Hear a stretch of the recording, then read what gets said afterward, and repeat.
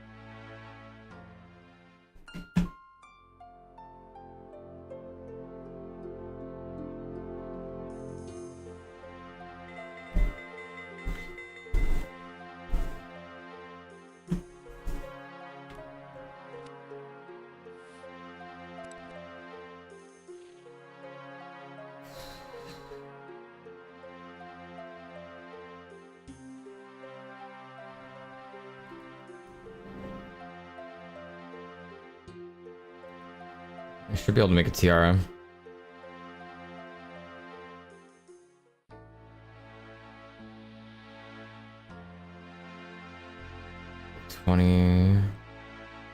With 23 tiara. Yeah, I'm 24, that's so good. I need steel.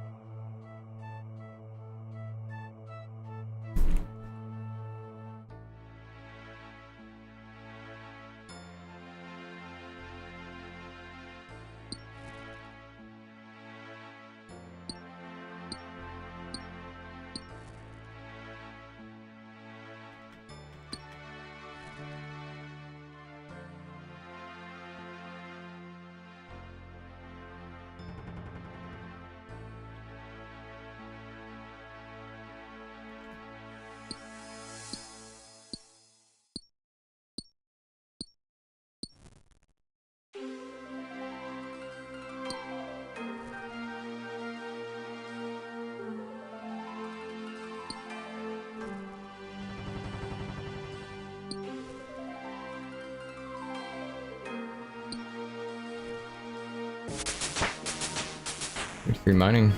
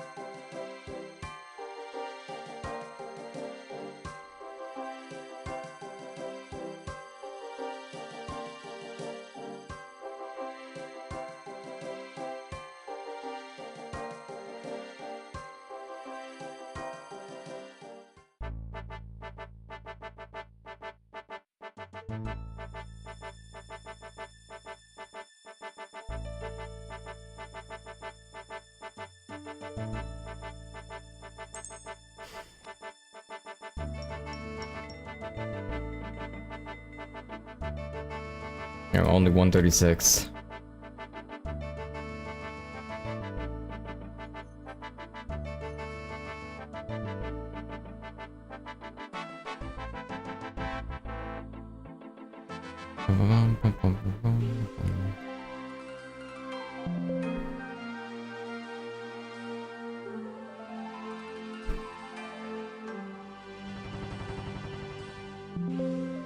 GPU.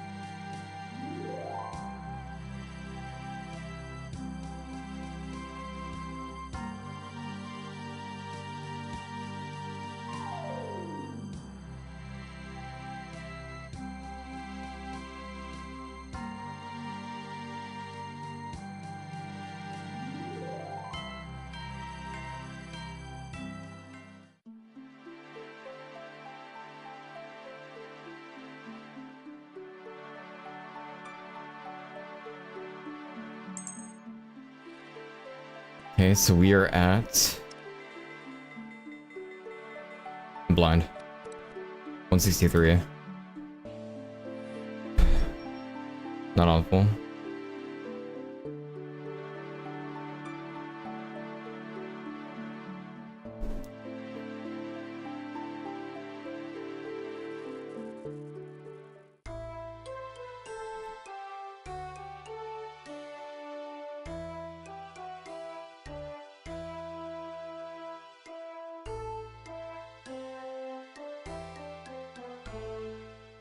%50 chance of success.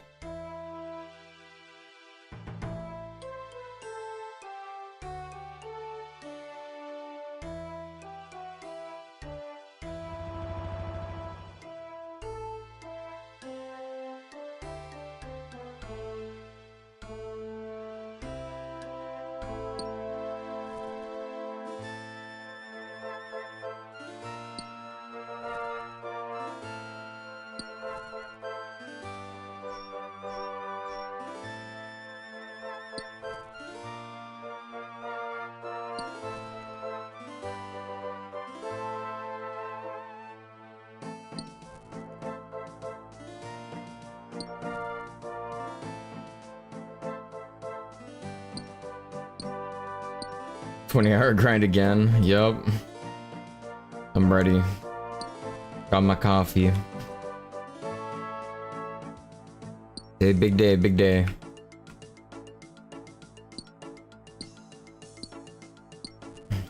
Pretty much yesterday, since it was like day one, it was all focusing on like getting the account started and having like a good baseline because I'm hardcore Ironman. So I can't trade and I don't want to die, you know, first early. So basically I gotta make my own runes, which is used for casting spells. Gotta make my own food. Gotta make my own armor, or, you know, get it off drops. There are like monsters that drop certain loot tables.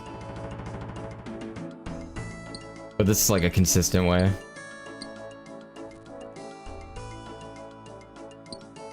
And then we get a whole bunch of minigame unlocks today too.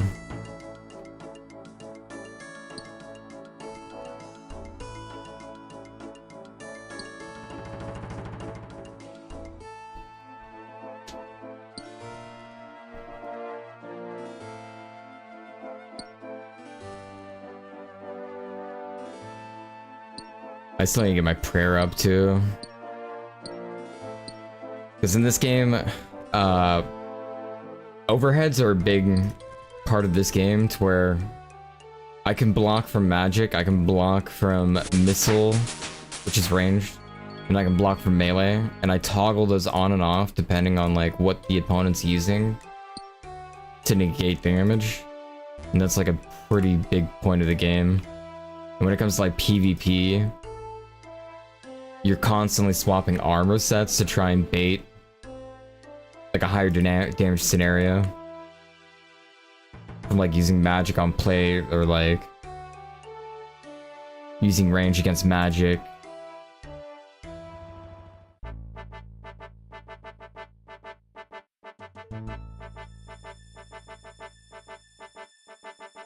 It's like a triangle system for all three of the different archetypes.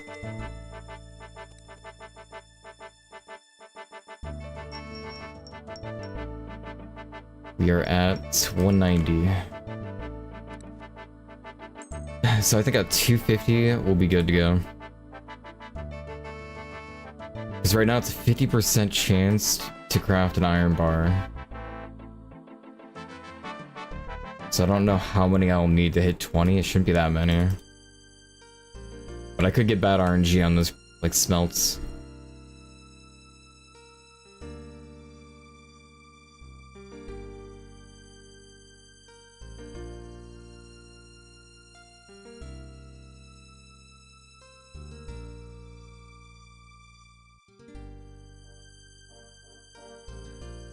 I need to get my agility up too, I'm slow as heck. My run speed regen is non-existent.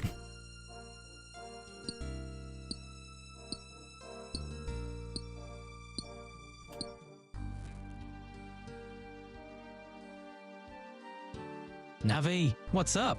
In OSRS, how much does agility affect your regeneration for your stamina in the game? In OSRS, agility directly impacts your stamina regeneration. The higher your agility level, the faster your run energy regenerates. This makes agility a key skill for reducing downtime between activities that require a lot of running. So, what are the exact values?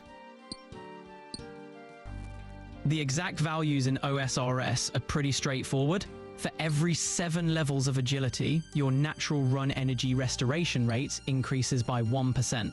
So, at level 1, you restore at the base rate, but by level 70, you'd be restoring 10% faster.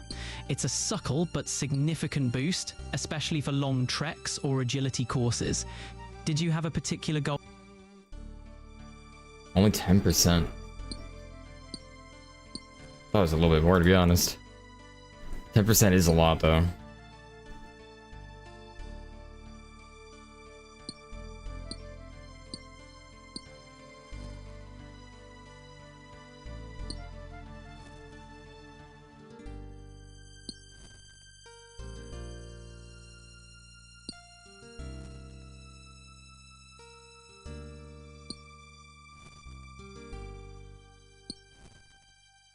I guess it would be like 15% though at 99.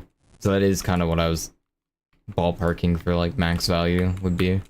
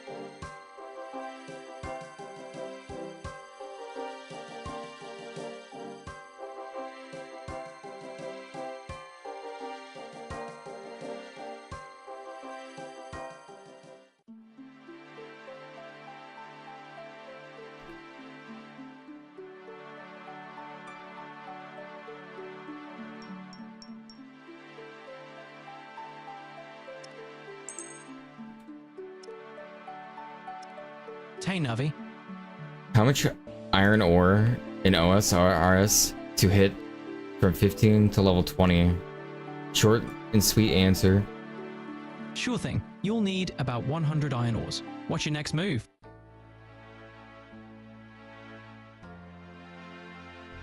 I only need 100. It's way less than I thought it would be.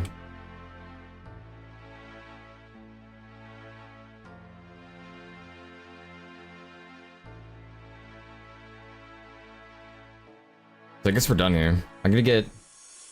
Well, I need some steel for sure, so... Or if I could see other camp though. I could just go straight down. I think that's gonna be the play.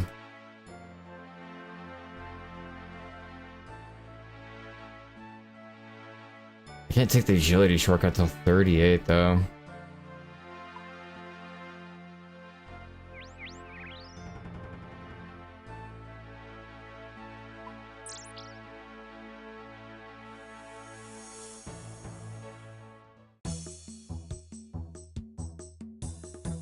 Okay, the Scorpion's only 14. They're still gonna bug the fuck out of me, I think, though. Hopefully not. Hey, what's going on, Kella? Don't the Scorpions poison, or am I tripping?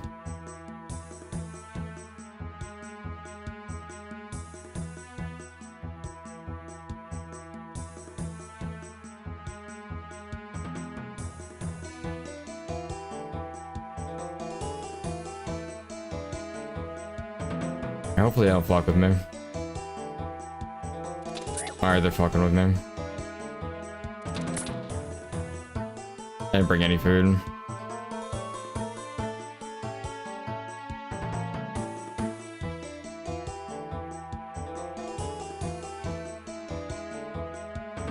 Okay, I think I know what to do. I only need a little bit of steel anyways.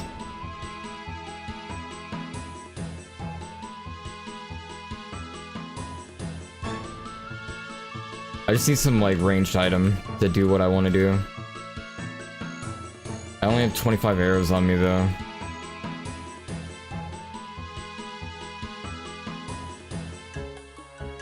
Definitely no arrow shop here either. I do have some runes though, so I guess I could just do that. No staff though. This could be like manual cast.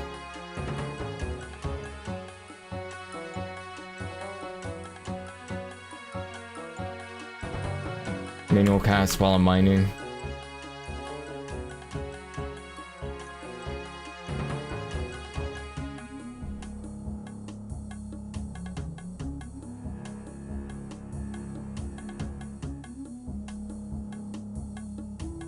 We'll do the iron ore first though. Damn, when I asked about the iron ore question, I didn't include, or I didn't exclude specifically if I needed the iron bars or not iron bars. So I might end up needing more iron ore here. We'll see.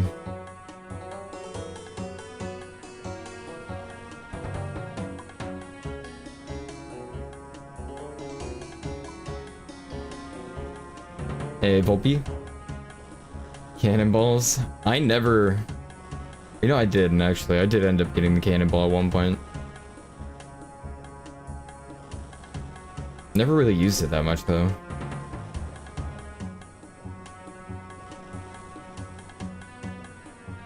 No need though, no need. I remember manually training way more.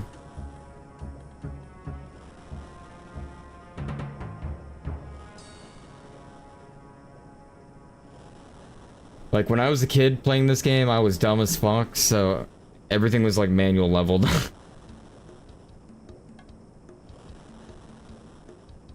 Like those quests were too hard for a kid back then, dude, no way. Like some of them I did for sure, but like fuck, man. Ain't no way I did some of those harder ones.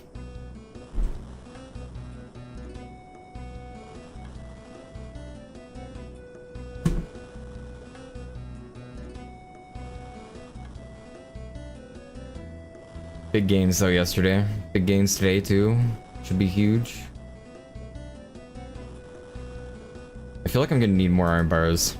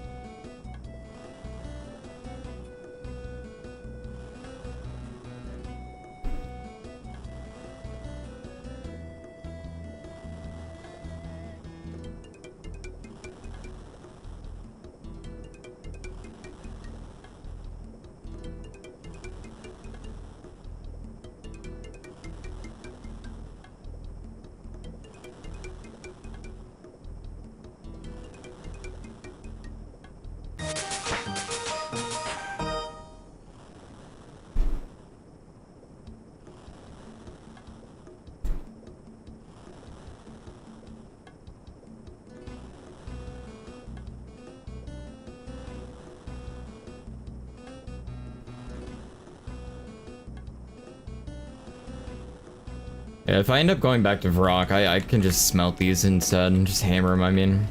Not smelt. Like refine them into gear. If I end up not having enough.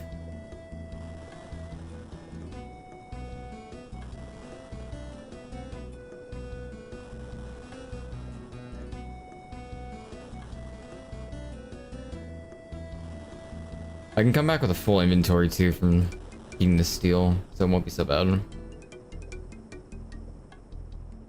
I'm trying to save some of my rain energy here for the scorpion part.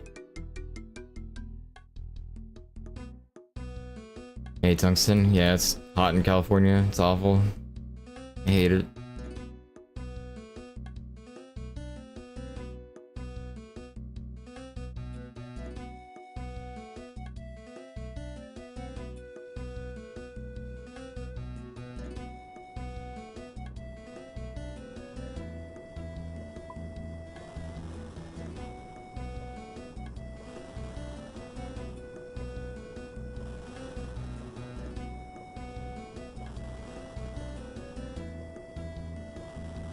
Yeah, it's too hot.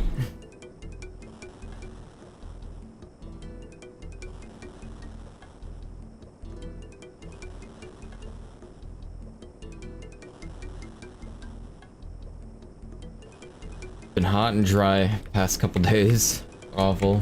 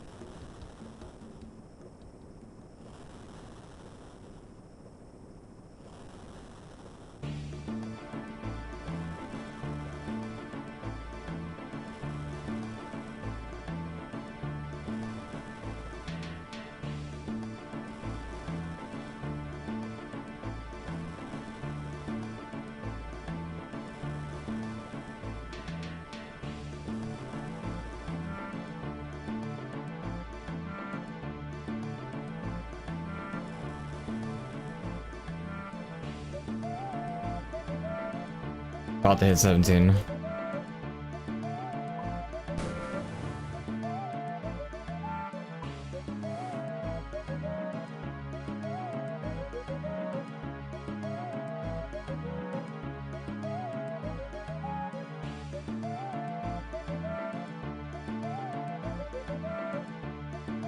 These guys drop a scimitar of the steel at least. They don't. What the heck? It's crazy. Earth talisman though. 164.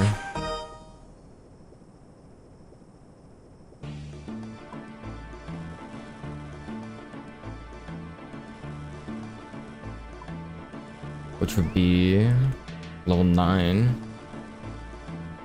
What's the earth rune? Talisman thing. Altar, I mean.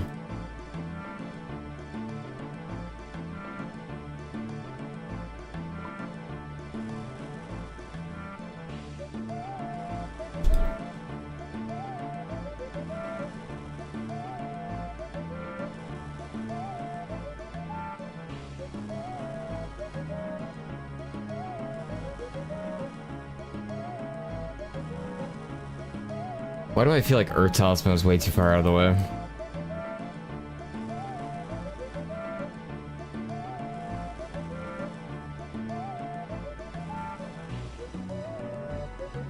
Wait, there it is.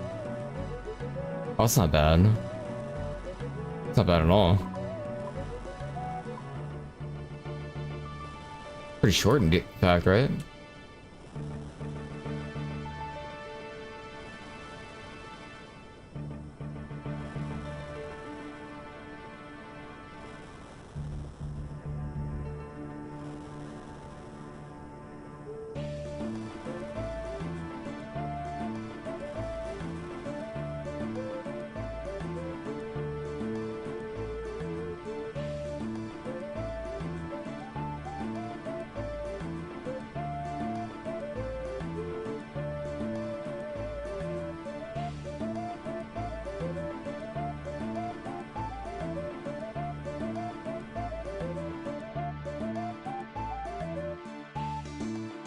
I have hide messages from Crick. It still shows them. I don't understand.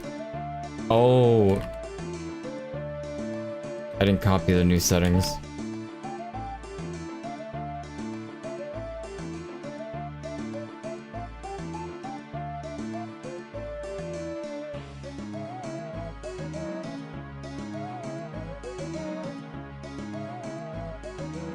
It's actually just literally bots on fucking kick. It's awful.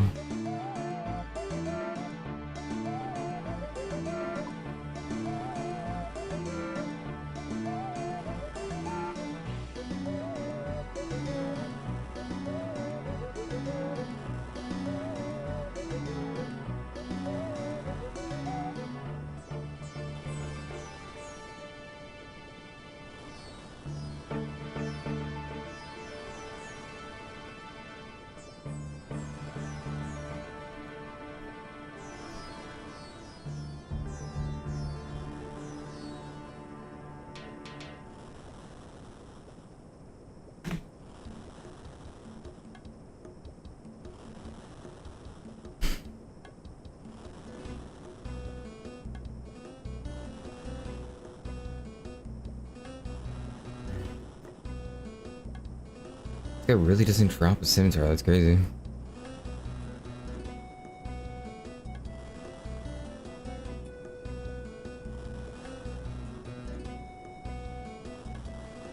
My attack is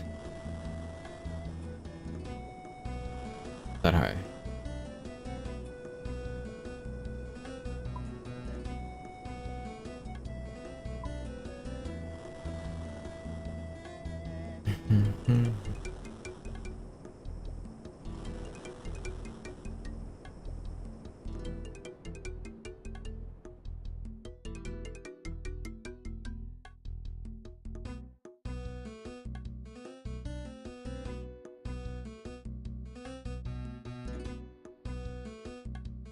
Damn, I do need more.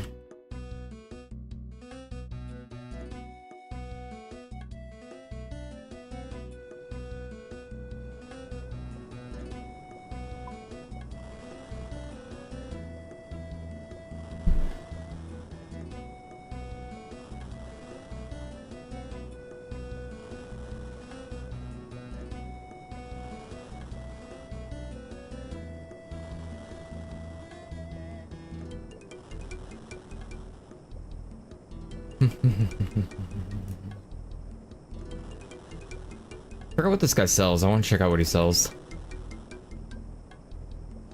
I think it was Ranger gear though.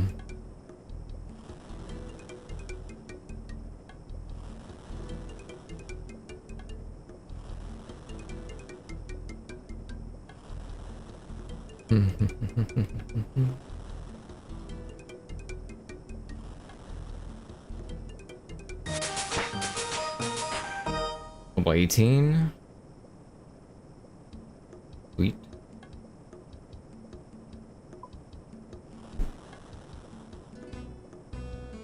Get 2 more levels. Been some bad RNG out here.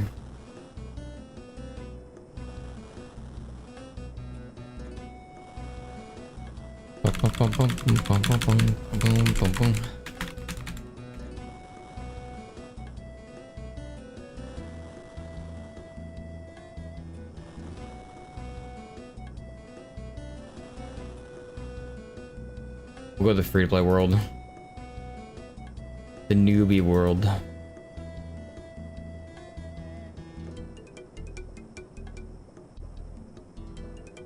Wow, no one's here.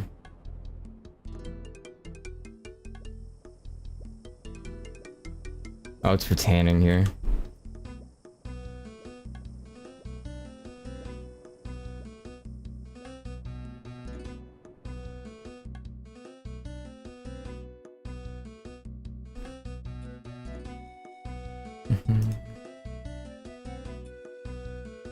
Only 50 ore left? Yeah, there's no way I'm hitting a...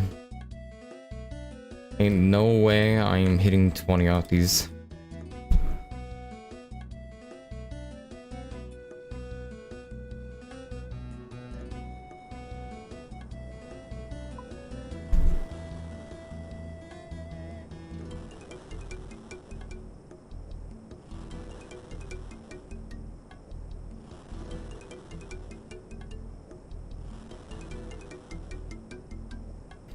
Getting 20 attack here wouldn't be too bad though.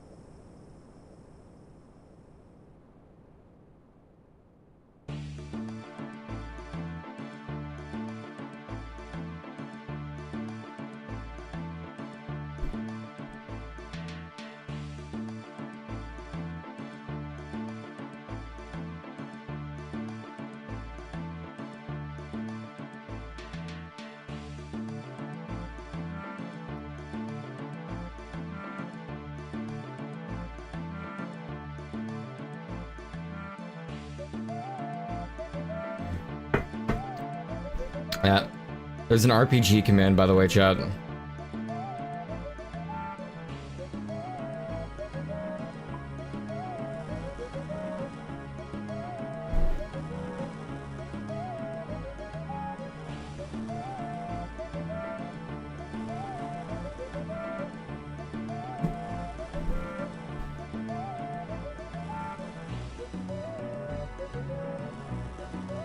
I did it again. I thought I changed it. It's stream elements. Like I can't choose the game exactly. It's dumb. It's for the multi-streaming like software version of it. It's a mess to like it's the mess to do the titles of everything. In, like the game category. Like it doesn't work 100%. Like finding the game's potato.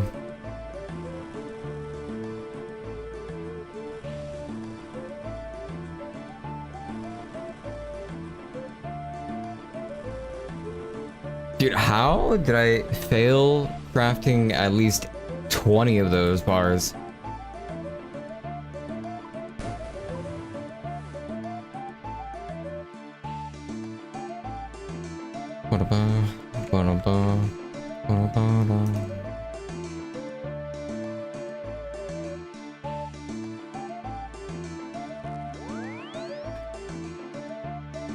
That's all I had.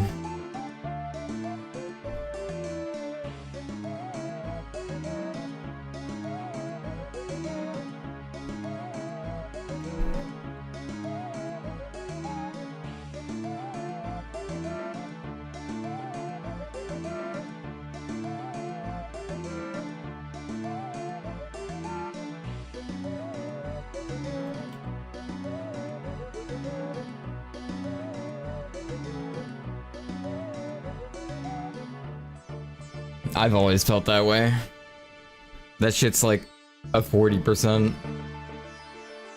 38%.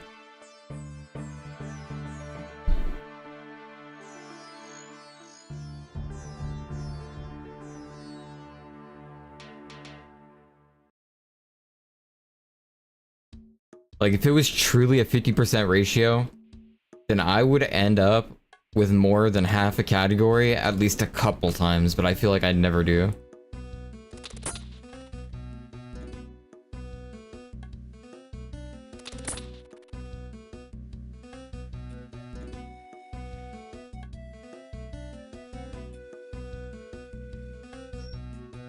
Do I need silver for steel?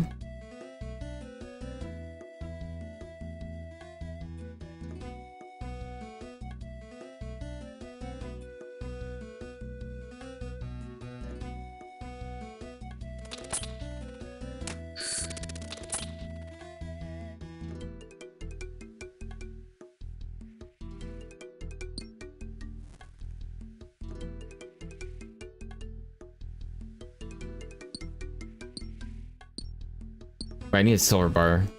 I keep getting it confused. I don't know. My brain just does not work. Yeah, I need silver bar. Okay, so this is what I need. I need silver. Silver, silver, silver.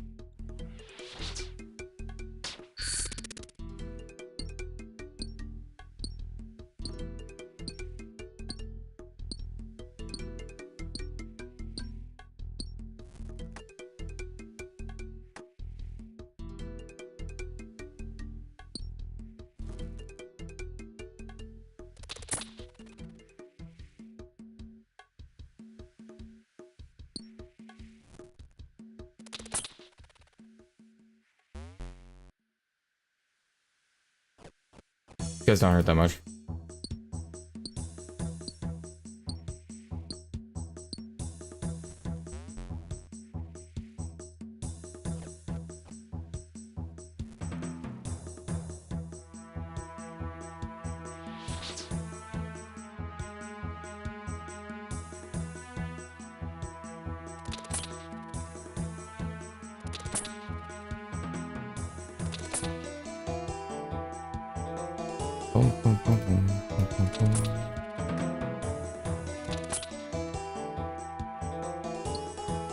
Wait, is this guy gonna die?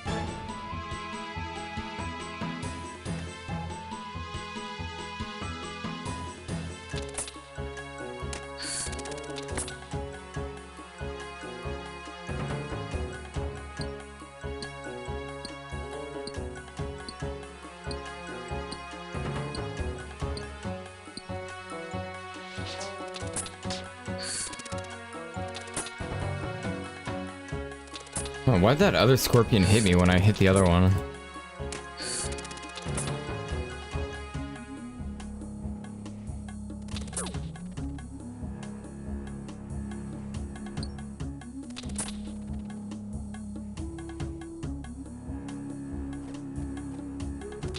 I should have been locked in combat with the other one, no?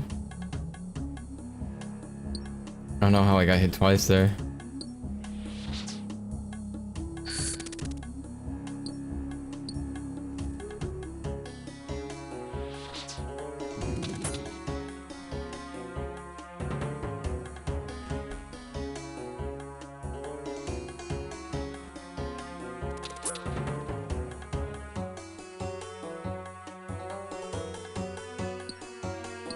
I thought I would know if it was multi-hit somehow.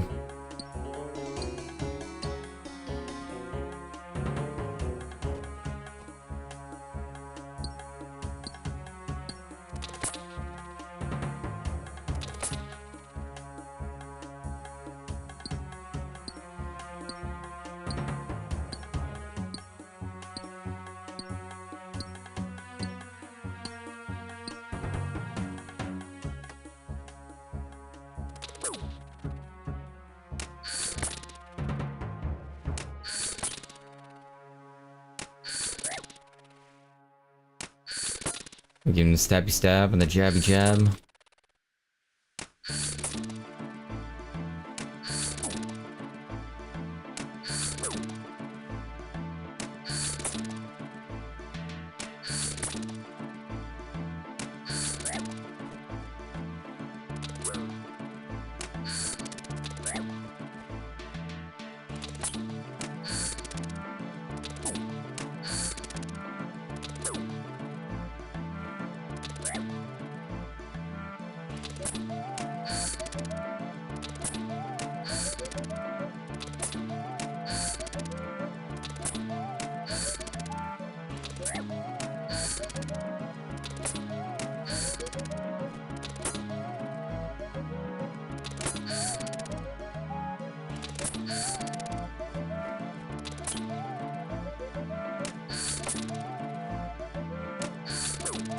Where he's not dying.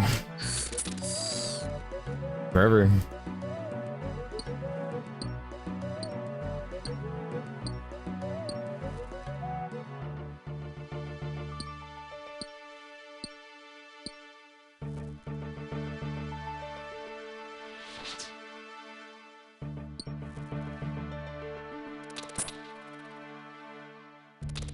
Maybe it's because I missed.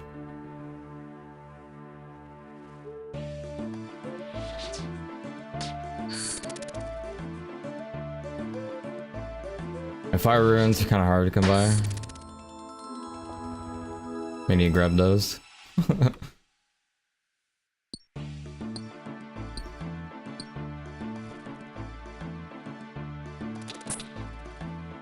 That's all we need here. No, we go to Varrock.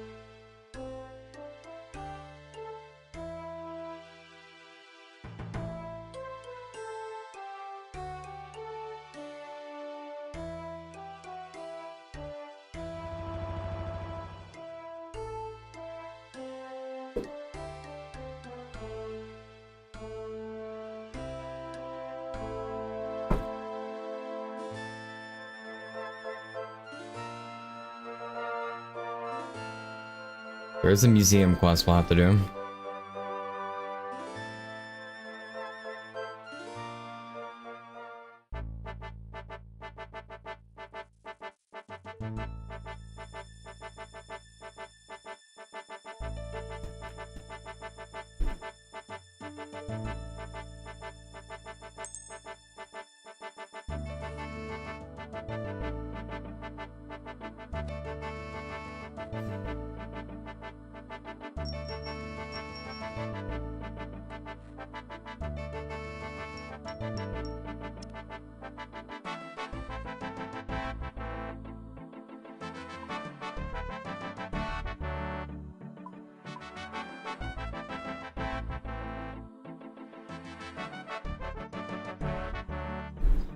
Okay, so we'll make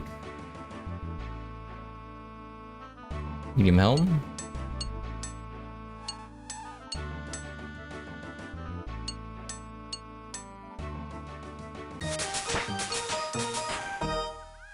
Level 19 can make iron short swords, iron dart tips, iron nails. It's an iron spit.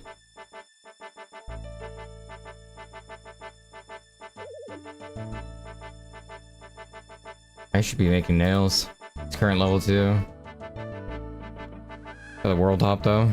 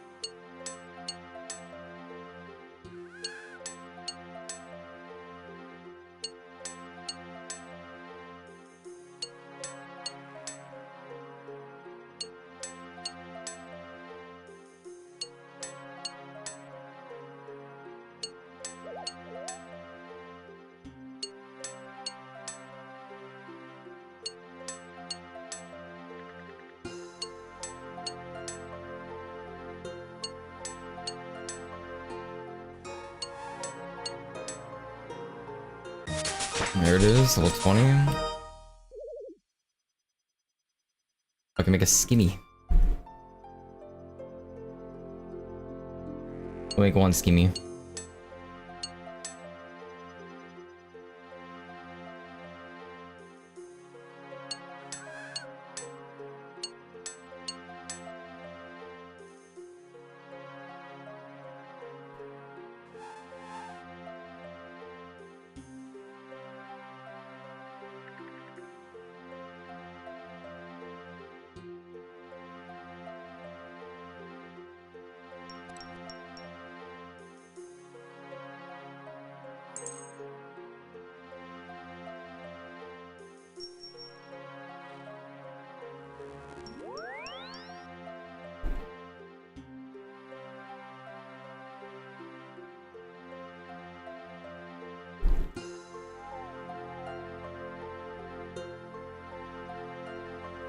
Ain't no way I just deposited my hammer.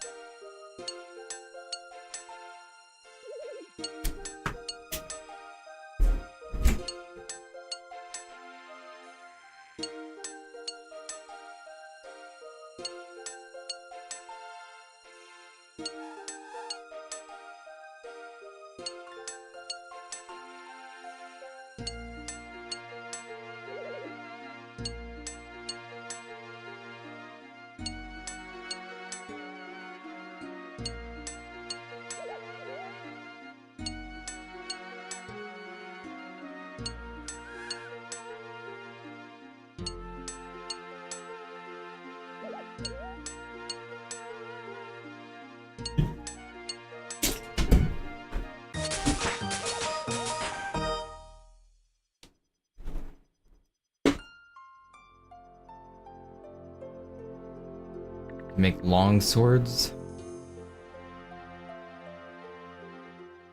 Which XP is that? 50. Same amount of XP.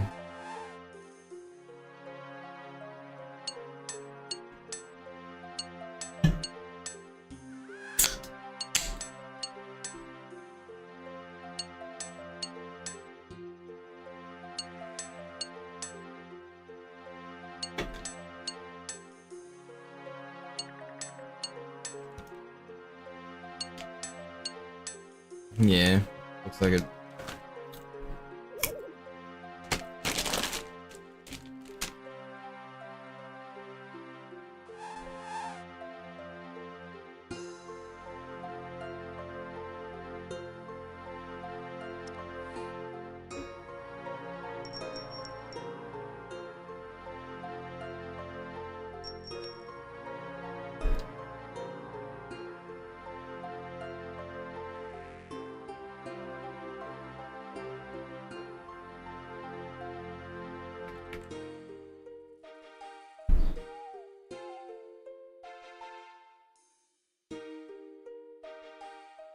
Okay, yeah, you're being a weirdo, man.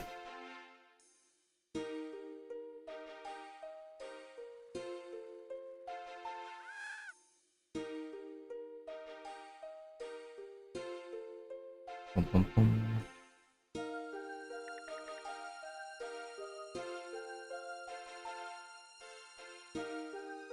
Weirdo, man.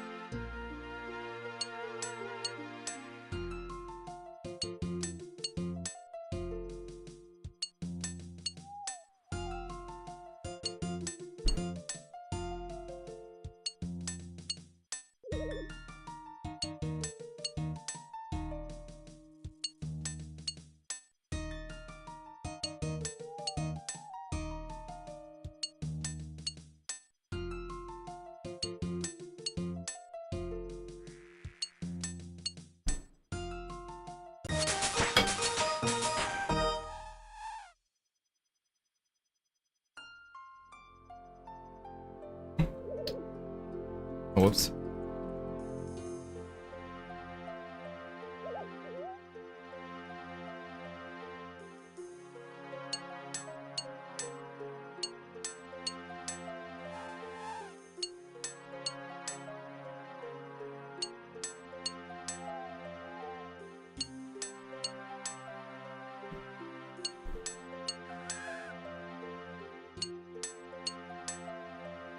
Make a new make another account.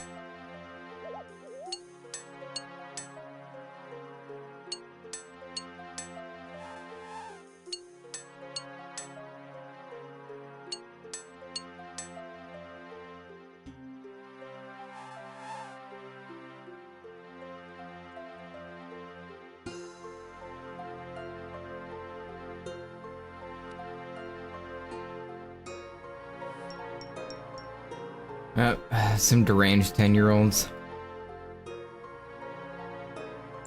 They're not getting enough attention from their parents.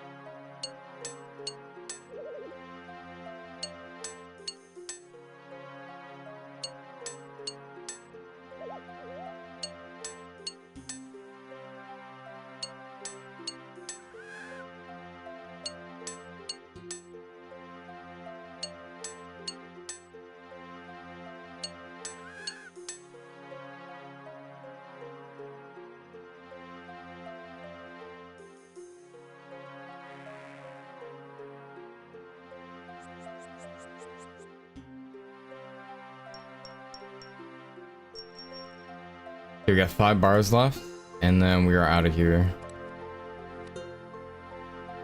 I wish we could smelt the other bars though.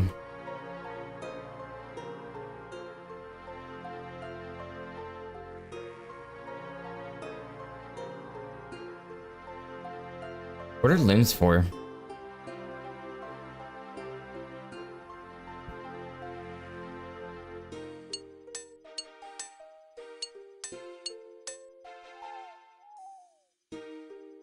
Oh.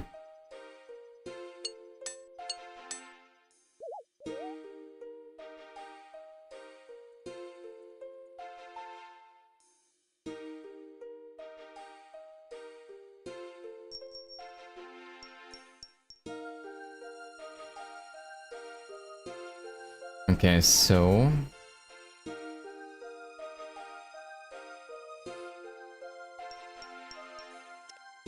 we gotta go back to Alkir. Or Alcazad.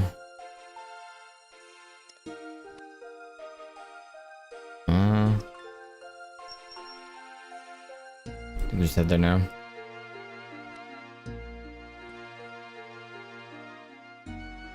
Probably with a pickaxe and stuff weird.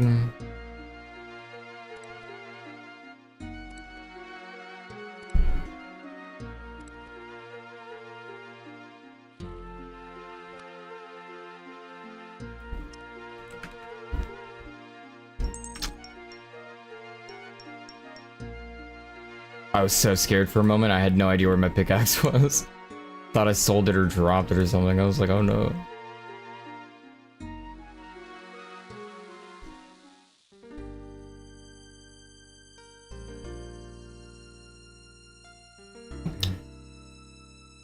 I worked hard for my Addy pickaxe, man.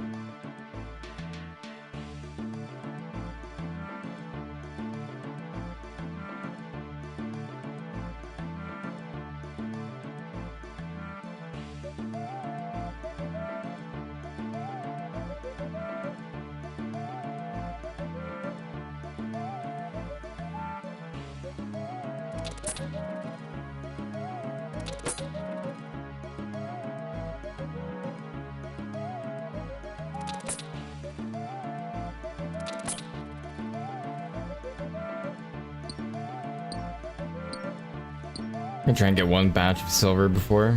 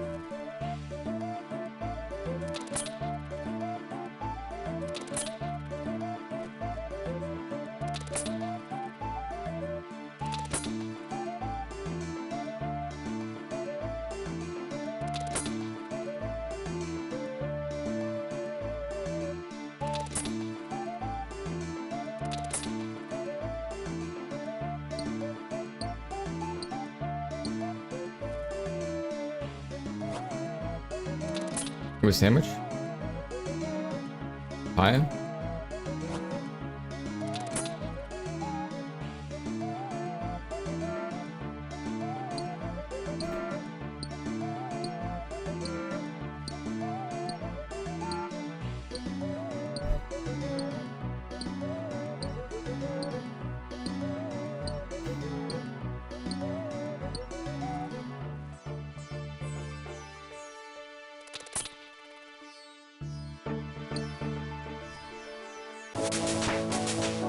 35 mining.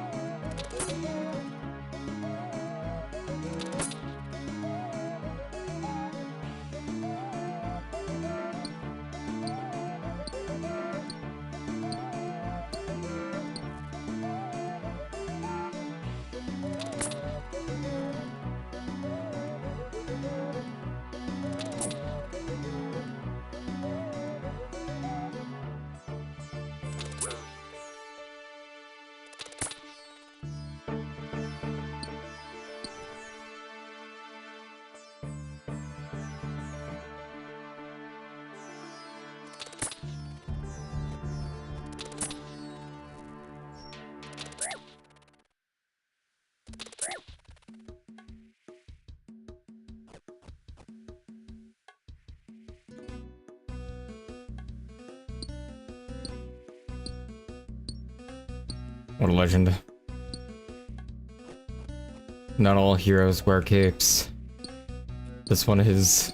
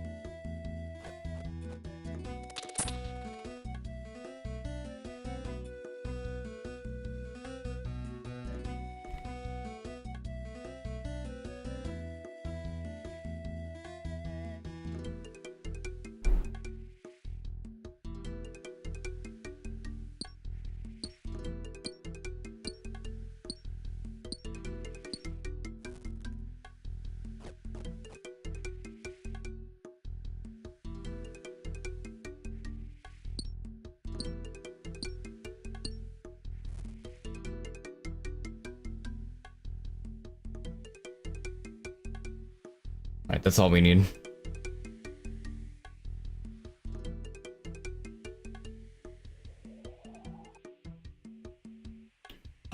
So, we need the TR mold, which we get here. And... I used the bar on the mold? I don't even remember.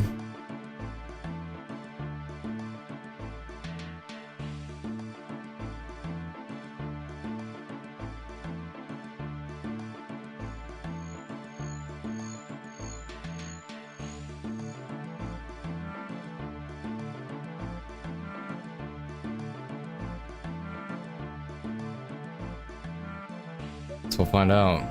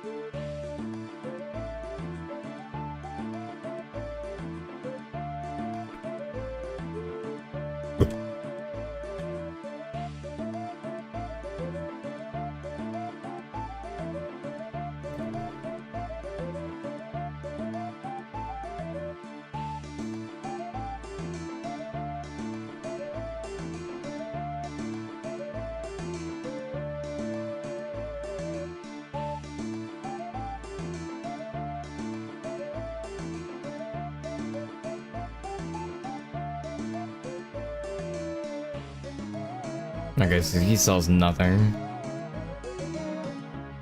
She'll probably sell nothing too. This guy though.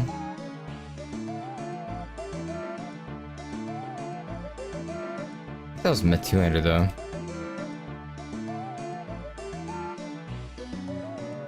Eddie legs are only 6.4.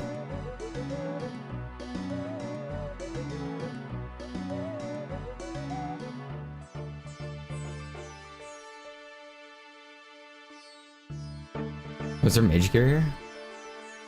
Oh no, it's plate body. I mean, Eddie skirts.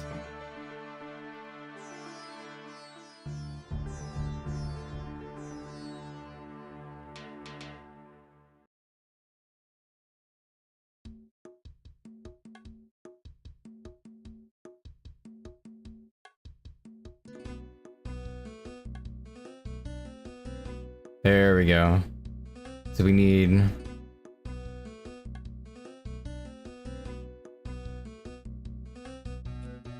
TR mold.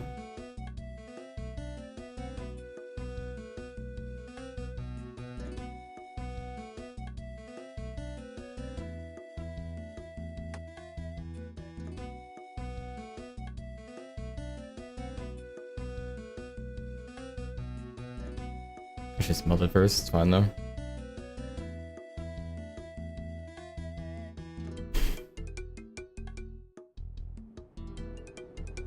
I wasn't sure if I needed the mold first. Yeah, I think I just make the steel first. Wait.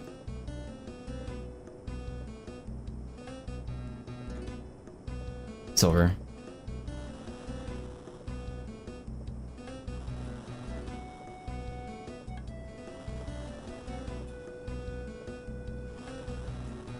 There we go, okay. So tiara.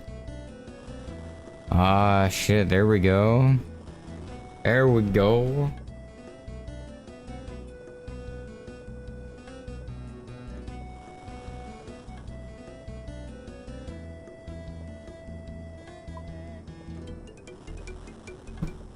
Now we can do the room crafting.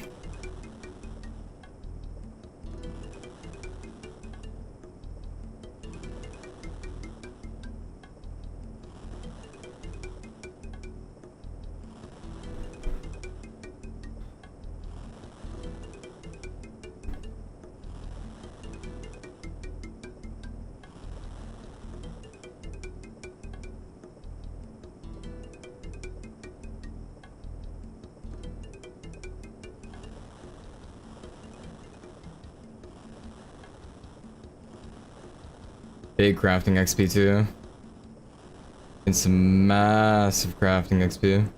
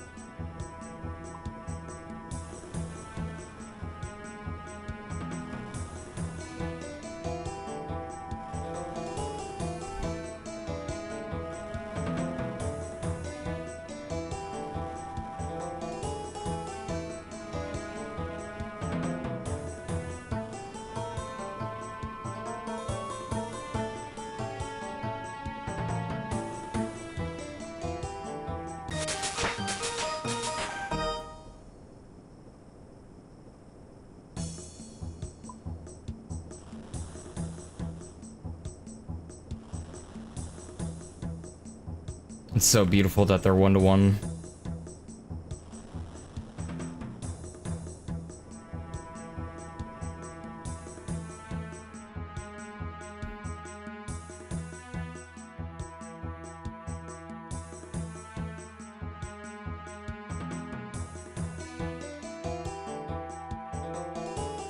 Hey, who took my bar?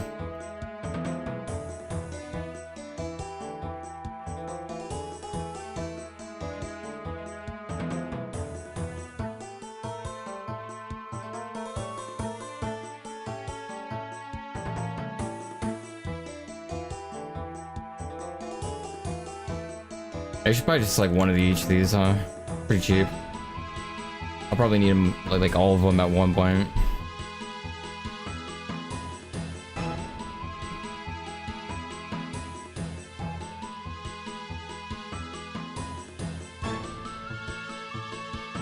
Finish making these.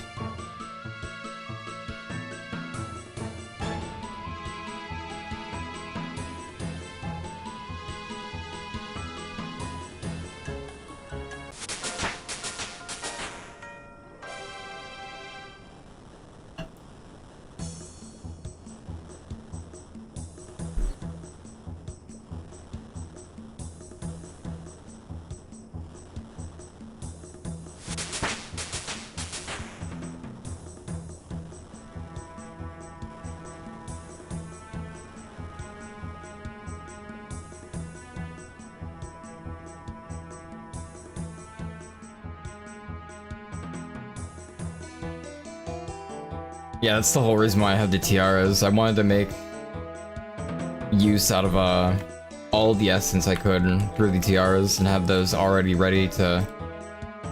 Because I'm gonna need a lot of air, I'm gonna need a lot of mind. And I don't want to mine essence. I don't want to mine more essence, you know?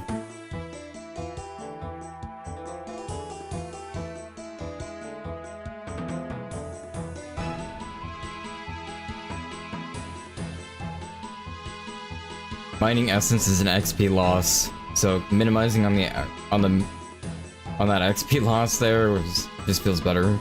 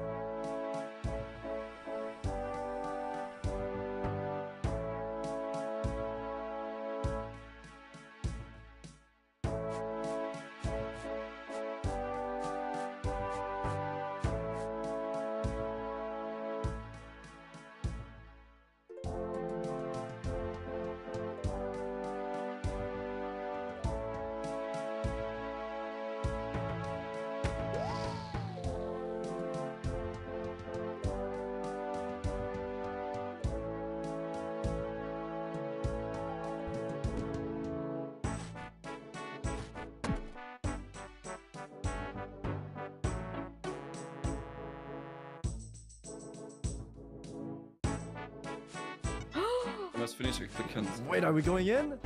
Guzu, are we having a meeting right now? First meeting. Oh my god. Oh. Lead us, Guzu, through the Lead us, portal. Guzu. It is nice to meet This you, is friends. cool. This is the first. Yo, this is the meeting. Savage trip. Yes, sir. You like it? Bunkai.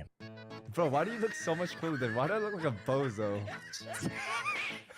Why do you guys look so much cooler than me? Okay, that's awesome, guys. I think you guys can Wait, find come as well, so in, if come there's in, Guzu, come in the hall. Guzu, we're about to hold our first meeting. Your helmet, Savage. Hey, Wow, this is so cool, guys.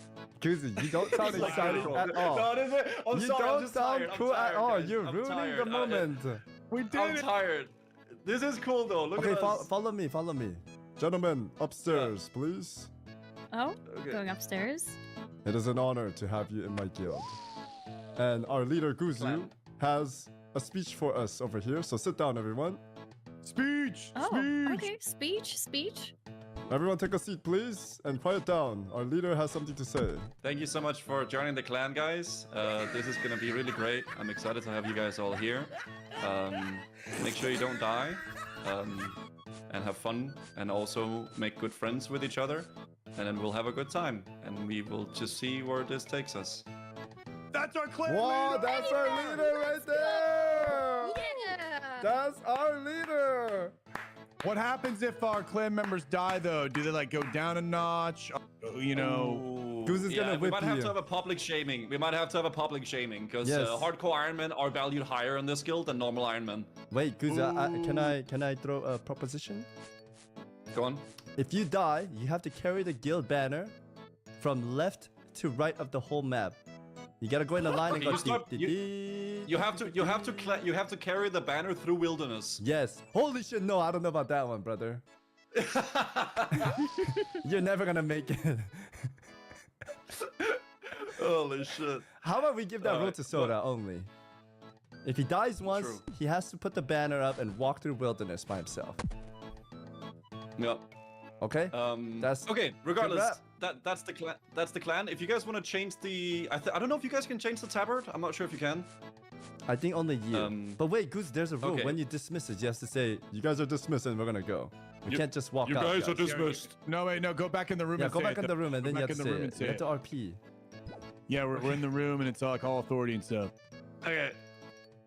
Say it in a cool voice, Goose. Come on. You guys are dismissed. Yes, sir. Focus on. Yes, sir. Yes.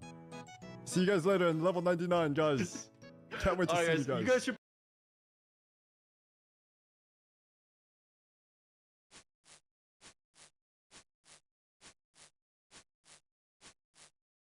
So Vicky and I were hanging out, and the boat will take you to the node. Here you will be able to create a group with other group Ironman. Oh. You will not be able to follow the arrow. Okay. I still want to do this without her where it's like fucked, right? I'm under the impression we both need to be online at the same time to get this started. She'll meet you there. I don't want to do hardcore. Am I good to take this boat? Okay. The boat will take you to the node. Here you will be able to create a group with other group Ironman. Oh. You will not be able to return to Tutorial Island. That's fine. So this is where we need to be together. So I'll wait for her here.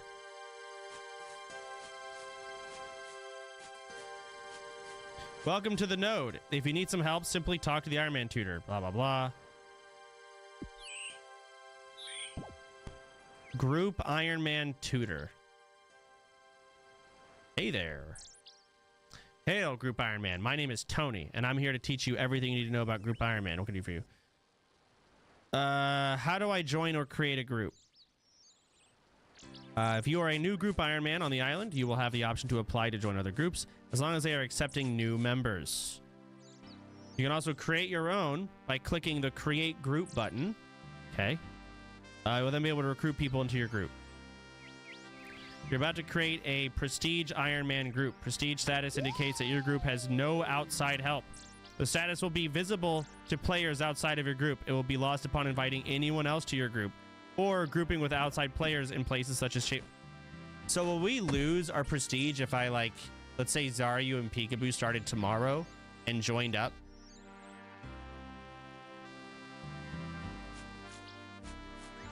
Yes, but who cares? Okay. Prestige is cringe, don't worry. All right. As long as that's what people think. Because they're still deciding if they want to play. Same with Lakari and Rob. Like, they don't know yet. So, yes, I want to show off our group's prestige. No. So I just hit no. But I might as well hit yes. It'll just turn it off later, right? It's just going to get removed. All right. So now I have to invite more people. Here's the group. Okay, group name. Up to 12 characters. All right, well. Green Helm Ew.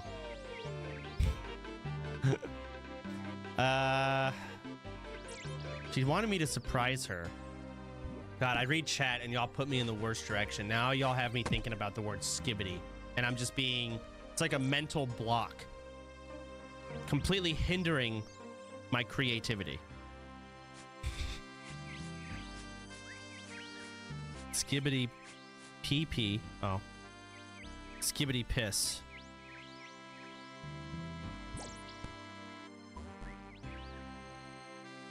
Oh, I need 2 people. All right, I'll wait for her. Whoa. Oh, hello. Well, why do you have like a blue circle under your name? What the fuck? It's some prestige shit. So, chat basically said no one cares and it's cringe. But if we wanted to add people to our Iron Man group, we will essentially lose our quote-unquote prestige. The blue circle! Maybe that's what that is. I don't know. People care. I don't People wanna are lose saying that. it's cringe and no one gives a fuck. So if like Lakari wanted to join, for example, we could invite him at any point. But we Well, lose how do the I join prestige. the... How do I join? Well, let me make it. Oh. Okay, now that we're here, let's see. Group Iron Man. How do I create a group? You need at least 2 people. That's fine. Blah, blah, blah. Me. Wait, how do I don't have anything? Are you kidding me? I made a food tab. But you don't have food, so you're gonna fish. No, I had a bread and I had a shrimp. And I put those in. I made a weapon tab. And I made a tool tab. And I'm going to make a rune tab. But I feel like it's a waste. Okay. So I'm not going to do You know that. what's So maybe also it's a going to be waste? like a magic tab. What? This convo. We should fucking get into farming. Let's get out there and let's prog Farming what? the game. Yeah, I'm farming. Am I not? I think we have to leave the island. Okay, well, what's your total level right now? It's below you because I didn't fucking stall on the island for 10 Yeah, years. that's what I thought. That's what I thought. So how about you shut the fuck up because you are behind me. All right. Good luck, babe. I'll see you out there. Yeah, good luck. Good luck. Yeah. Just I hung up. All right. So she does whatever. I do whatever. Starting over. Let me think. I need to claim. You're right. I got to claim my Iron Man armor. I also need to drop my runes and talk to that one fuck for free runes. And I should start collecting those. And that way I can save spot and kill the stupid witch potion fuck, right? It's over here. High 5. Up day, you know?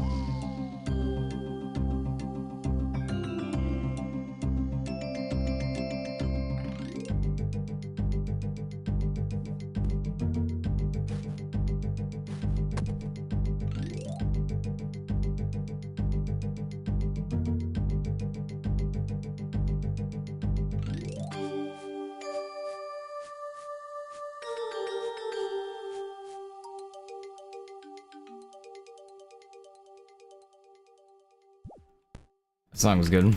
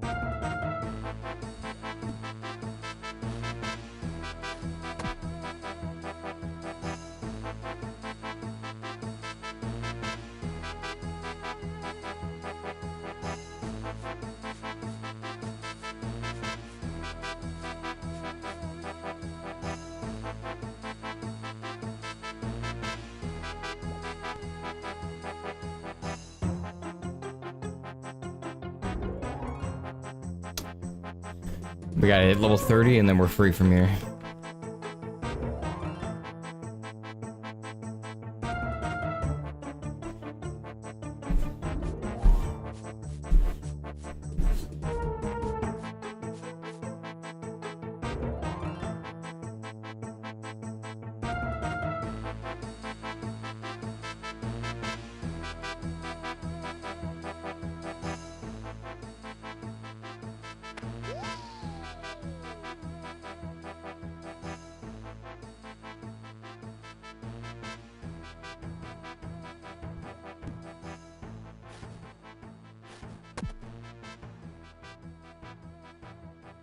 Or 30 for Varrock.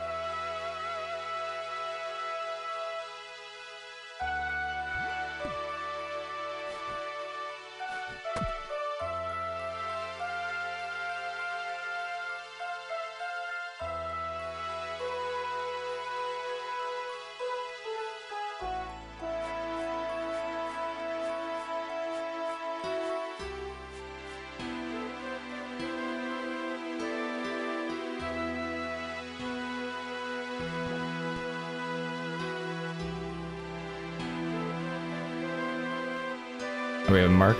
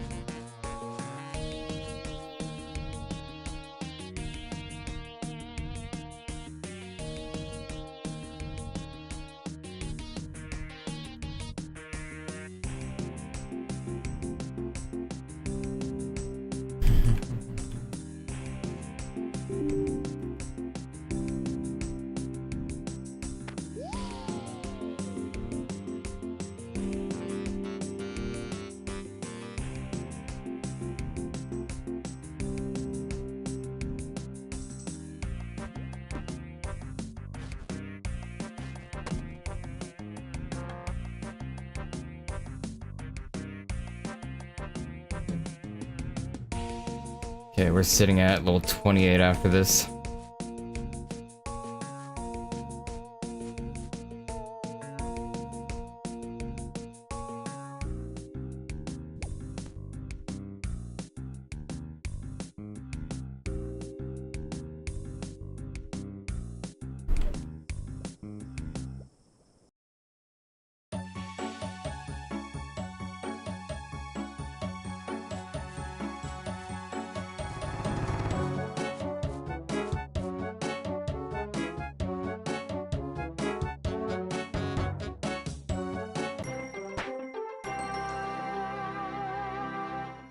It is.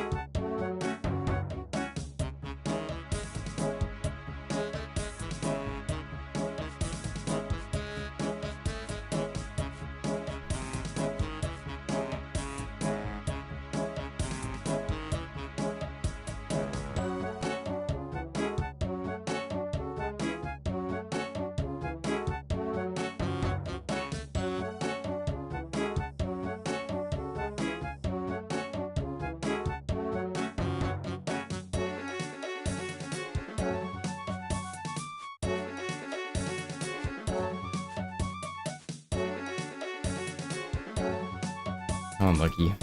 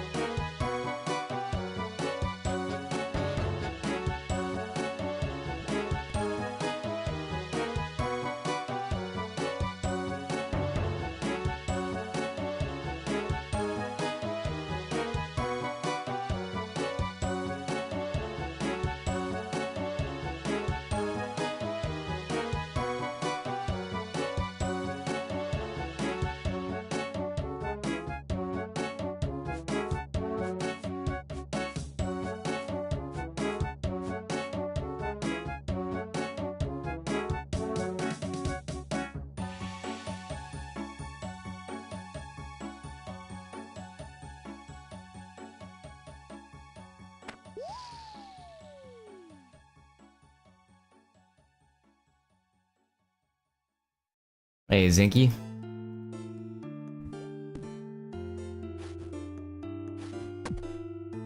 Hope you're doing well.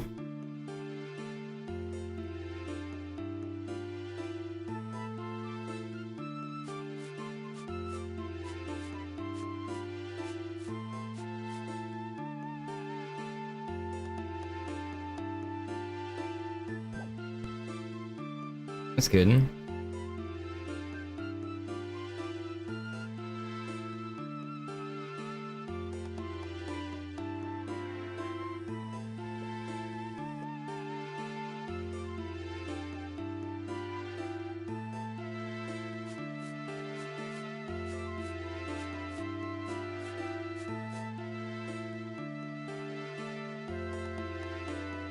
Okay, we are almost out of here.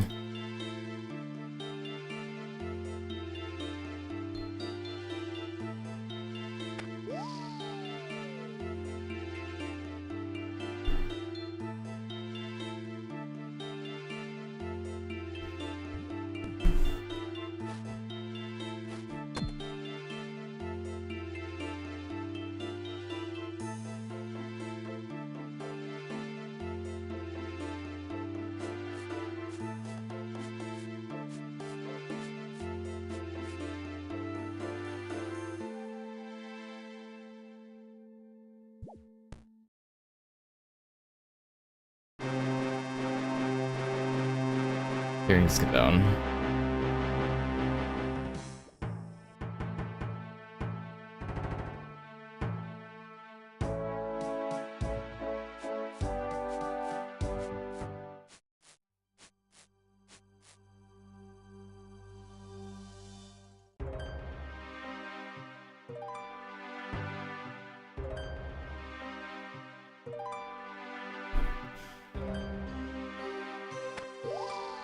Alright, we're 29 on like this one.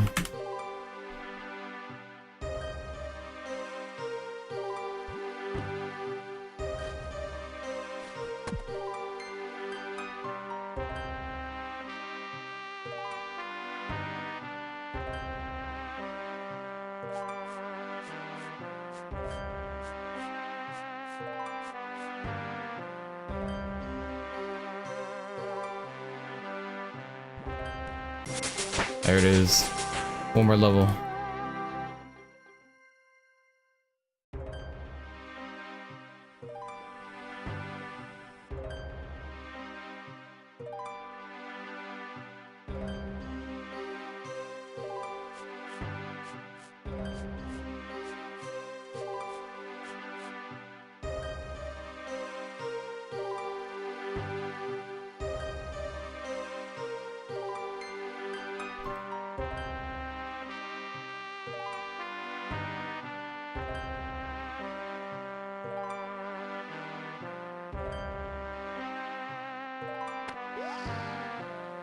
Teleport to Varrock would be nice.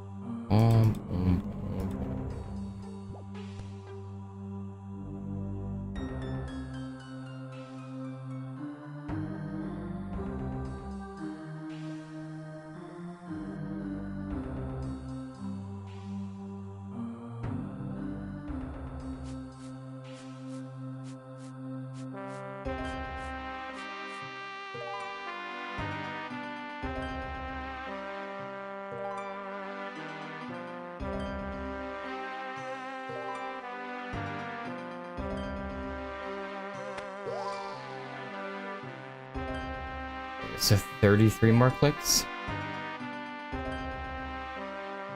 31 more clicks.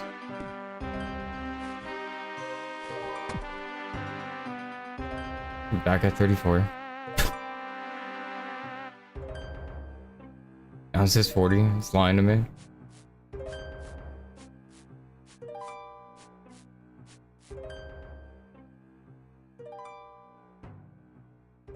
36. I got a lot of XP on that one. Much different XP.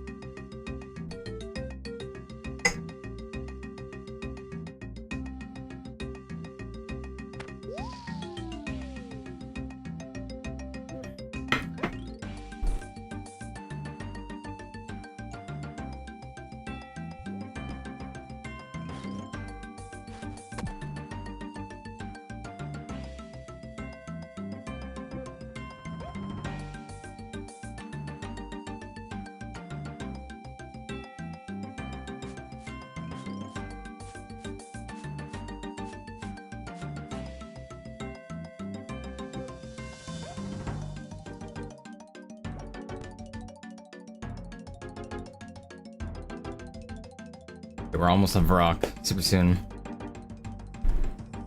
3 more runs.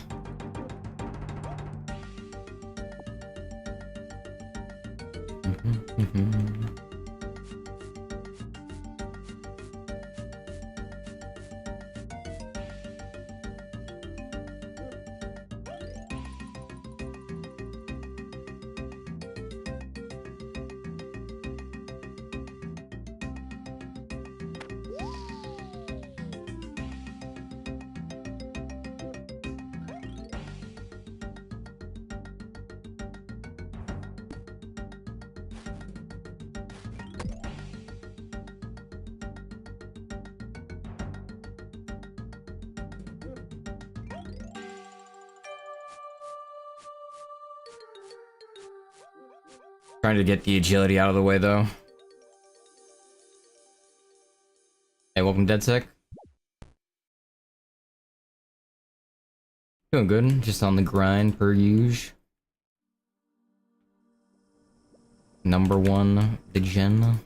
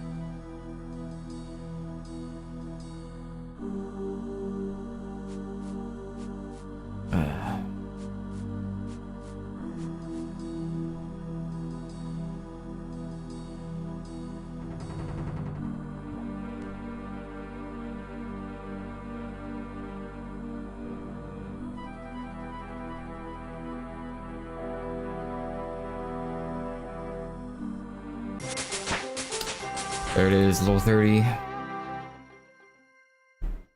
Might as well finish this last lap though. Then we will head to Varrock.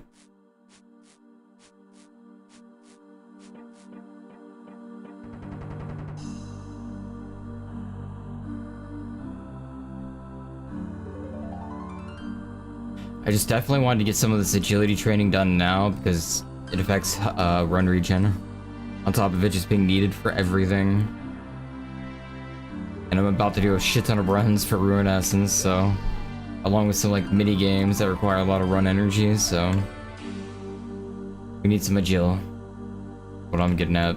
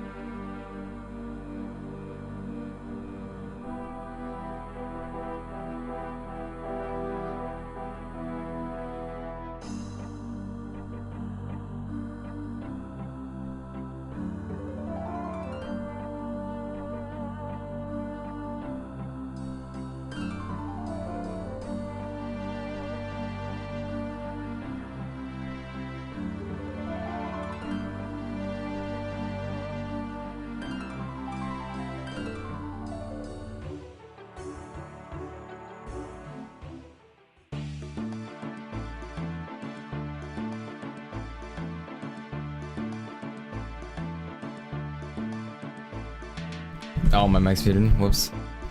Yeah, it's impossible to avoid RuneScape. We all come back.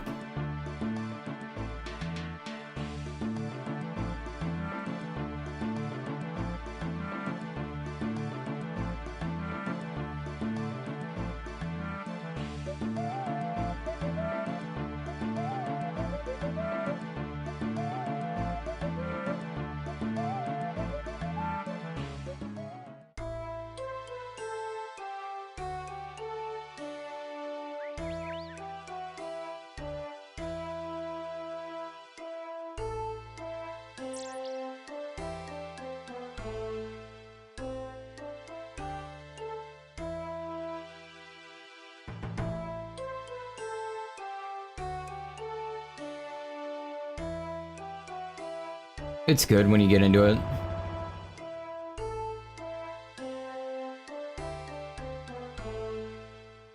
It's good when you figure out the intricacies of the systems within the game and how everything works. It gets a lot better. From an outsider perspective, when you first play, it doesn't look like it's much, but there's a lot more going on under the hood that you'll come to appreciate.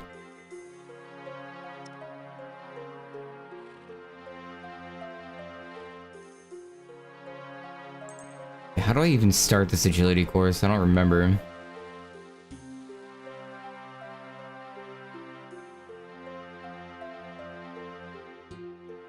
Here?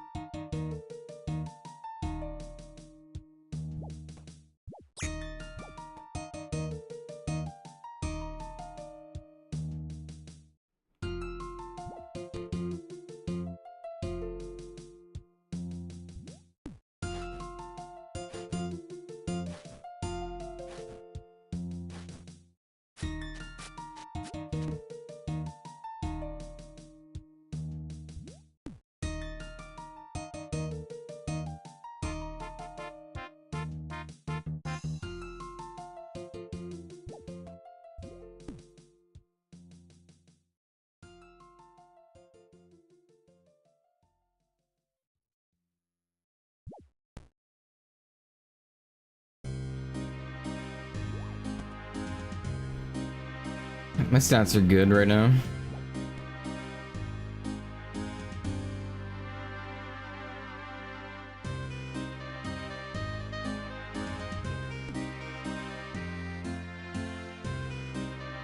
Got a lot going on.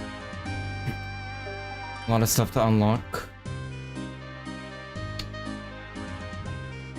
I just wanted to get a little bit of agility out of the way. Not sure what level we'll go up to here.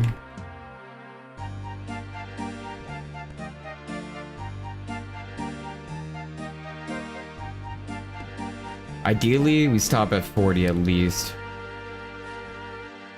That's kind of a bit.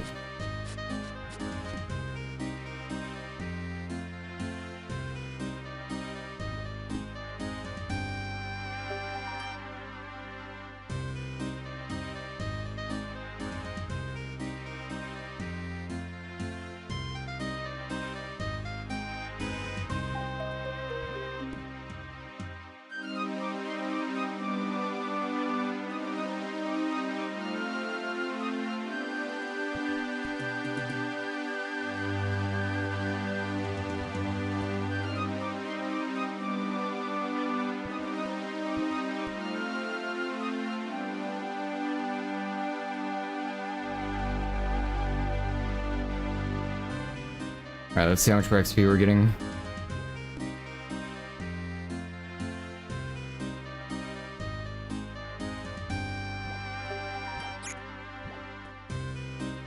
I'll try to do a no run. How much XP we get?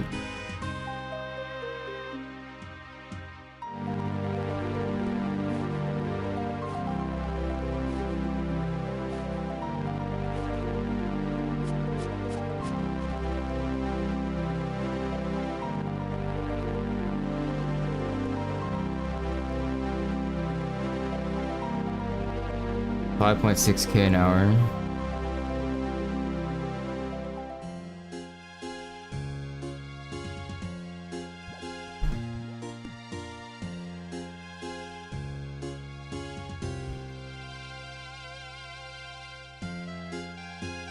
$7K XP an hour. No!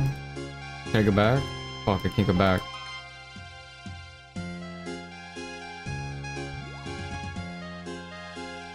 Oh, here it is. Oh, it's a maze one. Okay. Faster you are, better your reward.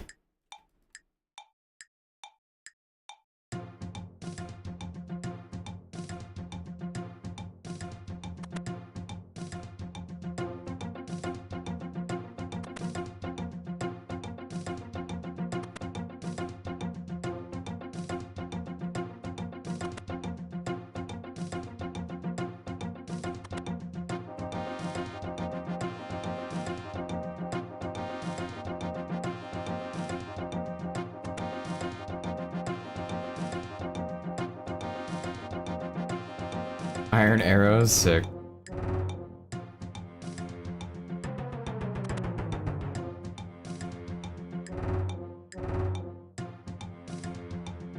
Attack motion, that's actually good. A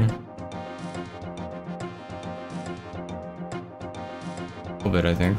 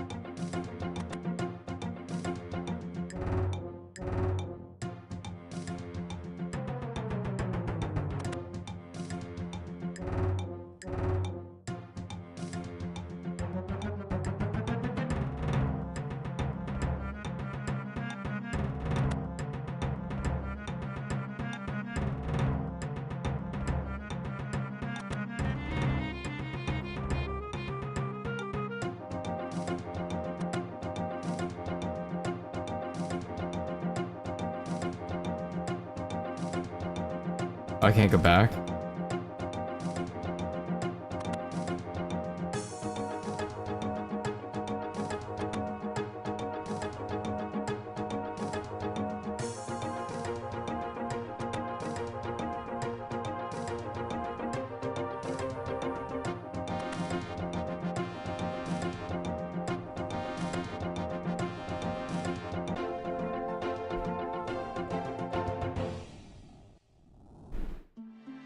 Nature ruins, mithril ore, some coins.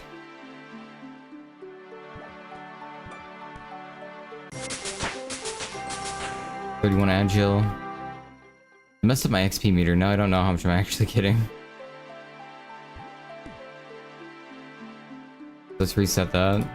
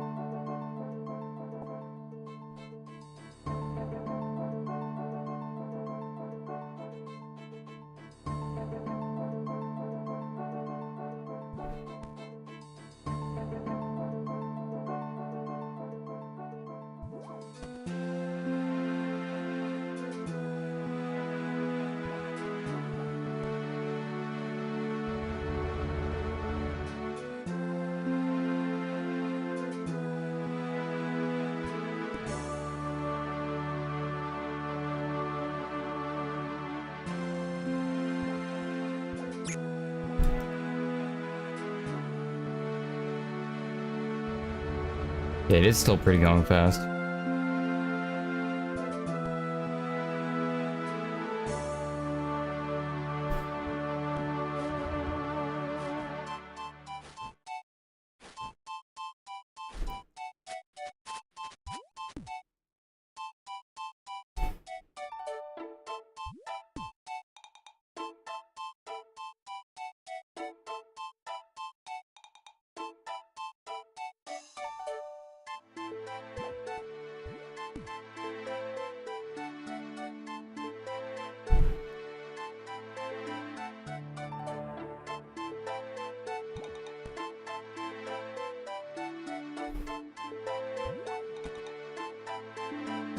$10k XP an hour.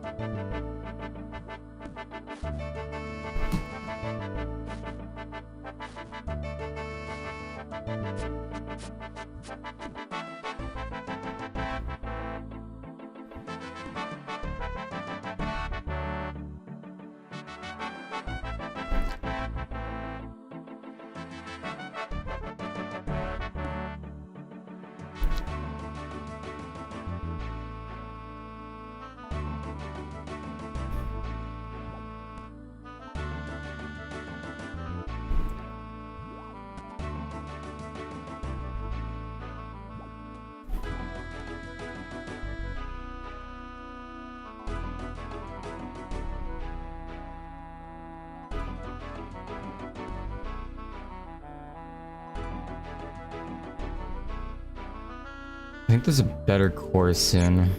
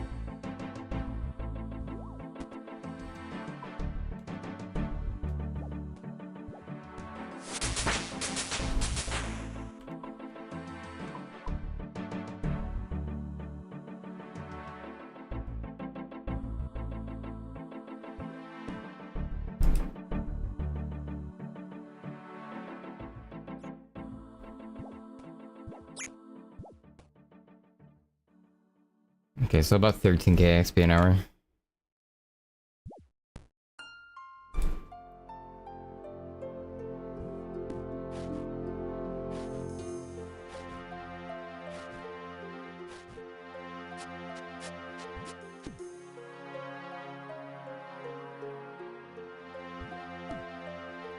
I want to do some combat stuff, but man, I gotta get rid of the agility stuff first, you know?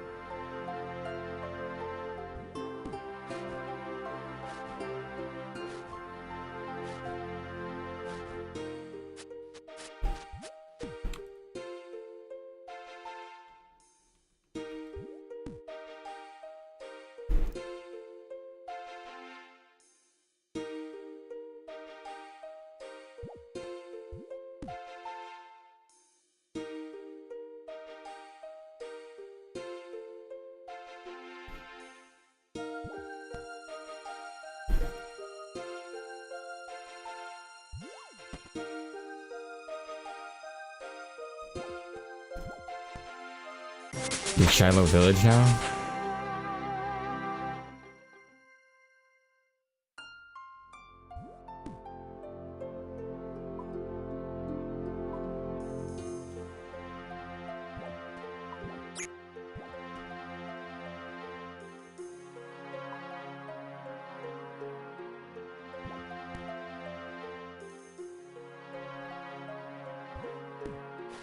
That's a mission.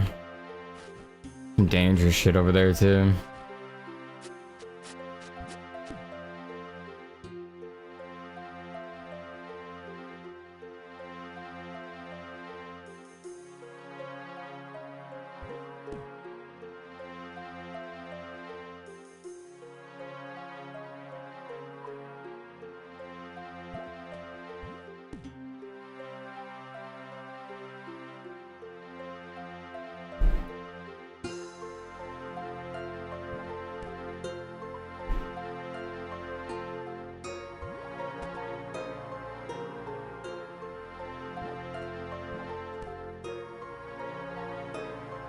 Yo, where's my mark? I didn't even see my mark.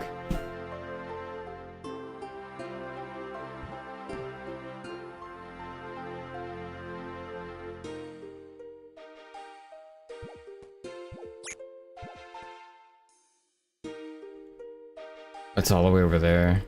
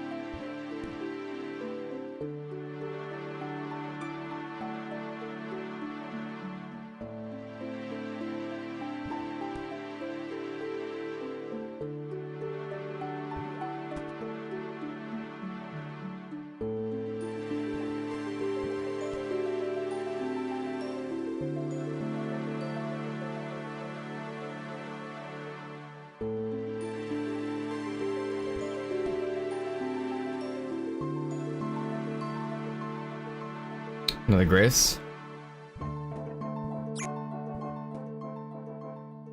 Getting a good amount of these grace tokens.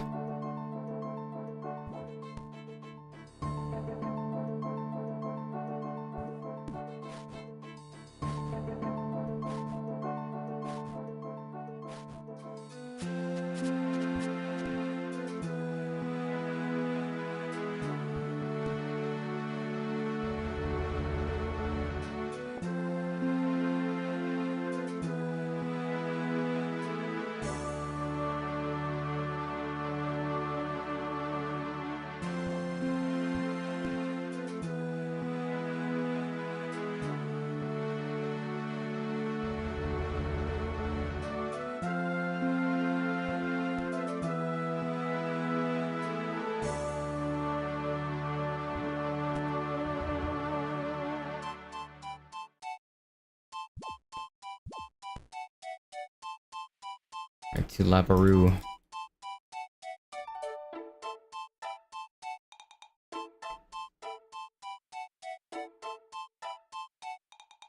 I heard agility pyramid was good gold too. I've never done agility pyramid.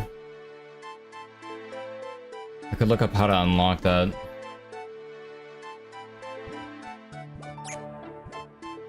Like just a quest name.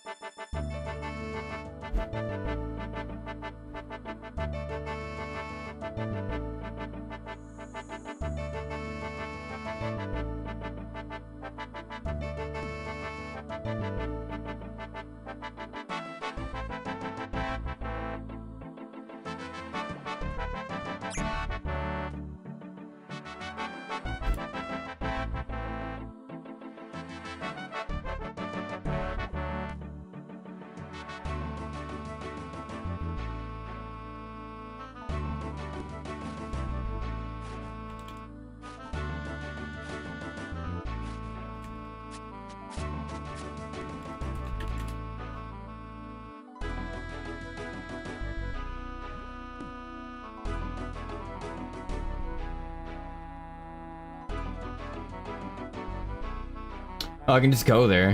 I thought I had to do a quest. It says I can just go there though.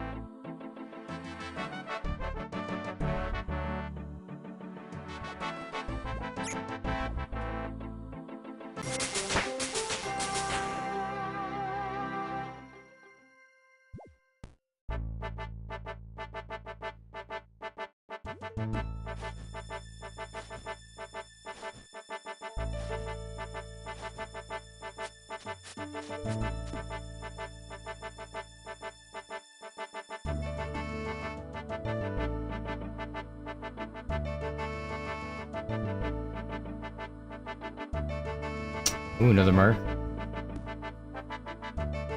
Being kind of stacked.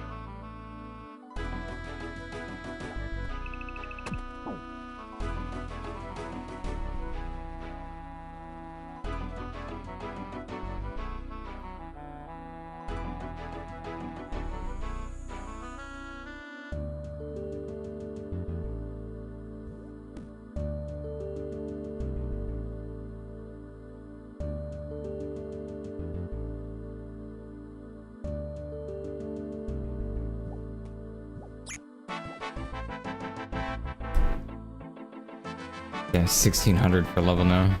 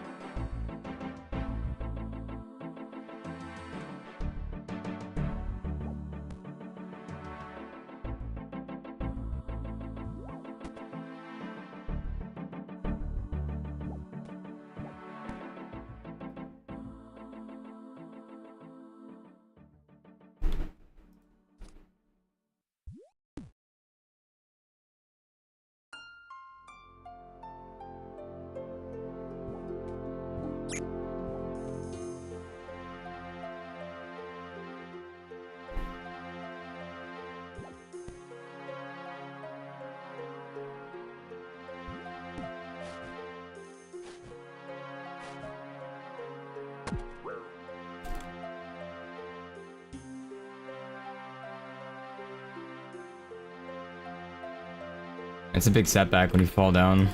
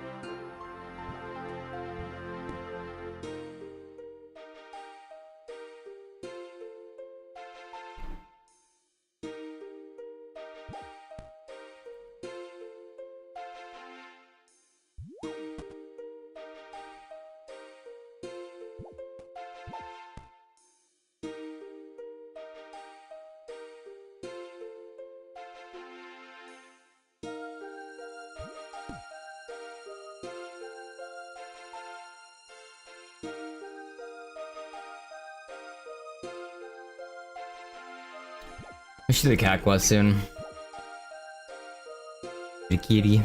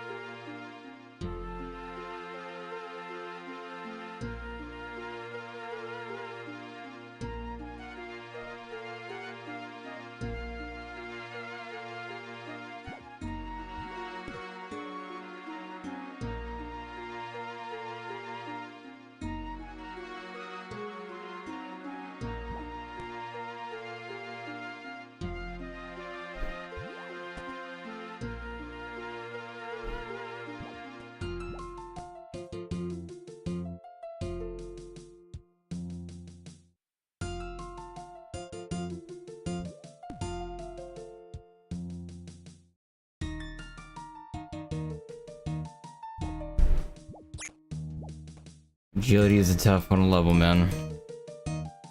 It is a mentally tough one to level.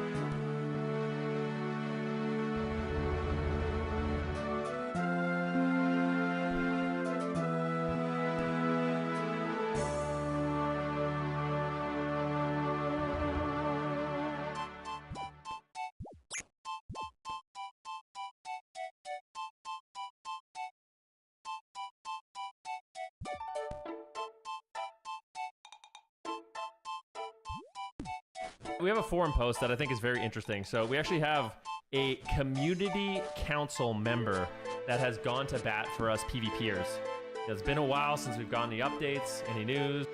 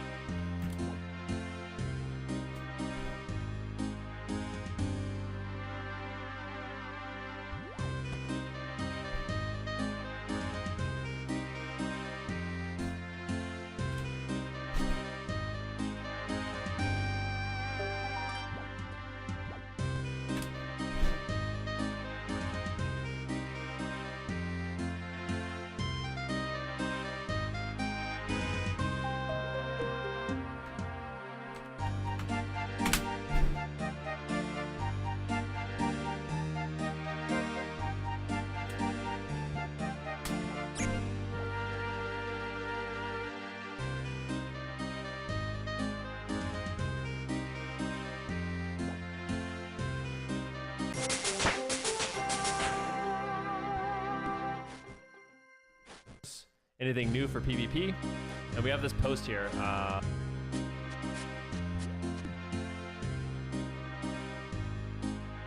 We have a forum post that I think is very interesting.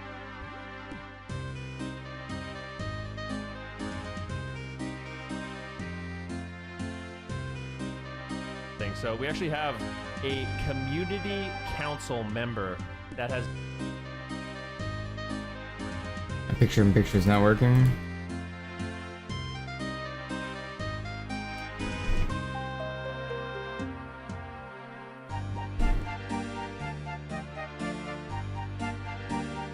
We have a forum post that I think is very interesting. So we actually have a community council member There we go. that has gone to bat for us PvPers. It's been a while since we've gotten any updates, any news, anything new for PvP. And we have this post here that I want to read. I have not read it through, so this is a completely blind read-through that we're going to check out. All right, so this is by Kindyvoker. Let's check it out. All right, so here it is, Kindyvoker.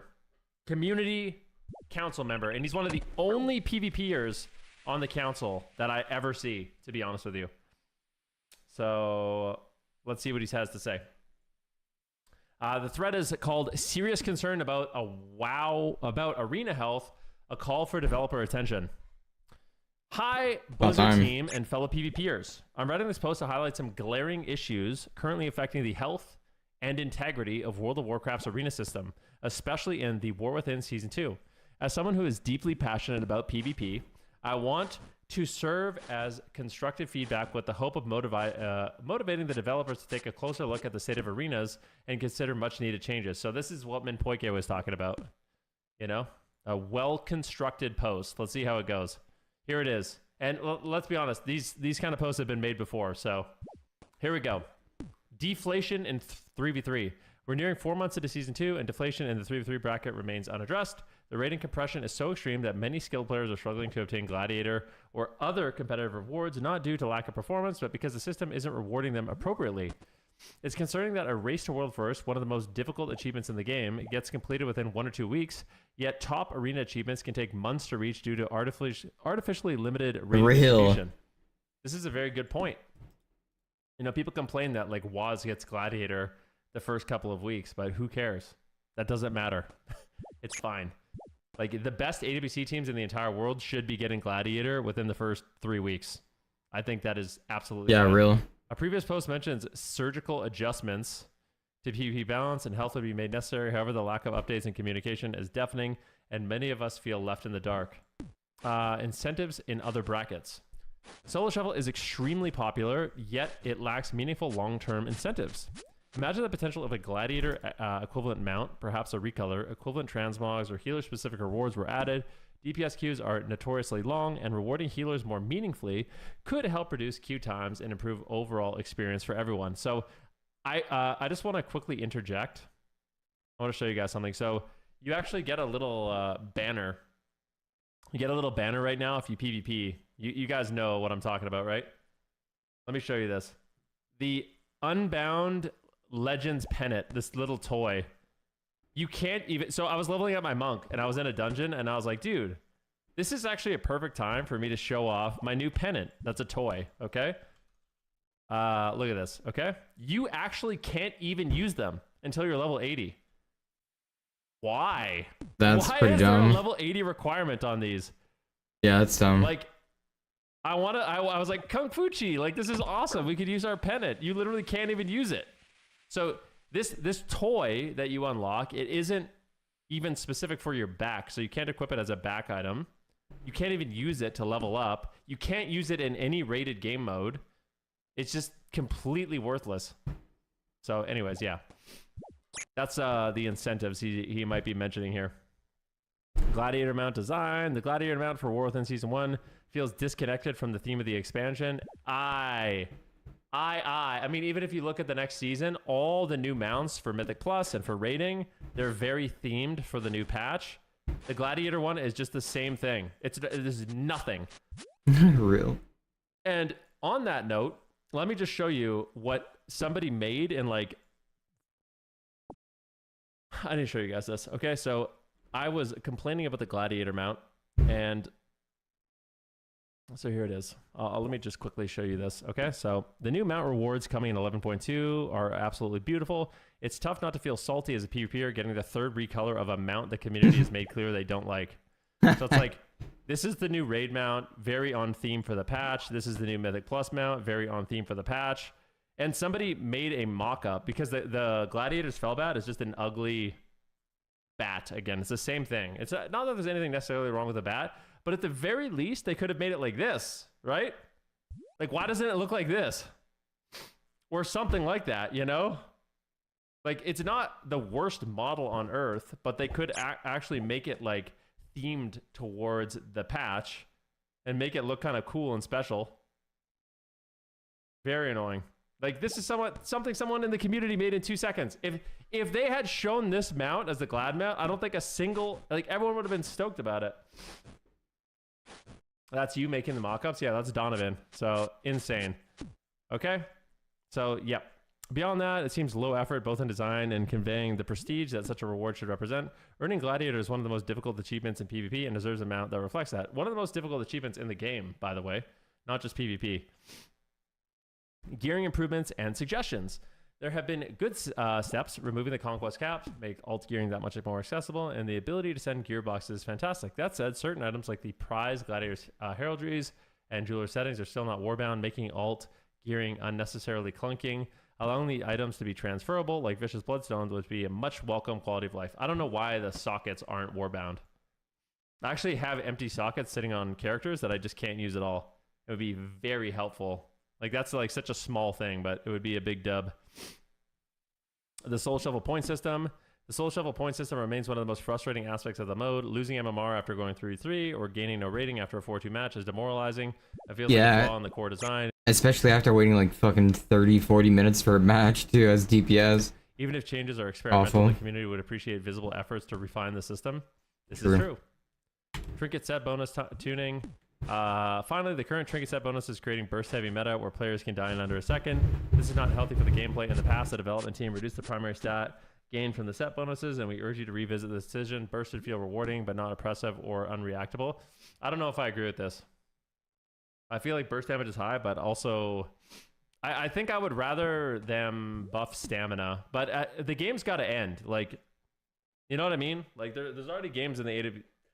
I know it's not the AWC, but I still have shuffles that go to 75% dampening, you know? Like, I don't know. I think it's very matchup dependent, and some matchups feel very slow, some matchups feel very fast. But I don't necessarily think that the game needs to slow down, to be honest with you. So I actually don't agree with this. But one thing I do agree with, or on a side note, when it comes to trinkets, why don't we have seasonal trinkets anymore? I feel like a lot of people don't. Yeah, like those are cool. Trinkets, I like the seasonal trinkets. I always did. Least they spice things up. Made each season feel kind of unique and special. Yeah, you know, they did. Like, people complain a lot about the trinkets, like things like Spite Trinket and what else did they have? Seasonal trinkets require developer effort. Yeah, but why isn't there any developer effort for PvP? Is the question we need to ask ourselves. Final thoughts. PvP players love this game. We want to see it thrive. Communication between developers and players feels like it's at its all-time low. Even small updates, roadmap insights, or developer check-ins would go a long way. It has been really low lately. PvP was. Yeah, we talked about this. We haven't heard from Warcraft devs in 2 years. We're not asking for perfection. We're asking for effort, responsiveness, and transparency. Thank you for reading. A concerned and dedicated PvPer. Decent post. Hopefully Minpoike sees this and sees oh god. I won't. We're not gonna authenticate right now. I'll like that post later. But yeah, if you guys agree with any of this, I think this is can you even post on this? You can't, huh? Because it's only for the WoW Community Council. Thank you very much for the raid, Infernion. I appreciate that so much, man. Seriously, I hope you had a great stream. And then I got linked another thing that I wanted to check out. Donovan, do you have the link for what you sent me? I think, where is it? Donovan sent me this. I want to make sure none of my DMs are open. I don't want you guys sliding into my DMs. All right, so look at this. So John, or Evoker Lord, he is one of the people that he's one of the people that made that mock-up for the new Glad mount. So he made this post too. This is what I think Blizzard needs to do to bring back PvP. All ranks are tied to seasonal achievements. Reputation required from doing arena, blitz, and acquiring honor and conquest. Rank 1 to 6 offers incrementally more honor and conquest gains and smaller rewards. So there's like a seasonal track that you go through. I wish And they I did think something this would like be that for a PvP. Really good idea. I feel like the way we do rewards in WoW Is really awful outdated. for, it hasn't yeah. been approved on since basically its inception. It's garbanzo beans. True. So true. Like enchant, vicious bloodstones, all ranks require X rep gained. In addition to the achievement specific for that season, rank 7 requires 2k in any bracket. Rank 8, 2k in any 2 arena bracket. Rank 9 in any 3s bracket. In any 3 brackets. Okay, so at this system that he's proposing would basically incentivize you to 35? push rating in all the brackets, which I think could be kind of cool. Rank 11, Would be cool. 2202 brackets is base mount, armor, glad mount, molten skin. Rank 12 is 2203 brackets, armored, glad mount, void skin for it, more below. Rank 13, rank 1 mount, glad mount, armor, ambient, void skin. So just incremental improvements. Everybody kind of gets a solid reward, but it just gets better as you rank up, which I think is cool. So these are the void skins you're talking about, before and after skin ideas for rank 7. My gosh. Overwatch 2 has a similar system they could use as a base. Yeah, I feel like there should be kind of like a rewards track like this, or even like a kind of a seasonal battle pass that encourages you to play all the different game modes and has cool rewards and isn't necessarily super tied to your rating, but you just, for playing, you get stuff, you know? And it should be stuff that PvEers want too, even if it's not like power gains, like some really cool transmogs and stuff like that. I remember reading an amazing story of this person who said they liked the vicious eel. So they played like, I don't even know. I think they played like 400 or 500 rounds of solo shuffle so they could get their vicious eel. And they said they never got over 1400, but they had fun. And then they ended the post with, I still don't know what clone means or something like that, which I thought was hilarious. But yeah, it's nice. I just wanted to shout this post out because Kenny Voker, yeah, making a well-constructed post. It would be nice if people could actually respond to this, but unfortunately, because it's on the community council thread, yeah, it definitely doesn't hopefully need to it be gets more tied to attention rating. because it is, probably won't. Like, just but getting more people into those systems and engaging with we'll them is see. good. And also, I wanted to, I want to cap this because this is probably going to go on YouTube. I wanted to cap this with one more thing. There was like a WoW, what was it? Like a little, what is it called? Like a WoW tea time or whatever they call it, campfire, where they're talking about the new patch. And they talked about PvP for legitimately 12 seconds. PvP? What the time is?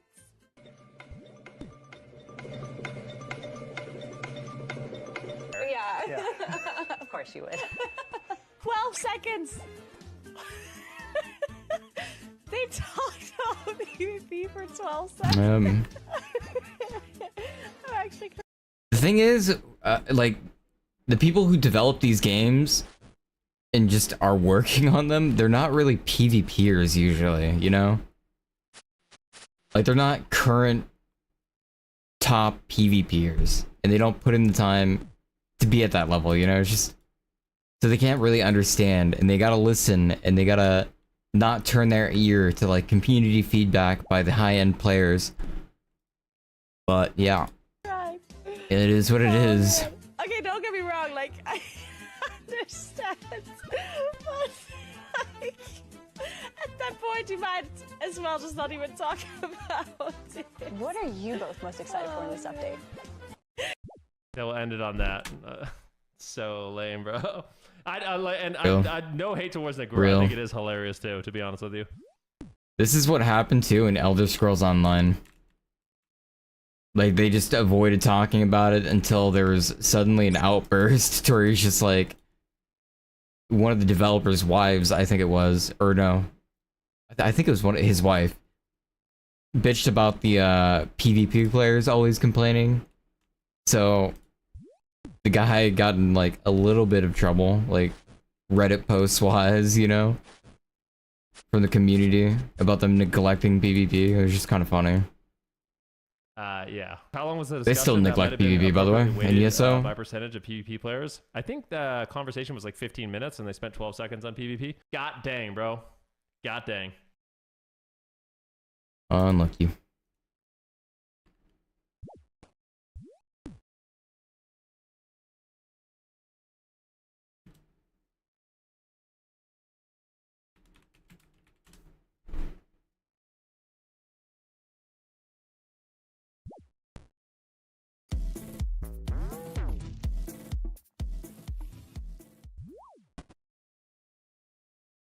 It took less than a day.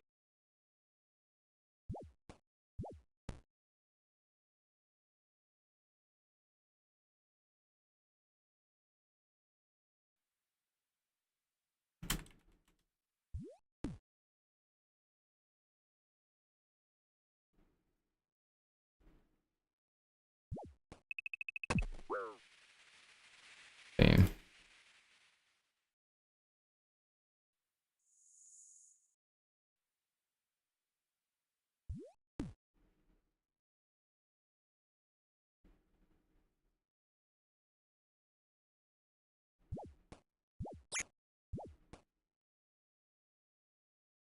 Yeah. Oh, this is the You clip, have I think. accessibility issues in PvP zones. Heftstone delay can't yeah. Wah, wah, wah. Okay, they're working on that too. Nice try. I have no sympathy for, but that's because no sympathy for PvP, but that's because I know they are working on it. They're working on it. Yeah. No sympathy for PvP. They weren't working on it, by the way. They were never working on it.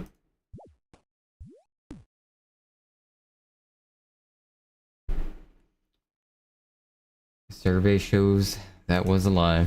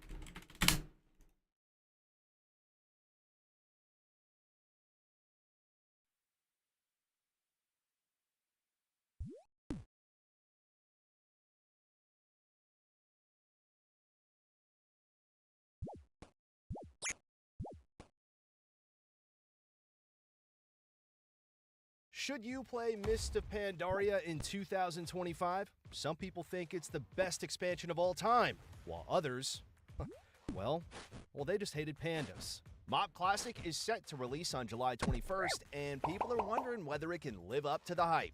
Now in this video, we're going to be rating class design, we're going to be rating gameplay, balance, gearing, and rewards, giving each and every one of them a score from 1 to 5 stars. So I should be playing MOP to at expect release. with WoW's next classic expansion. Now, as a reminder, a skill cap subscription includes access to all of our games. That includes retail, classic, Mythic Plus, League of Legends, and Valorant, if that's your thing. We teach damage and healing from the ground up, focusing to get started. At least I wasn't. With MOP being over 10 years old, we can guarantee that the game will feel just a little bit different than it used to. But what won't be changing are some of the core features that are added with this iconic expansion, including game design, starting with the addition of an entirely new class, the Monk. Now, Monk was although we fire when it take released. for granted these days, keep in mind that this was the second time Blizzard had ever added a new class to the game, and Monks were pretty revolutionary at the time, man. If They were. you can believe it, Windwalker was once considered a high mobility spec. Ridiculous. And was Right. jam-packed with Sick. fighting game themed abilities like Flying Serpent Kick and Fist of Fury. This was a good starting point to understand Blizzard's mentality when it came to class design. It was cool. Really cool when they released. Construction of the true classic era. MOP was what actually redefined World of Warcraft, with Blizzard being extreme. I just didn't like the MOP leveling zone. I thought the MOP leveling zone was pretty boring. The bosses around the world were set up pretty well though, and the questing wasn't that bad. It's just like I didn't really like the zone. It wasn't that fun. In their approach to combat. Now, just like Pandaria itself, The combat? depths of all The combat for the classes though was really good during this time. Like absolutely. Like classes felt very good during this, and with the new revamped talent system they did, things were actually really fresh during that time, and they felt really nice with those systems because they honestly weren't that bad. The way they messed with the talent system in this expansion, it was actually good in the beginning. classes, It wasn't super homogenized. and if we had to summarize WoW's class design in one singular word, honestly, it'd be ridiculous, since nearly every single spec in the game had crazy mechanics. The talent system would be replaced with something a whole lot more streamlined. Glyphs, they're reduced to major and minor, and there would be tons and tons and tons of new abilities ranging from the mundane to the A lot of new abilities, yeah. extraordinary. So with that in mind, let's go over some of the major class changes one by one. Mist of Pandaria would be when Death Knights get their iconic Asphyxiate, but they would also get Desecrated Ground, which is a talent which literally made them immune to CC while standing in a corrupted circle. Damn, I forgot about that. That's crazy. Make their damage unstoppable. Now you can start to That's see cool. mint by That's sick, though. when I just said that before. All the what ifs were becoming a literal. Because I mean, they're reality. contained to a zone, so I mean, it's kind of okay. Give druids their Heart of the Wild, which was significantly stronger at the time, allowing each spec to experience true crossover.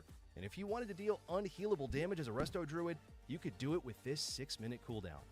Damn. Mom would also introduce Symbiosis, widely considered to be one of the most broken abilities of all time. I don't remember that one. I didn't play Druid during this. With other classes. Wait, what? Divine Shield. Resto, What? and Balance could get Cloak of Shadows, all while Yo. donating to other classes. Priests would get Cyclone, Shamans, Solar Beam.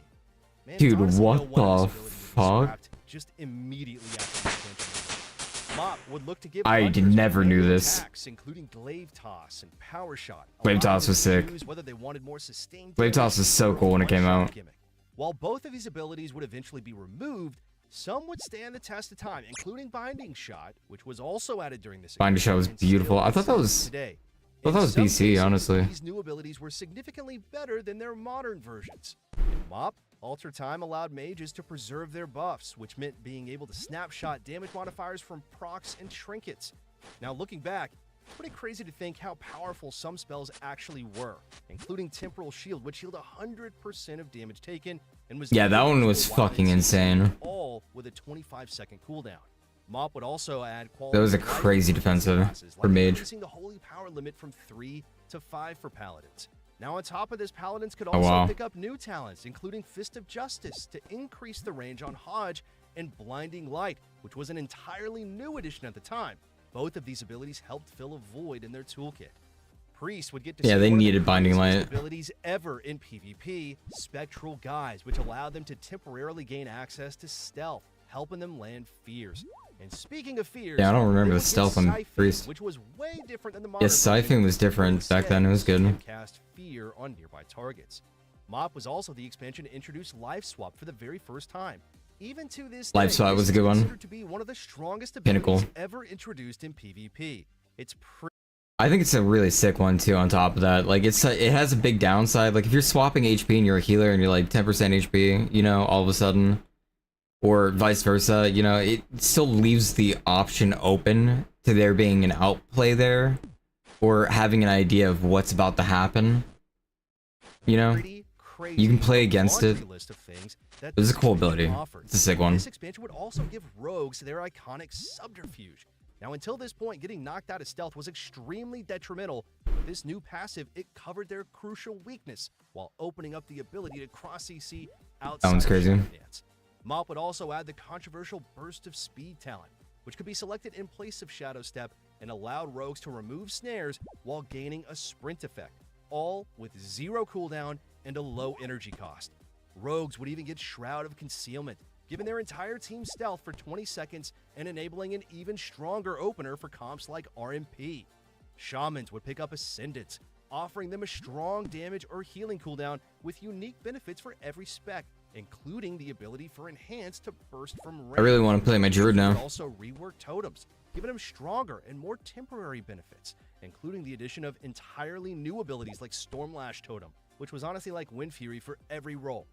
Warlocks would see some truly wild mechanics as well, including Unbound Will, which allowed them to break out a CC every minute without sharing a cooldown with the PvP trinket.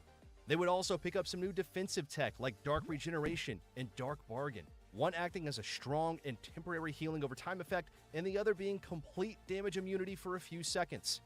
And finally, Warriors would see a massive power spike coming out of Cataclysm. The reworked talent trees included the addition of Stormbolt, and even gave Arms access to Shockwave for the very first time, transforming that spec from a forgettable mid-tier Arms to one of the gets most really dominant broken. melee for the entire expansion. Warriors would also become more disruptive, having an entirely new AoE interrupt with Disrupting Shout and the ability to Arms had so many moments in the spotlight. Tools like this, they're honestly what helped shape Warrior into a in WoW serious history, class for the very first like as time. meta. There is plenty more to talk about for every spec and That's cool though. It's making me want to play my Druid. My Druid for sure. We're gonna have a Druid, and I'm thinking I might level DK. DK might be fast to level. Might not be too bad.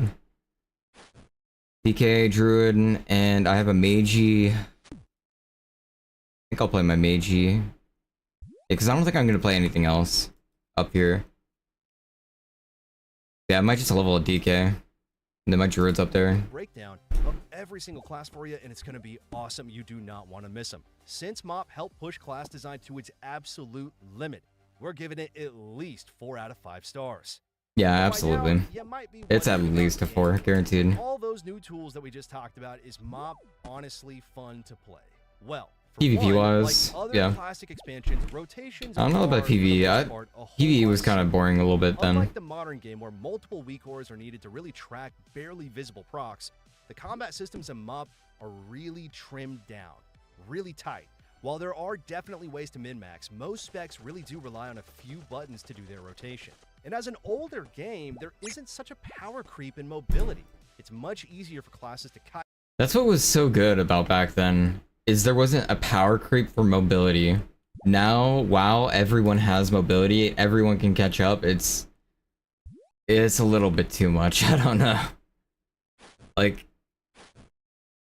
I mean, it's balanced in a way that everyone has it, but it was better when spacing was a little bit more important and you didn't have to adjust with so much speed into consideration. You know what I mean? Because now you gotta think about, like, if they use mobility, and it's just like they can cover so much distance if they do, you know, so and so, or if they have so and so up. Get away. But one area that does have an obvious difference to the modern game. It's kind of better without that mobility. It was just Remember like that it was only recently that CC durations were nerfed across the board.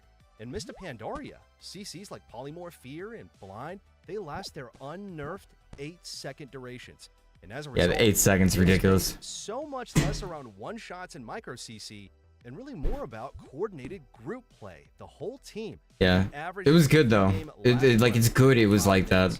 Now, of course, in a sense, quicker, and there are some specs which can deal an absurd having your amount of CC matter For more the most part, class design and less is of far it. removed from these gimmicks that you see today.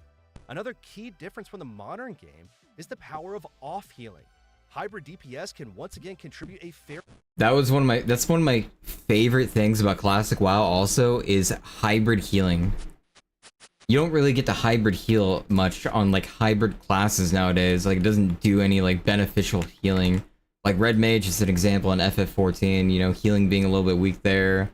Healing being weak on Druid and like retail for off healing compared to, you know, like TBC Druid off healing.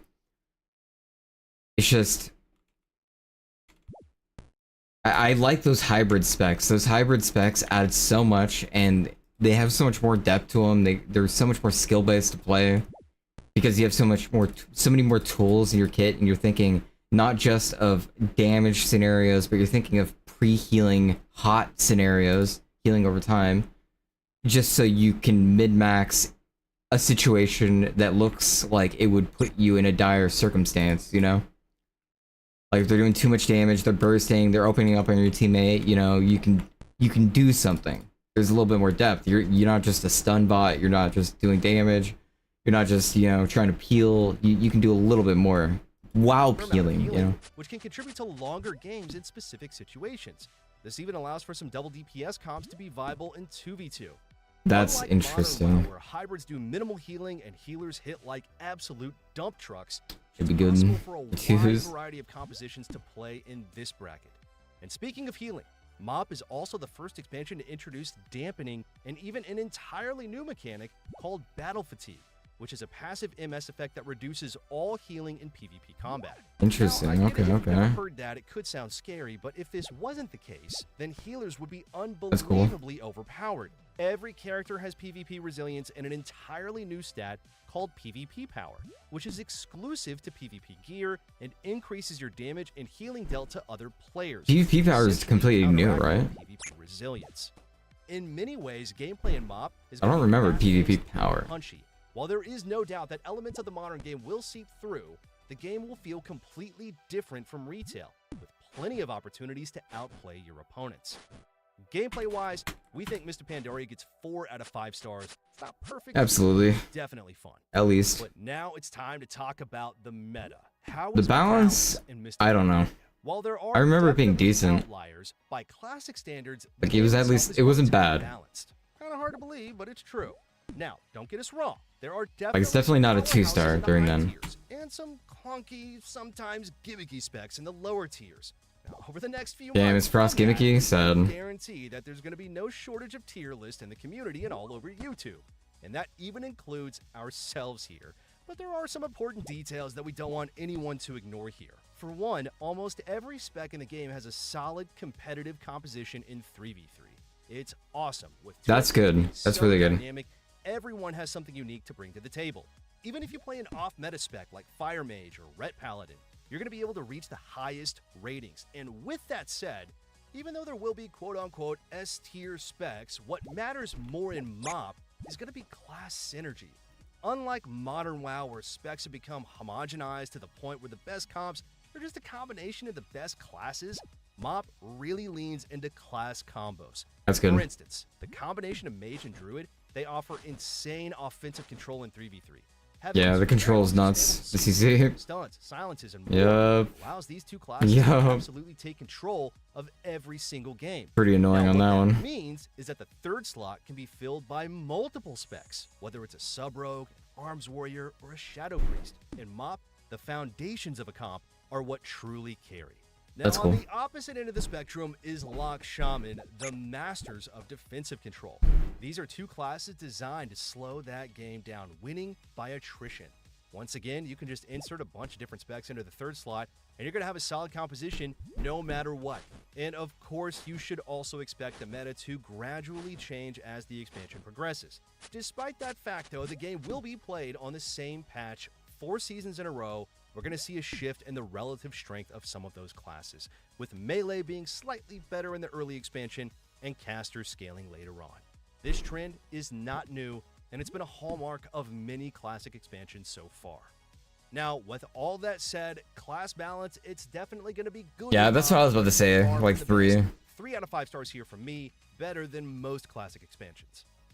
But now, you have to be wondering what faction to play. If MOP Classic is anything like Kata, cross-faction queuing is not going to be possible. If you swing early against the Alliance, well, you're going to be in luck here, since humans continue to have the strongest racial in the game. Yeah, I figured. Will to survive, which can The Will break to Survive has been any broken season, forever.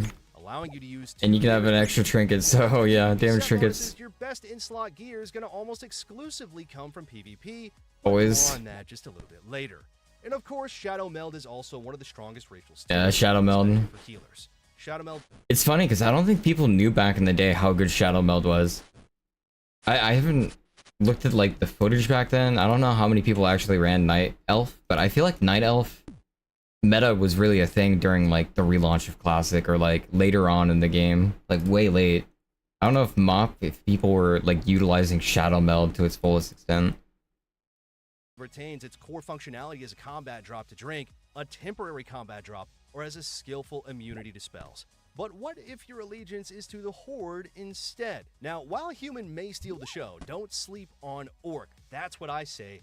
This is Yeah, Orc's always been broken. thanks to its hardiness passive. Troll is good too, though, no? Stuns, Especially Troll. increasing the defensive bulk of those classic Lock Shaman compositions. Undead's also going to be a pretty popular Oh yeah, Undead, because the CC removal. Yeah, go look Remember, the Forsaken. CC does last longer in this expansion, and with the popularity It was still nerfed though, I think, during that time, but still good. But how does gearing work? Well, turns out gearing is pretty dang simple. By far, the biggest complaint we've seen in classic expansions is the need. I don't want a PvE too. Real. In Mista Pandaria, virtually all of Nice. your best in-slot gear is going to come exclusively from PvP. Good. Your character progression at the beginning of the expansion is going to start with a good old-fashioned honor grind. We all love it. And once the season starts, you're going to have a conquest bar to fill out every week with the exact same catch-up system that we saw during Cataclysm Classic. Conquest is earned through rated arena and RBGs, and everyone has the exact same cap every single week. Even if you miss a week or two, you're not completely screwed when it comes to gearing. If you're lucky, you can even get slightly ahead on gear with weekly world bosses like Shaw of Anger. Now, because of the addition of PvP power, Conquest gear is going to be best in slot for PvP, even having its own unique PvP set bonuses which dramatically increase player power. 99.9% of players will use full PvP gear, especially at the start of the expansion. Now, later on, there might be some fringe cases where PvE gear will be marginally better, but really only in a slot or two. Remember, Expansion where I can just power PvP. is king. And as an added bonus, gym sockets are automatically on gear, not requiring any additional honor grind. And because of this, you could argue that Mob's gearing system is actually simpler than retail. There are some elements of... Yeah, dude, fuck retail's gearing system. I'm sorry. Upgrading the fucking honor gear, man. They don't even give you the honor gear right away. In my opinion, personally, when you hit cap, they should just give you the full set armor gear. Give you the full set. Full set right there. Bam. You can go PvP. And then... I still don't even like the upgrading. Fuck the upgrading. Get rid of the upgrading. Just go straight to Conquest from there. Give everyone the PvP set. And then... with maybe... you can maybe add like 2 to 3 levels on the PvP gear. But like, go straight to Conquest right after. And then give everyone the sets for free. Complexity here, though, including stat break points and In retail. which of course can be optimized with an add-on. For an old expansion, Mob's gearing system is absolutely one of the best. 4 out of 5 stars for this one. But now, it's time to talk about Professions. Now, as an older expansion, Professions will have an impact on player power. And if you already have a max level character on Cataclysm with Professions already leveled, then you're in luck. Since for many classes, the I don't want to do professions, man. combination of tailoring, engineering, and blacksmithing, or any other crafting profession. Tailoring I really don't. We have to. The enchants were really good. Proc effect, which grants bonus attack power or spell power. Engineering has a glove enchant that offers bonus damage or healing too, which conveniently works in arena. Then there are the more boring professions like blacksmithing and jewel crafting, which simply give you better stats, something which is generally preferred by healers. And finally, it is worth mentioning that Mob also has some pretty sweet... I really don't want to do crafting. I really don't want to. elite sets for every class, with the only difference that you need 2.2k rating to purchase the entire set, one slot at a time. Now, these are simply just reskins of the Conquest set every season, but it is still fun, let's be honest, to flex a unique transmog when you're walking around the main city. Mob also started the trend of weapon illusions, except that they weren't actually illusions back then, and instead special weapon enchants with identical effects to the normal version. These are unlocked for hitting 2200, and they have the iconic red glow that many players... So wait, they changed them to illusions? And finally, if you're really good... like illusion unlocks too? That's cool. Seasonal tabard for hitting 2500. And while these tabards aren't as cool as Wrath of the Lich King, they're still very, very, very sought after. Now, even though there are less micro achievements in Mob, the rewards are definitely cool enough that we think they deserve at least 3 stars. The thing is with all these classic versions of the game, what bugs me a lot is you can't transfer any of the rewards and have like any of those transmog unlocks in retail. And I feel like that's such a missed opportunity, along with them not doing initially like the free level boost they did in Classic for Season of Discovery. Like, they should have been doing that from the start. You want to be encouraging and, like, creating this ecosystem of players playing your game, you know? you want them to come back. You want them to log into this game to get the reward for the other game that they play. You know, it's a good thing, honestly. Like, I don't think it's bad. And having those rewards that you can earn in Classic again and transfer them to retail, like, that's huge. That is a huge reason for anyone to just hop in Classic. That's just a retail player. And then making it to where in Classic, you hit the max level, you get a free boost in retail. Like, that is massive for getting people into retail. I don't see why you wouldn't want to do these kind of systems within the game, like, way sooner. It's something like I have always mentioned they should do. So, to answer our original... Along with Classic Plus, I don't know why they didn't do Classic Plus from the beginning. Like, hello? We have RuneScape Plus. It was a great example. Just do what they're doing, add some content, get some polls, you know, for an idea of, like, something that should be added. Don't listen to everything, obviously, but, like, there's some good things here and there, you know, that the community does come with. Is MoP worth playing? We would say a resounding yes. Even though we have all been there and all done that, we're excited to do it again. And when MoP launches, you can expect to see a massive overhaul of our Classic site with brand new videos for the new expansion. We always work with the best players in the world to deliver the #1 learning experience for WoW PvP, and we promise yet again to deliver results. So if you want to get ahead on... I'm glad so many of the WoW community just, you know, knows about Wreckful, the kind of person he was. He was a great person for the community, like, as a whole. A great entertainer, great streamer. Great heart, you know. Nice person.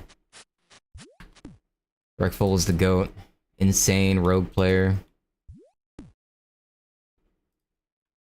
Amazing dude. Amazing streams, man. Like, seriously amazing streams.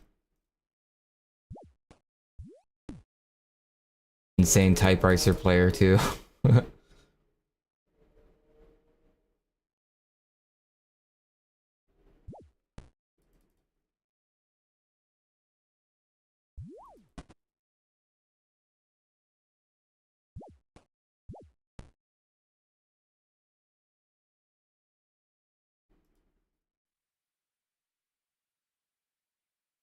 So I noticed Savic's been going that hard. I needed to level up ranged, and I didn't know that. But in order to kill the boss for the fire, He's just been crabbing. Range, right? The day I ended my stream, I streamed for 9 hours, almost.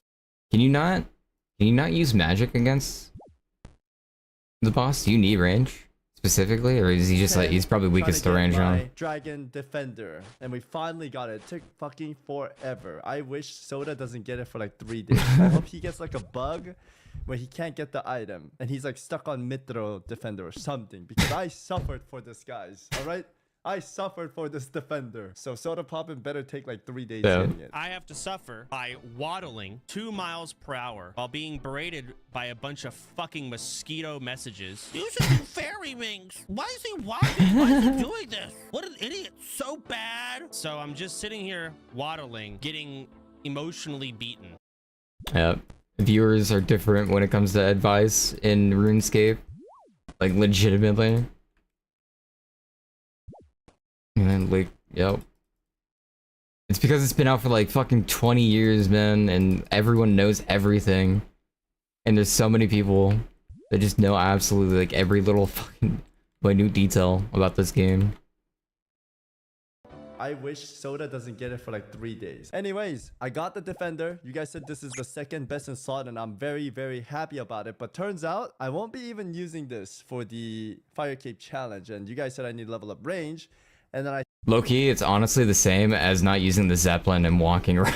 I saw my YouTube comment and everyone was like, oh, Going to the he's only ship. level 1, he's never gonna make it, blah, blah, blah. Boom, my wild brain kicked in. I got super busy, went to Al Kharid, mined all day long, smelted 500 iron ores, and then I was fucking making arrows, but I was such a noob. I was like, how the fuck do I make arrows? Like, I went to the blacksmith, ding, ding, ding, and then I kept clicking this shit to this shit, and it won't add up. And then I wikied it.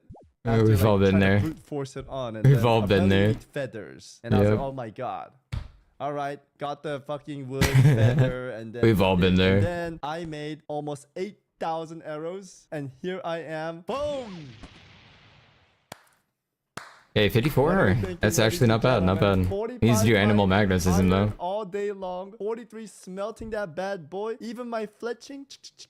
Put the feathers on. Shooting all day long. Guys, put some respect in my name, alright? Saying I can't make it. We're gonna make it, alright? We're gonna make this happen. And we're gonna push through, guys, alright? So today's goal will be getting the crossbow. You guys were saying I need to get the bone crossbow. I do have my little paper from Bone crossbow, the other yeah. day. We need to get to range level 70. Prayers, farm, herb lore, rune crossbow, and animal. Damn, range mag. 70. That's the goal, right? So that's the goal, guys. That's the goal. Truly a grinder. I've been playing WoW my whole life, guys. The grinding is in our blood, all right? Animal mag is important. Well, dude, the thing is, I'm running out of arrows, and I don't know if I could do. He needs to do it now. Fuck, I can't. I could go mine again and buy more arrow or make more arrows, but can I buy it somewhere? Because making that thing is so tedious. You can buy arrow from the shop. Why do my WoW streamers become LoL players then retire on RuneScape Satch?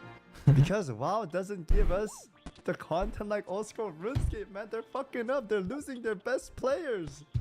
They need to make Classic Plus. There is no and content this in game, fucking you could fucking Classic grind WoW, forever and it legitimately. feels rewarding. And then there's so many challenges. They have like dual hardcore mode. We don't have to download an add-on to be like duo. Like they give you WoW's the slacking. It's been product. slacking for There's ages. so much to like play and eat. Dude, RuneScape players has been eating good and we didn't know, man. Yeah, WoW is behind in terms of like the content that old school RuneScape has to offer. Real though, OSRS players have been eating well compared to like classic WoW players. It's Legitimately. actually insanely different. It's a different ball game, right? WoW's fun in its own ways and the playstyle, and this game is fun in its own way and its own grind. It's so different. Yeah, absolutely. So different. 54 ranged with a level 1 bow and no backpack is crazy, but I'm proud of you. Wait, are you guys saying I did it the hard way? Man, this is like me turning off run and I was doing roof jumps.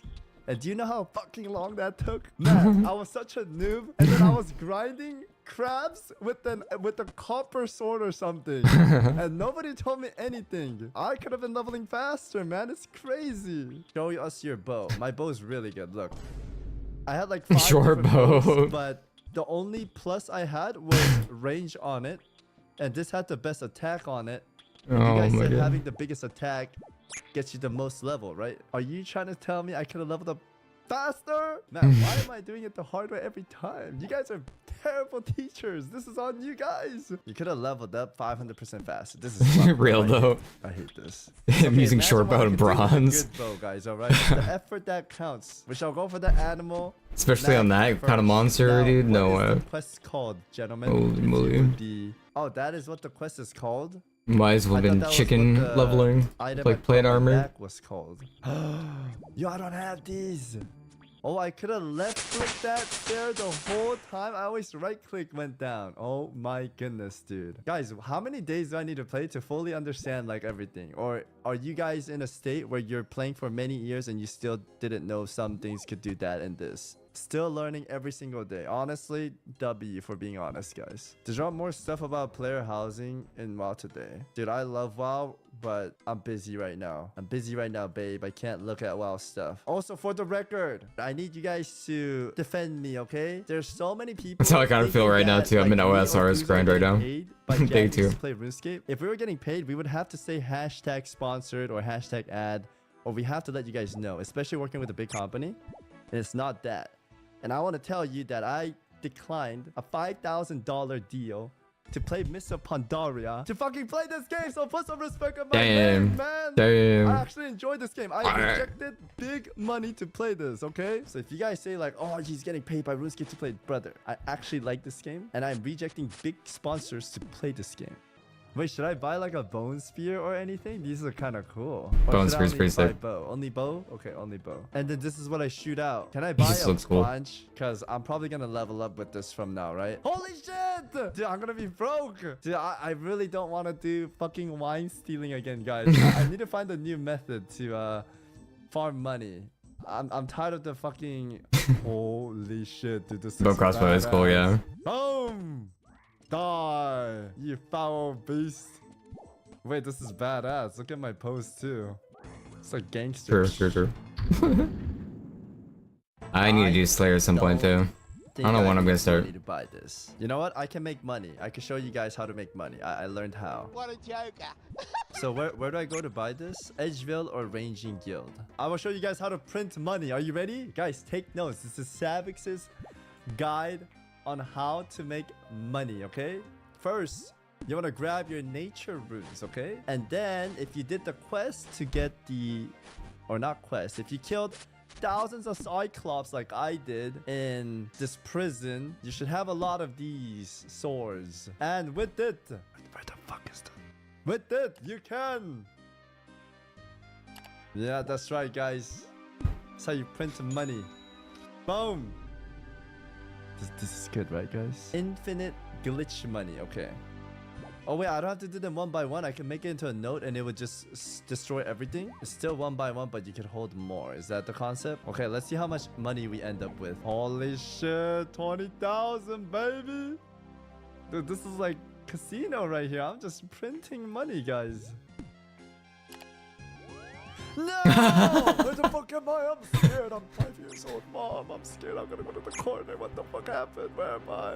I don't think I ever teleported here, man. What the hell was that? Alright, I did that on purpose, guys. I want to change the music. You know what I mean? Change the vibe up. Money making music. Search ha. Oh, I could just search hi. It doesn't come out though. What are we talking about? Type ha. Oh, you want me to type this? Bro. That's a thing? You guys are not understanding. All you guys typing question marks, you guys are bullies, okay? I didn't even know that was a thing. Am I supposed to know? Oh, MC squared equals 12. Type MC squared. Ha, ha, ha, ha. Real like, though. What are these fucking guys saying? Like, how do I know what the ha is? You know? Do you know what a DMF is? Like it straight up just looks like a 7TV emote or something. Exactly. You know, like what are you Only people saying? that play WoW know what that is. So I don't know what ha is. Or ha is greater than 1k. Like, what the fuck am I signing up for? Like a 401k here? High 140k? Like, what are you guys saying, dude? There's no way I would know how to search this. How would I ever know that? How would I ever know how to search that? That is crazy. I don't have a lot of these, so I'll just do a couple more. Maybe I want to save them for like a bigger item in the future. All right, we made 61,000. Not bad. We're here to buy the green hide. Holy moly, this agility. Okay. Lightweight. I'm almost at 40. Lightweight, baby. All right. So is this my ranger set then? Ew, what the fuck? Look, bro, that hat is... Yeah, the helm is ugly. Guys. I take that back. I look like a fucking Giga Chad, guys. I look like a medieval Robin Hood or something, ready to shoot these guys like Van Helsing. Look at my crossbow, guys. Look at my Giga helmet. Yeah, that's chainmail right there on the side. Like if anything shoots it, like ching, block. Yeah. My name is Spria, and I'm a Slayer Master. You had a nasty encounter with the Sour Hog, a Sour Hog. You mean that giant pig monster? Precisely. You're extremely lucky that I found you. Another few hours, and you'd have been hog chow. Were you responding to Sarah's bounty too? Yes, it sounded like an easy few coins. I thought as much. I found you on the floor in the cave. You must have been knocked unconscious. That thing caught me completely off guard. Normally I can handle myself in a fight, but its spitting attack pretty fearsome. 2 more levels and then we're out of here. No more agility after this. It's extremely acidic, and We're almost done, Chad. Almost done. It'll cause terrible injuries and leave you unable Just to 2 levels. defend yourself very well. So how am I supposed to handle that? Luckily, the Slayer skill. Almost freedom.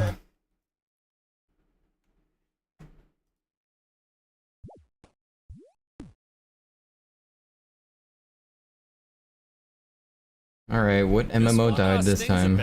Not gonna lie here, past couple of years when looking out on the horizon of what's coming for the MMO genre, there has been one in development game that I have eagerly awaited learning more about, and that was the new MMO being made by ESO developer ZeniMax Online Studios. They were making For as another much one? criticism as you may have for this online adaptation of The Elder Scrolls, it still sat quite comfortably in my top 10 favorite MMOs Yeah, of ESO all is still time. good. Like, yeah, sure, I wish the combat felt a little better, and I I don't exactly love the monetization generally speaking, with some 500 plus DLCs available for purchase on top of all the cosmetics, conveniences, and the not really so optional monthly sub. Like, it is optional, but if you really need want it. to play actively, You pretty can't much play with need it. Beyond those It's because the crafting bag, like, you're not able to you're not gonna have inventory space. You just won't have inventory space, period. That's the issue. complaints, everything else about the game, Also, you won't have any of the DLC content and shit, so you gotta like individually buy the DLC content, and like every single DLC content, if you just buy it raw, is at least like $200 or something. I don't know. I could be wrong, but it's probably up there. Like, it's better to just buy a sub, use your sub currency on it. Genuinely, Because they give you like currency on that. The story, the like store environments, currency. the exploration, the different classes available, the content variety, the interesting mix of both PvE and PvP content in this massive world with tons of solo and group options. Not enough PvP content. It used to be like mainly about PvP content back when Cyrodiil first released and the game first came out. Everyone was in Cyrodiil. All the hype was around Cyrodiil. Everyone was just like, even leveling in Cyrodiil was massive during that time. People just wanted to full on just do Cyrodiil, level in Cyrodiil. Just PvP. PvP was peak during launch, man. For both of them, there is PvP content ever since then, though, they have not added much. There was one PvP expansion in the beginning of the life cycle of the game, and after that, we went years and years and years without any word of what's going on in PvP. So the PvP content, trash. so much that I have loved about my time with ESO, and the overall experience ranks quite high for me. Like I said, definitely in my top 10 favorite MMOs of all time. If I had to list them out, ESO might even make the cut into the top 5, frankly.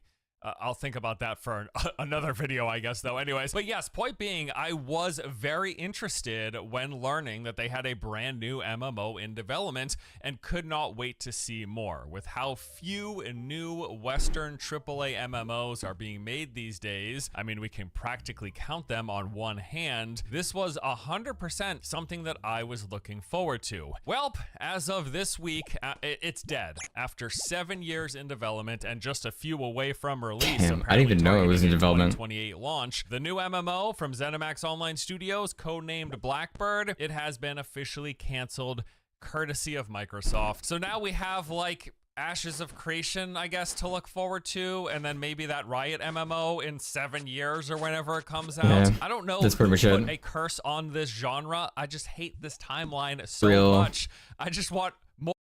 Legitimately the best timeline to exist in as an MMO player. Like 2005-ish, around then. So many good MMOs releasing left and right, you know. So many fresh ideas. I mean, generally, the leveling was always the same. It was always about getting to the end game, but like... I don't know. There was just so much more innovation going on in the MMO space during then. More good new MMOs to look forward to. Why is this seemingly impossible? And don't get me wrong, I enjoy revisiting all of the same MMOs we've been playing for 15, 20, 25 years now. I still like them. I still go back and check out many of them all the time. But I just also want something new that's good to look forward to every now and then.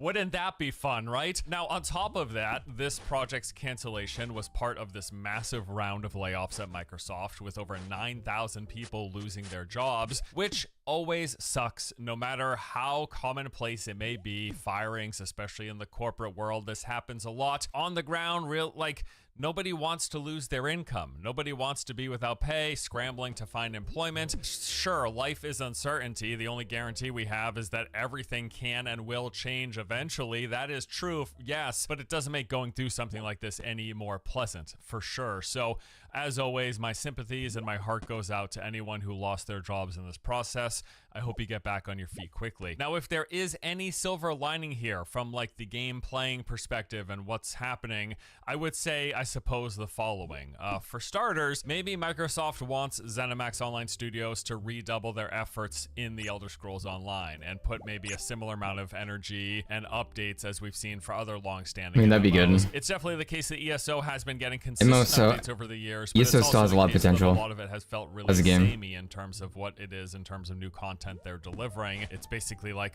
in many cases, a lot of the same stuff, just in a new area. You know, I am always interested in playing new games, but I also don't hate the idea of ESO maybe even getting better with maybe bigger updates, maybe a graphics overhaul, maybe that combat update. Yeah, yeah, wasn't there a combat overhaul? Happens. Who knows if that is indeed what comes of this? That's one positive. I think the combat overhaul did happen, and it was like, it wasn't that big of like an overhaul. But I'm pretty sure that happened already. I think it was just like a small system adjustment though. Like, I'm pretty sure. Just some like base mechanics. Might have been with like heavy attacks and small attacks or something. I don't remember. Or maybe it another already thing came out, is that though. ZOS is working on another MMO within Bethesda's existing IPs, as Blackbird was an entirely new IP. Oh shit. We got the questionnaire. Actually, I got no sound. Please welcome the newest contestant. Okay, pick one. Pick the odd one out. The fishy. Yeah, the fishy. And shield. And shovel. And helmet. What do I get? Mystery box. Give me mystery box. Or it could be anything. It was a fucking bucket. Man, oh, why did it give me a bucket, man? What am I gonna do with a bucket?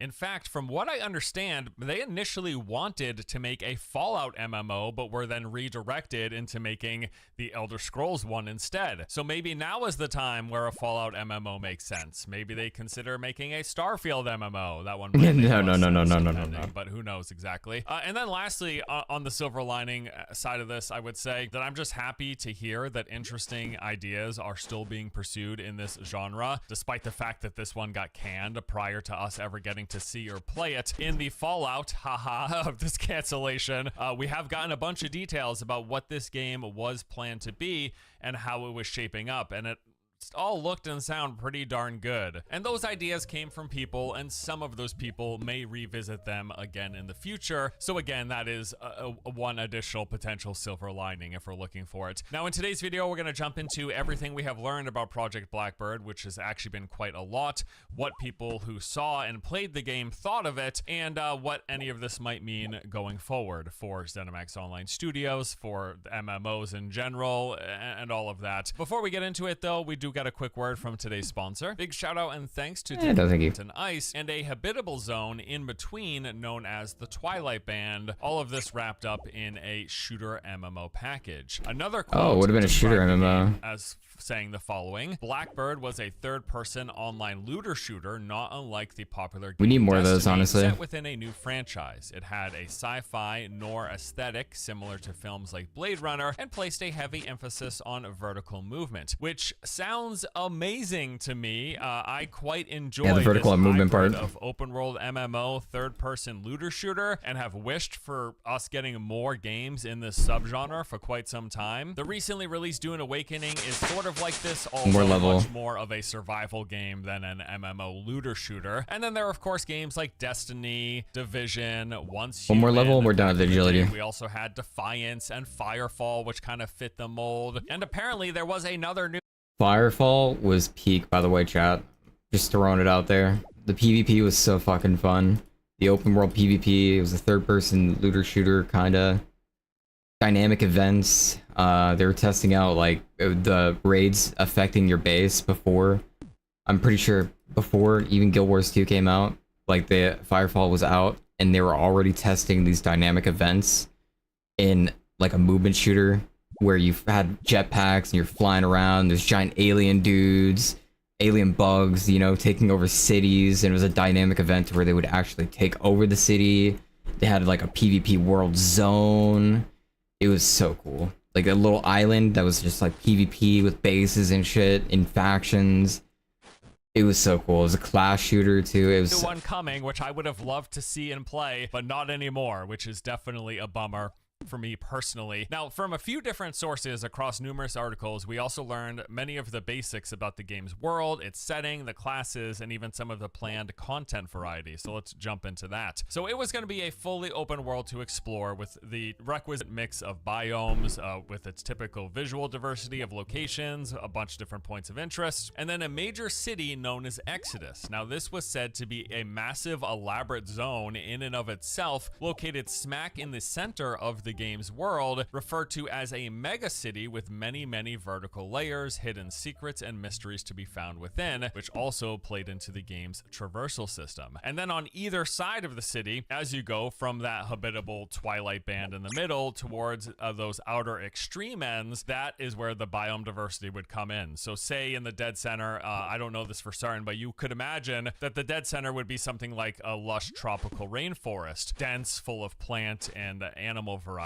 right? And then in one direction, as you're heading towards the scorched side by the endless sun, it would get hotter and hotter and more deserty as you went until it was eventually a desert wasteland, basically like the deep desert in Dune. And then while in the other direction, as things get progressively colder, you would be transitioning from the jungles into more foresty regions, eventually things like tundras, until eventually it became Antarctica or maybe just like the moon or something, right? Which is a pretty cool way to structure a game world and have all of the biome diversity stretching out from this center mega massive city that you would also be exploring. There was also, as mentioned, a heavy focus on traversal. Now, per an article on Bloomberg, we learned players could use abilities such as double jumping, air dashing, a grappling hook, and wall climbing to fling themselves around tall buildings like superheroes.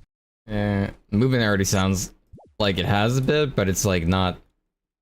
Kind of sounds like it's not super movement based on the head. Which very much sounds like a mix of something like the movement system of Dune, where you've got that Shigawire cable and suspensor belt that really lets you sail around the environment, but also combined with some of like the space ninja movements that you get in a game like Warframe, both of which I enjoy. From another article touching traversal, they said it was a core aspect of the game, with Exodus, that main city, offering a vertical playground for players to explore. Story-based, similar. We do it's have canceled though, who cares? Just earlier this year, over. Xbox executives sat down, played, and were reportedly blown away, having nothing but complimentary words for the vertical slice of the game that they saw. It was even said that Phil Spencer was enjoying the game so much that they had to physically pull the controller away from him during a meeting so they could continue their discussion. This was according to two people who were evidently in the room at the time. Also, Jason Schreier reported with this quote saying, "I saw footage of the vertical slice just last night and was impressed. It was a slick looking demo with alluring visuals and battle sequences." We also heard from someone who was reportedly an early playtester of the game and had some rather lofty praises for it, saying, "The game had some of the best receptions for a multiplayer focused title that I've seen in years. It takes an absolute truckload to have folks heap praise on a multiplayer playtest in the modern times. This game would have been spectacular." He then later added by saying, "Typically in situations where publicly known games get canceled, there's this sense in the fan base of the thing we didn't get might have been so incredible. 3 years, depending." Yeah, unlucky. Yeah, I've done 77 laps already, chat. Done 77 laps of this in this one little area. Holy shit. Got 10 more to go though. 10 more laps and I'm done. There'll be enough agility for today.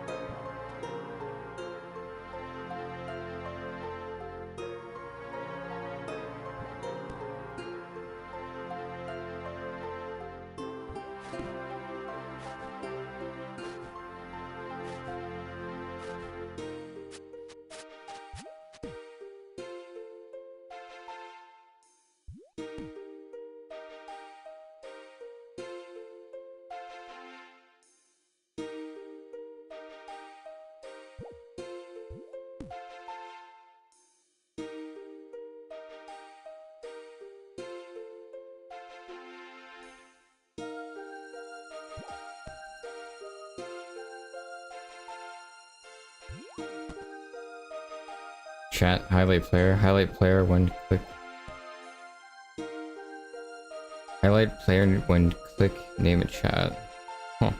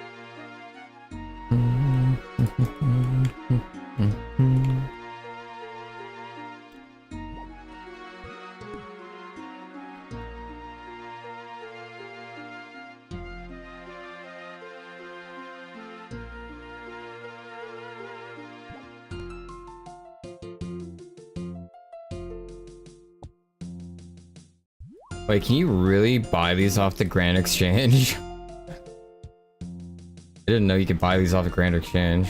Kinda ridiculous. Well, good thing I'm Ironman, chat. No cheating here.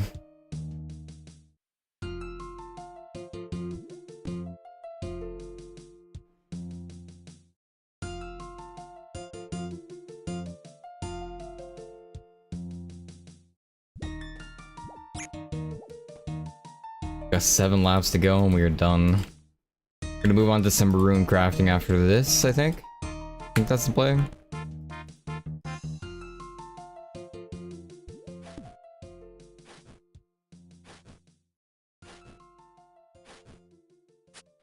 A 4 energy, 40 agility though would be really nice.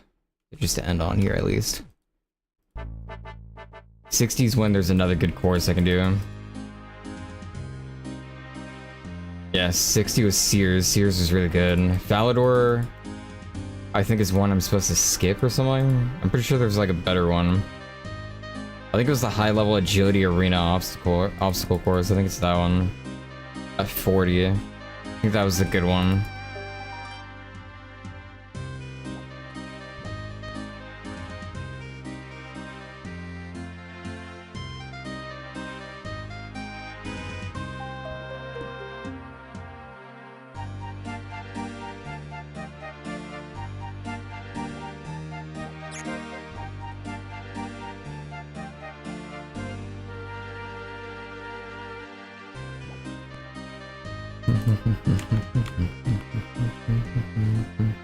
Wait, the high level agility course? I'm pretty sure it's just by the I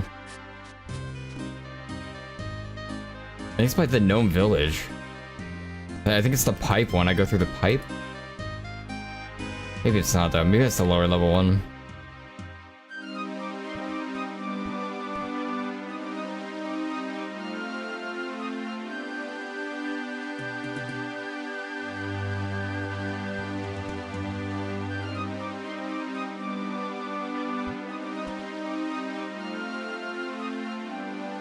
Almost free. Freedom soon.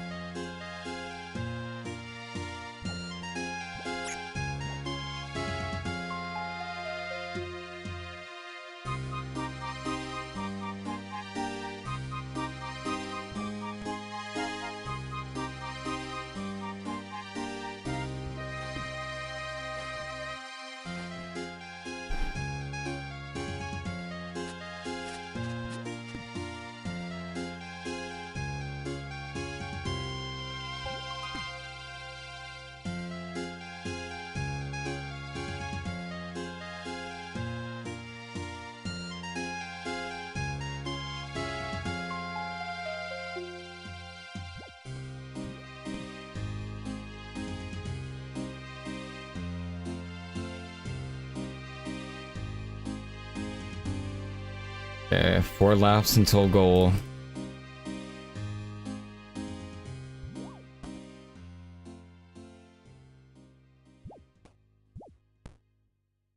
Three now? Last 3?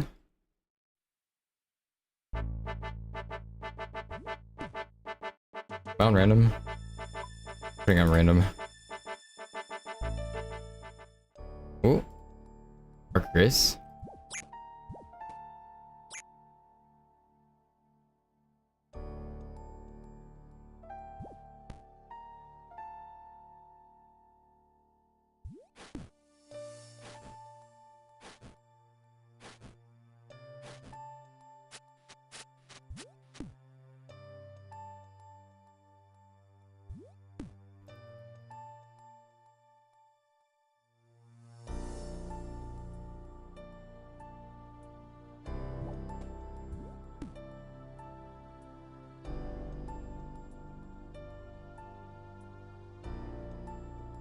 So it took me 84, 85, 86. 86 of these laps to hit from 30 to 40.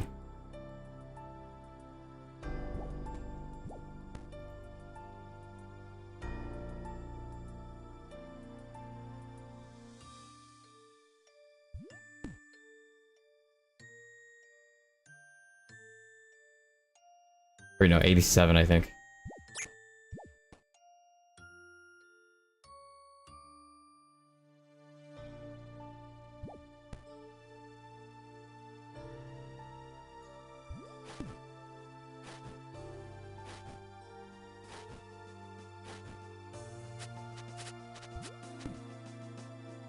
I can't wait to be able to work on something else besides agility.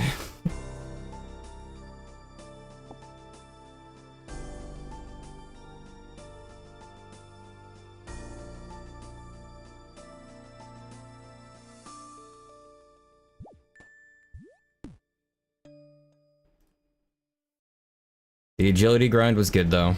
Like we got a good portion of that just out of the way. 40 is pretty solid to be at. Nice and early too. 45 probably a little bit better, but I don't know if I can stomach 45. Maybe a different course on 45.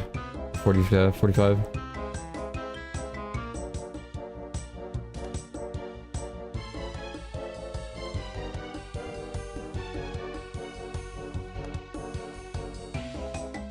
If I pass by the course that's 40 to 45, you know, then I would. But we'll see.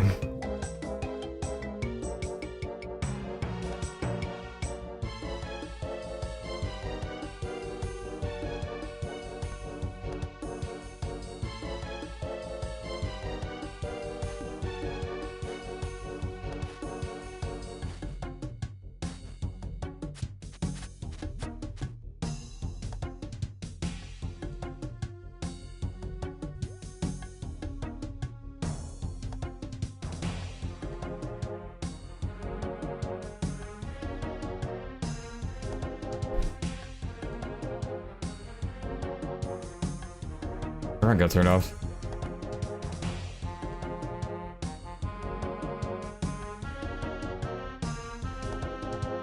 And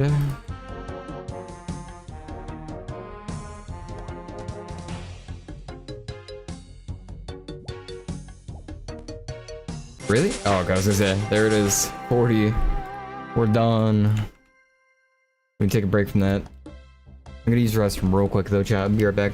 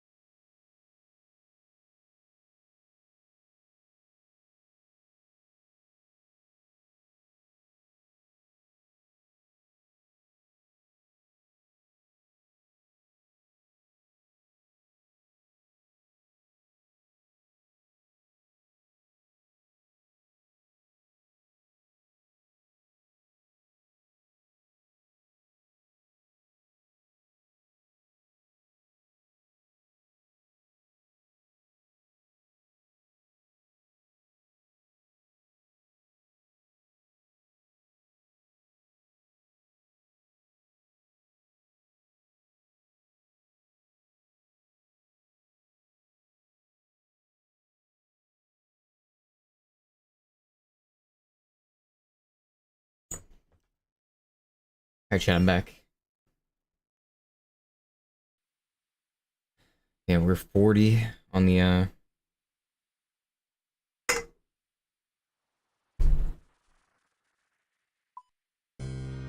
40 on the agility though.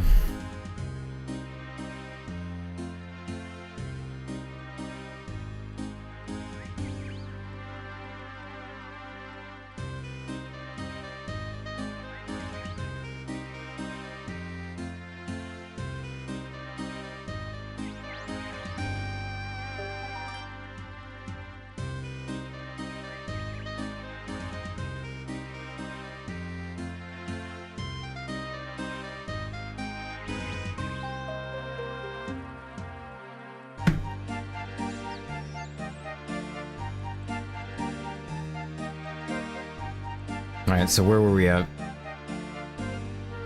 Start with depositing these.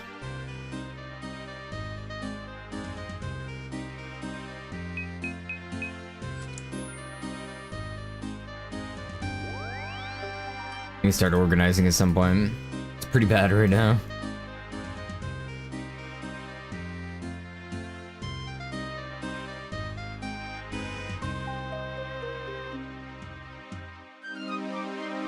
Okay, I just created a new tab by dragging. Okay, so ore.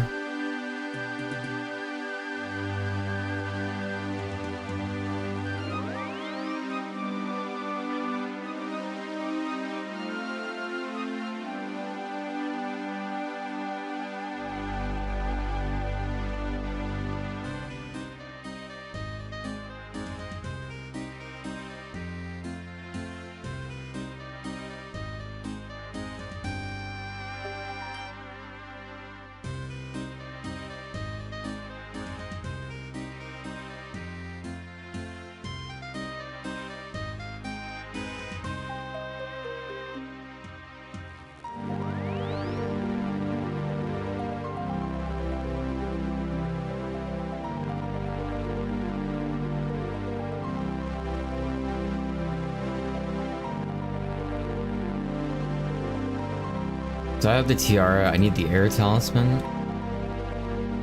Need ruin essence.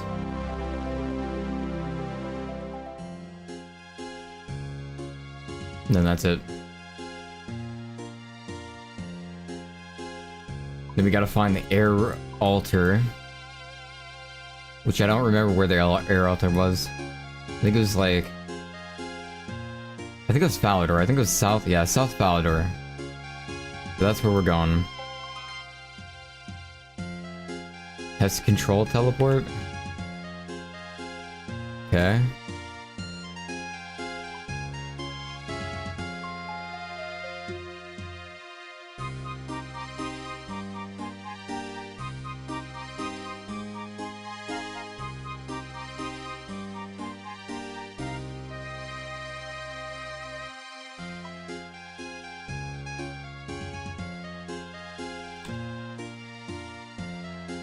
You need a combat level of 40. Shit. I don't really need to teleport that bad though anyways, it's fine.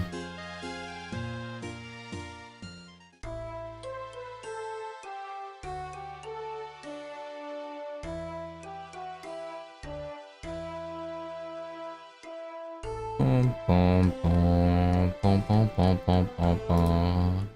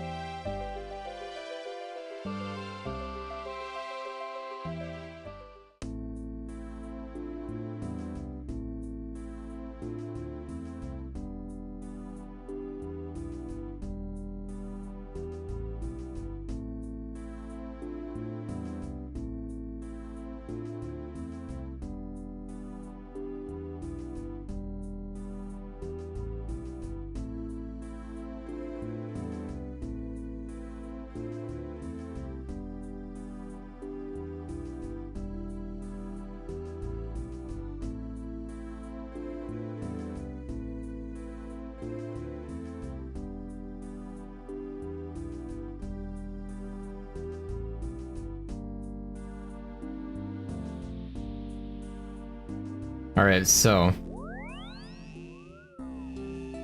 Well, I can see the other ones from here. So, I think. Let's drop an essence. Remove tiara. Use tiara on this. There it is. Air tiara. Bam.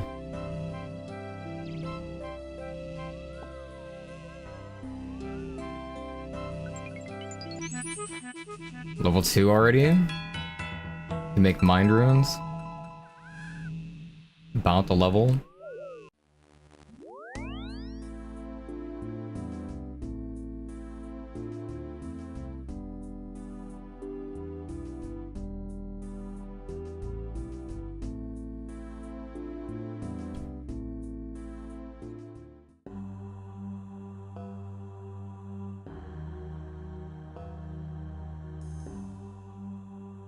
Whoops.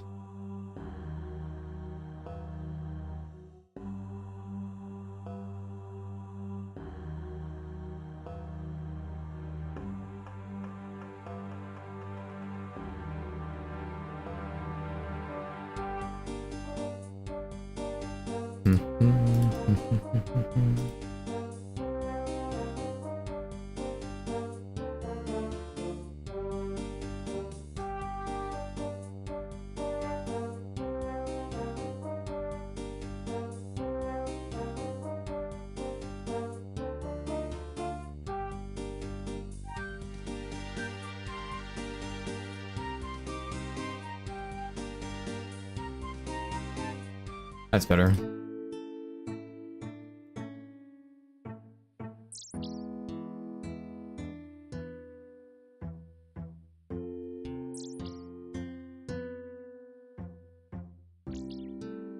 Wait.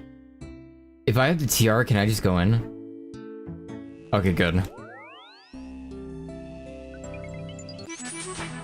Level 4, let's go.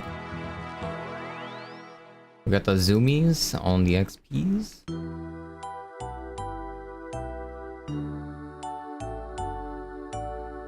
I'll start making double soon.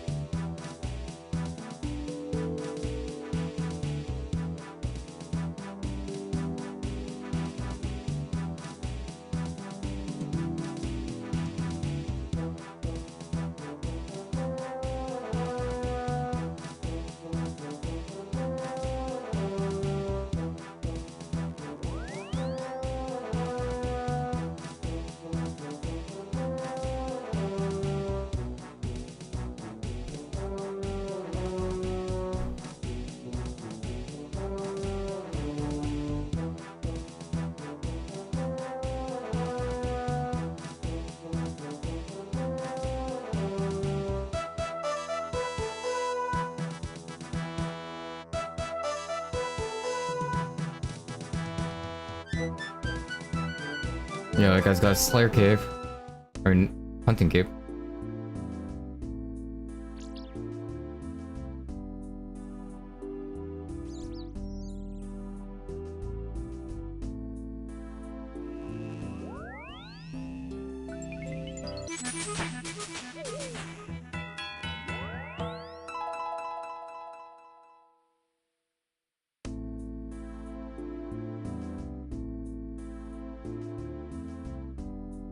Okay.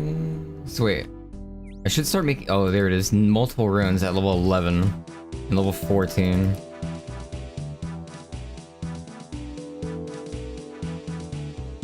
Okay, where's the mind altar? Holy sh. I remember the best way was going through the PvP zone over to Edgeville. I don't think that's an option right now, chat. On hardcore Ironman.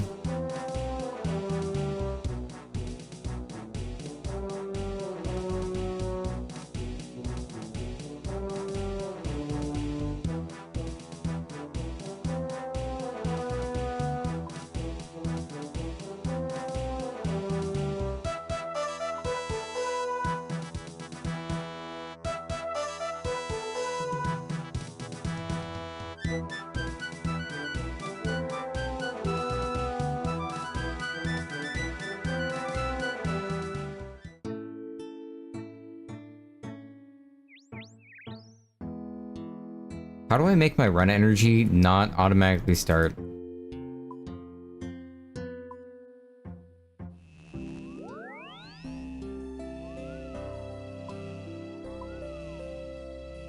Energy threshold to re-enable running? Never.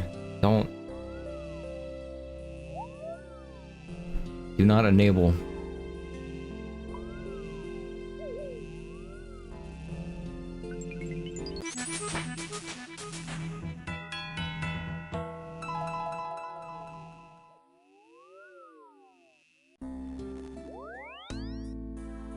Although the control toggle might have been nice.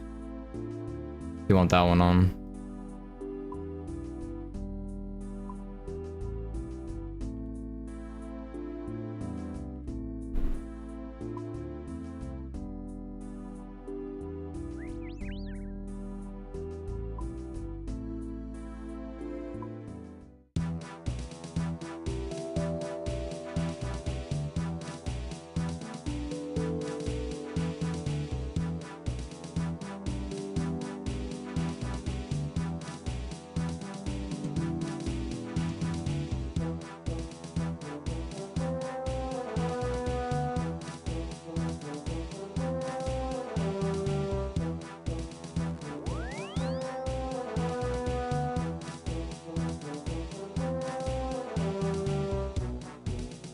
When it uses the toggle function, it doesn't change the top for some reason.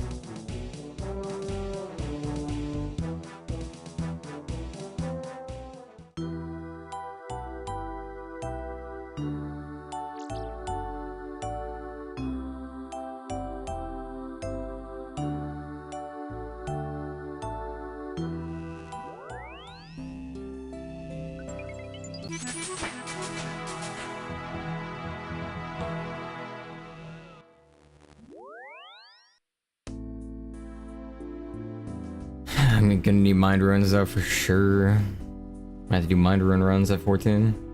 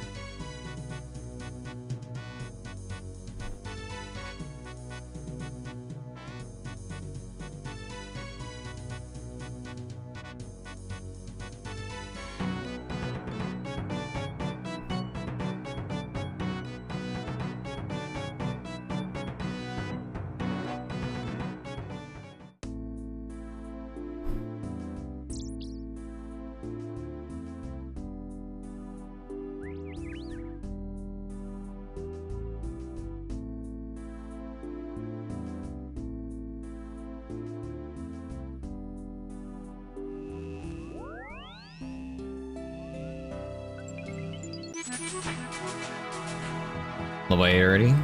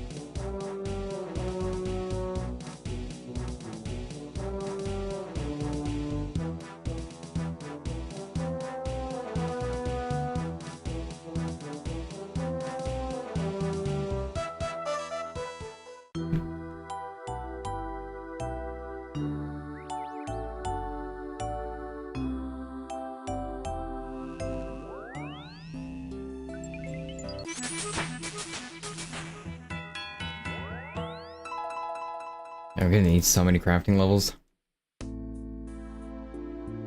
So many rune crafting levels.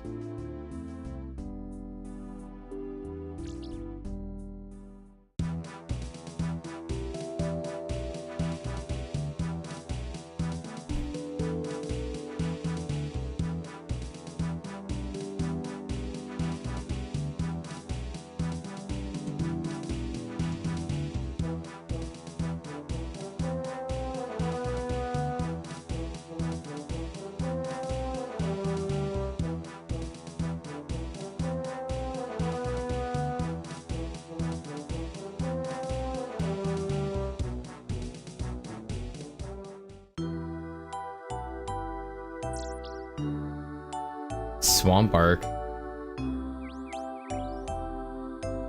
don't know about any of these items. Blood bark helm? Damn.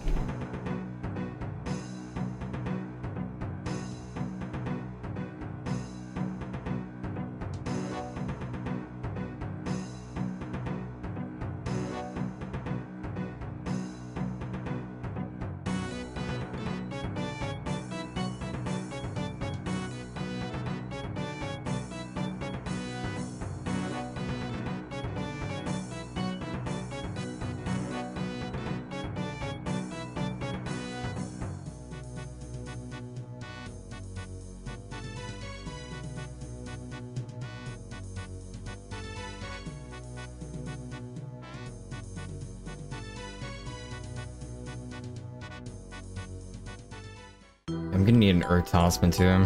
I think.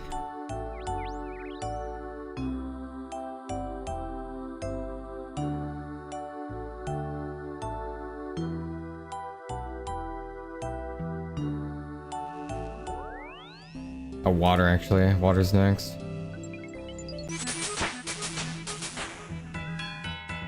The Temple of the Eye.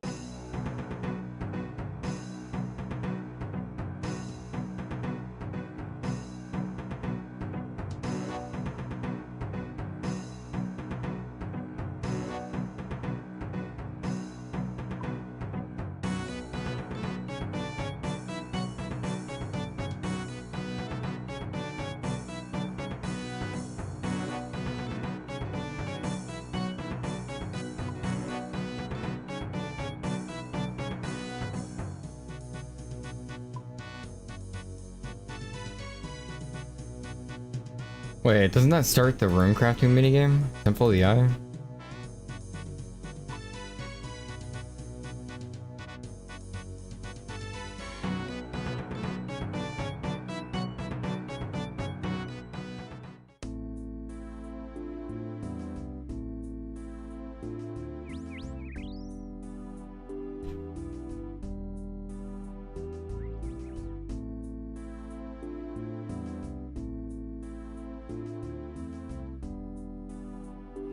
What level rune crafting do I need for the rune crafting minigame in OSRS?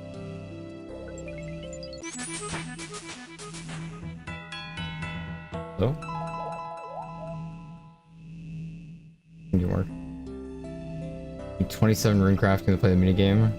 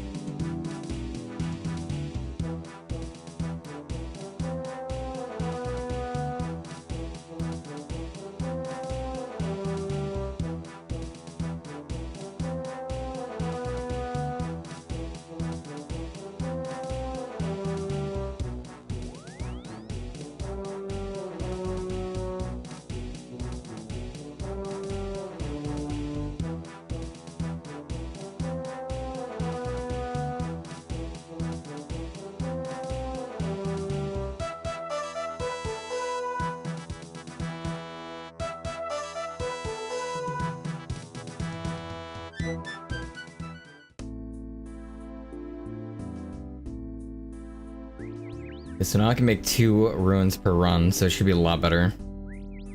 We'll start doing mind once I hit 14, I think.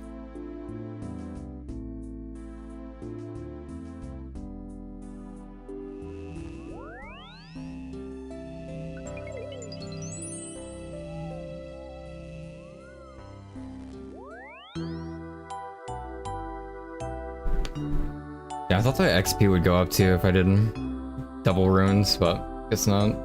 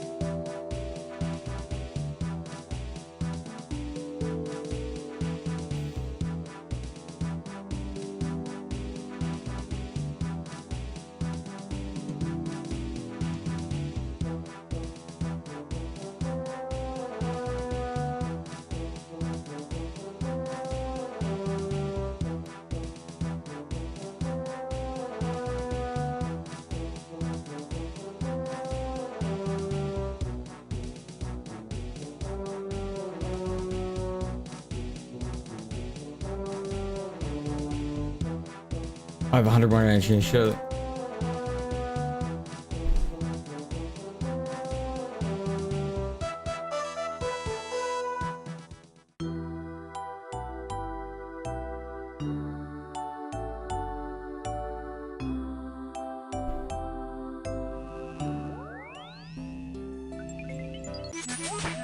$13.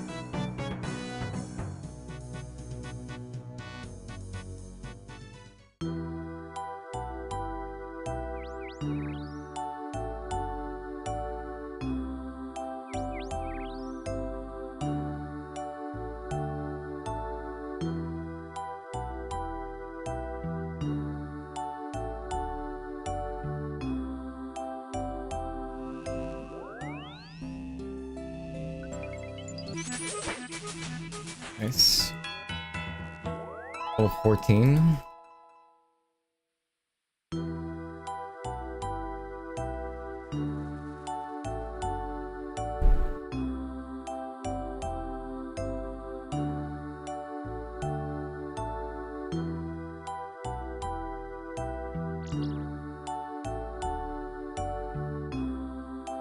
I wonder if mine would give me the same XP.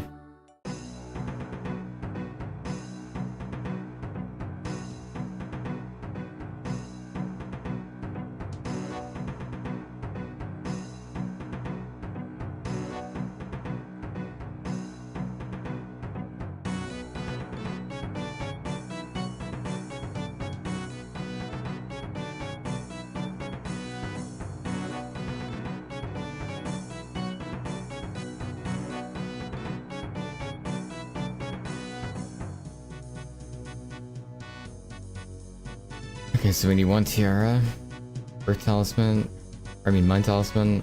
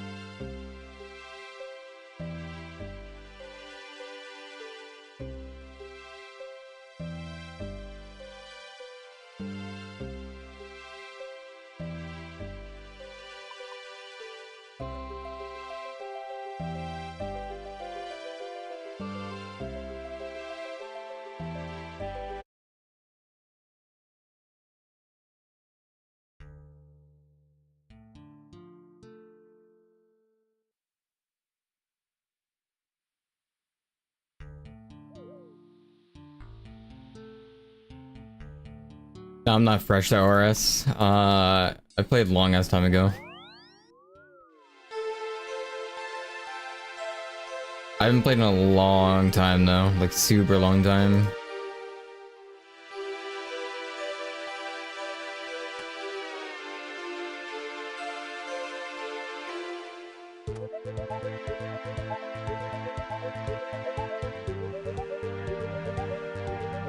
Alright. Oh wait, that does eat my talisman. I didn't know that. Oh shit. Riptali.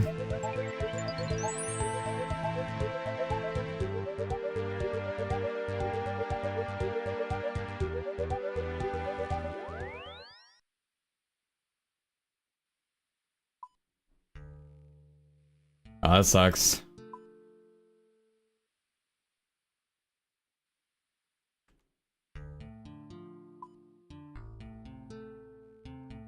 Bruh.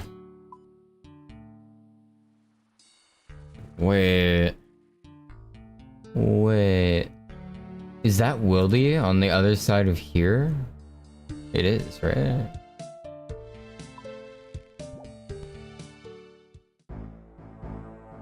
Is this... Did they add a safe zone here? Oh no, I'm still in Wildy, huh? Wait, am I in the wilderness right now or no?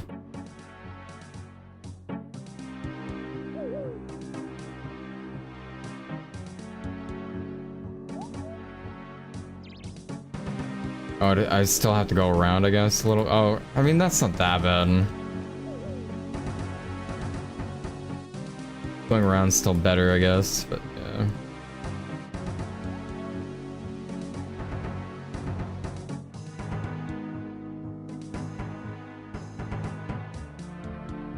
I don't remember them having this ditch on this part right here.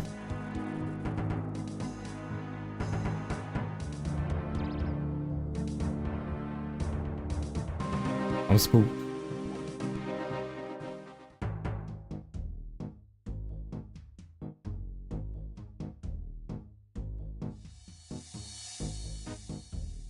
The logout button's tiny.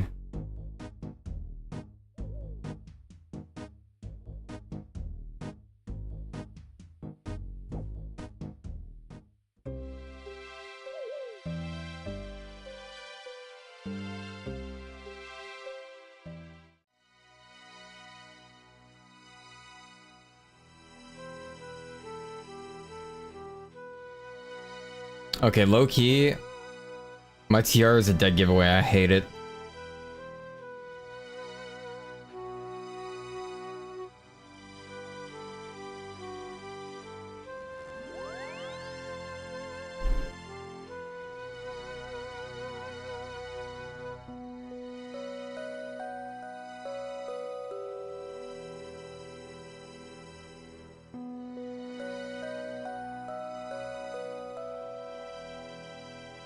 Honestly, no one's gonna be even low enough to really attack me anyways.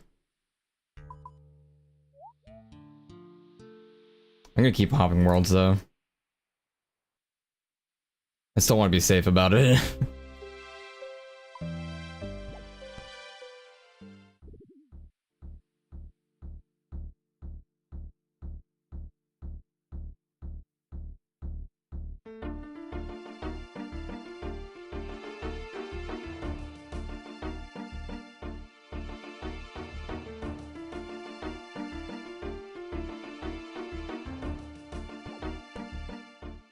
Yeah, that's what I'm thinking too. I don't think anyone can really, like, kill me too fast.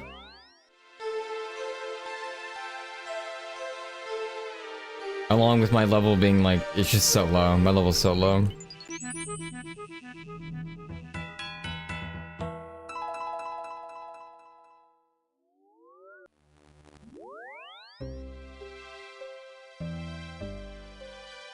Not very high. Just combat level 17, so not many people combat level 17 PvP.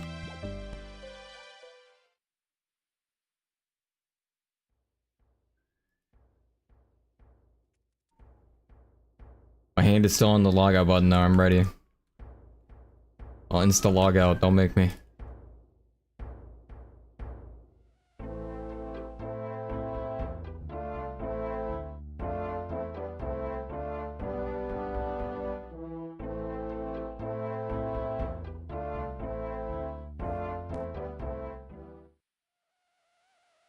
Yeah, but I'm a streamer, so there's always the potential of a stream sniper with their, like, a billionth alt account for pure level noob PKing. You know?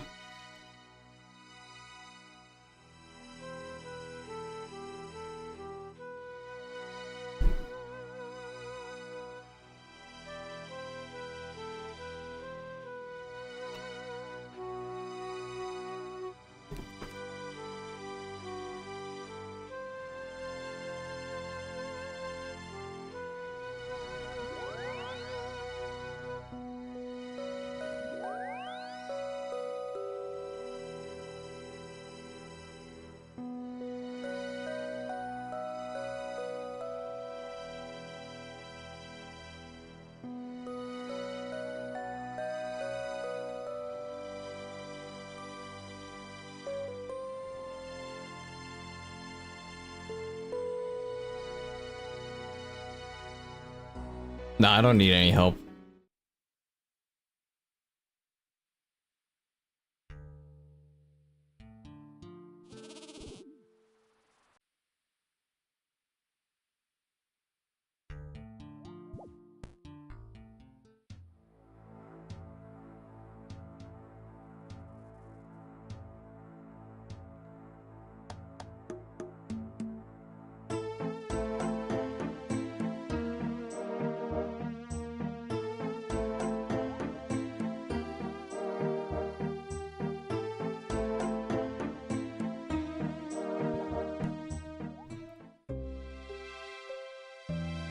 Boom, boom, boom.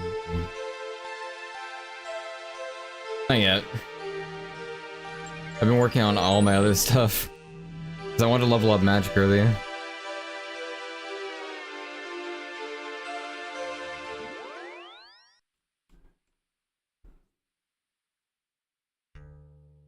If I did waterfall quests, I'd have way higher stats than this. I think everything would be like level 30 or some shit.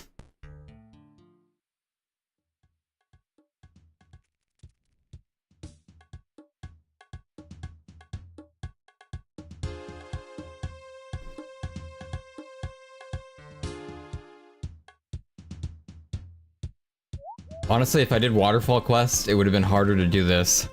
My mind talisman runs.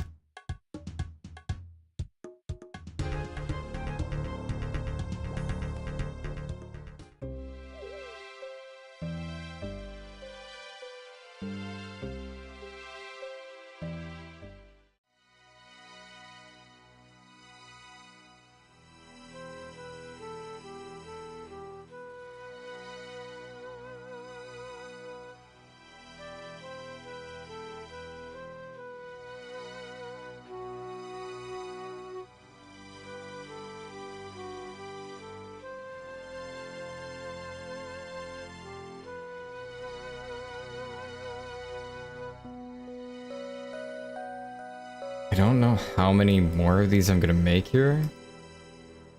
I don't know what else would be better for leveling. I think fire's out in the wildy. And then... I don't know. I need a lot of mind runes, so...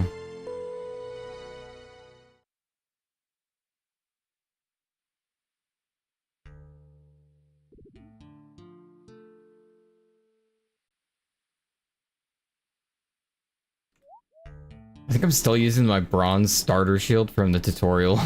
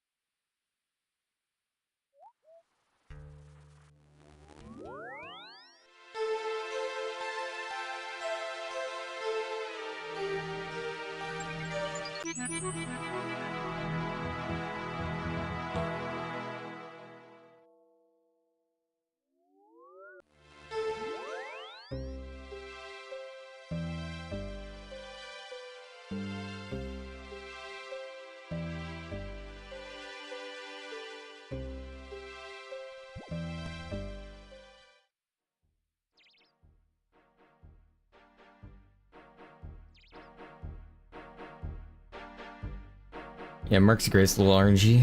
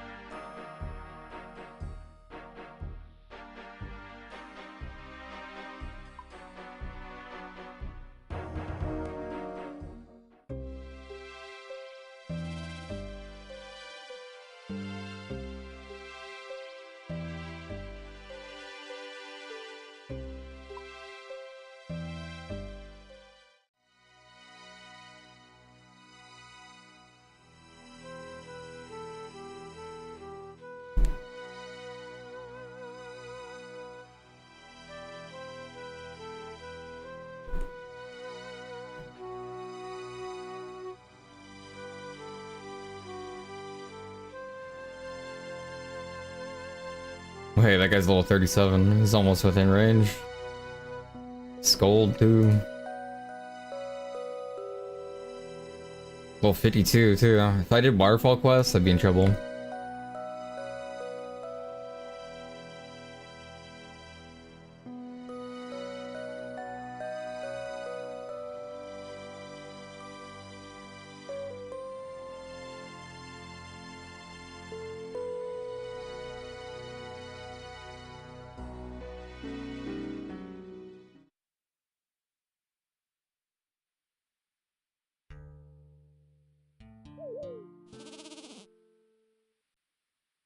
Alright, new world.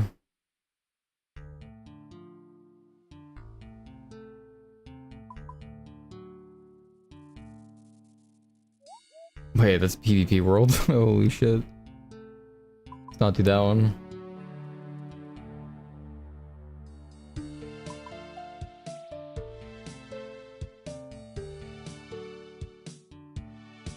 Waterfall's in a safe zone, yeah.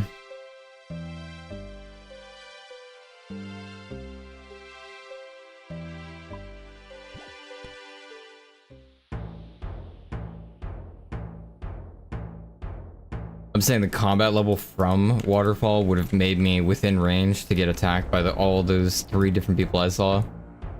3 or 4 different people I saw.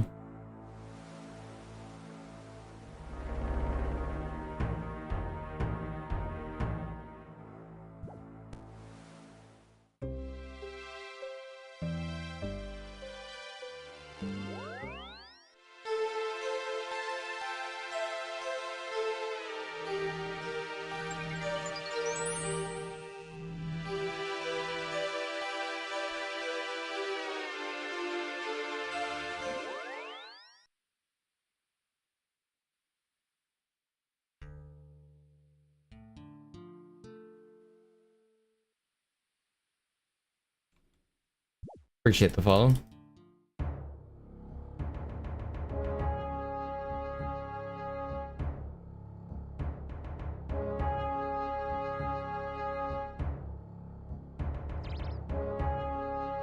We are sitting at about to be 17.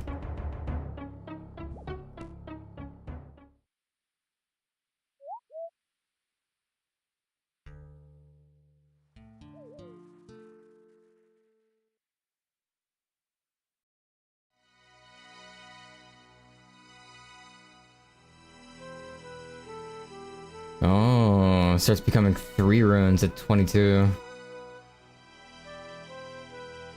28 for mine though, so that's a bit. What is going on there?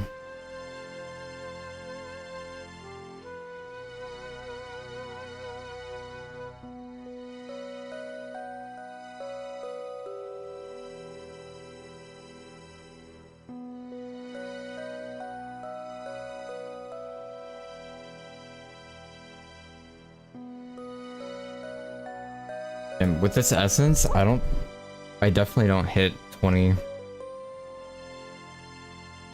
Or I definitely don't hit I don't hit 27. Maybe I hit 24? Maybe?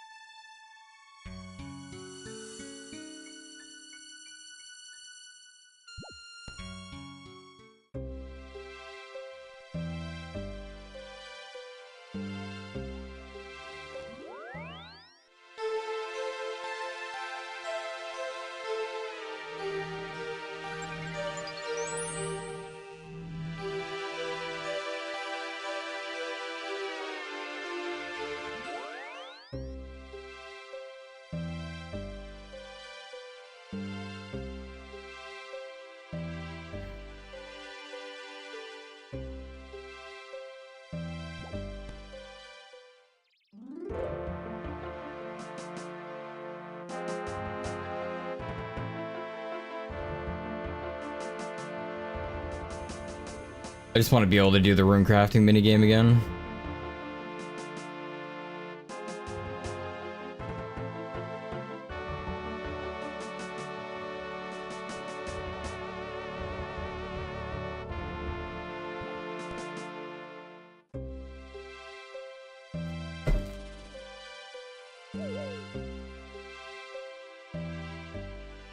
Yeah, rune crafting regular sucks. Rune crafting was only nice back in the day when you had people doing runs for you and you were paying them to bring you the essence while you just sat there. That was the best time to rune craft. If you weren't doing that, it was kind of miserable though.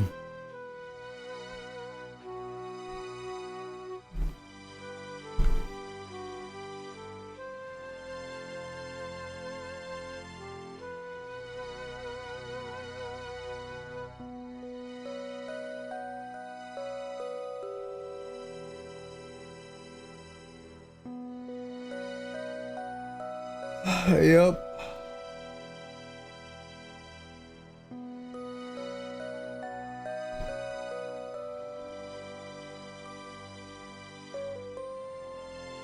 Can't wait to start leveling up my magic finally. Start hitting some numbers, you know?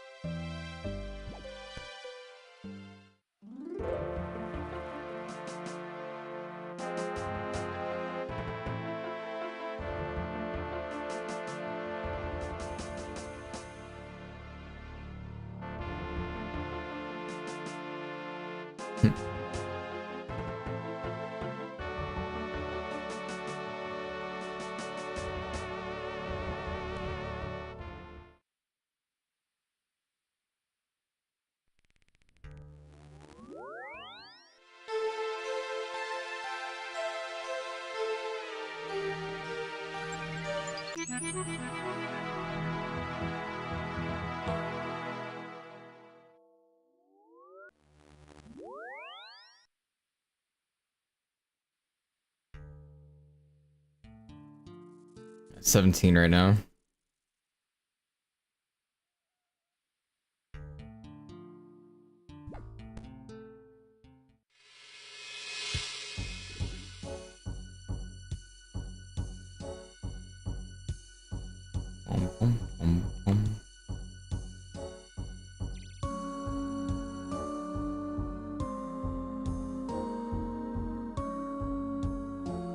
I think there's one rune crafting quest.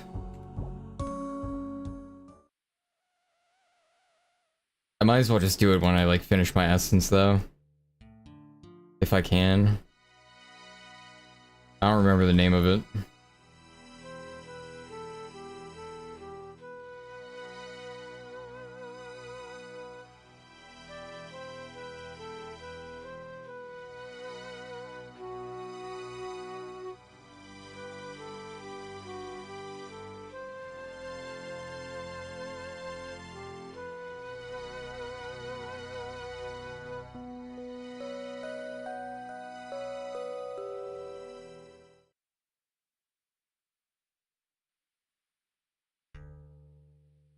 Hey, Navi. What are some rune crafting quests I can do in OSRS at a very low combat level that are short in order from shortest to longest? Got you. First up, Rune Mysteries is your go-to. I already did that one next. Another quick one is Enter the Abyss. It's a mini quest, so it's pretty short and gives you access to the Abyss for rune crafting. Want to know more about this quest?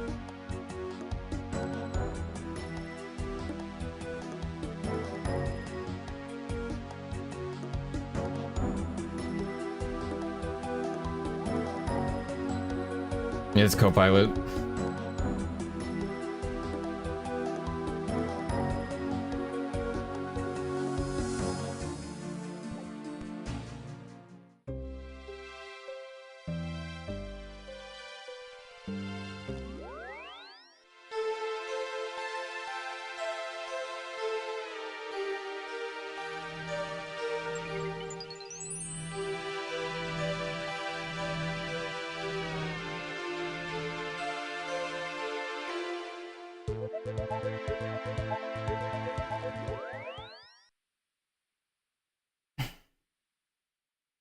Hmm.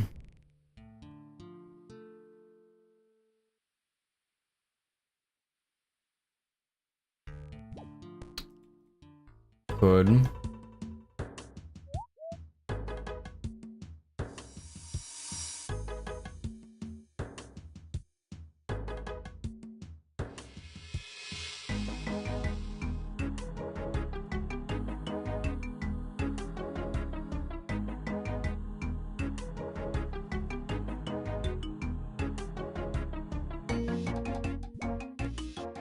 Two whole pre-quests.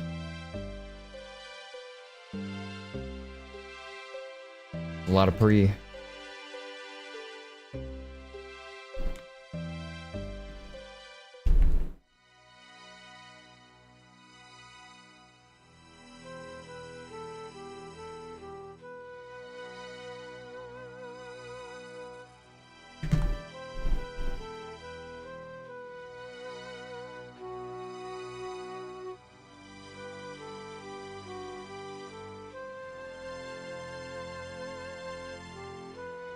Oh yeah, how much does XP does Temple of Dai do? Because I need to do that next.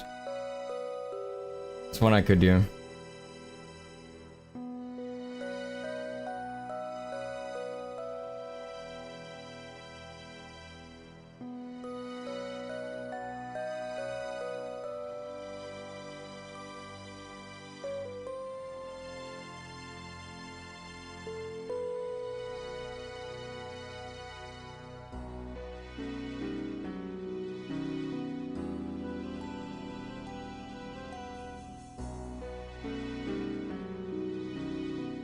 Yo, Navi.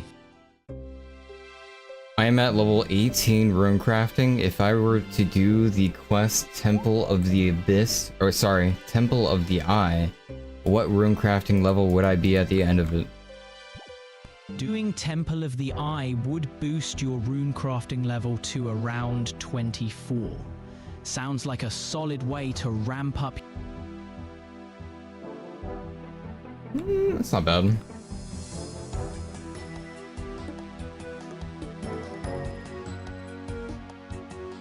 You should be untimed out now. I still got the link too. I think if I finish my essence and then do that quest, I should have enough to do the minigame. Because I'm 18 now. If I were to get a few more levels, that'd be solid. If I get it to like 20, I feel. 21 maybe. And then I do that quest. I can just go straight to the minigame, I think.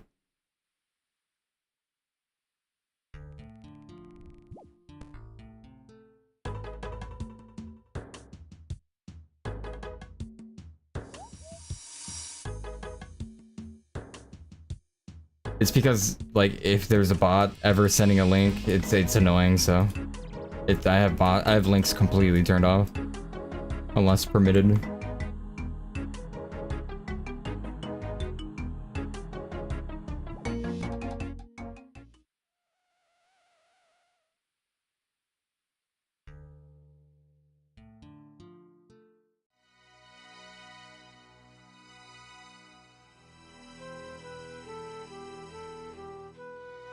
Because the goal right now is just make it to that mini game so I can make all the runes I could ever want without going to fucking crazy ridiculous places to get one individual rune type and then go all the way to the bank, you know?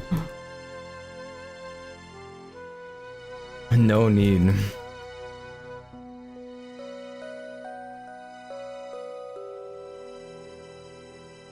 We are gonna finish the essence I already farmed though.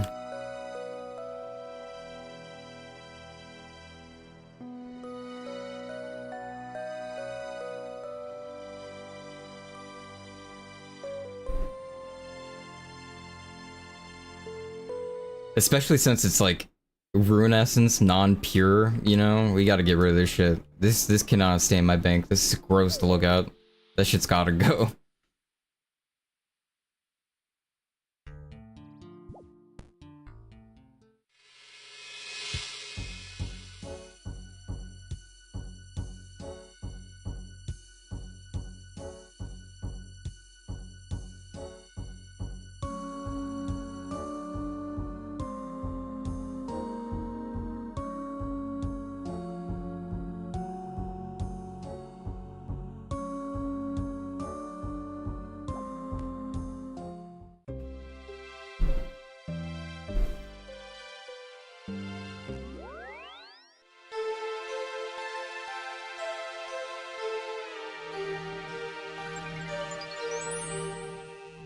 Okay, we're getting about a quarter now per turn-in. Like 1/3 actually. And like 1/3 per turn-in now.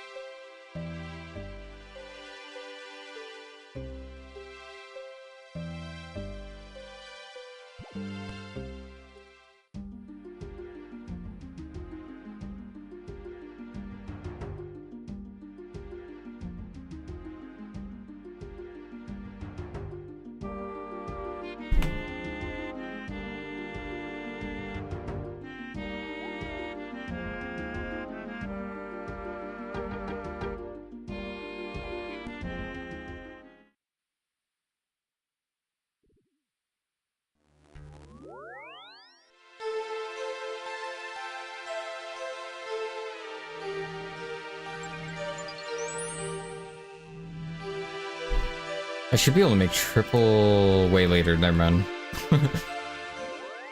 It's way later.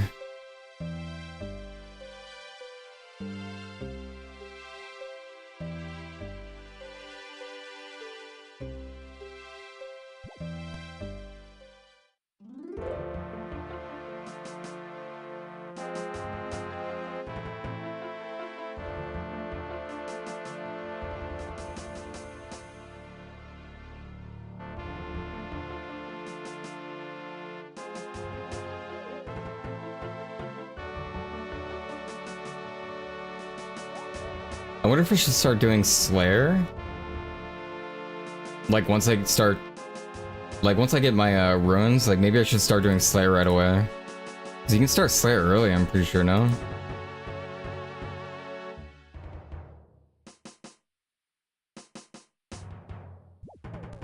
I'm down to do Slayer early though.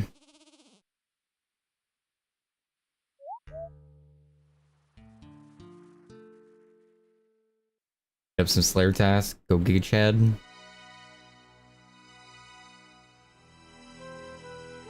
I do want to do hunting at some point too.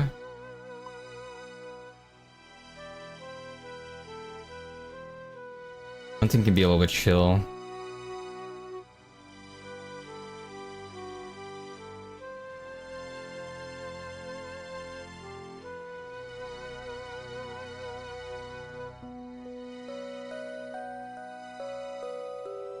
Yeah, we'll probably do waterfall quest before we do the Slayer quest, just for like some baseline stats.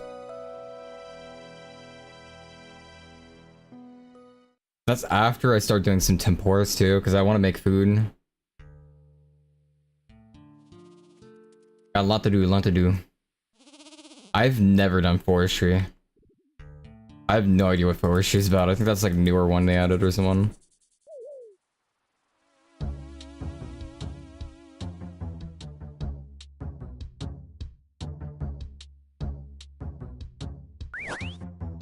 Yo.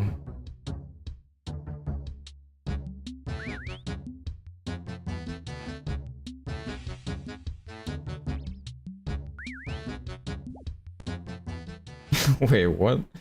Equal me? There you go. Alright. What do you got for me? A brewski? And a kebab?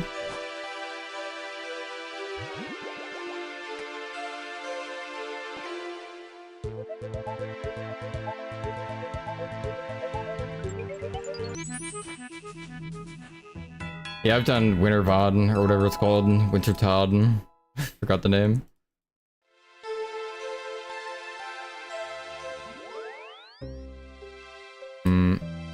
I thought it was fun. Not too bad.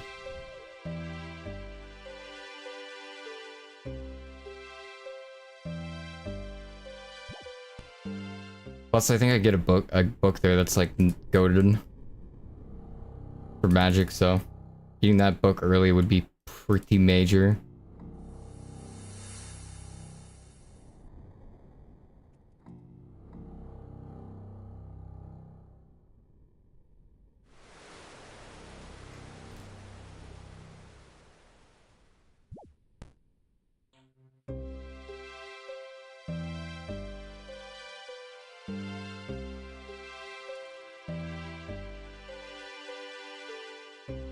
We're at 19.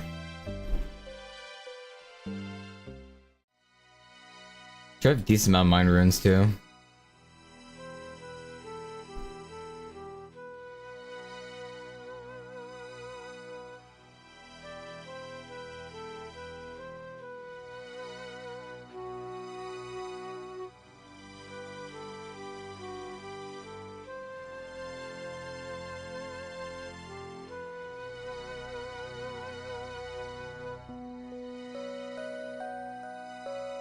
Almost out of essence.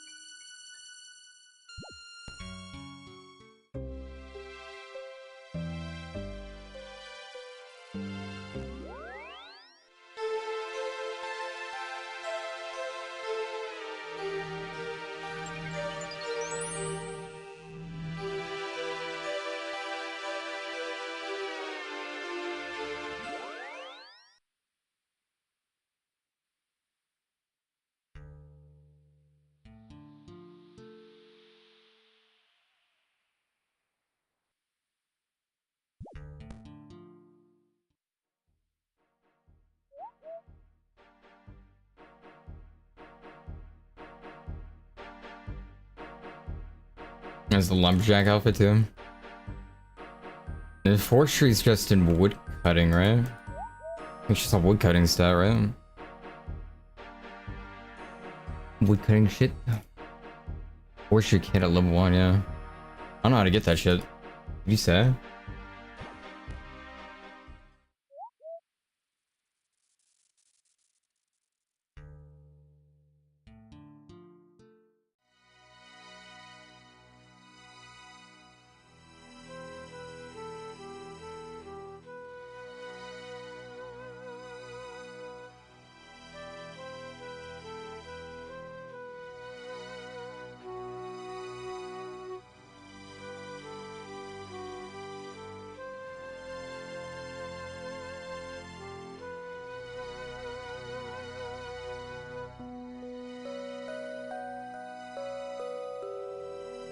300 essence to go.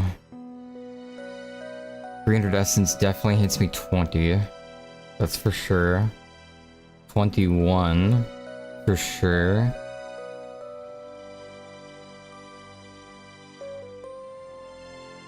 Yeah, 21. Wait, 25.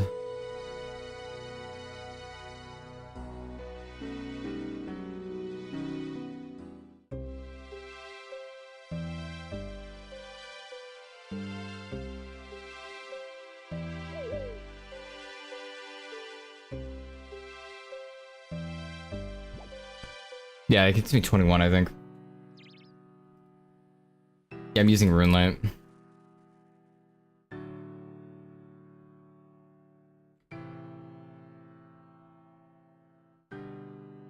Three more actions. That's what I thought it was.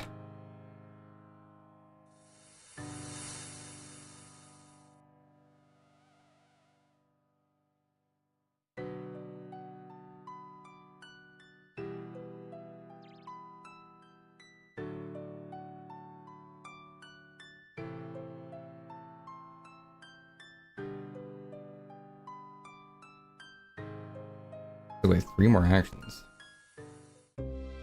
It's for like 1/4.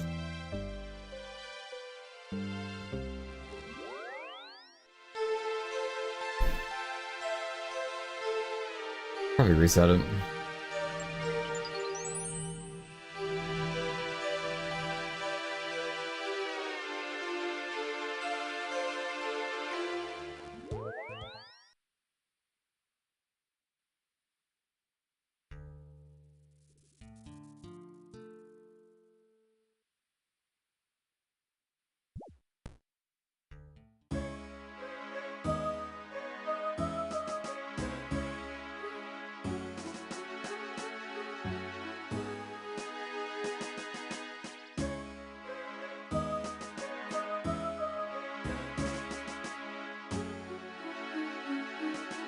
Damn, I should take a screenshot of each day, at the end of each day for my stats.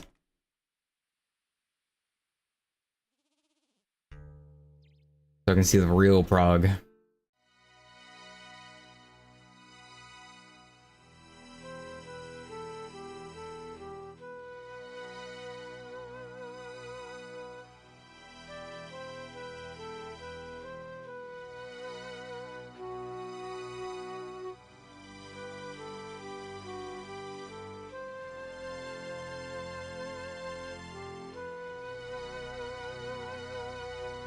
So much essence. Definitely gets me 21 off that regular essence.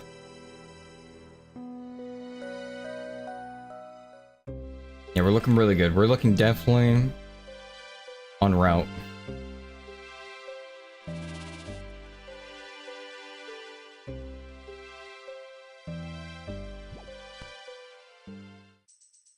Yeah, that's what I usually do. I remember liking Temporis, and I remember liking the rune crafting minigame. I'm like a real old school player, so like those minigames are all new to me. I pretty much played literally in 06, so like anything they added afterward in like additions to the game, like in terms of minigames, I hardly ever touched. Except for Temporis, the woodcutting, and the rune crafting. All three of those I tried during one of my adventures back on my regular account. Everything else I haven't really tried and dove into too much. But I did like all those minigames. All those minigames were cool. Great additions.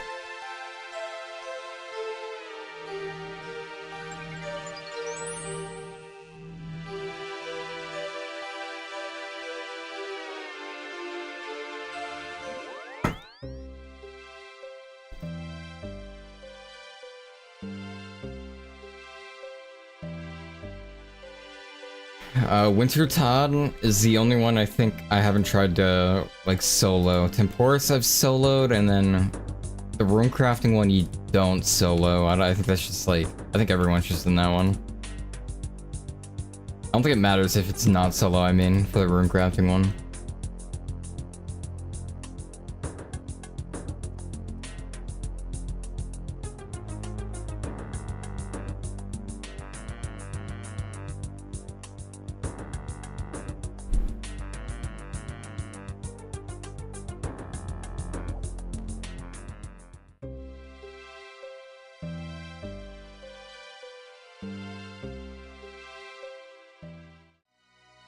About to spend 20 years in the rune crafting hideout minigame I'm in. Can be lifetimes there.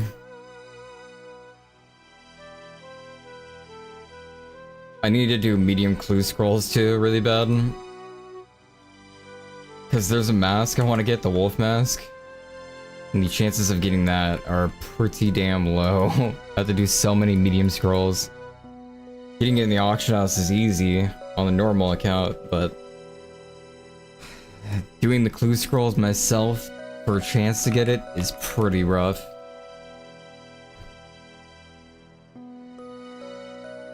That's definitely one of the missions too.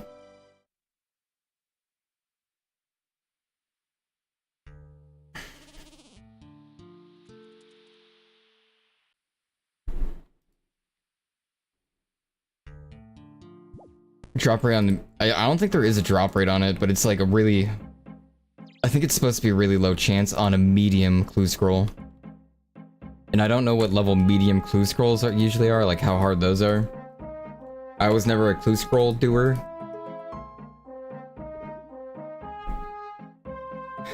I mean, those odds aren't the worst, but man, that is fucking rough.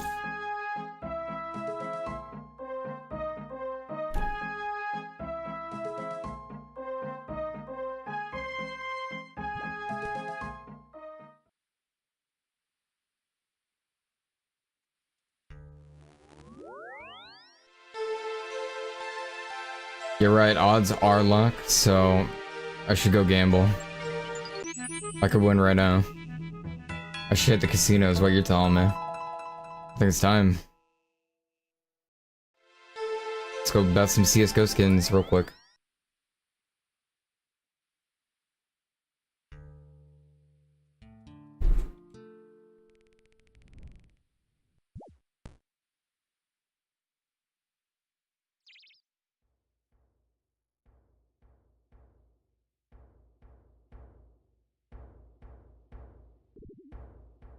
I haven't looked up any of the pets that I can get. But it's cool that they added, like, pets. I've been seeing so many cool, like, mini pets that just weren't in the game before.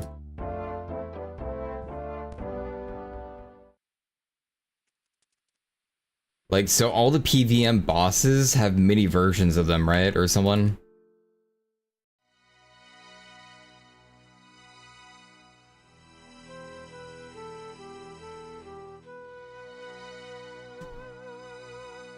I need a pet.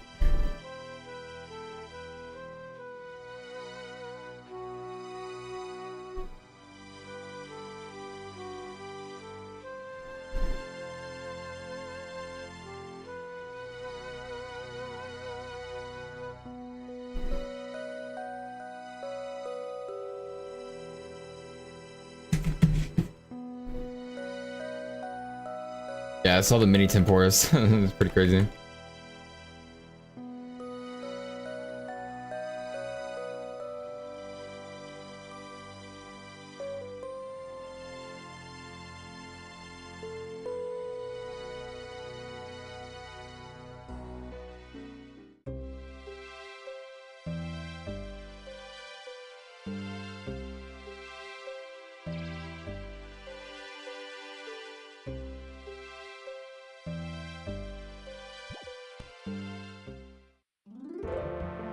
What the fuck?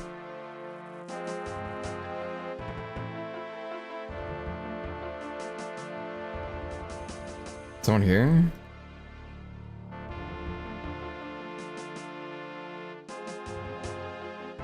I got an alert. The fox would be cool. It's a PKing alert, because I'm playing on Ultimate Ironman, and I honestly, I don't want to get PK'd. So I have the alerts on for PK, for like wilderness, if like someone's in the area. I don't know if it goes based off my level though. But it's kind of needed since I'm playing hardcore Ironman, you know? Like, I don't want to get griefed by some dude that's fucking 20 levels higher than me.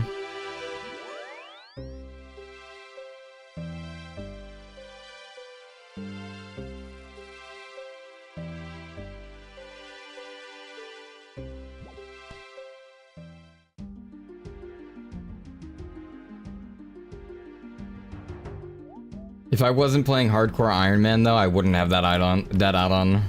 The fact that I am hardcore Ironman though, I'm downloading it. Like, ain't no way I'm getting grief PvP. No. Ain't happening, man.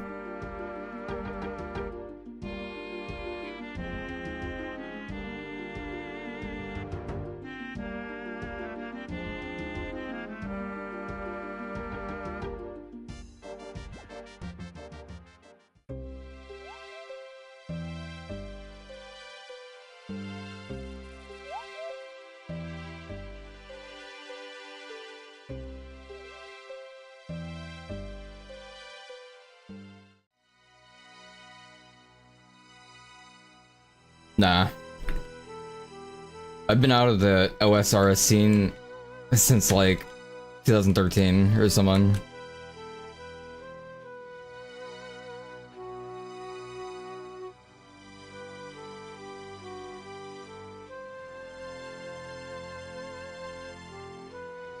Yeah, there's a lot of cracked players in this game that know all the little systems about it. It's been out for so long, it's just like, you're bound to have these little niche ways of doing things early and progressing and opening new routes to yourself by knowing just, you know, where simple item drops are, a simple, like, item on the floor to help you progress. And that makes it fun for, like, when you want to make a new account, you want to progress early, fast, you know, and feel those power gains, like, instantly, that little... Not adrenaline, but, forgot the word.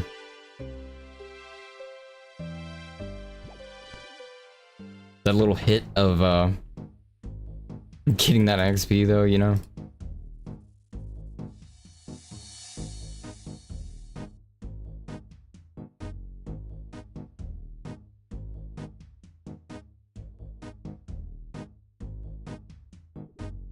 Yeah, back in the day, most people just, like, manually leveled their shit without doing, like, quests that would, boost them super hard.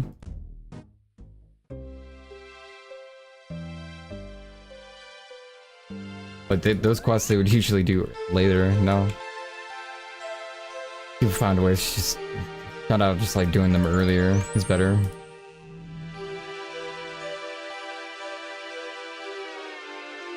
People were dummies back in the day. PvPing used to be so much more casual in the day. It was kind of fun. Like, the casual aspect of it. Of, old school PvP back in the beginning. You know, back in 07, 06. PvPing back then was really fun, because no one knew what the fuck they were doing, so it was great. There's so much shit talk in the wildy, too. It was fun. Old internet was pretty peak in PvP aspect.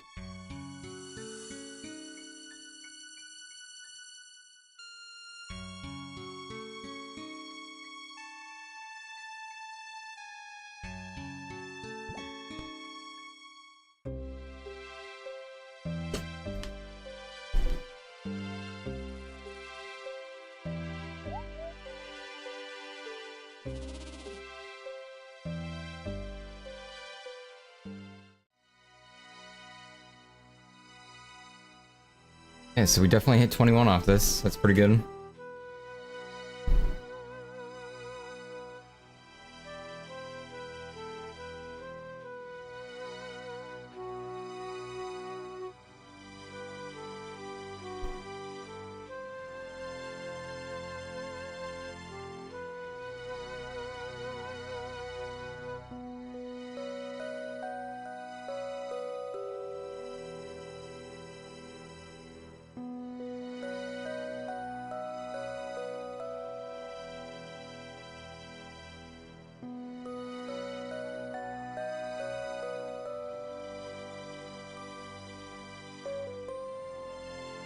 No, yeah. The advancedness of the PvP is much better now. Like, the skill aspect of it. So it's really cool. It's definitely a lot of fun.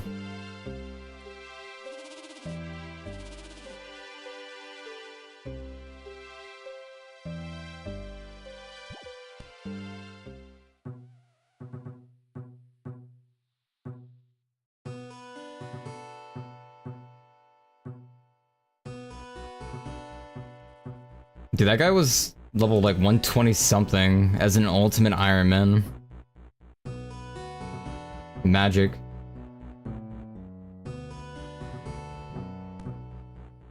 Yeah, let's see, can I look up the stats? Shit, this guy's goated. Ultimate Ironman with these stats. He's up there. Doing work. Holy moly.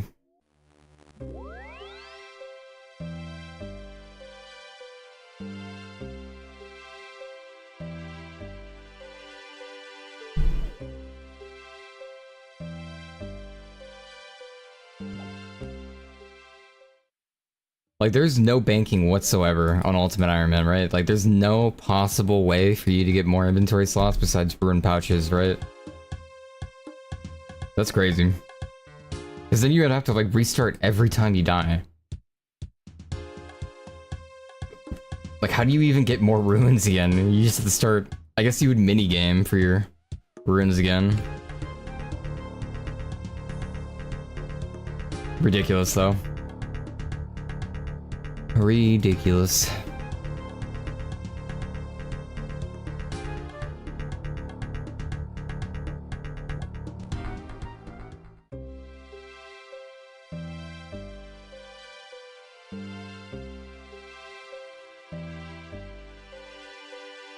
Look it up. Nah, it's an XP loss.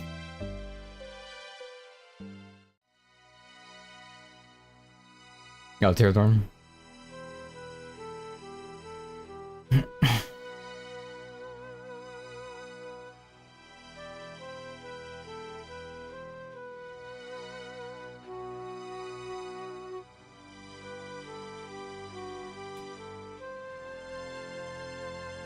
And it's pretty crazy.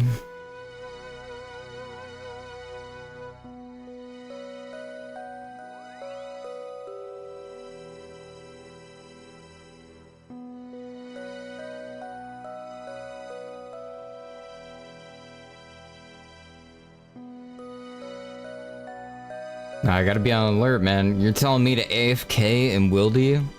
Telling me to do off-screen shit in the Wildy? You wild. In no way. I don't know. I don't care if anyone can kill me at this level. Can't kill me at this level. I ain't dying. I ain't trusting nobody.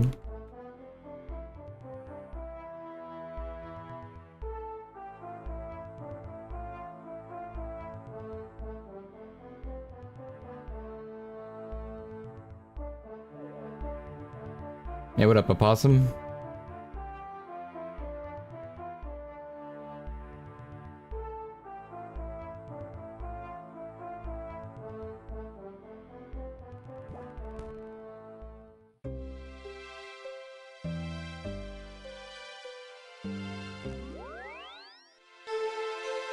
Oh, 21 now.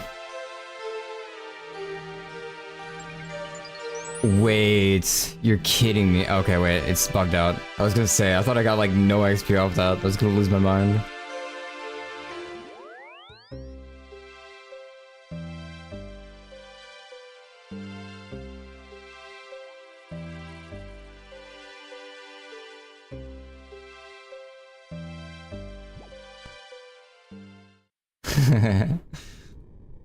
Of course, of course.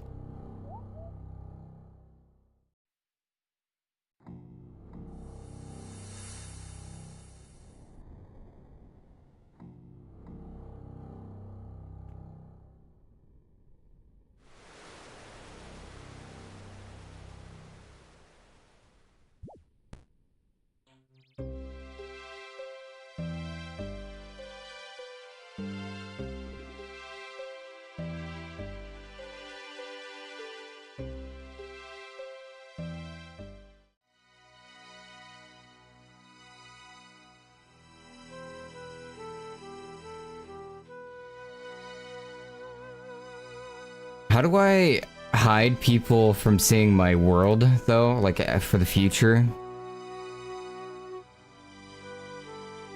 So I think there is, like, PvP content I'll have to do, or, like, Wildy content at some point in the future. Like, I'll have to be in the Wildy. So I appreciate it. Nice, nice. Ultimate Ironman seems a little bit too hard.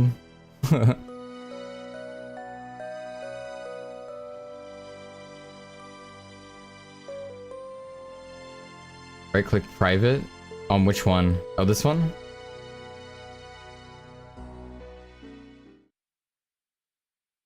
Right click private and then show none.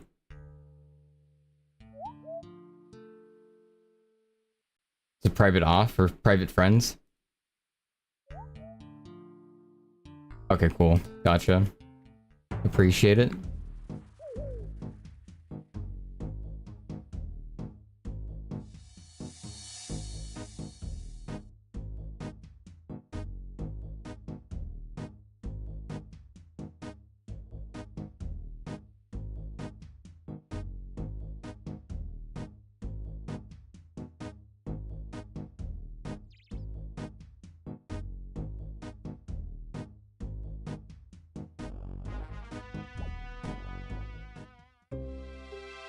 Gotcha.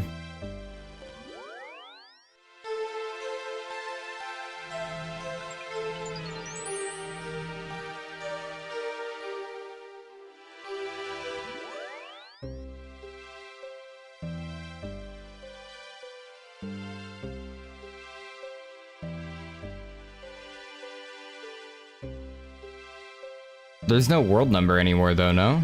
Where does it say? Like, I don't think my world's shown. A lighter custom version of World Hopper used to hop. A world hider hides your world so you can stream in peace.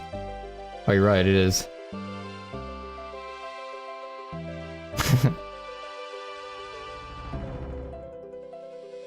For sure, for sure.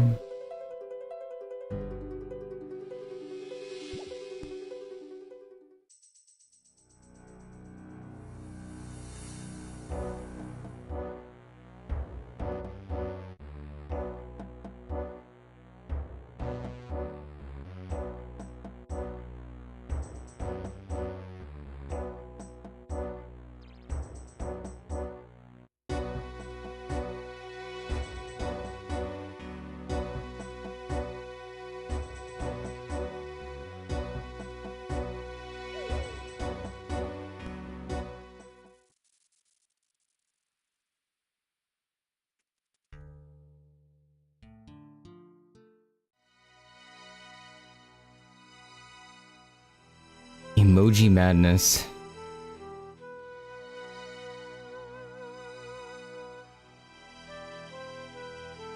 Yeah, I was thinking of getting the logout one too. Like, 'cause that tiny ass logout button, it's kind of sketch.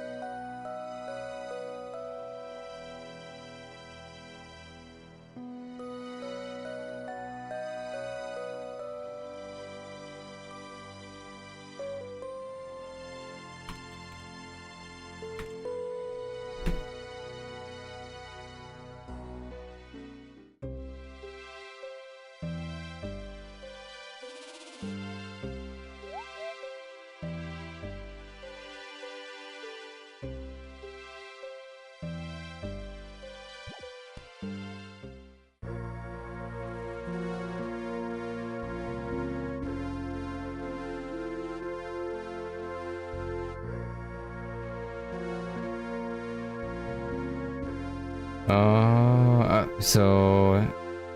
Okay, I can remove PvP worlds from showing.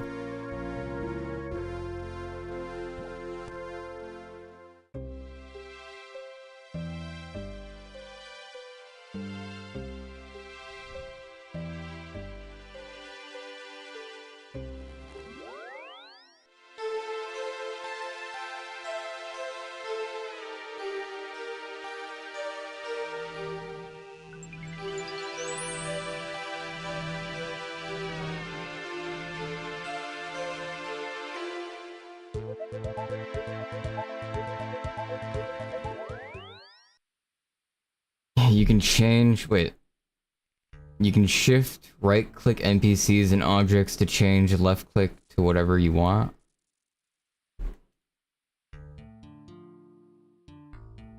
Wait, what? I'm a little confused. Ultimate Ironman is an addiction? I bet. I wanted to make an Ultimate Ironman, but it just seems like too much, man. I think Ironman's probably good enough. Cause I want to build a bank too, you know? I would like to have a bank. I would like to get some items and then still have those items, you know? That'd be nice.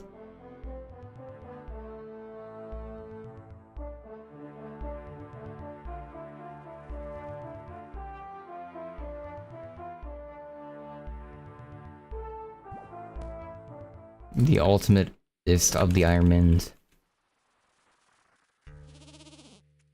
Yeah, I want to try it, but I don't think it's time. Not yet. Ultimate Ironman is when I get a grasp of the game again.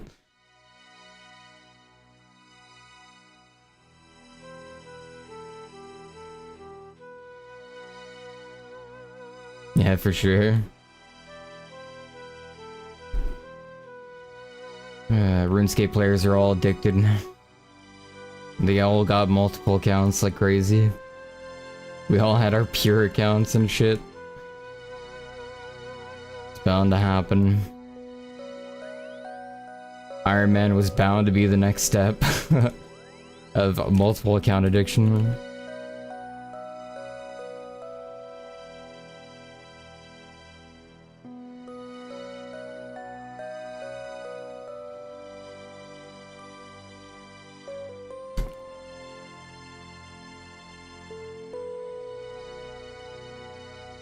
See, the Ultimate Iron Man part just seems very difficult in terms of runes. Like, how do you really get your runes back? Do you just do PVM again? Do you just, like, if you die, you hit up the mini game or something?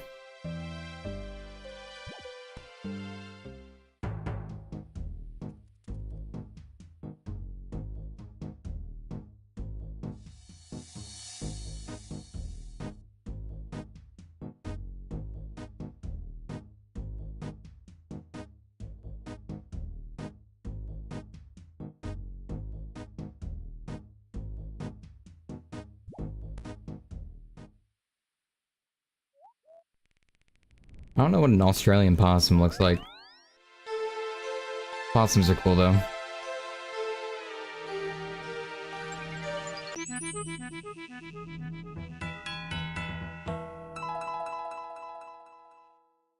Ultimate Iron is Shopscape? As in like you just get gold and you buy shit? Or something?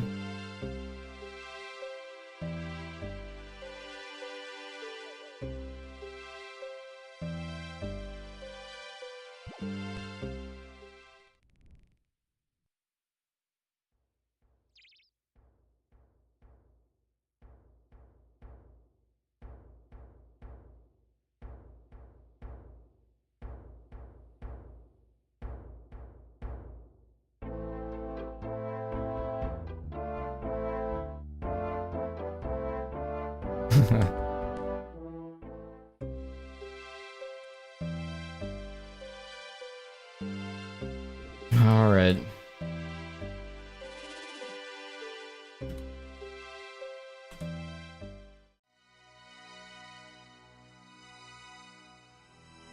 Those things are small as hell.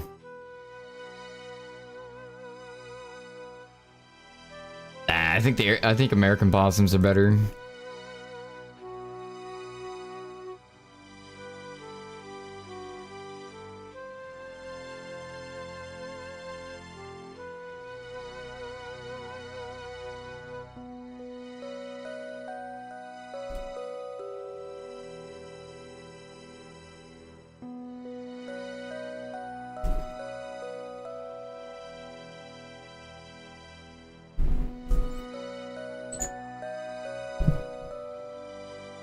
The Australian possum looks like a flying squirrel or something.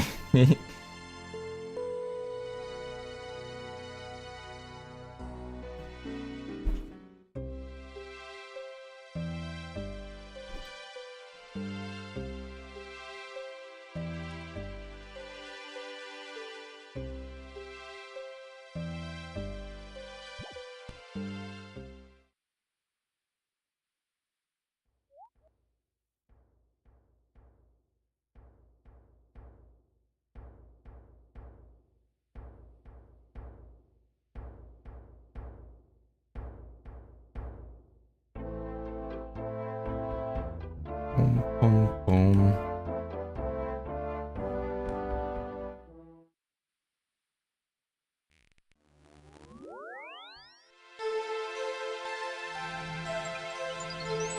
Okay, we're almost done here.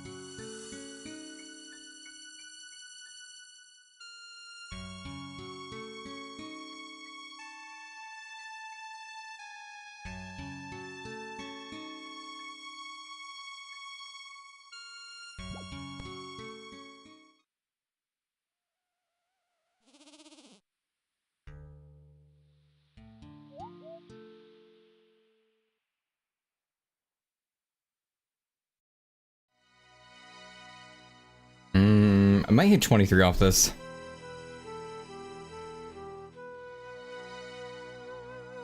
It is 1 in the morning.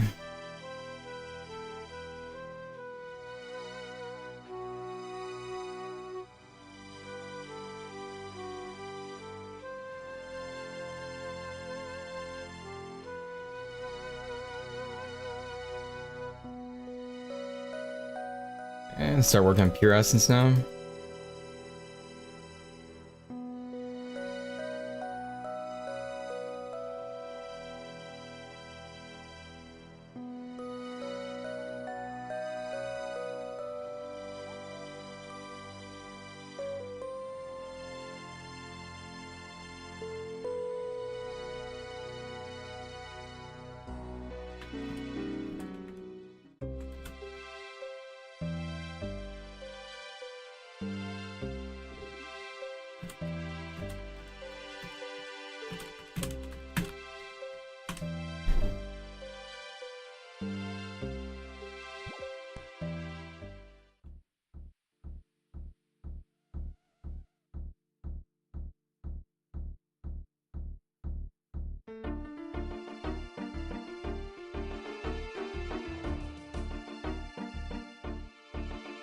Also, I think YouTube's more delayed. Not yet, because I don't have YouTube, I'm not partnered on YouTube yet, and I'm not partnered on Kick yet, so I don't have any revenue coming through those.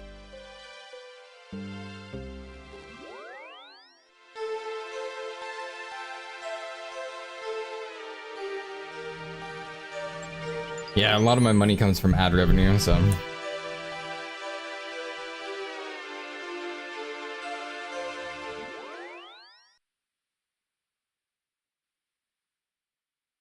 Nor do I have the partnership on X.com, but I'm streaming on X too.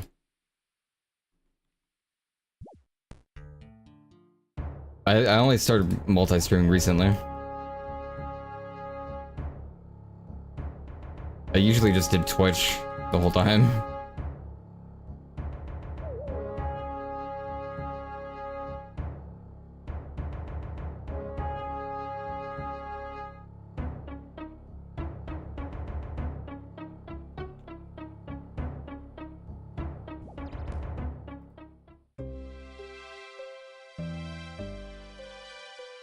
Wait, I'm dumb as hell. I had to click twice, man. I didn't notice.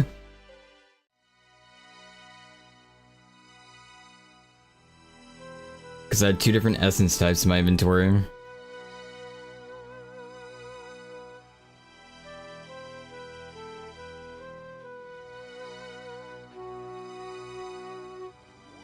No more regular essence though. We're all out of that shit.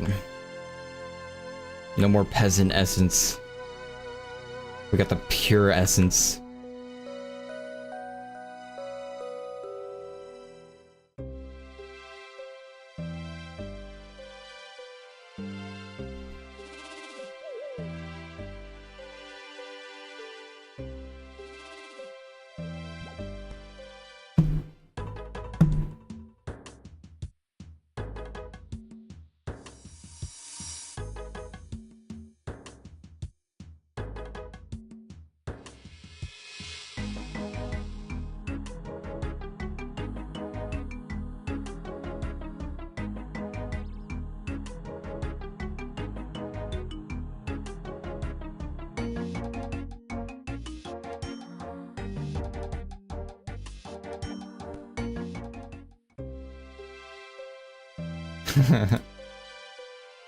Yeah, cute character, by the way. Awesome. Your profile picture.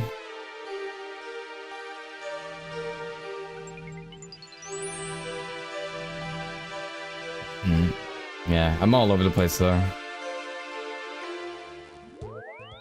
I play like everything, literally. I'm an enjoyer of any system within a game that is fun and engaging, or any redeeming quality within a game that there is. Like, I'll find the redeeming quality and I'll mention the positives of that game for it, you know? I'm everywhere. I have a good and a bad thing to say for pretty much every game I play. I take no sides, but I have good, you know... I still like to enjoy to play these games, even that with like their faults or their little upsides.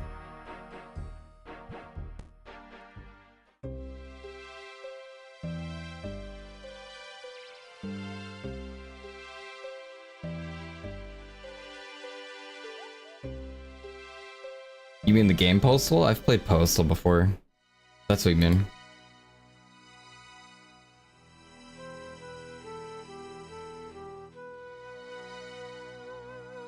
I wasn't too much into that game though.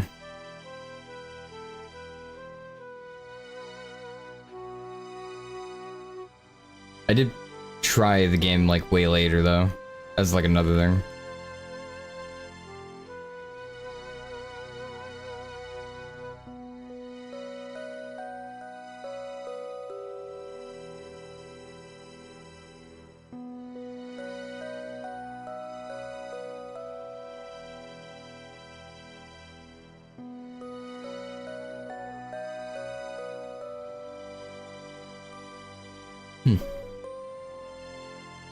We're almost done with the essence.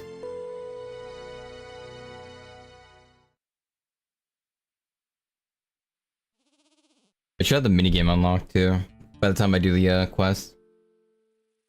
This was definitely a lot of XP that I got from doing this.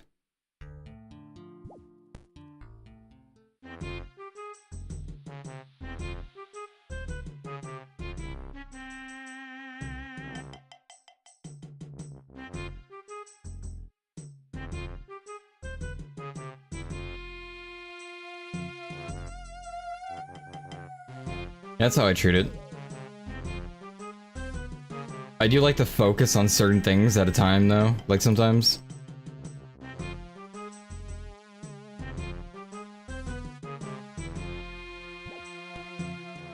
Like for instance, agility. Agility is a skill that I just want to get done early, you know? At least a good majority of it, because it's ass.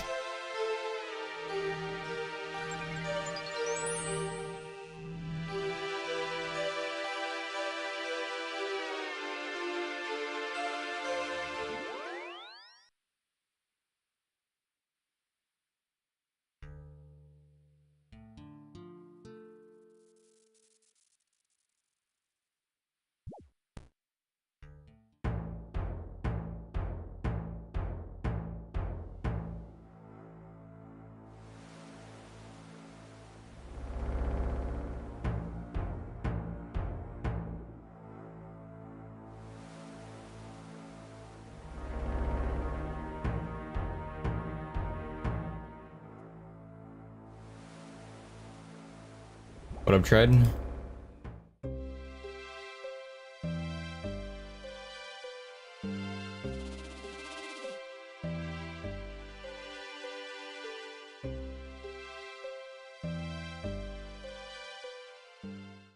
Yeah, I'll be doing Campus soon. I have Campus unlocked at 40.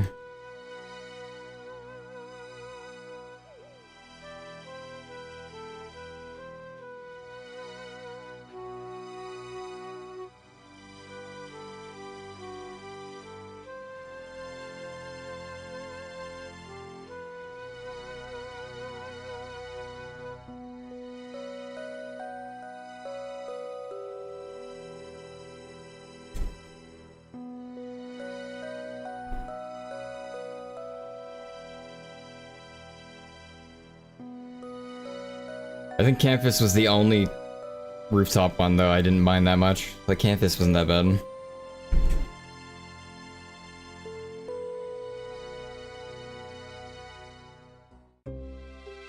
Maybe the tree gnome one too.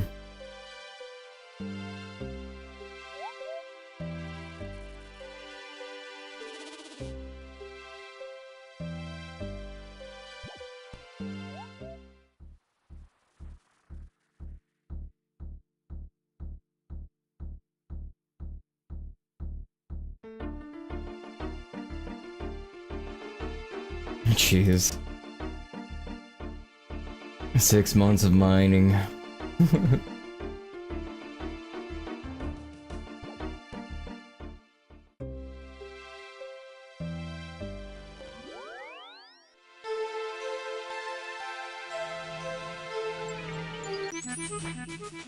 $23 rune crafting. Puggies. Puggies. 19.8 mil. Yeah. 99 is a scary task. Like, that is so far, man. I'll be happy with 92, man. If I'm 92 in anything, I'm like... That's good enough for me, you know? 99 though, holy moly.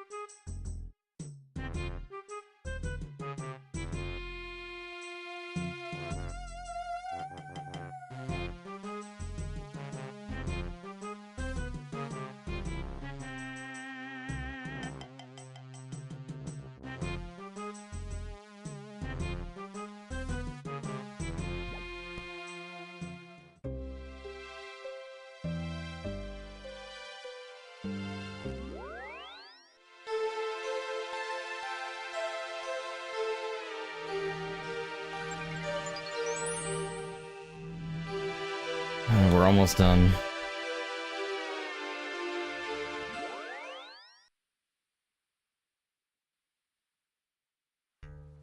FC? What's FC? Force choke? Food coma?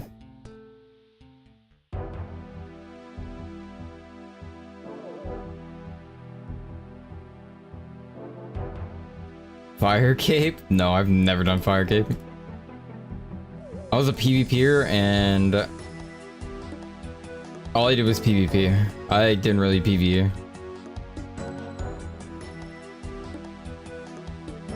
I PvE'd by killing cows and shit, you know? Killing dragons and, you know. I just killed shit usually.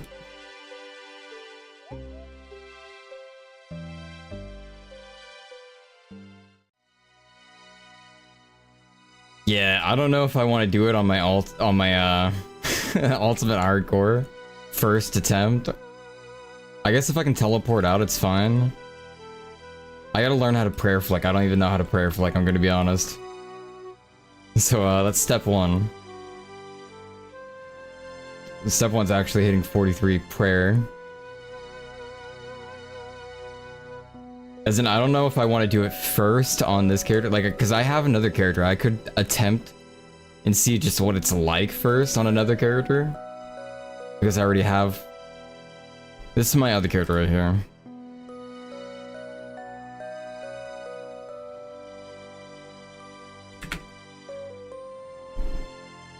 They're not super high. Yeah, it's not super high at all, but I mean, like... It's like mid-range.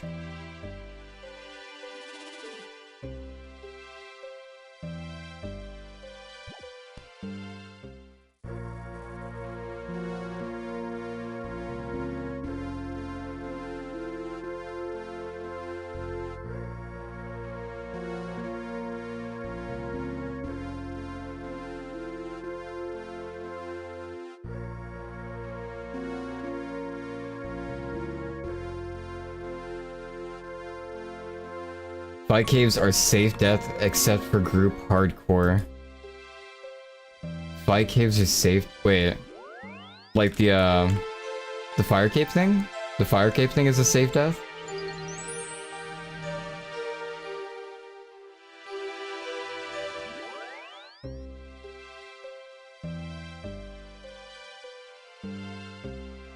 Oh, really? I didn't know that. Okay. Definitely would then.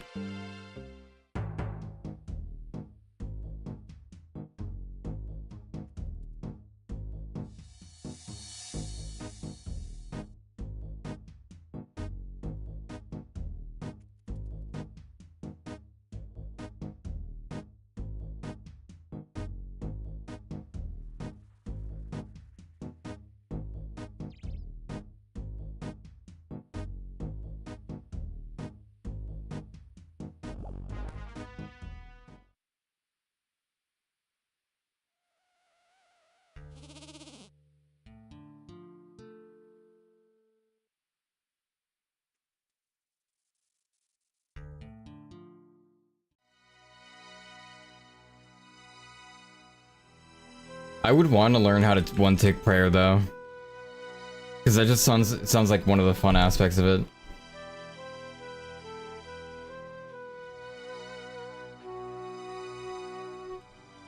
Thanks, Sparky.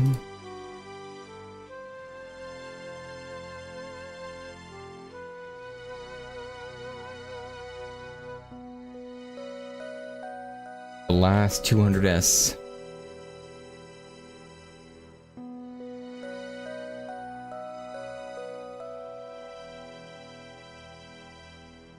What's Bofa? Yeah, I was watching a speedrunning video though of someone doing fire cape. Like just like a little tiny video, little rundown. And he was like speedrunning it and doing some crazy shit. It seemed wild. Like he didn't even get... Oh, he's doing prayer seeds, that's what he was doing. He's farming like a bag and stuff. It was crazy. It was wild. I don't know what he was doing.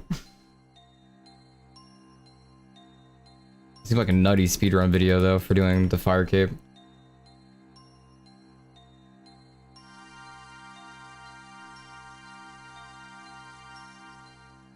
It's a bow, a Ferrodin. It's like a mid to late game bow. Interesting. Was it a newer thing added? Because I don't remember the name of that.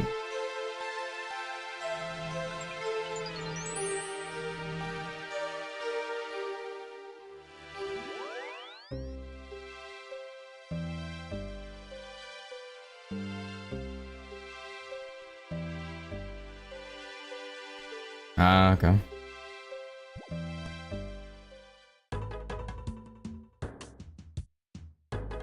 Yeah, I know.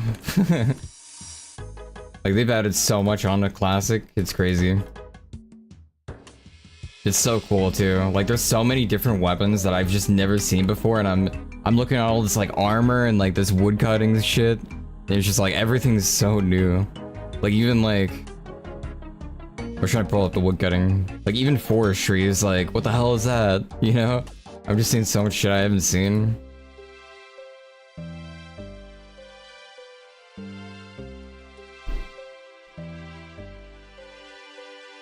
It's all crazy, man. Done too much to the game. And it all still feels like a part of OSRS. Like OSRS hasn't changed, but also it's changed, you know? Like it still feels the same, but like there's some cool additions to it. Like they've done some cool stuff with it.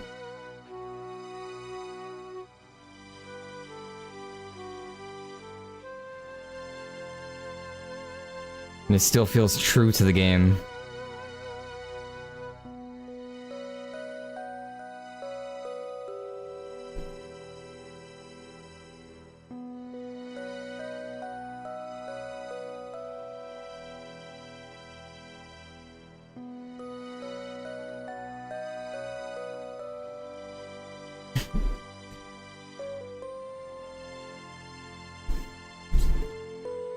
When's the sea stuff coming up? Where you're like a seaman going across the sea.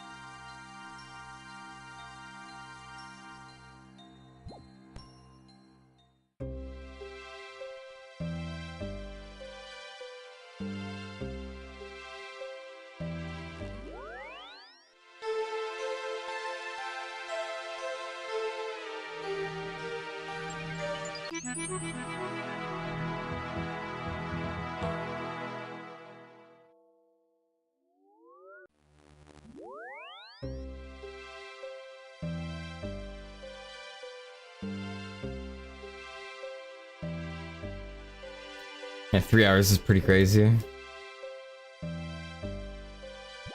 Even 4 hours crazy.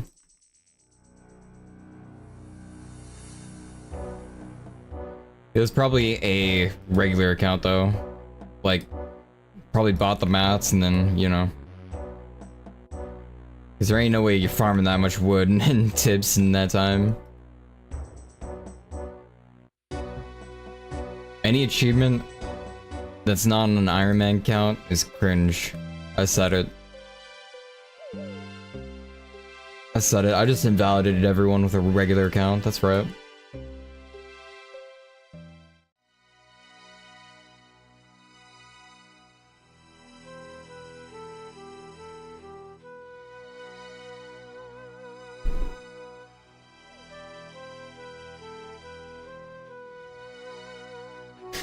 Deserved.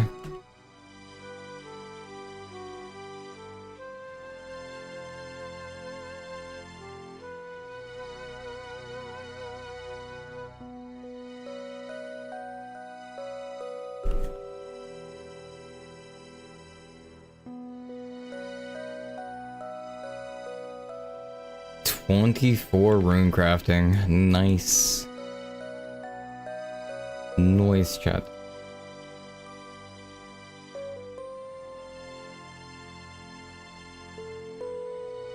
I forgot what this guy sells. I'm kind of curious.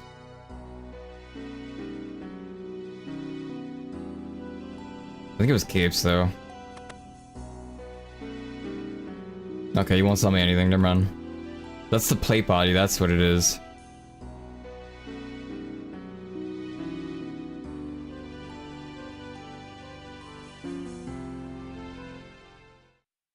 That was the plate body quest, right? Yeah, Dragon Slayer. Which unlocks plate body, right? Yeah, I remember that one now.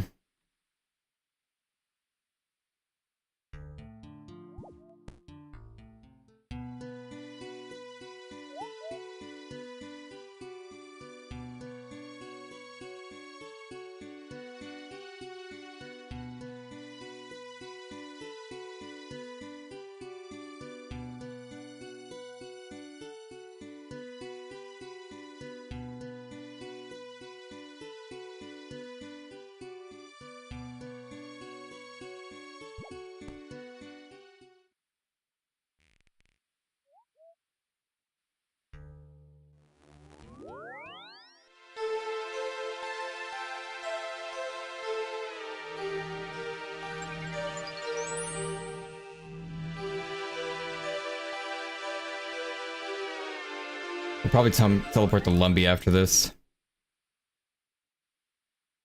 Teleport to Lumpy, and then we'll get the quest done for the minigame.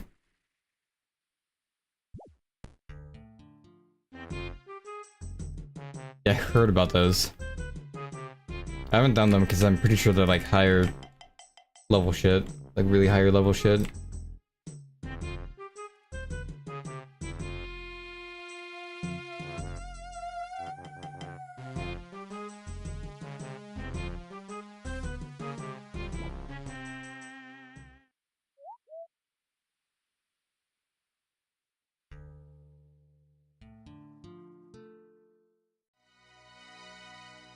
Yeah, I might.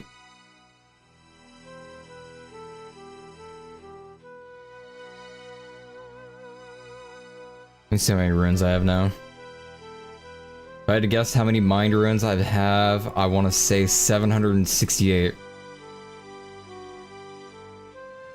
Okay, I was way off. I was lowballing by a shit ton. Holy moly. I'm so mindful now. So many mind runes.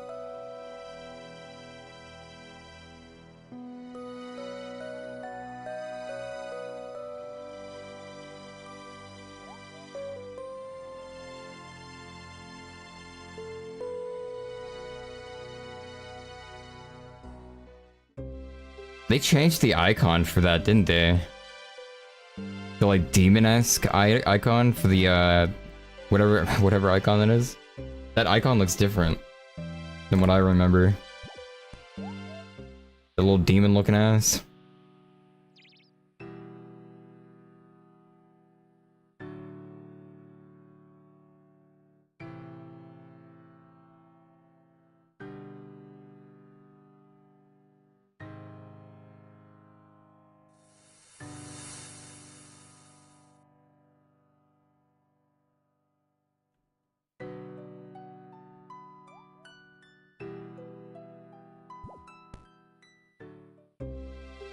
Oh, it's a new type of rune, okay. Interesting.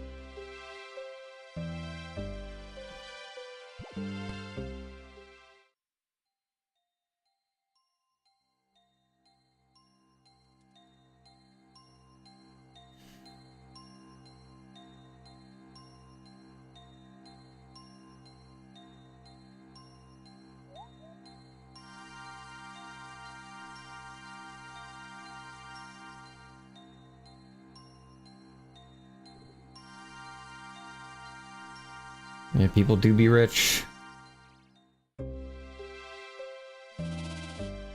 What up, Angel?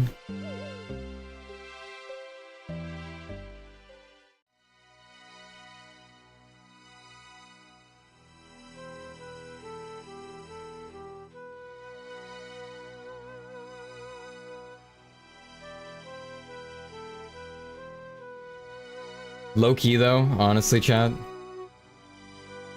I miss the days of the Wildy not having a line. Cause that was some crazy shit. When there was no line for the Wildy. Those were peak PvPing days. Yeah, people hugged the line, but it was ruthless. It was wild. It's Wild West.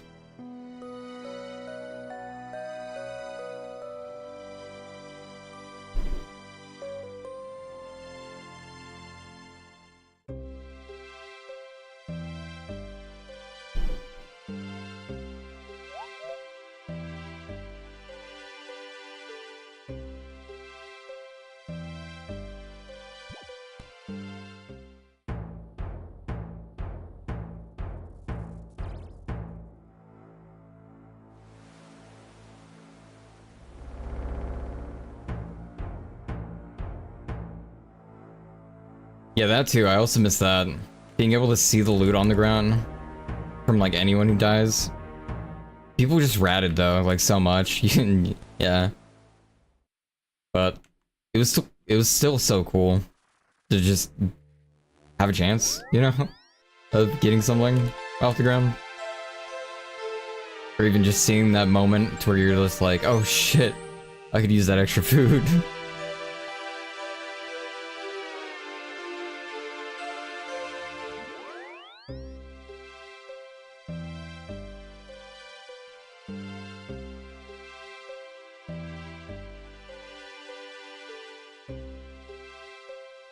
Oh, will the stale cone? They just removed it out of, you can't see people's loot anymore, right? If they die in just like the regular areas, or no?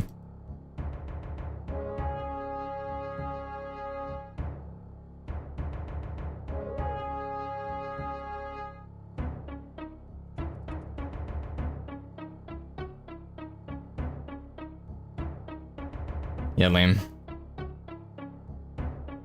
It was cooler when you saw everyone's loot. Like for regular areas. And you could like, someone could ninja the shit if you died out in just the open world. That was prime. Because then you would come across someone who died and who didn't retrieve their shit and you just like got a free rune skimmy or something. It was awesome. Who doesn't want a free rune skimmy off someone not getting to their body, you know?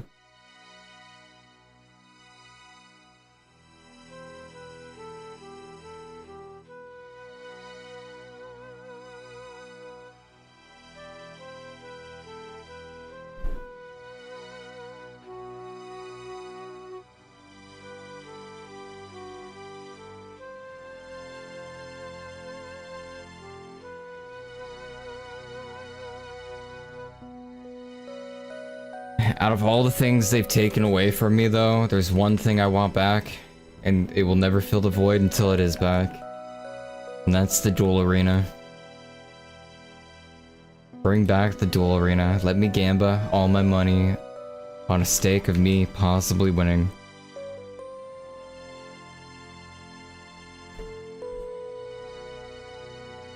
It doesn't feel like RuneScape without the duel arena anymore, I'm gonna be honest. RuneScape doesn't feel the same without duel arena. It just ain't right. It ain't right, man.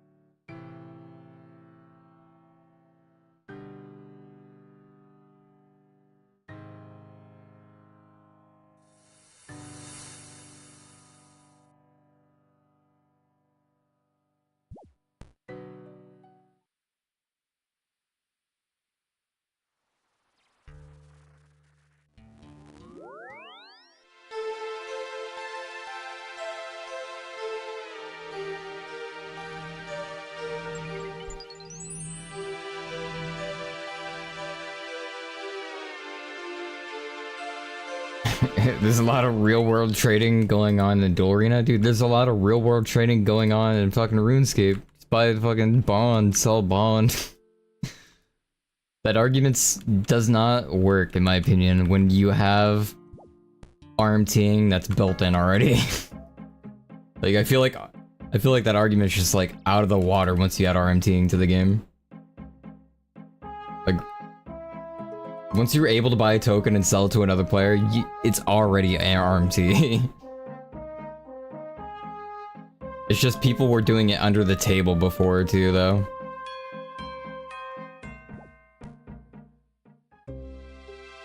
I haven't been to the duel arena since it's been gone. I don't know what it's like over there.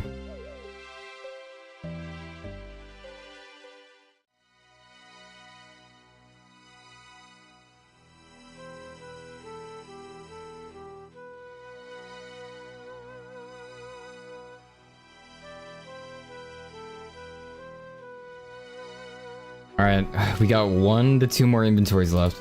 Okay, 1 more inventory after this and we're done.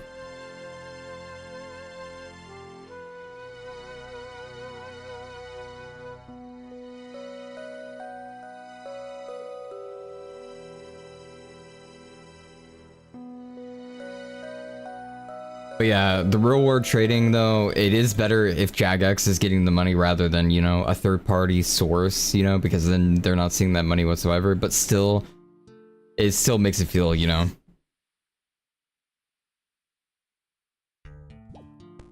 not too good when there's already real world trading like officially too.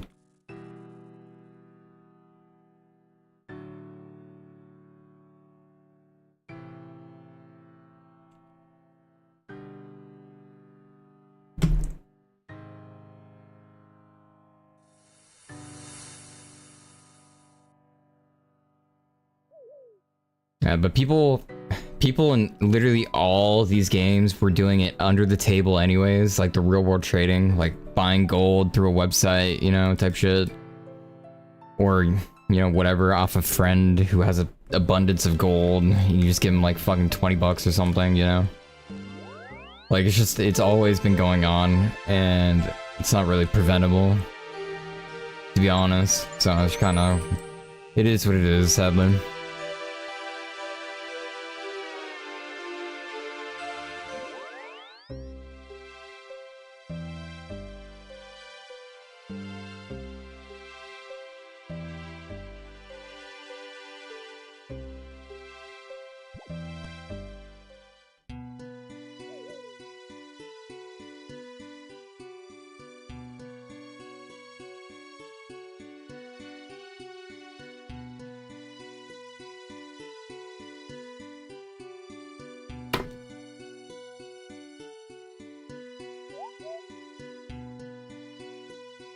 Yeah.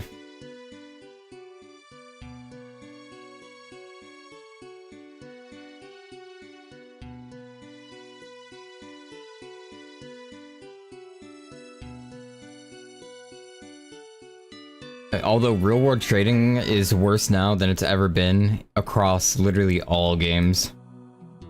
Because it's like officially added nowadays. And now that it's officially added, people want cheaper ways of, you know, they see it's like 20 bucks to get so-and-so rune coins or whatever the fuck, and then they see they can get it off someone else for cheaper or something, you know, whatever the hell. So it's just like, it's much worse now than it, like in gaming as a whole, like the real world trading. It definitely wasn't worse before bonds. Once bonds were added, and once, you know, WoW token was added, it doubled, in my opinion, like the real world trading.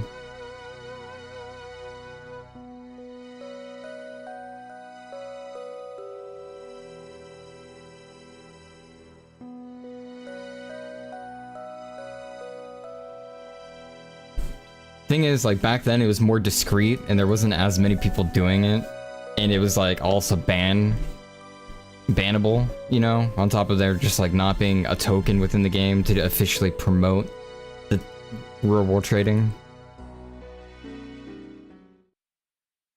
Once it became officially promoted across, you know, different games, more and more people are willing and are starting to open their wallet or like find ways to use their in-games or their IRL status to make them have higher stats in-game, you know? Like their IRL jobs and shit.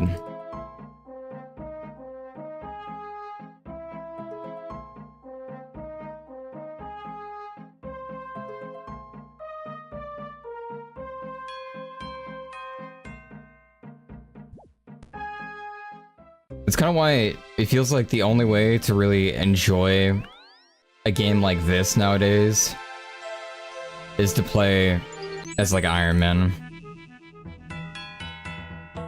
Because you're not going to get the same experience as, you know, someone who played RuneScape back in 06 unless you play Ironman, really. Or like Ultimate Ironman Group, you know? Or not Ultimate Ironman, Ironman Group is what I meant to say. That's the only way you're gonna get like a true experience nowadays, because you can just buy everything off the GE or the auction house in whatever game, you know? It really takes away a large part of like playing the game, learning the systems, where to go for this, where to go for that. It takes a very large amount out of the game from just being able to trade people.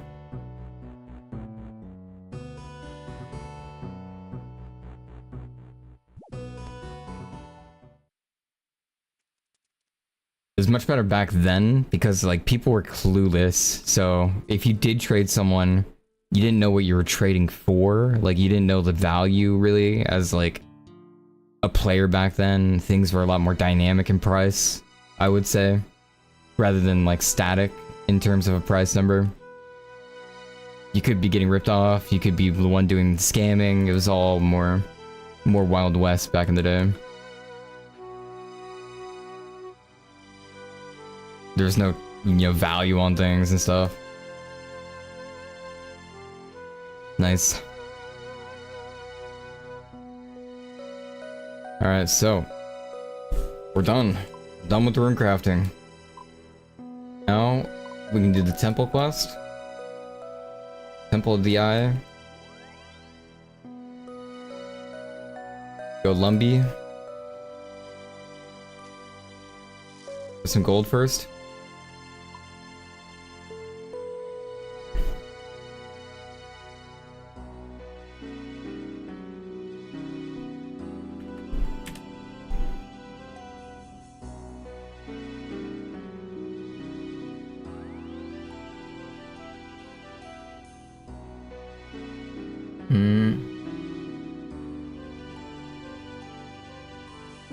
Yeah, I got my gay boots.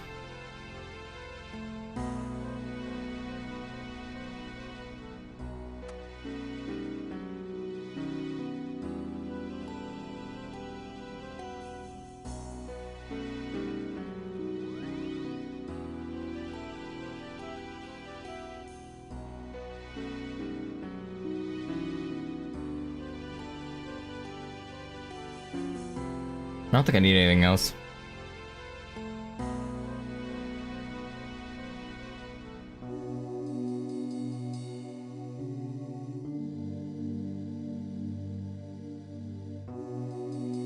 Gay boots is not a bad term, I'm not saying that in a negative way.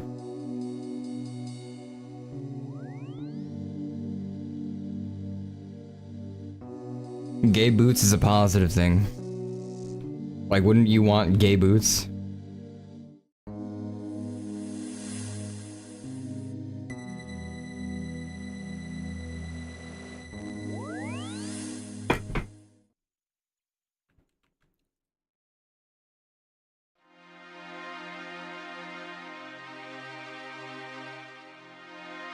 Exactly. LG boots.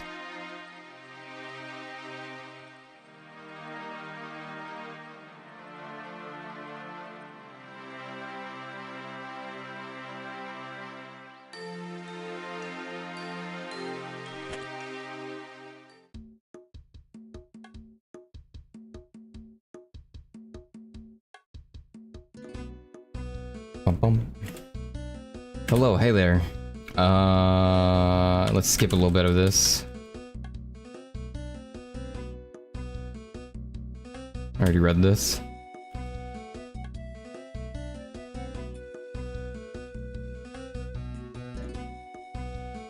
Wait. Did it say I couldn't?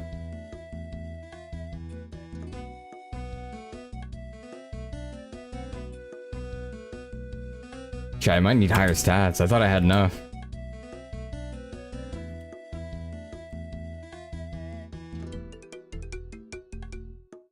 You do not meet the requirements to start Temple of the Eye. Fuck. My main's not that hard. Not that high, Mendo. I just started playing again. My main is... Hold on. Yeah, these are my stats right here on my main, so it's not that high on my main.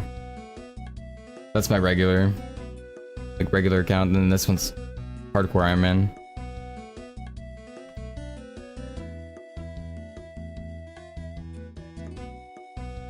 Yeah, pretty much. Yeah, definitely. I was gonna hit you up when I do. I just want to get my stats higher. Cause I haven't done like anything they added. I've done none of the PVM, and I really want to get into it. So like, definitely do want to do that shit for sure. That should be a lot of fun.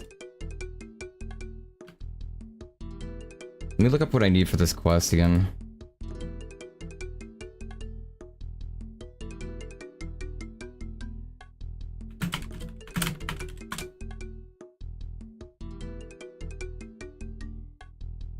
Is this an Ironman or just another account?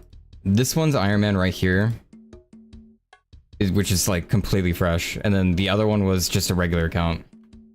The one with higher stats that I showed. I don't know what stats I do need to start doing shit. I have 43 prayer though. And then everything's pretty, yeah, not too high. Got my rune crafting 65 though.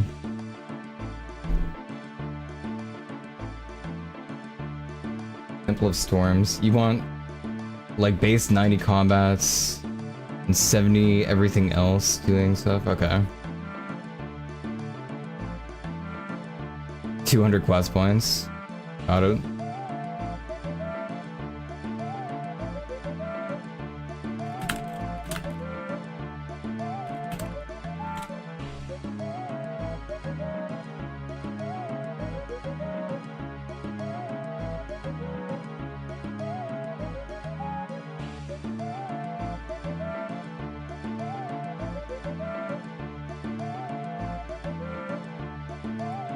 Yeah, for sure. Have a good one, Commando.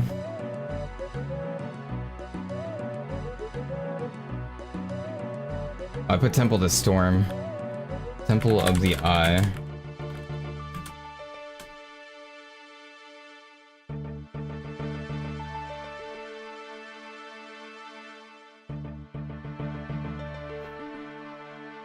Oh, wait, I didn't do... I need to enter the abyss. That's what I'm missing.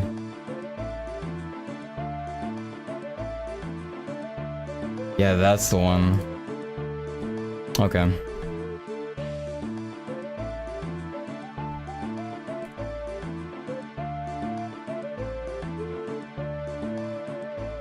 Recommends a whole bunch of teleport items. The start of this mini quest is in the wilderness. Other players can attack you by being there, so make sure not to bring anything. Oh my god.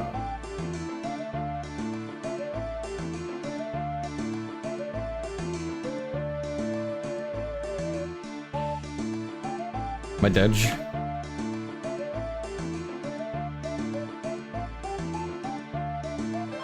It's only 4 to 7 wilderness, so it's not that bad. Hey, Aliavari, appreciate the raid. Thank you. Welcome, welcome. Okay, 4 to 7 wilderness isn't that bad though.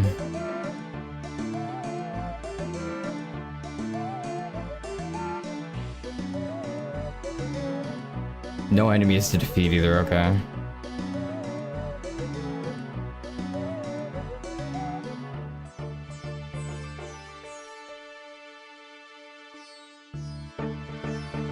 So I'm definitely bringing some food, I guess.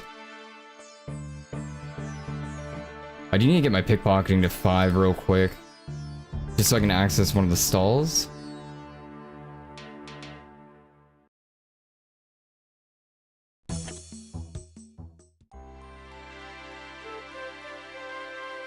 Oh yeah, for sure, Volley. Still a solid game, still fun. I haven't touched it in a long time, it's been a while. Definitely missed it though. Dude, I've been past like week. I was just debating. I'm like, do I get into OSRS again, man? Do I really send it again? Is it time? Here we are. It is time.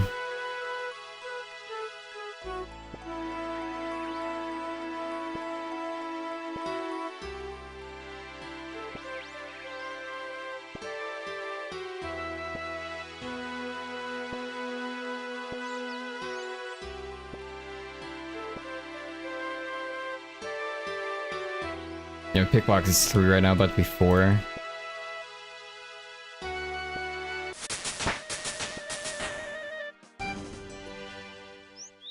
Yeah, all of them playing just got me wanting to play even more, man. This is like, fuck.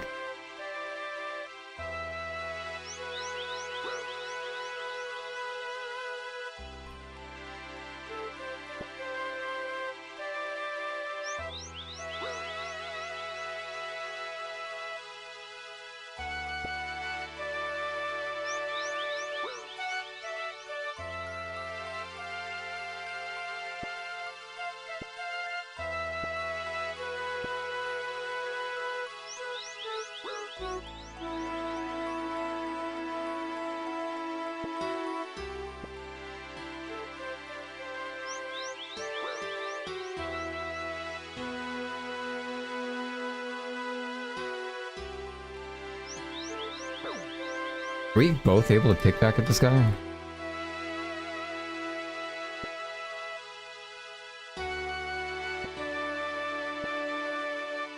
I guess we are. Nice level 5 already. Should be able to do one of the stalls now.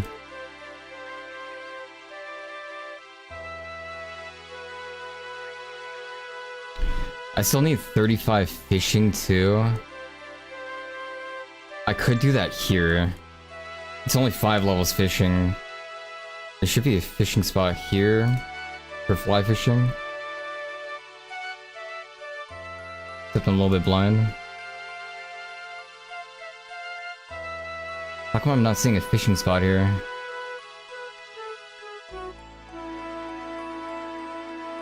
Should be one there.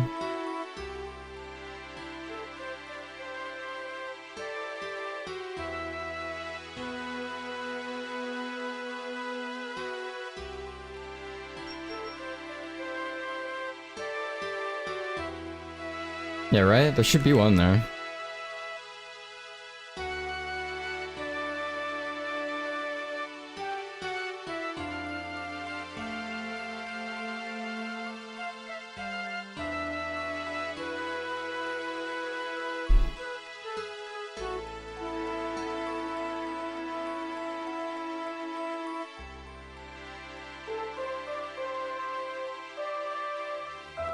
So you need fly fishing rod, feather,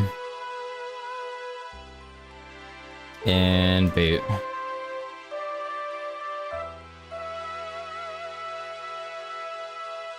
Should be a fly fishing spot.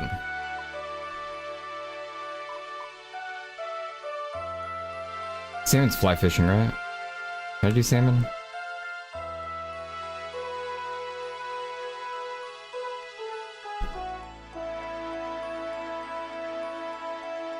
Yeah, fly fishing feathers, 30. Nice. Okay, so I can. Great.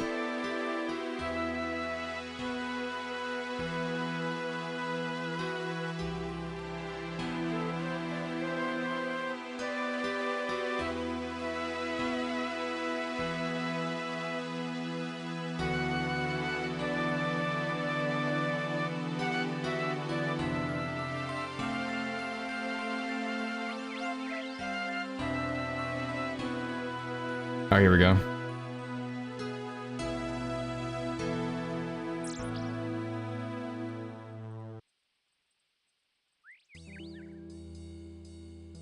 Oh, no, I already killed the shit ton of chickens. I was leveling my prayer and doing that while leveling the early game, like, initial levels by doing that shit. So I got a lot of feathers. These were all hand-picked feathers, alright? My 1,500 feathers, man. I was going to work for those, alright? Fucking my 9 to 5. Yeah, actually.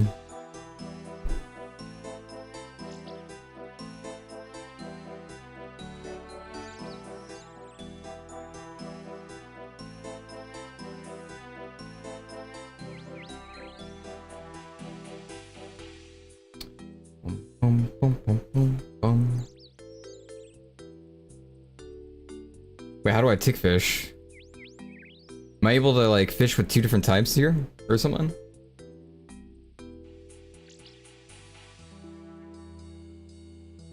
Are you talking about, like, when I have, like, herbalore and, like, doing that stuff? Like, if I had some bass here, I could herbalore and fish, probably, right?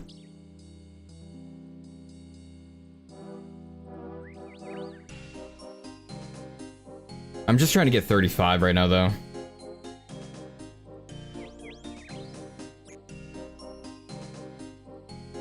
Yes, I don't think I have anything to tick fish, like, currently, I don't think.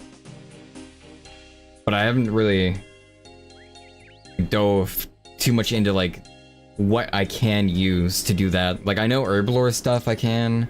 I know some, like, other niche items. I think, like, fletching, maybe? I don't know.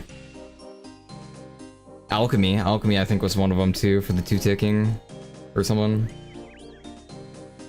But I don't think I have anything on me currently to do that.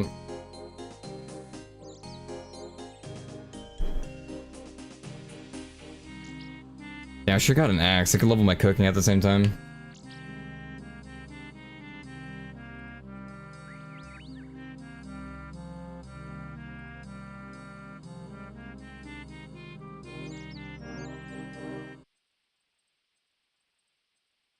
Still need 30 fire making too for the Winter Todd game. Winter Todd mini game.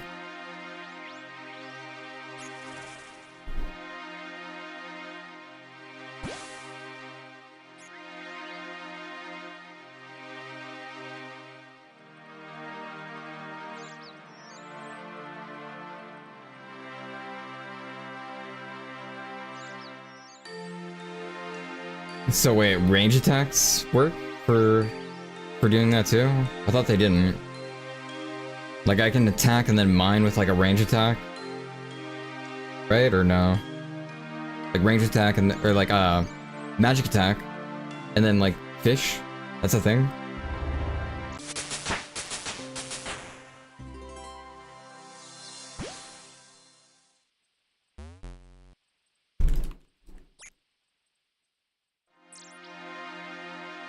Oh wait, there's fire in here. I can use this, right? Ain't no way. Nothing inch... Bruh. How does that not work? There's a perfectly good fire there.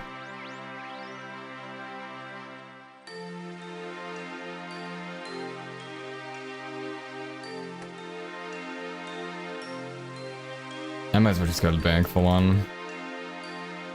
I'll just bank these, I guess, or something.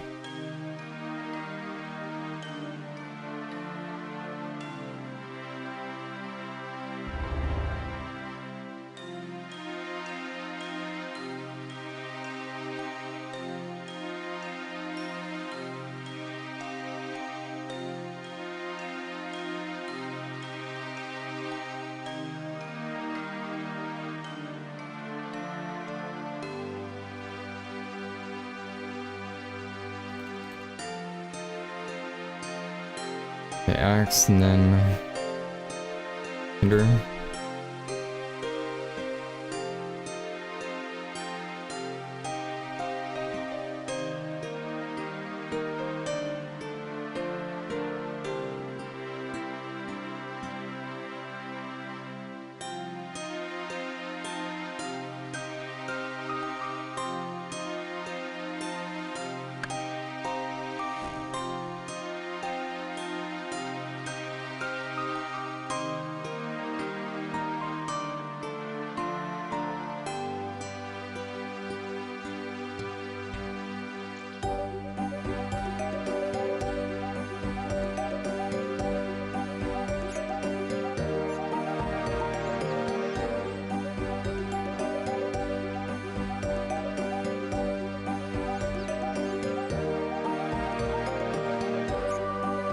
I don't need bait here. I thought I needed bait too. It's just feather and fishing rod.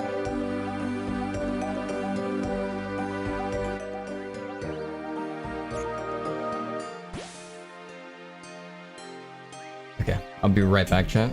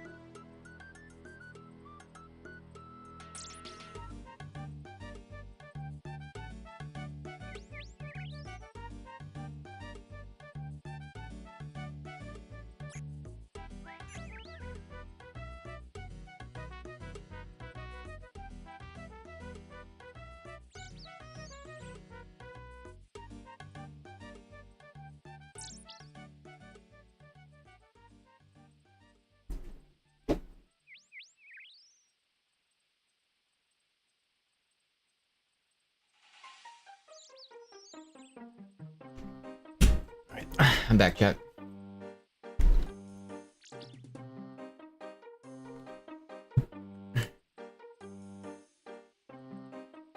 Wait, what? Oh, there we go. Thank you, thank you.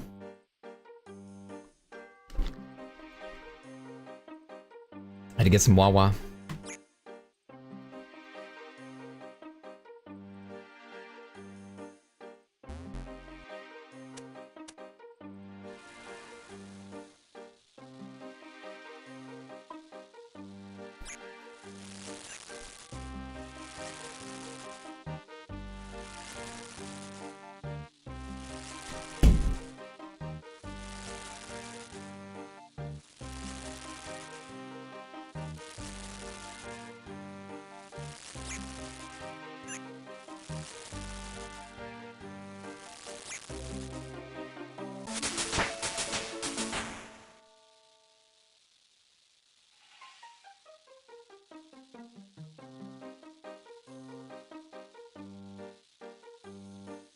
My cat almost turned off my PC. It was very close.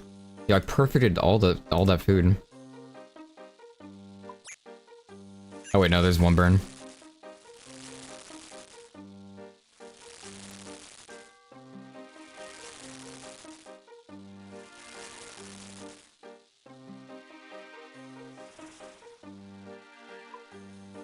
For the fishing minigame chat, I forgot. Do I get fish from that?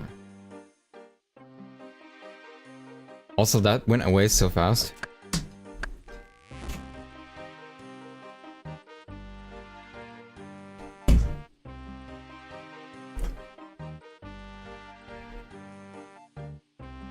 Been drinking tea? Nice.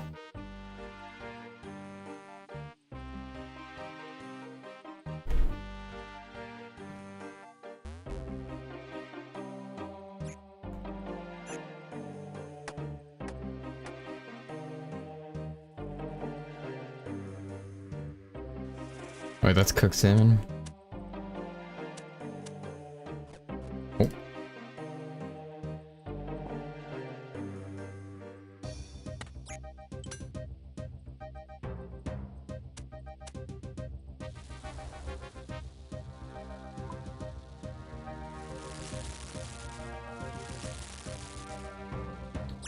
Is there something I can download that will tell me like how much I get healed for?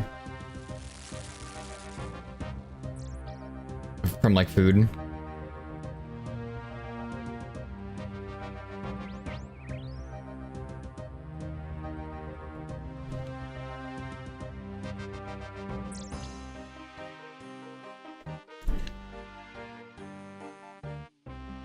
I type in like food or something? A message will appear over your head when you food, right? Consumable. Displays cooldown and food and drink times. Oh, does this show like the ticks? Like that's a 2-tick food or some shit? Status bars?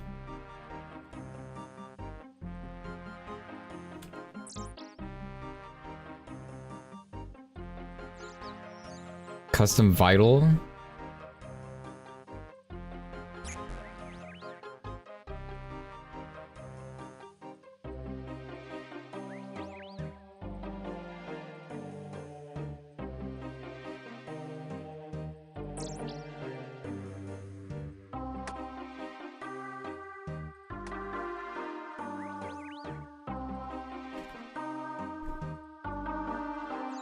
Oh shit.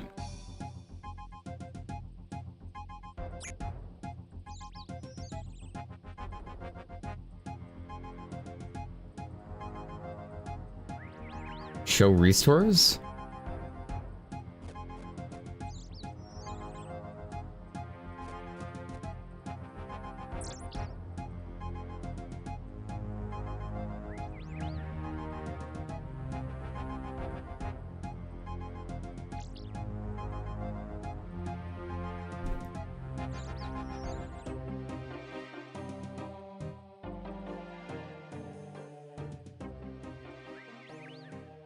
I don't think it's showing me how like, I don't think it's showing me like how much food I get or how much health I get.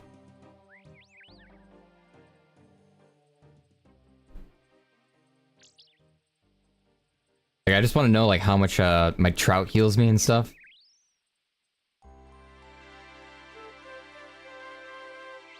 If you actually lost health, okay, gotcha. $32 fishing, already pretty close. We only need 35, so it should be easy. Should be fast. 35, and then we out of here, chat. Oh, that question I had earlier, though. The fishing minigame. Do I keep fish from that in some way? Because I'm debating on not bringing this stuff to the bank. Or bringing it to the bank.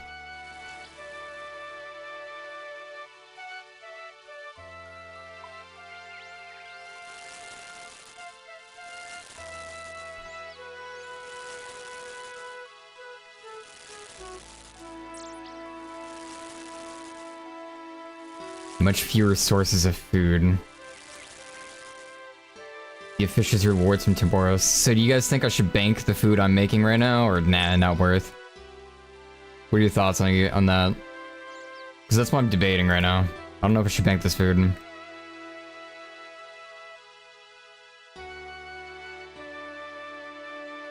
Not worth? XP waste? Alright.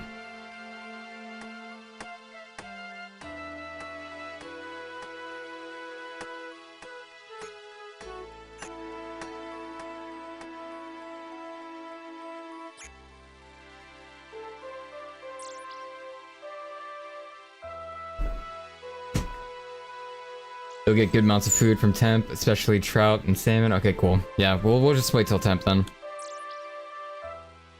We'll just cook and drop this shit.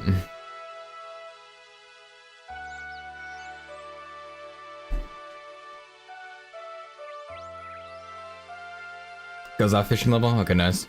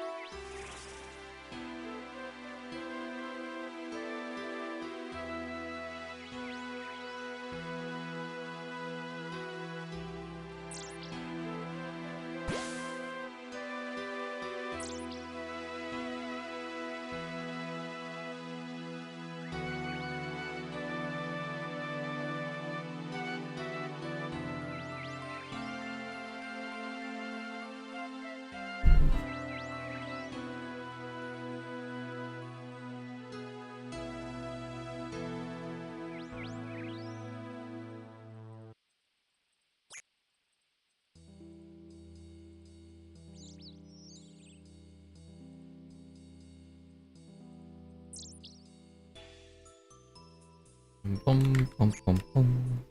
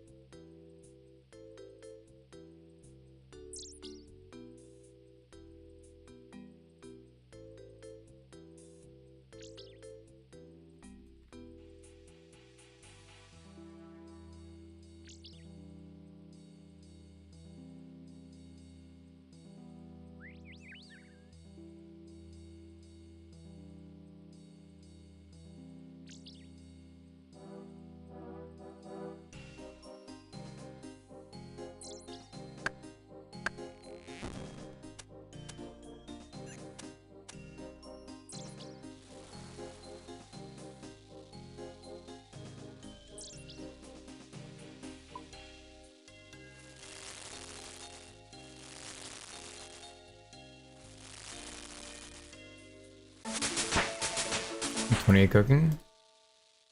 Not bad.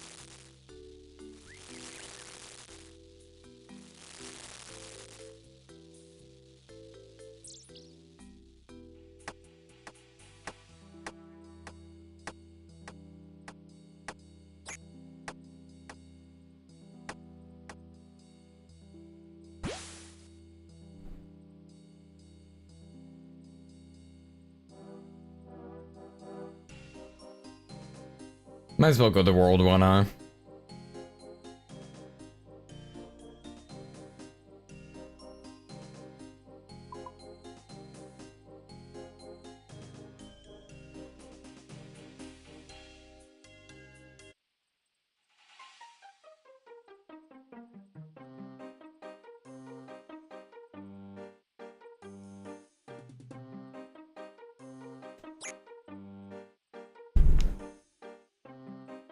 Alright, we're just getting 35 fishing here. 35 fishing and we out.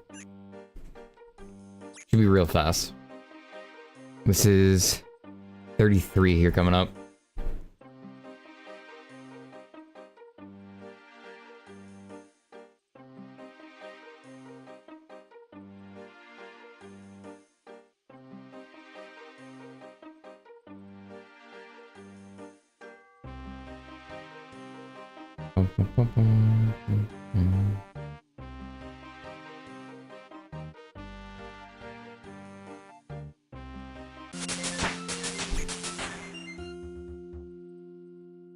Oh, there's a duck on that when I was doing that.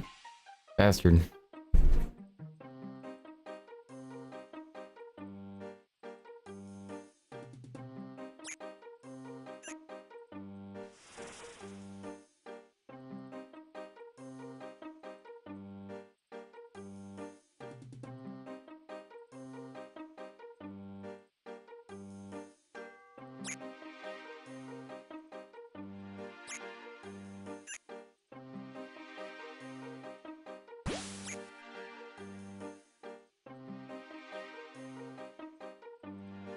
You know how to get to temp? I don't remember.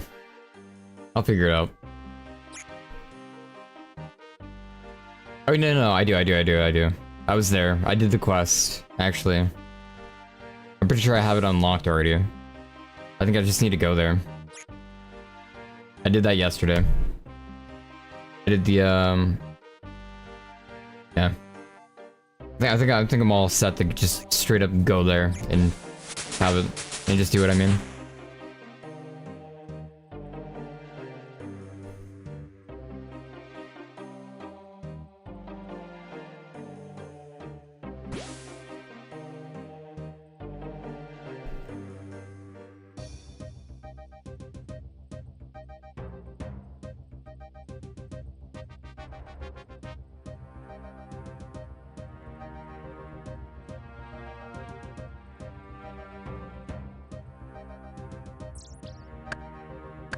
Probably just solo. That's what I did before.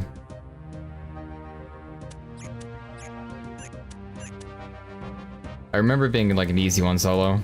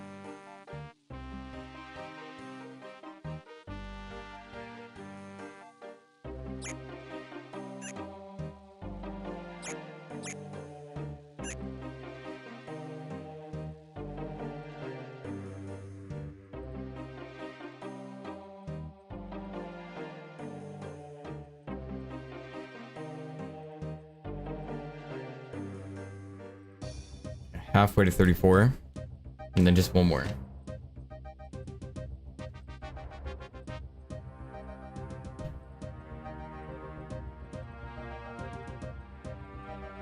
How dare.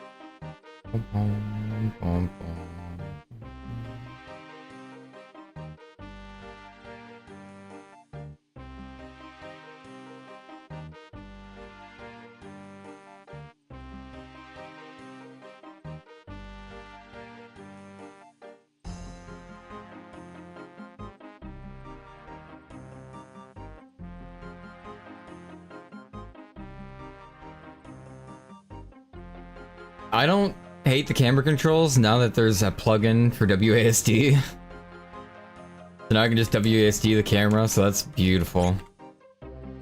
I hated the arrow keys. Like, I'm used to the arrow keys and using them, but man, it's awful. And you can use scroll wheel too now. But yeah, scroll wheel's too clunky for me. I'd rather just WSU.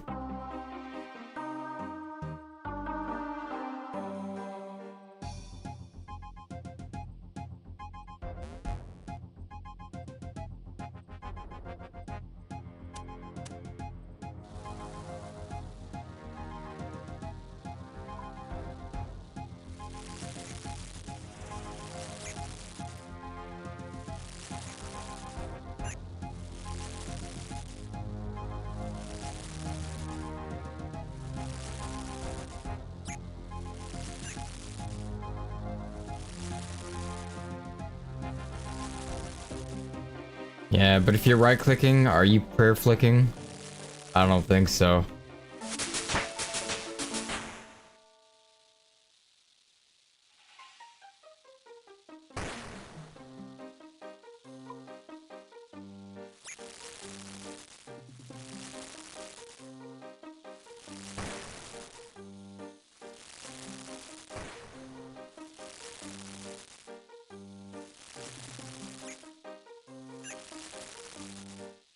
My salmon.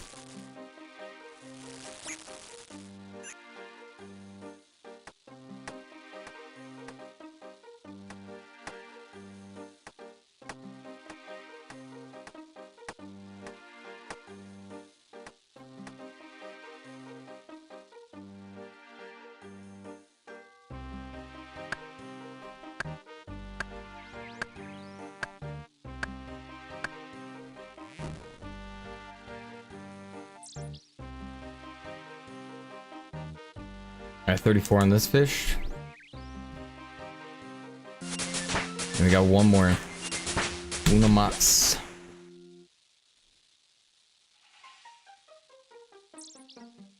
I'd probably just keep... I'm gonna keep this fish that I get here. That way we have some food. Because I still need to do the other quest.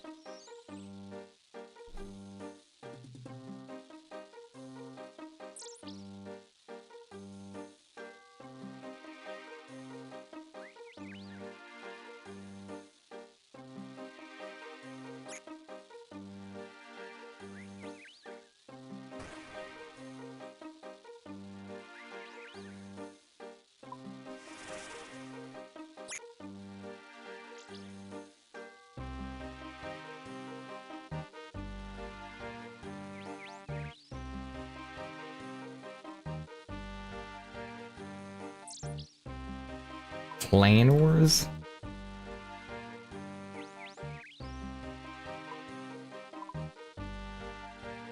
The fuck?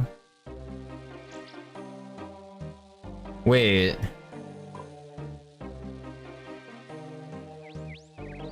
Is Clan Wars always there? Or am I thinking of something else?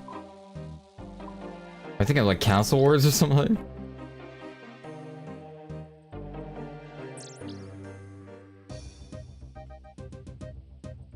I am thinking of Castle Wars. That's what I'm thinking of. Yeah, ain't no way I'm teleporting over there, by the way. Ain't no way. Wait, Castle Wars is free to play now? That's actually insane. That is go to change. Actually go to change.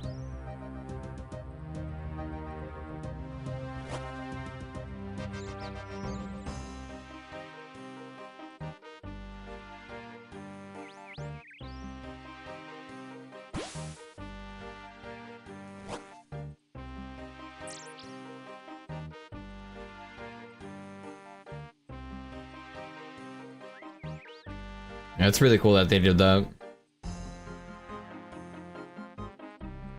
This Castle Wars honestly needed to be free to play. Like, kind of needed to be.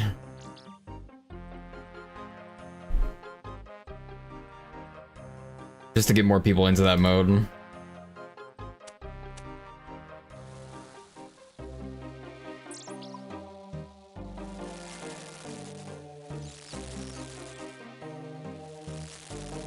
Ah, it's dead free to play though.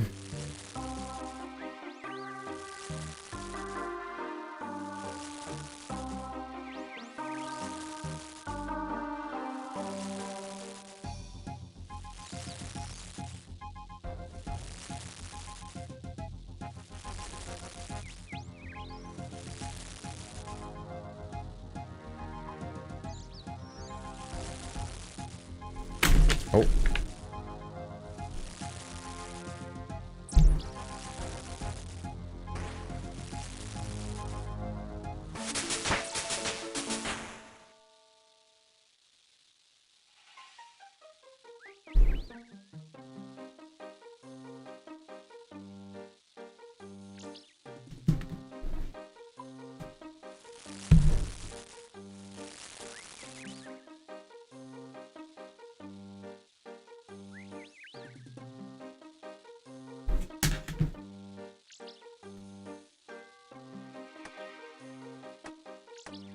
Okay, we'll get rid of the trout.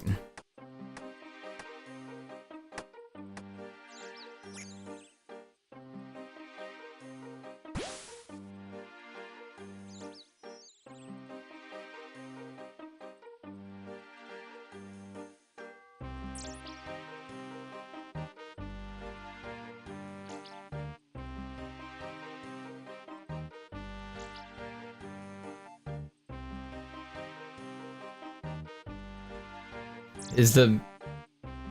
Wait, is the rune crafting minigame free to play too?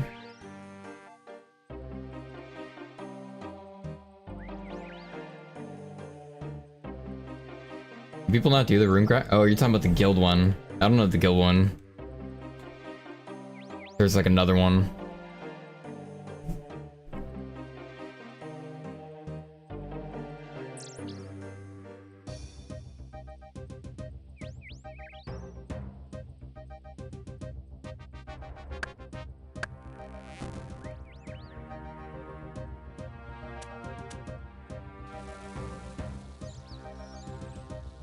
Cooking all the salmon though is making me really want some salmon, man. I want some blackened salmon like right now.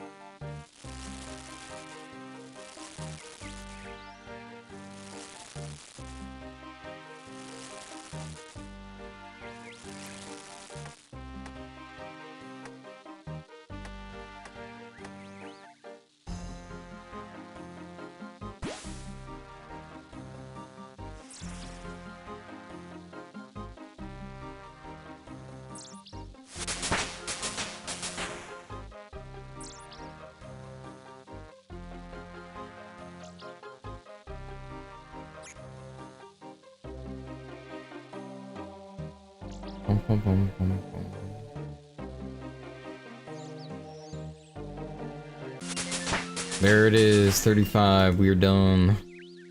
We're outie.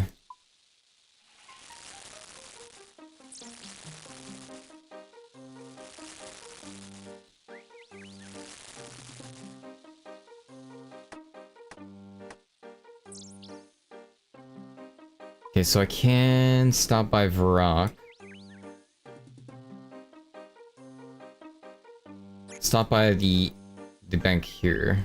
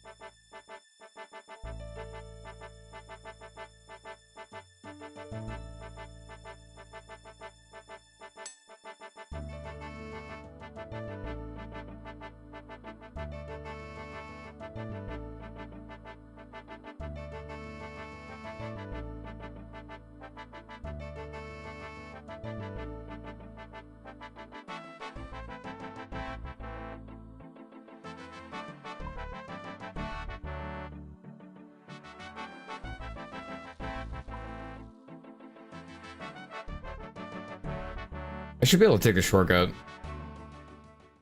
Also, I need to get off this world too.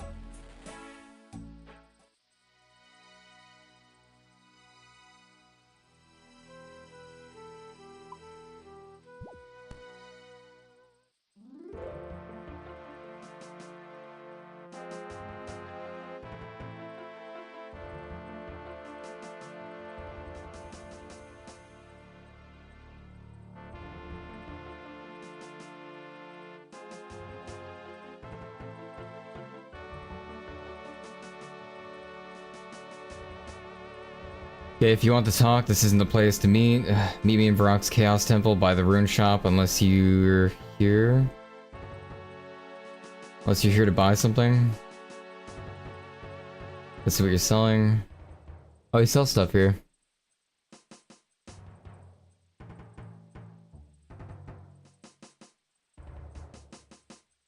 Dude, all these players are freaking me out, man.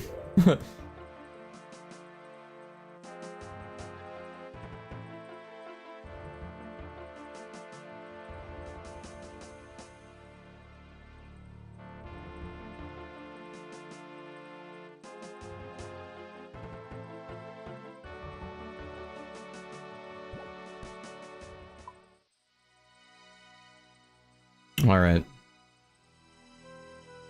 So now... The Varrock Rune Shop?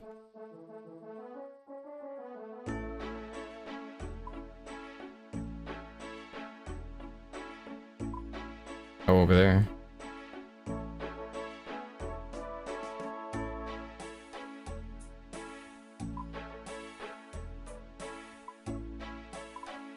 Oh yeah, he said south of Varrock Rune Shop.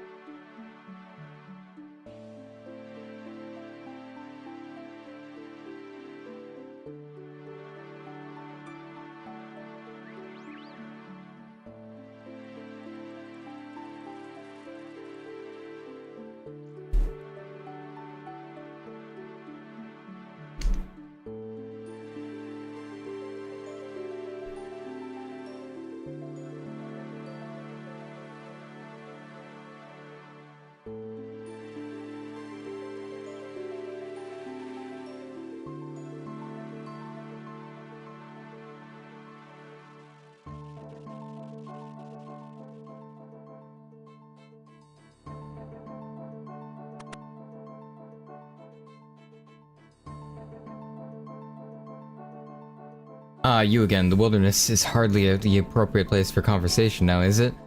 What was it you wanted? I don't really want anything, so why'd you approach me?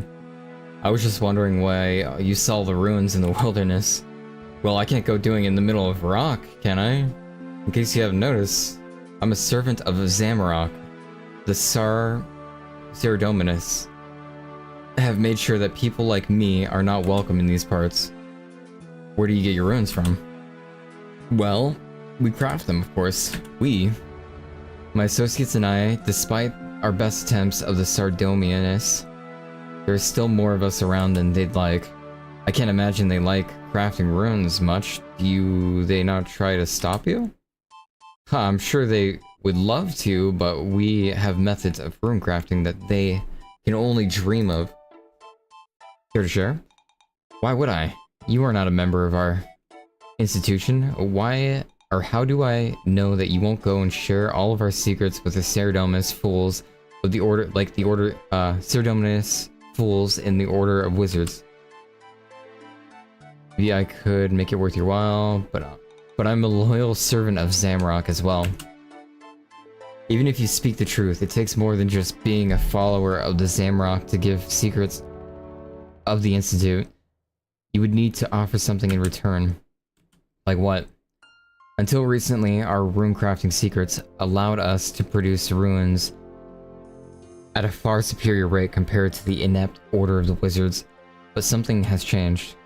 From what we gather, they've somehow rediscovered how to access the lost rune essence mine. Ah, well, I know all about that. I was actually the one to help them do it. You did what? You helped the Order of Wizards? I thought you were claimed to be a servant of Zamarok.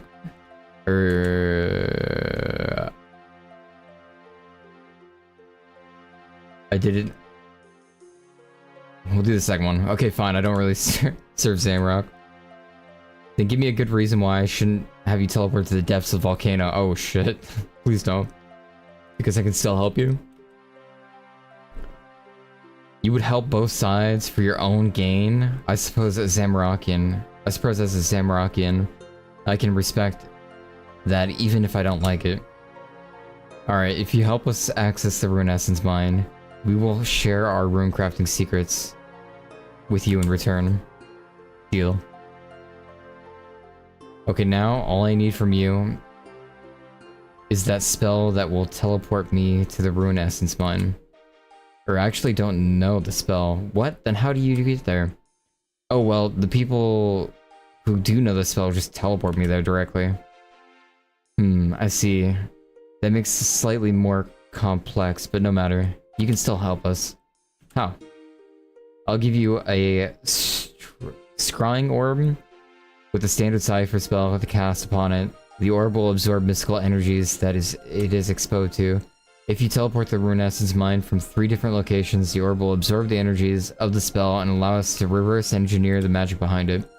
Do you know the 3 different people who can teleport you there? I know 2. Well, if not, I'm sure the fools in the Order of the Wizards can tell you. Now, here's the orb.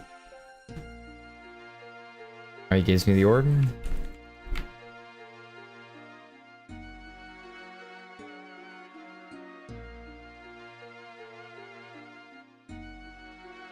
So I'm guessing the other one's an Aubrey, I guess.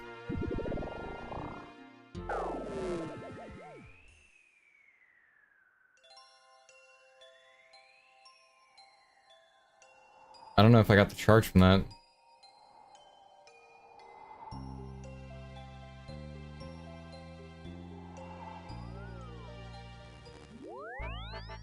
I think I did.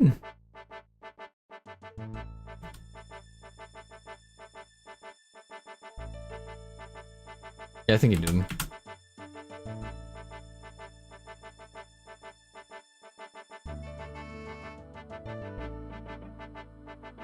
Yeah, I want to buy a staff too. Been needing to buy a staff. Been holding off on buying a staff. I'm just gonna buy a cheap ass staff too. Actually, I should just buy an air staff. It's fine.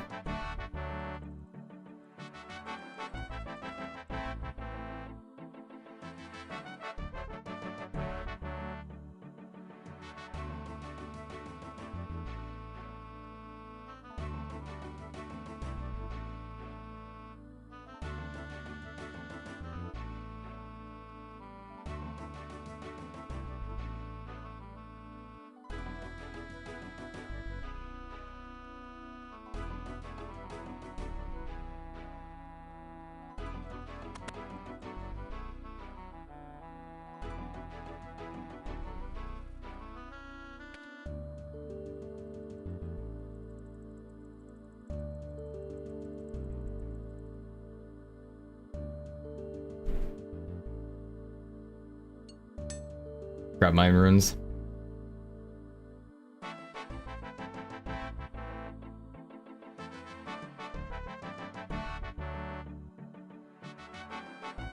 There we go. Then I need level 20 defense, I think. Or I guess. I think I should just level in defense mode on.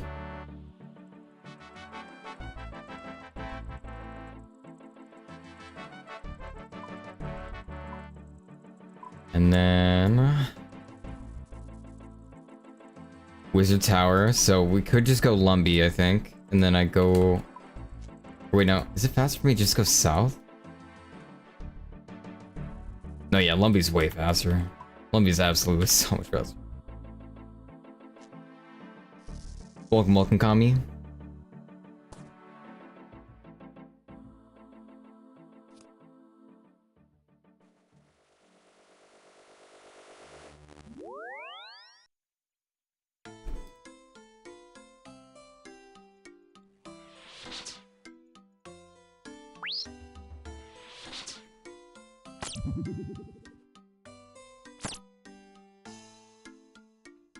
Boom, boom, boom, boom, boom.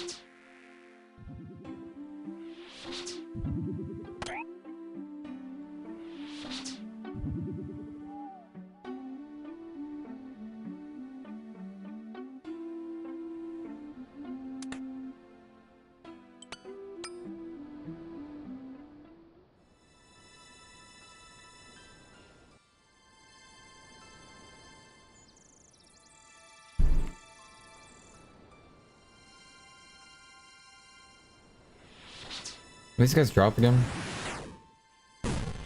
Oh shit, he's got some crazy ass magic. Oh shit. Yeah, I need his robe though. Holy shit, he hits like a truck.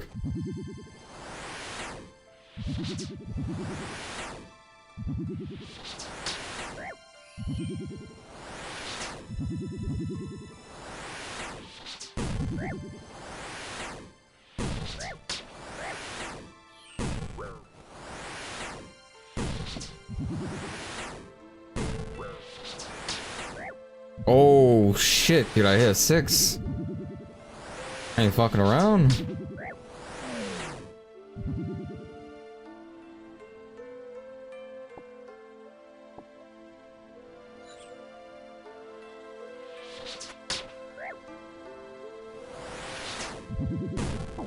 Holy bro.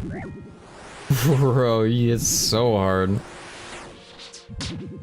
What the fuck? What the? Scary numbers, man.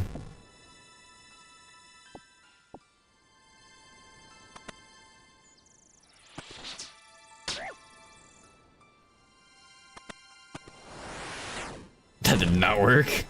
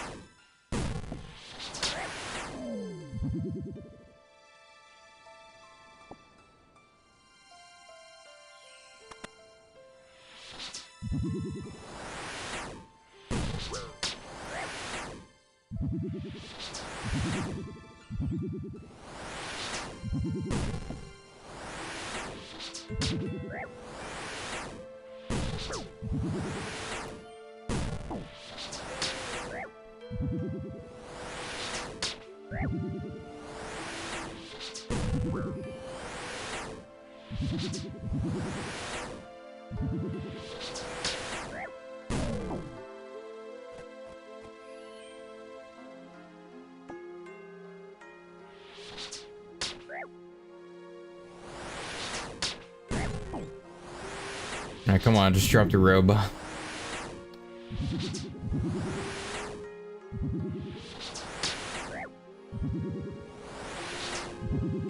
Do they really not drop their leggies too? They don't drop leggy.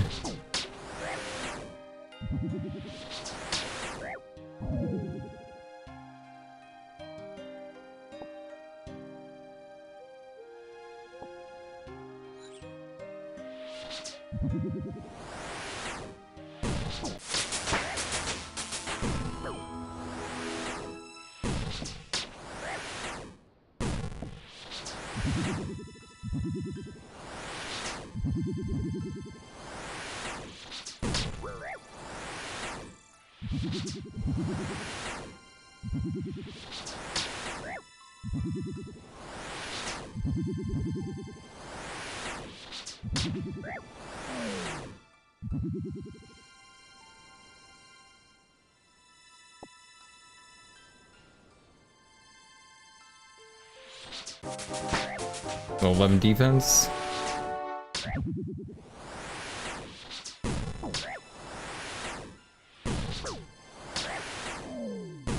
Ooh, ooh, ooh.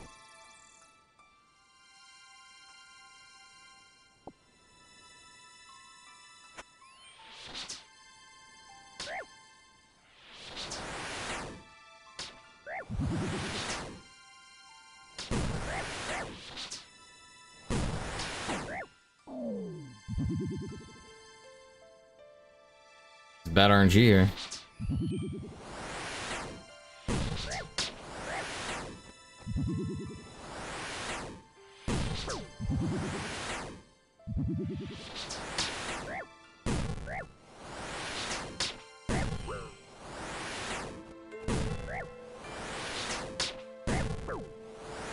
Yo, relax.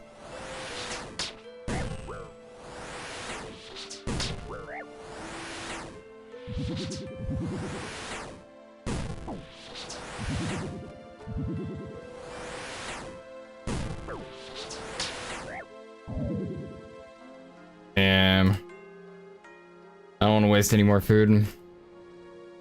Didn't get it though.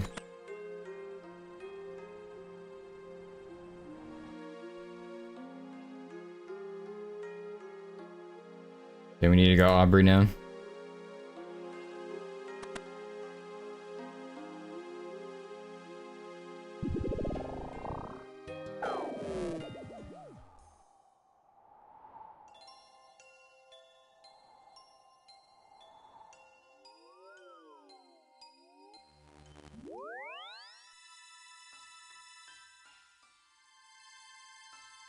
East of our dome.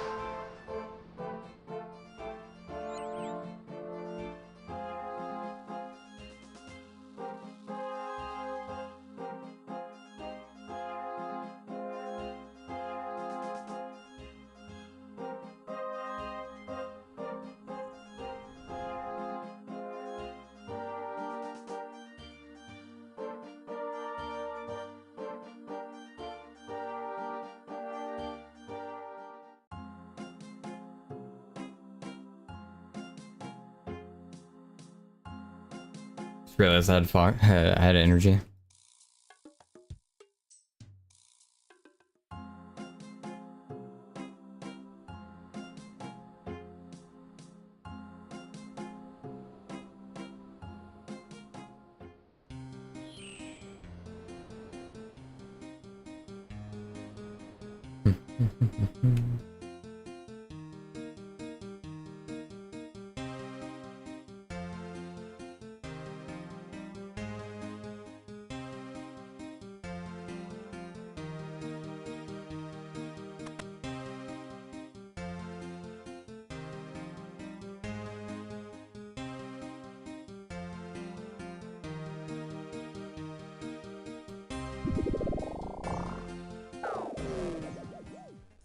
Alright, there we go.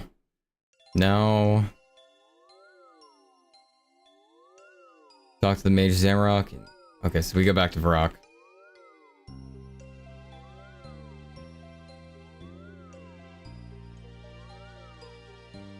$21 minutes. Got 20-minute cooldown. Well, might be stealing time.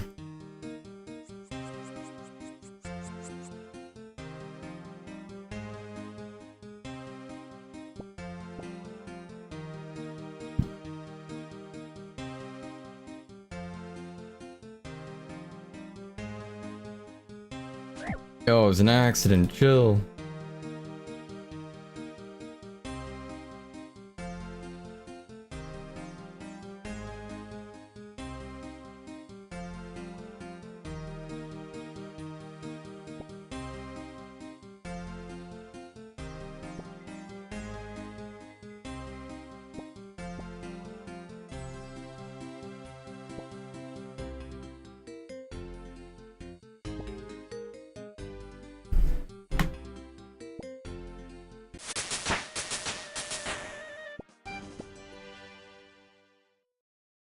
This guy there? Yeah, Paladin doesn't give a fuck. Paladin wants probably some cake too.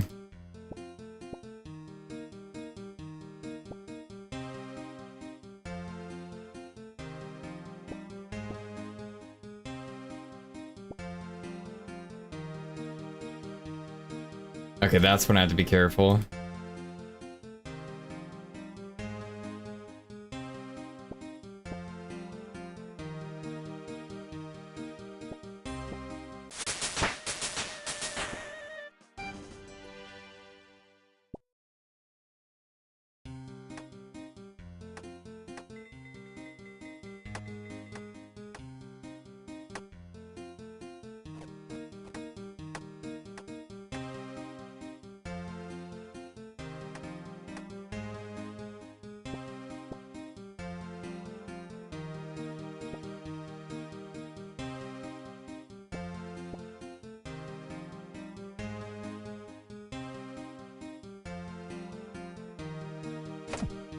I guess further than I thought. Okay, so he stops there.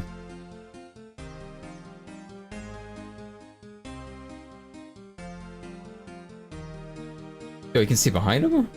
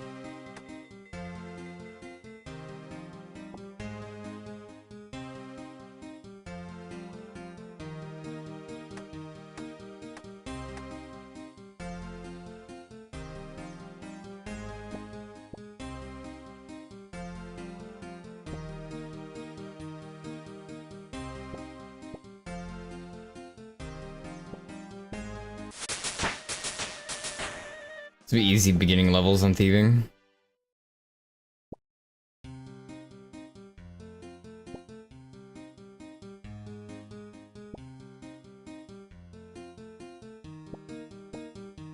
I think I need at least 15 thieving before I leave here.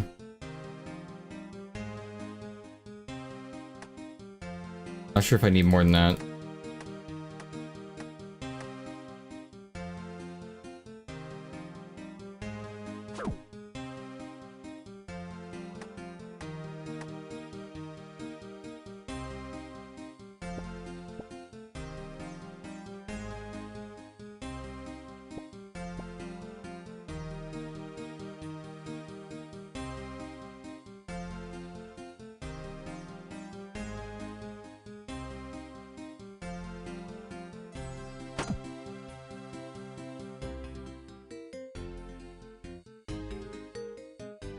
No way.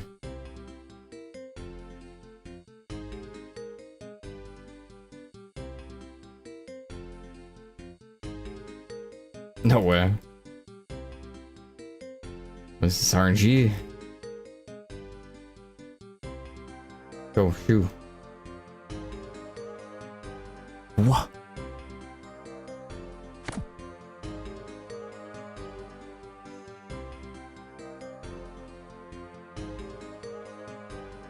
What? Bro, alright, just leave, man. What the fuck? Bro's camping.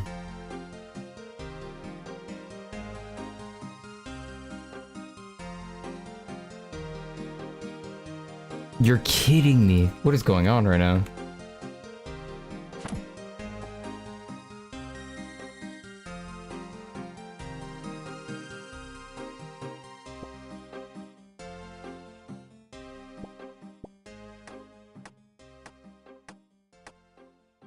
Bro, did you see that? Do you see that? He saw me from like over here looking that way. What the fuck? That was insane. Bro actually has eyes in the back of his head. He's being blocked in now, so I can't even do anything.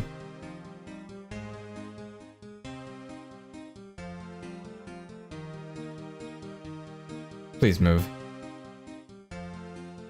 You're kidding.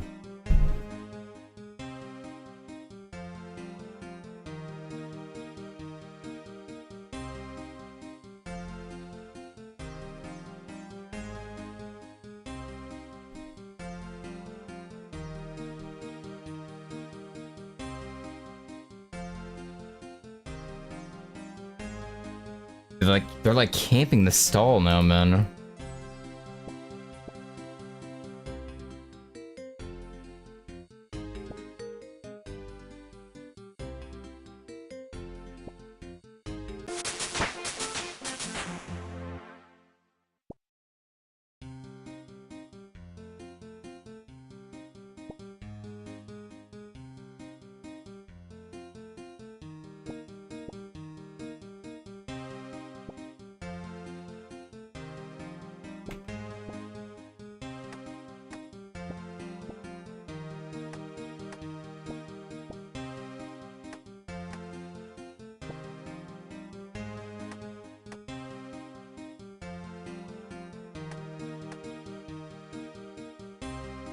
We're just doing this till my Lumpy teleports up, pretty much.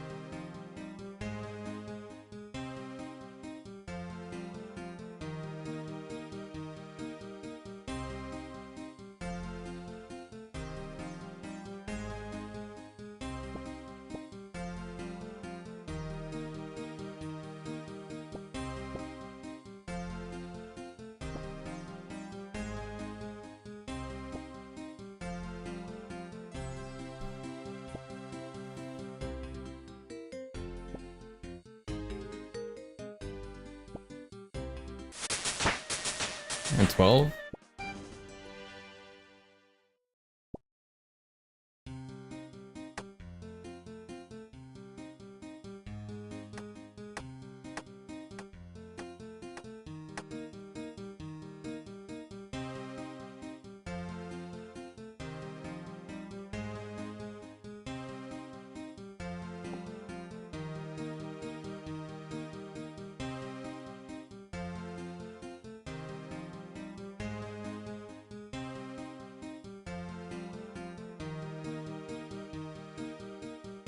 Bro, there's no way that guy sees me.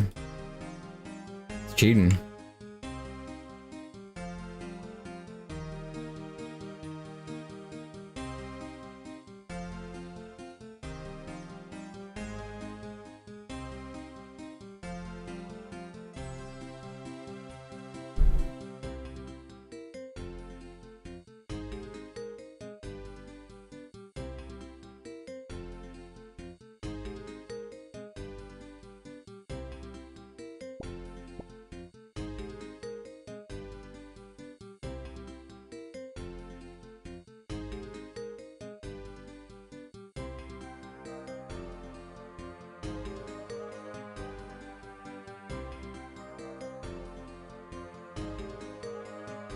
They are not moving.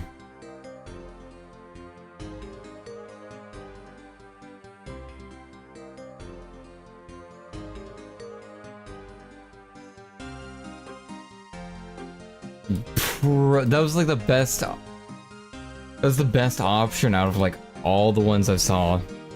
For like times to go. And I get caught on that one.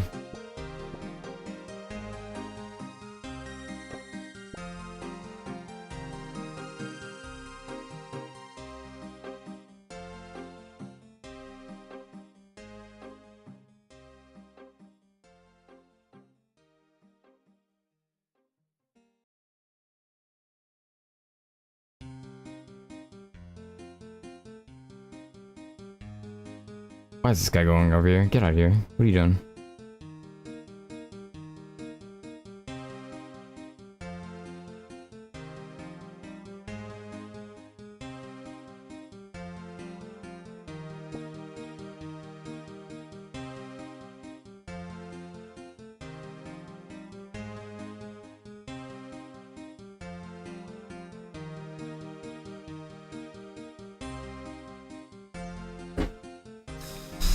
Dude, they will not leave me alone, dude. Look at him.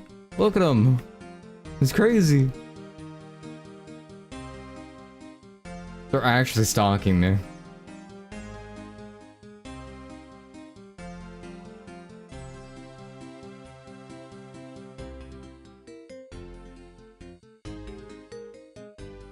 I'm gonna lose my mind. Fucking campers, man.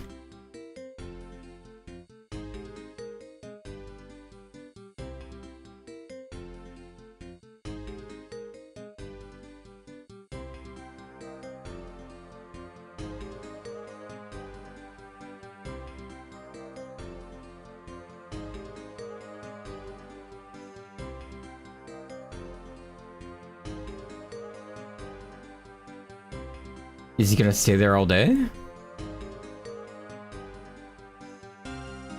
Bro. How long must I wait? How long must I wait?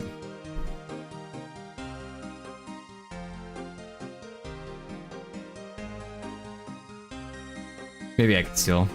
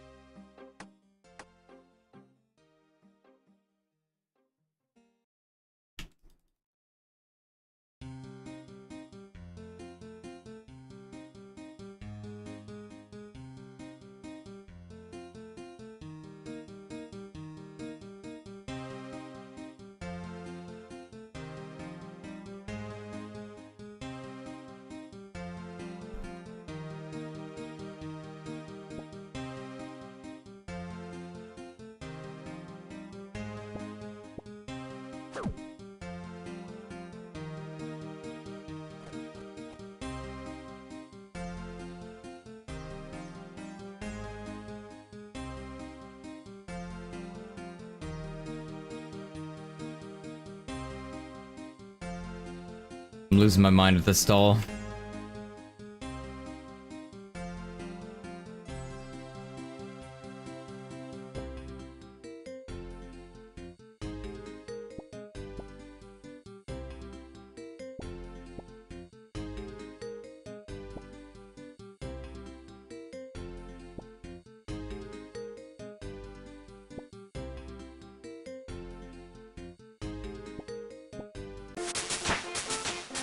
I can get Lost Tribe now.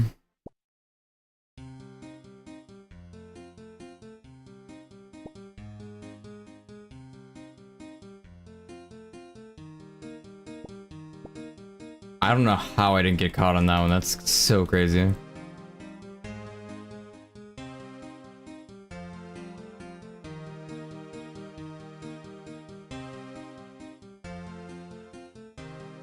Did I say attempt number 16?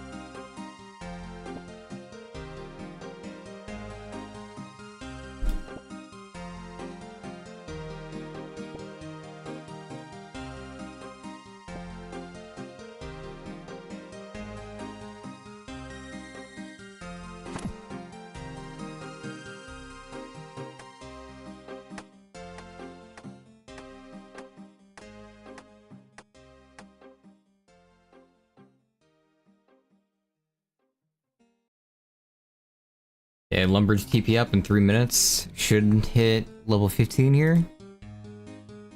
Or no, wait, fuck, I'm 14. If these guards weren't pathing in this fucking area so much, man, I definitely have it by now. They're like hard locked onto me though.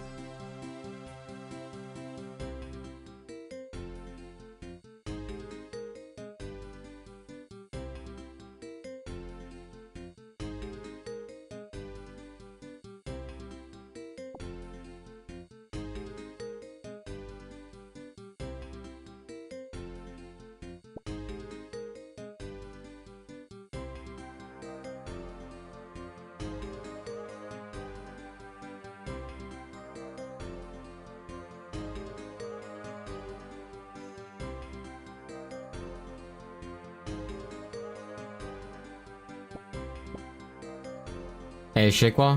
It's going good. Getting some big progress. Massive progress.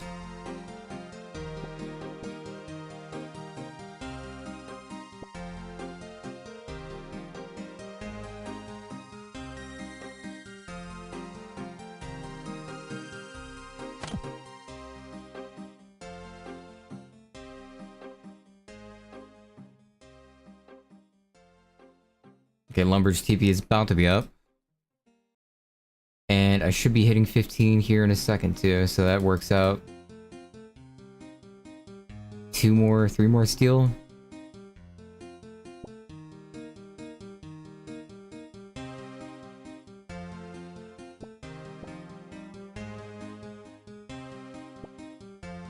There it is. You can now pickpocket ham millers and steal cowbells from dairy cows. I can steal cowbells from dairy cows. What the hell? Huh?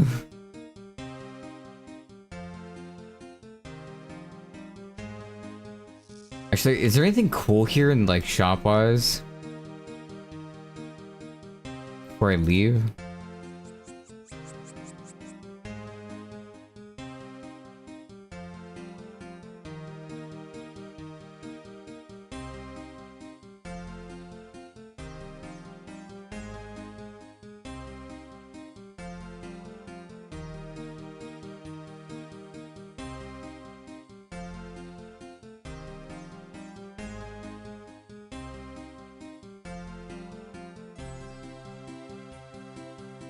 Alright, just in case I need those items at a later point, I feel like I might as well have them in my bank, you know?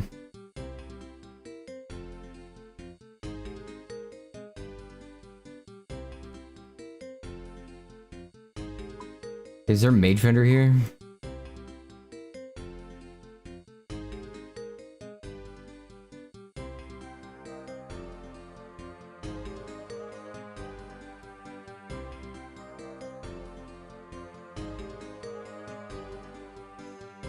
Plate body. I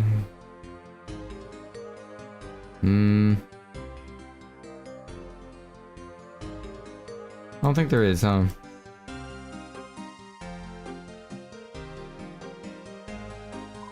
Like, we're out of here.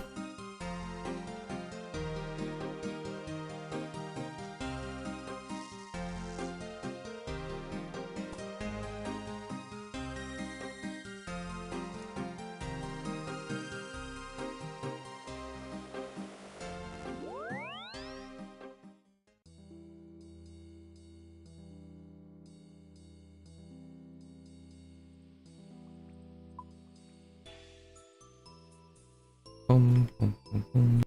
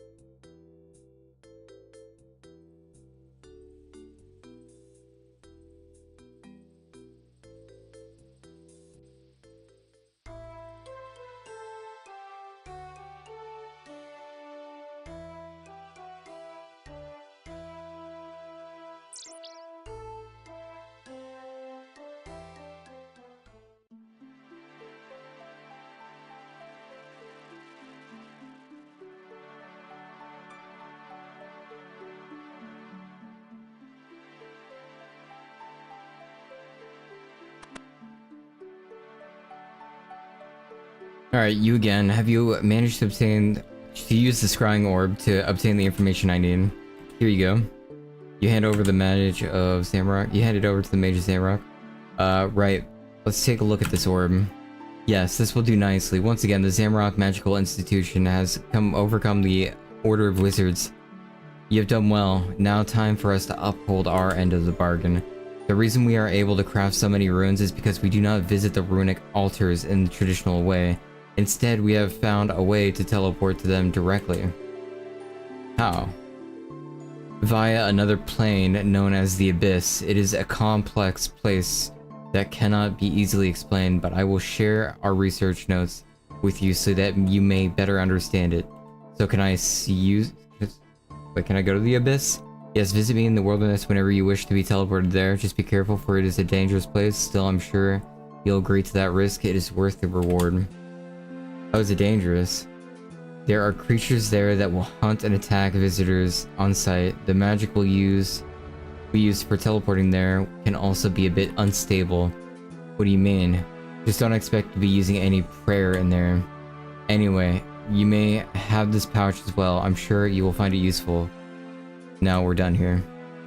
Oh, I get one for free. The Mage of Zamorak hands you a bank and a pouch. Oh yeah, you need to farm the bigger ones though off the mobs. Okay, cool. I didn't see what that gave me. Room crafting 26.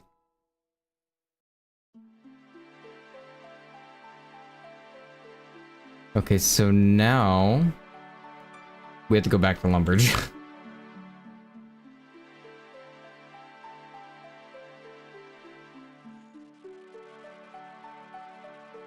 What's the Abyssal book? Oh, introduction. Okay. Yeah, I ain't reading that.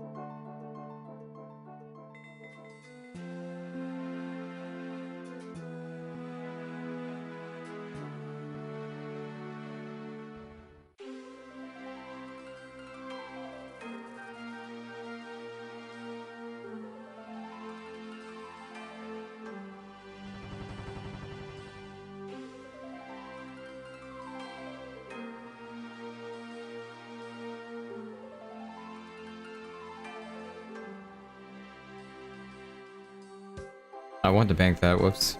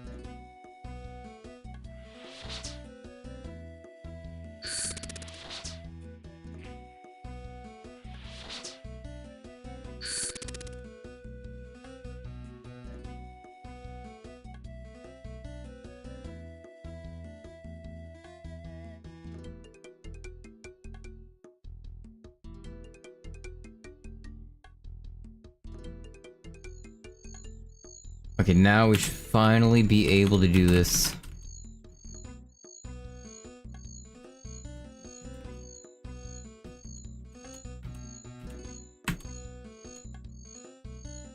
Alright, well, I recently helped a group of Zamorakian wizards gain access to the Rune Essence Mine. In return, they gave me access to the Abyss. Zamorakian wizards, you do realize that the ZMI are enemies of the Order of Wizards, right? Maybe I shouldn't have mentioned that. Oh, don't worry about it. The Order of Wizards may be a Saradominus group, but I've never personally had much time for gods. I prefer knowledge to the region. Still, it's maybe best you don't tell anyone else. I can't imagine the fellow wizards will be happy to know that you gave away details of their secret mine. Enough about them though. You've just shared quite the revelation with me. It is really true that the ZMI have found a way to access the Abyss. That's right. Well, in that case, I think you might be the perfect person to aid me in a little task. What kind of task? Well, I can't go telling you that until you agree, can I? Wouldn't want you sharing my secrets. You're not giving me much to go on here. There will be quite the reward for you at the end. Sure. Alright, what do you need from me? You'll help? Great. Well, first question for you. You say the ZMI have gained access to the Abyss. By any chance, are they using it to gain access to the runic altars for runecrafting purposes? Yes, but how did you... I knew it. I've been wondering for some time how they've been crafting so many runes. I'd never considered that they'd somehow gained access to the Abyss, but now I realize it was the obvious explanation. So, this is what you're after? You want to access the Abyss as well? Well, yes, but actually no, it seems we jumped a bit ahead. Let's go back to why I'm here. The something you bought? Yeah, the something I bought. Here, take a look. The piercing shows you an amulet. A foolish archaeologist by the name of Asgarnia Smith recently found this washed up near the ruins of Ur. Despite his apparent archaeological credentials, he dismissed it as junk. Luckily, I was able to buy it from him before he disposed of it. Can you believe he thought the 100 coins I paid was too much? If only I knew the true value of something like this. Why is it so valuable? You see the eye on it? That is the symbol of both orders of wizards and the Order of Wizards and our home, Wizard's Tower. Thing is, that's only the start. From what I can tell, this amulet is thousands of years old, but our order was only formed at the dawn of the 5th Age. That wasn't even 200 years ago. But how? Hang on, I'm not done yet. I also inspected the amulet for magical energies and found something fascinating. I recognized two distinct magical signatures. The first is the same magic found in the rune essence that is already pretty exciting, but the second will blow your mind. What was it? I'm getting to that. You do like interrupting, don't you? Don't worry, I understand. I get quite excited about these things as well. Anyways, here's the big reveal for you. The second signature was energy from the Abyss. So you have an amulet, the symbol of your order on it, but it predates your order by thousands of years. It also turned up miles from where your order is based. It is filled with energy from a dimension that until recently no one had ever been to. Now you see why this is exciting. So what do you need from me? I need you to find out where this amulet came from. It should be possible to trace it to the abyssal energy it still contains. This is where you ask, what's the catch? What's the catch? I'm glad you asked. Unfortunately, the spell needed to trace the amulet will only work properly from the Abyss. Oh, I see where this is going. You don't have access to the Abyss. I do. Precisely why I don't care about the religious squabblings between ZMI and the Order. I still contain them. I still can't see them wanting to work with me anytime soon. So I need to take this amulet to the Abyss and work out where it came from. Correct. I imagine you will need help from the ZMI friends. Just maybe don't tell them who gave it to you. I'll visit the mages of Zamrock and Varrock. You should be able to help me.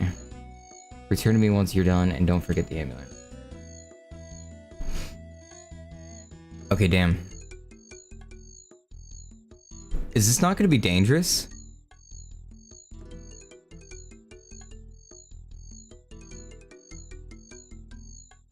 Isn't this place dangerous as fuck?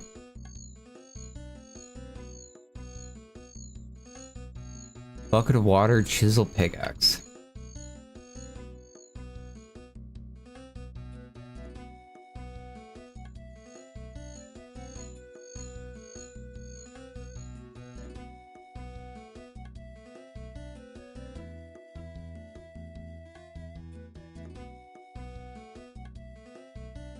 Give the strong tea to the mage of Zamrock.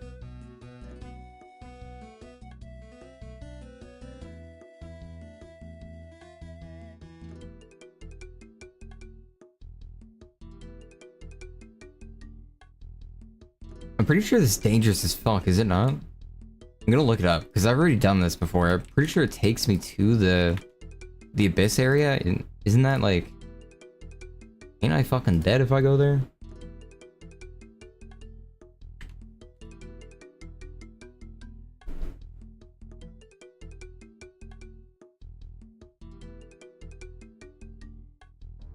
Hi, and welcome to my game. The wizards are you for free. Once we have that, return to the Mage of Zamorak and hand him the Abyssal Rift. These will need to be touched in a specific... Oh, yeah, you're right. Okay, this is like a save zone of the abyss. Okay, yeah, I'm fine then.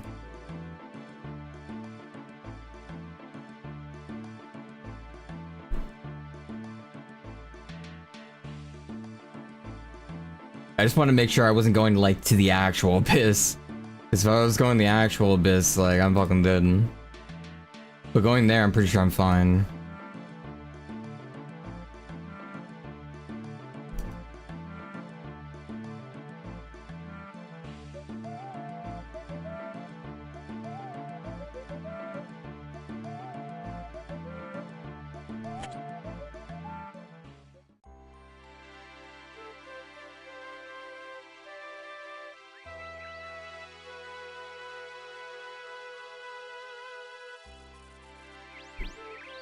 Thanks, Bergie.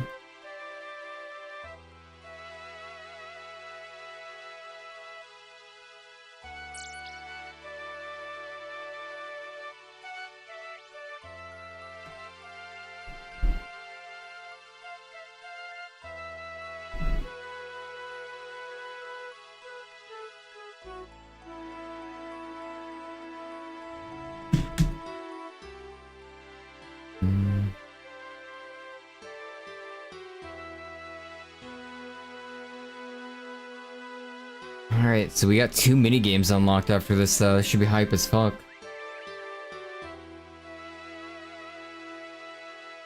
We have a 3rd minigame unlocked soon, too. Once I get 50 fire making, I think, is all I need. I might need more woodcutting, too. For Wintertot or whatever. But then we'll have 3 minigames to do. 3 whole minigame. Low-key, I do want to do Castle Wars too, for some of the items that were farmable there, to be honest. Some cool Castle Wars shit.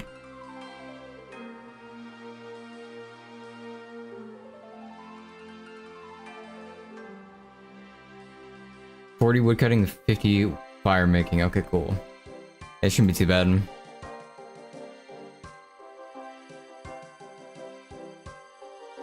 Welcome, welcome, cheese.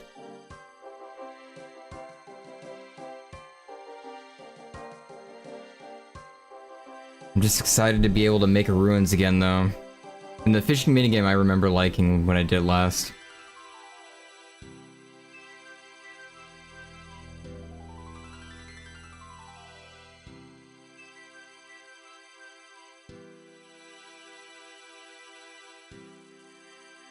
Those minigames definitely make the process a lot more fun.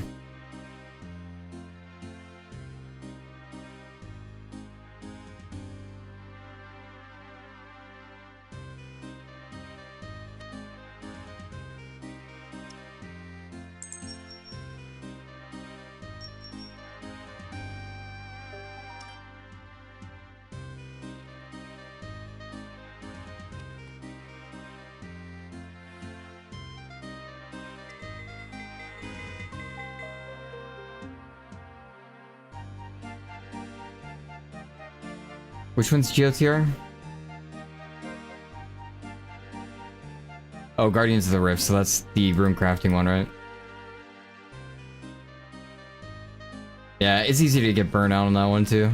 If you do it too much. It's fun though. I think it's a good one.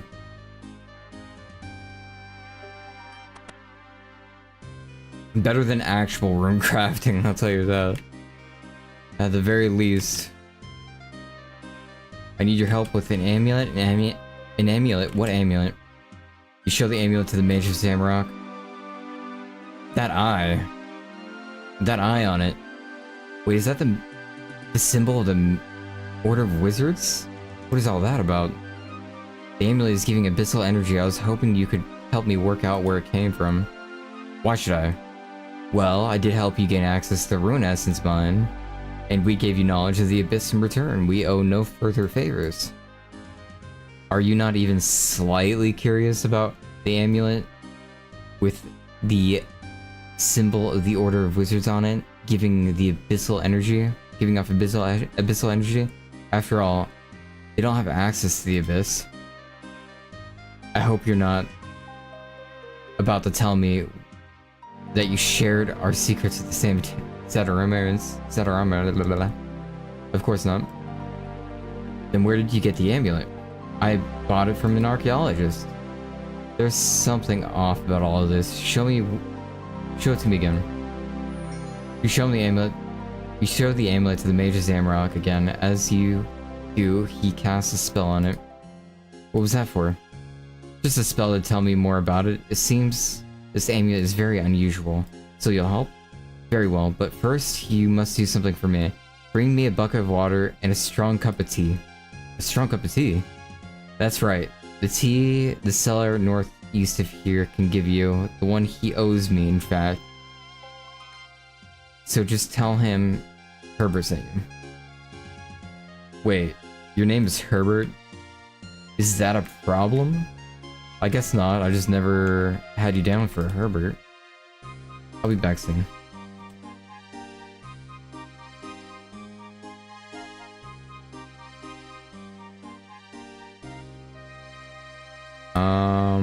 I think the well's north of me. Or in the circle. It's like around there. Circle or... You know, yeah, it is the circle. The Varrock circle.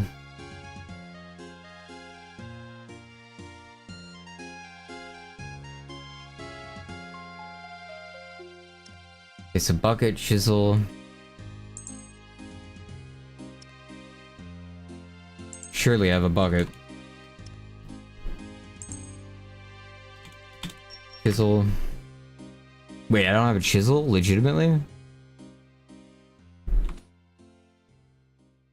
I gotta buy a chisel.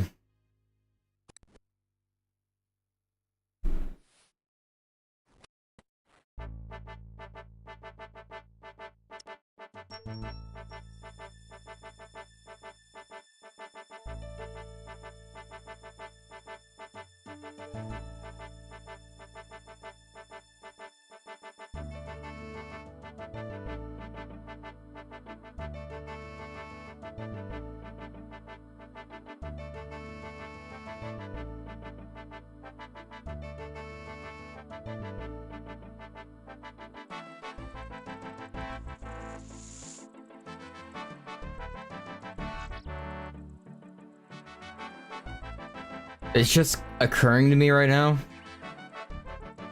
The well's gone. But there used to be a well here, right? Before that cross is added, there's a well, no?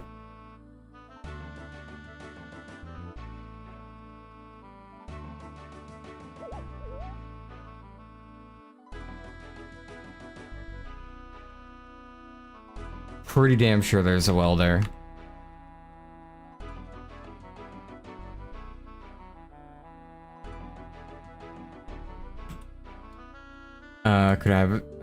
Could I have a strong cup of tea?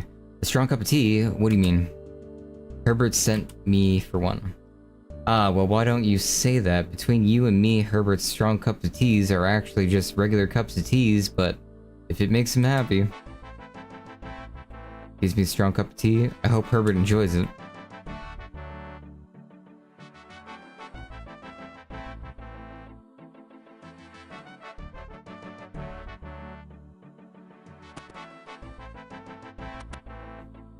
You again, what do you want? Can you help me with that amulet now? Do you have a bucket of water and a strong cup of tea? Here you go. The Mage of Zamrock takes the strong cup of tea from you and immediately drinks it. Ah, nothing like a nice cup of tea. Right. A deal's a deal, but the spell to determine the origin of the amulet will only work from the abyss. So, you'll need to have initiate. You'll have to initiate and perform. There, perform it for you. Meet me in the wilderness when you're ready to be teleported out there. Can't you teleport me from here?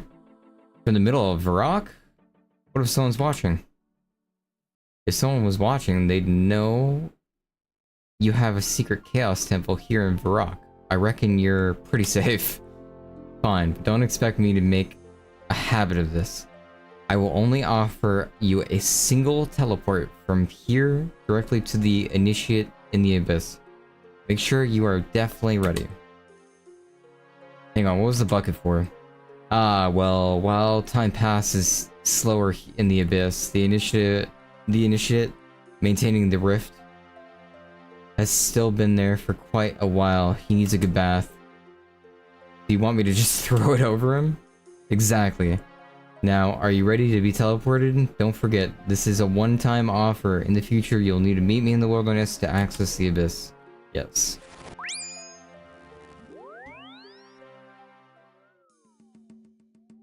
Alright. Use Meiji. I need your help with an amulet. Amulet? Oh, hang on. Someone is trying to contact me. Dark Mage suddenly starts talking to someone else.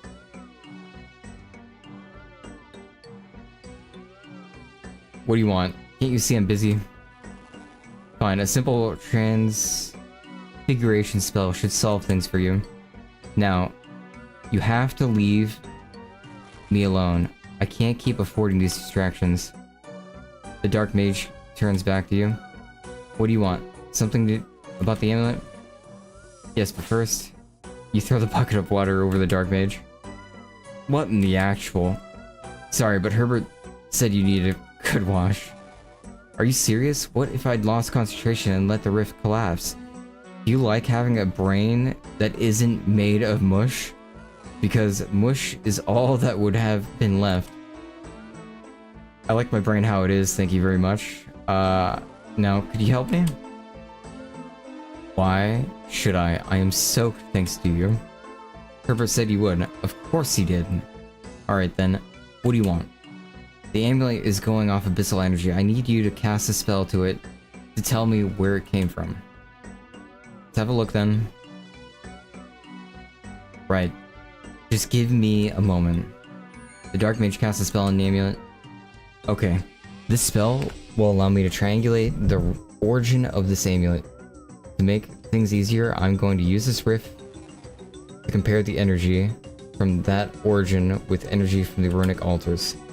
Of course, thanks to the way this time and space work in this place, the information won't necessarily come in the right order. Meaning I'll need you to help you, fool. You see that energy that is emerged from the rift? Work the order in which it goes in. Right?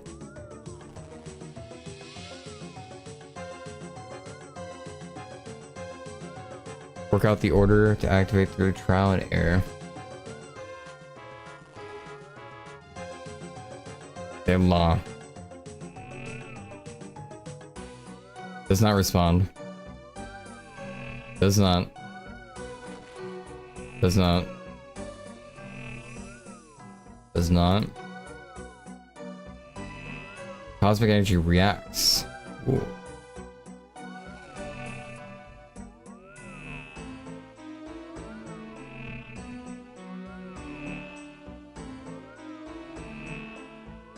I'm feeling green. A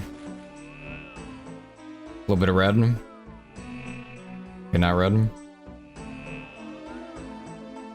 little bit of gray then. It's gotta be the close one. I'm feeling the close one. Oh, maybe another red. No.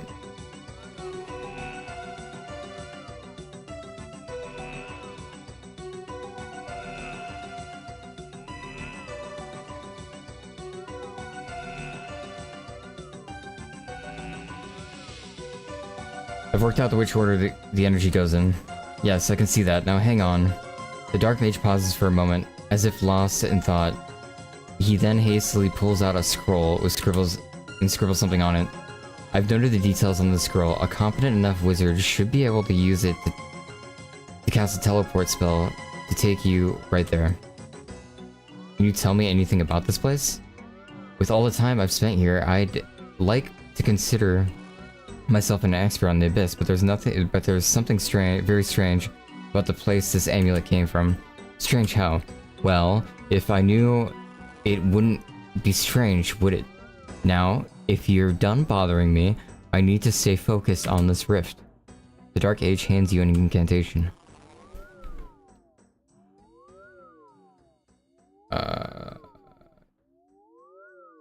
Okay, so I think we just Lumpy teleport here.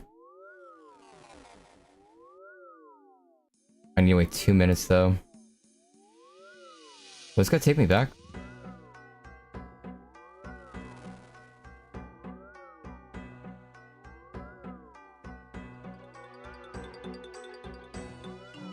I might as well just wait for my teleport.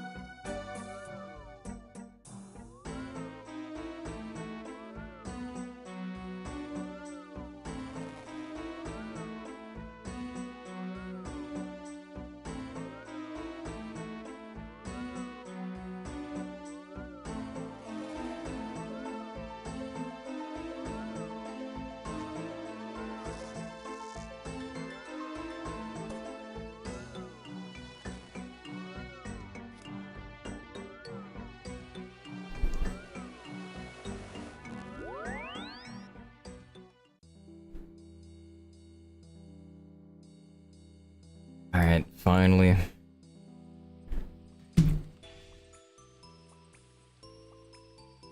Wait, there's more.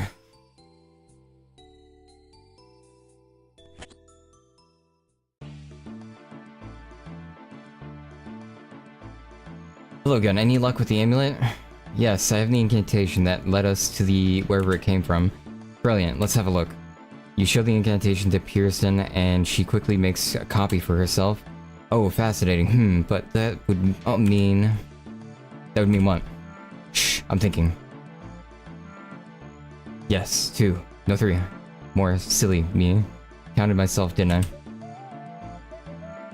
Well, it should be fine. I can't see them saying no after all. It is their symbol as well. Who are you on about? Oh, yes. Oh, yes, you're here too. Brilliant. You'll be pleased to know that I have worked out what we must do next. And that is... Patience, young adventurer, but before we get to that, let me share with you my theory on where this amulet came from. While you were gone, I was thinking about why this amulet would have magical energy from both Ruin Essence and Abyss. All of a sudden it hit me. Ouch. Quite the opposite. The source of this amulet must be an ancient teleportation matrix to the runic altars, just like the ones EMI have in the Abyss. This is good news, in case you were wondering. Access to a teleportation matrix like that will be life-changing when it comes to my work. Of course, the rest of my order will be very happy as well. It'll completely remove the advantage that ZMI currently have. Now, there's a balance to the Gothics himself would love. But this talk of the ZMI has reminded me of something. Could I have the amulet back? Here you go. You give the amulet back to Pearson. Now, give me a moment. Pearson casts a spell on the amulet. Ah, yes, well, that's not surprising. What is it? Your ZMI friends cast a transmission spell on the amulet. Had we taken it with us, it would have been transmitted all sorts of information back about the origin. It's not a problem. I suspected they might do something like this. The good news is that means they have no intention of using the incantation themselves. Again, as expected, they prefer to lurk in the shadow. To be honest, I totally understand. I've been known to do the same from time to time. Anyways, I've modified the spell to send false information to them. They will be none the wiser. I thought you didn't care about religion. Why don't you want the ZMI getting that information? Oh, my friend, you misunderstand. I have no issue with the ZMI having information, but I don't want them getting it before I've even had the chance to determine what it is. I see. What now? Yes, back to the business. The incantation is quite complex, so I will need the help of 3 other wizards to perform it. I'm afraid I am not including you in that, although you are very talented. Thanks. I think so. What do we need to do to get these wizards? From the Wizards Tower, of course. My fellow wizards won't be able to resist getting their hands on the teleportation matrix, especially the one that may be connected to the history of our order. Now that you have the Wizard's Tower and show the incantation, now you head to the Wizard's Tower and show the incantation to this Cedrador. I have a couple things to prepare first, but I will join you there soon. Oh, and whatever you do, don't mention the ZMI while you're there. Alright, I'll see you there soon. Hey, if you want, I can teleport you to the Wizard's Tower. Consider it a one-time gift from me. Yes, absolutely. Don't make me walk.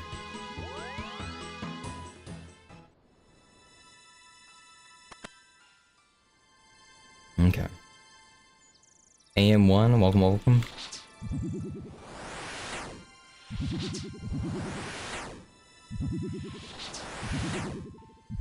I should probably remove the armor. Ooh, I hit an 8.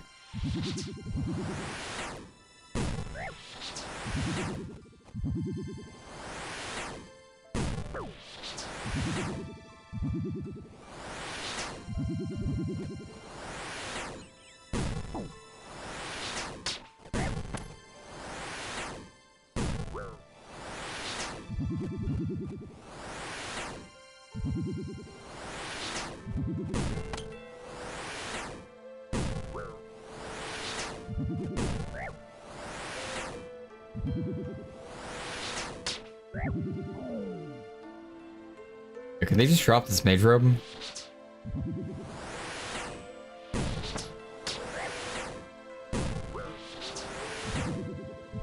Oh, it heals more than 2. So it heal 2. Oh, it heals 4.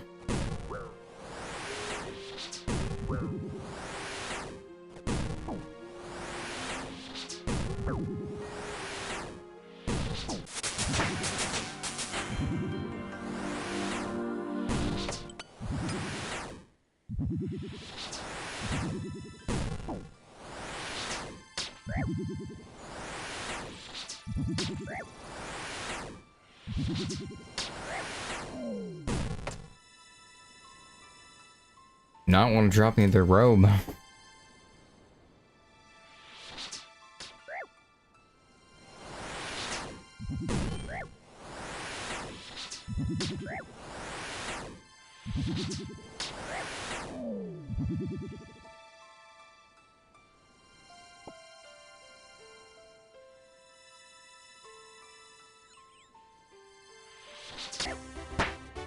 Oh, 19 hit points now.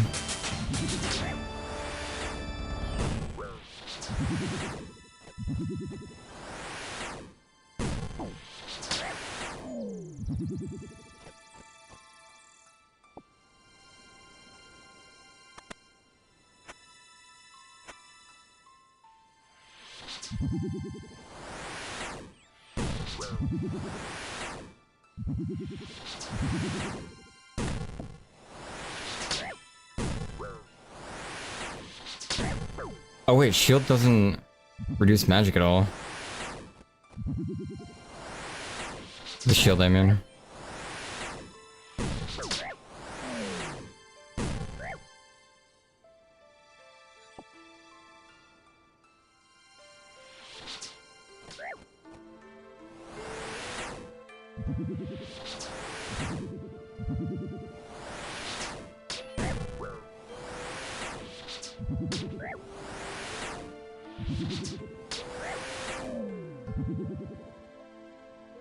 Okay, this 1 in 18 chance to drop is some bullshit. I don't believe it.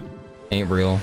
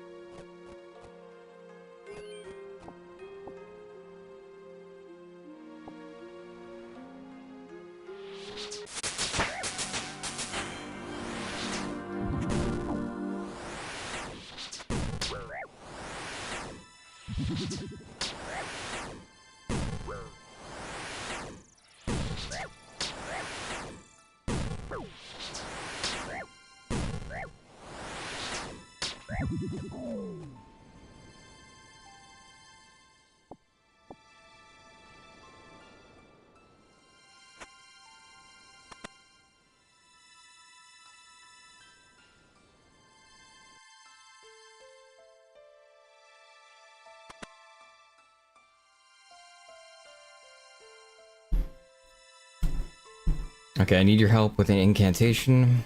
An incantation? What incantation? Teleport that could potentially take us to the ancient teleportation matrix. Pearson reckons you might be able to use it to gain earlier access to the runic altars. Wait, Pearson sent you? That's right. Oh, I should also mention that the teleportation matrix seems to have connection to your order despite predating it by thousands of years. So Pearson disappears for all this time and then it shows up again with the knowledge of the ancient teleportation matrix. I suppose I shouldn't be surprised. I probably not the strangest thing she's done. It's not probably not the strangest thing she's done. Anyways, what do you need with my help exactly? Pearson needs 3 other wizards to be able to perform the incantation. Can I see it? Sure. You give the incantation to Citador. This scroll is very interesting. Did you get it from Zamorakian wizard, perhaps? Don't lie to me. Since you asked, well... It's clear from your response that my suspicions are correct. This incantation is written on very thin flesh rather than parchment. A heroic practice only used by Zamorakians. Need I remind you that it was a Zamorakian who burnt down the wizard's tower? I'm going to be frank with you. Pearson hasn't been seen here for almost a year. My last meeting with her was to discuss changing her line of study due to her lack of results. She was given 1 more year to produce something of note. With this time almost up, she sends you here with Zamorakian incantation and odd claims about an ancient teleportation matrix. But what if it's true? The teleportation matrix could change everything.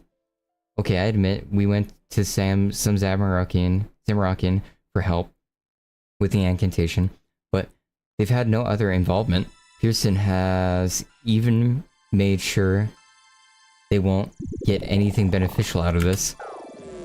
You have been a great help to us in the past. For that, I will consider it. First though, I will do a thorough arcane analysis of this incantation to determine if it is safe to cast.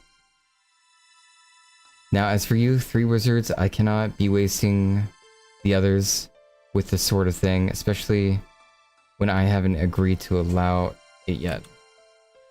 However, Trailborn has 3 new apprentices who would help. This might be a good learning opportunity for them. Speak to them while I inspect the incantation.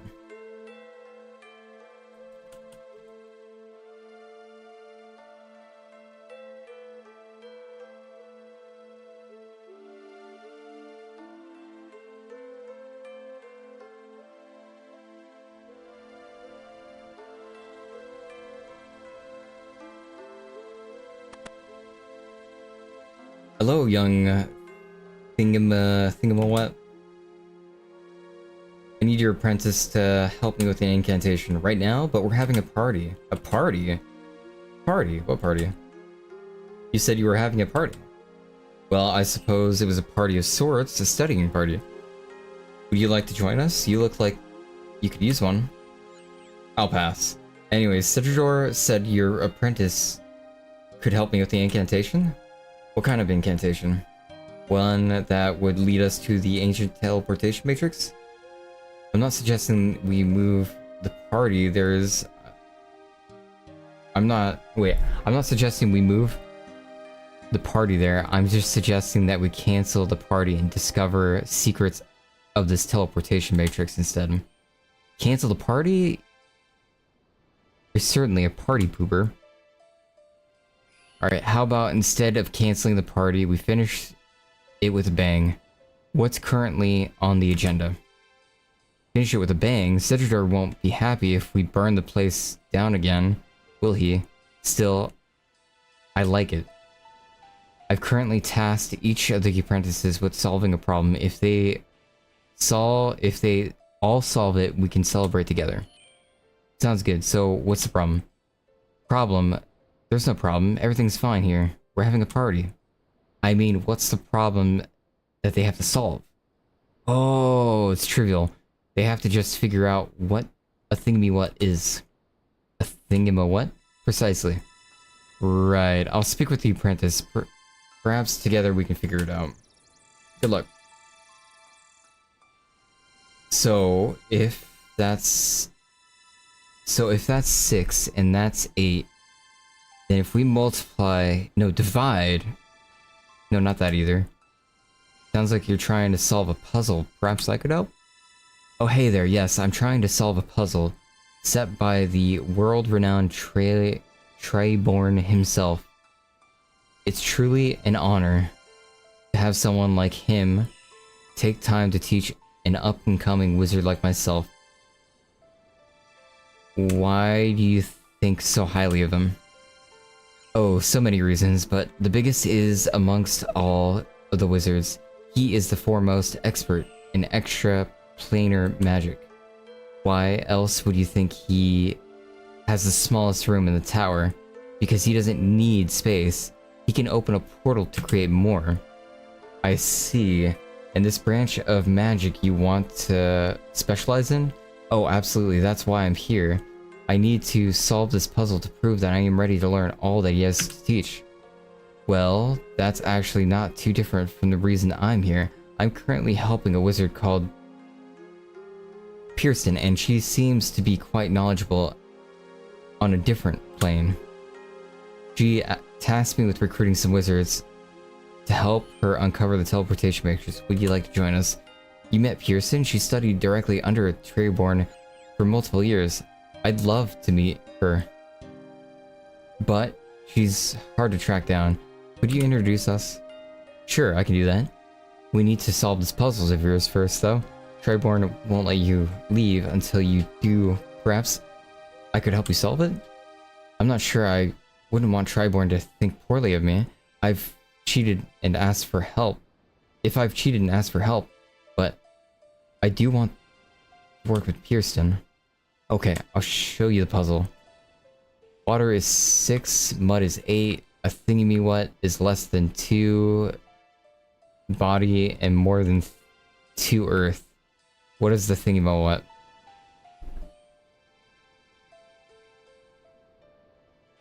Air and earth. What about water and fire? Is this a problem? Air and earth. What about water and fire? Is this a elemental problem, or are they completely irrelevant? What seems to be a problem? Oh, sorry, didn't see you there. Don't worry. What were you muttering about with the air and earth? Is it related to the puzzle Treyborn gave you all? Yes, I just can't wrap my head around it. It feels like there are too many unknown variables. Besides, how does all this relate to the thingamawhat in the first place? Whatever the thingamawhat is. Perhaps it is a slayer creature or a person? Is this a logical puzzle, a riddle, a mathematical problem? I see. Perhaps I could take a look and help you out. I'm not sure. It sounds like cheating, but I really do want...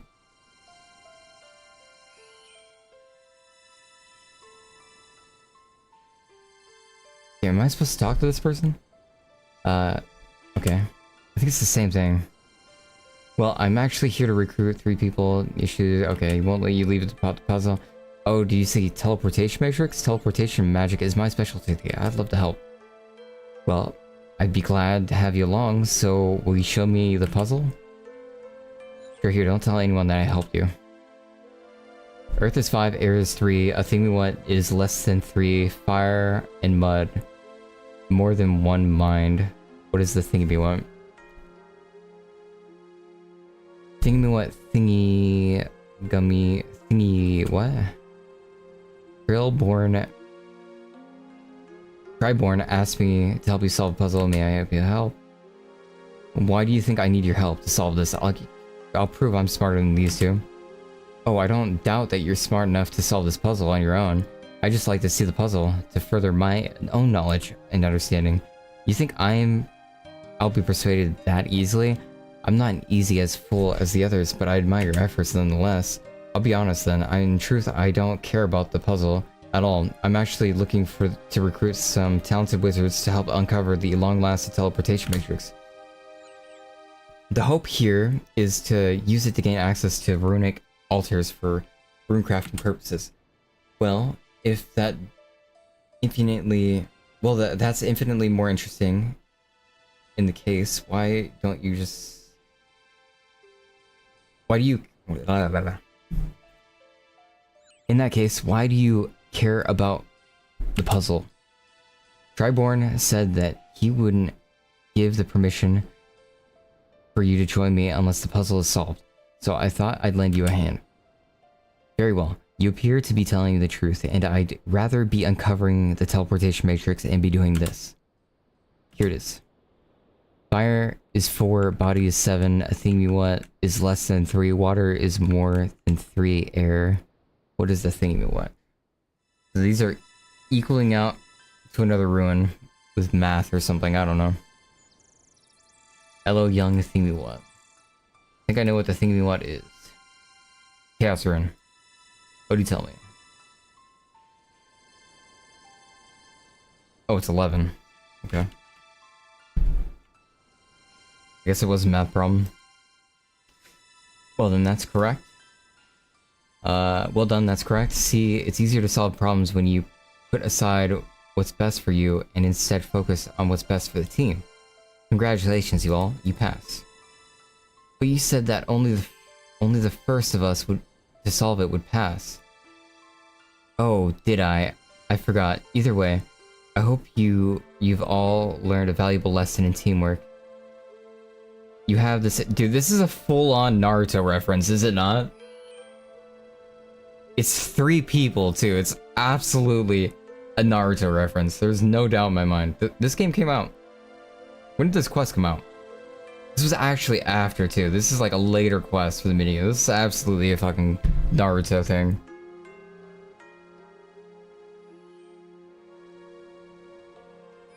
You have the adventurer to thank for that? Wait. But we all had different puzzles written down.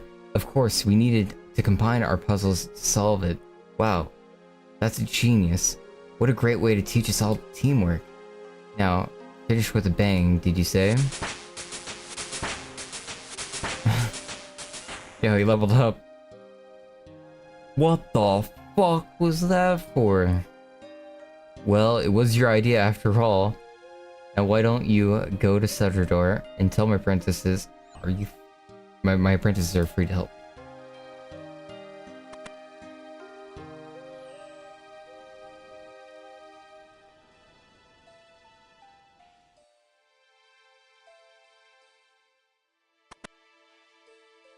There's so much reading here. Hello again, ready to uncover the magical... oh wait, yeah, that was it. Hello again, ready to uncover the magical secret that could change the world forever? Slow down. Pearson, I am still inspecting the amulet of yours. You're inspecting the amulet now? Does that mean the incantation is safe? That's right, the amulet is as well, of course, but... The amulet is as well, of course, but Cedrador here likes to be careful. Not at all. Not all of us are so carefree when it comes to the rules of the Order, Pearson. I mean, really, Zamorakian incantation, Be glad I've even let you come back in the tower. The unfortunate price to of progress, Cedrador. I can think of a few other unfortunate things. Anyways, the amulet seems to be safe, and as much as I hate to admit it, your assessment seems to be correct. So we can go ahead. Yes, I'm still not happy about this, but we can't throw away this chance. I assume Treyborn's apprentices are ready? That's right. Well then, what are we waiting for? Let's do it. Are you ready? Let's do it.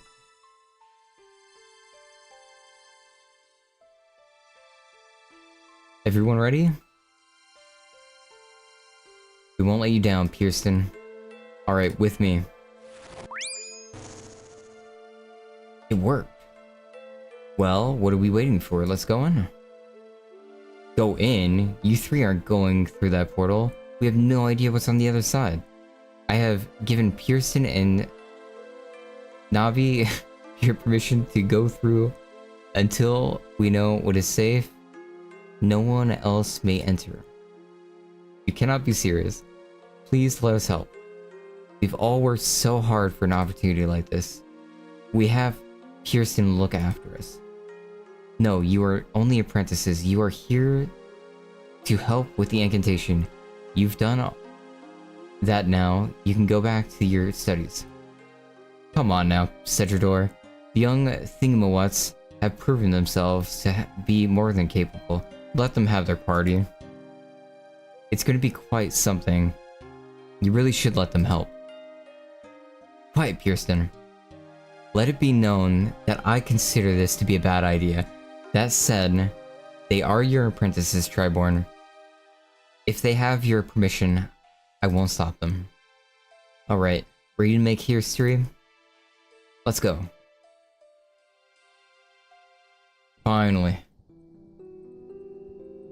Finally.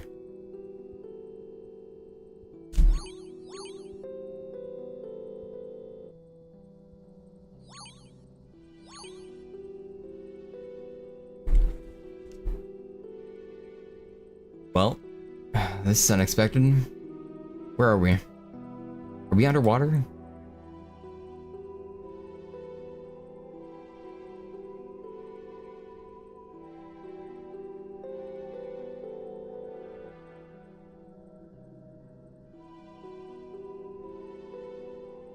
Let me cast a location spell.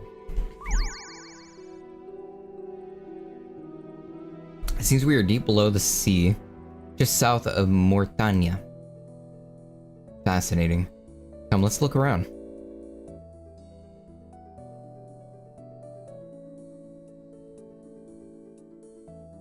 That's an interesting statue. See the plaque on it? It reads, Alia, Justicar of the Lion and Guardian of the Temple of the Eye. Temple of the Eye. It must be where we are right now. I've read about the Justicars before in a book back in the Wizard's Tower. What did the book say? They were powerful warriors in service of Saradomin himself. Back when the gods still walked among us, this temple must be ancient. Imagine the Saradomin himself once stood here. Imagine if Saradomin himself once stood here. What am I playing? This is old school RuneScape.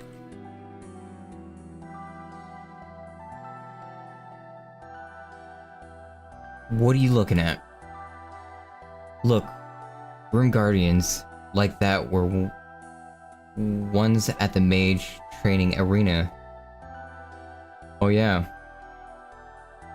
If this place was once a teleportation matrix, these ruined guardians might have helped wizards that used it. Anything different about them? Well, despite their age, they're actually of a remarkably similar design to the ones that ones used by modern wizards. Isn't that amazing?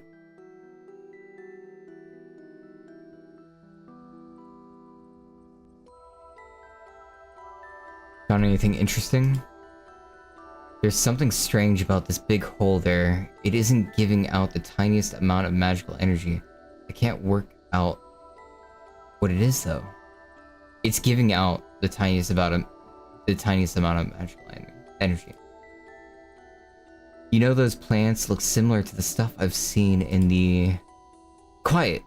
I'm more than capable of working this out. Maybe you should go help the others instead. Okay, dude, fuck you. Hey. Hello? Oh, sorry, I didn't see you there. I was lost in thought. What were you thinking about? Well... Oh, I was looking at these markings here. They're very interesting. They seem to be radiating magical energy. I've never encountered it before. Take a closer look. Maybe you'll feel the energy as well. You look at the markings.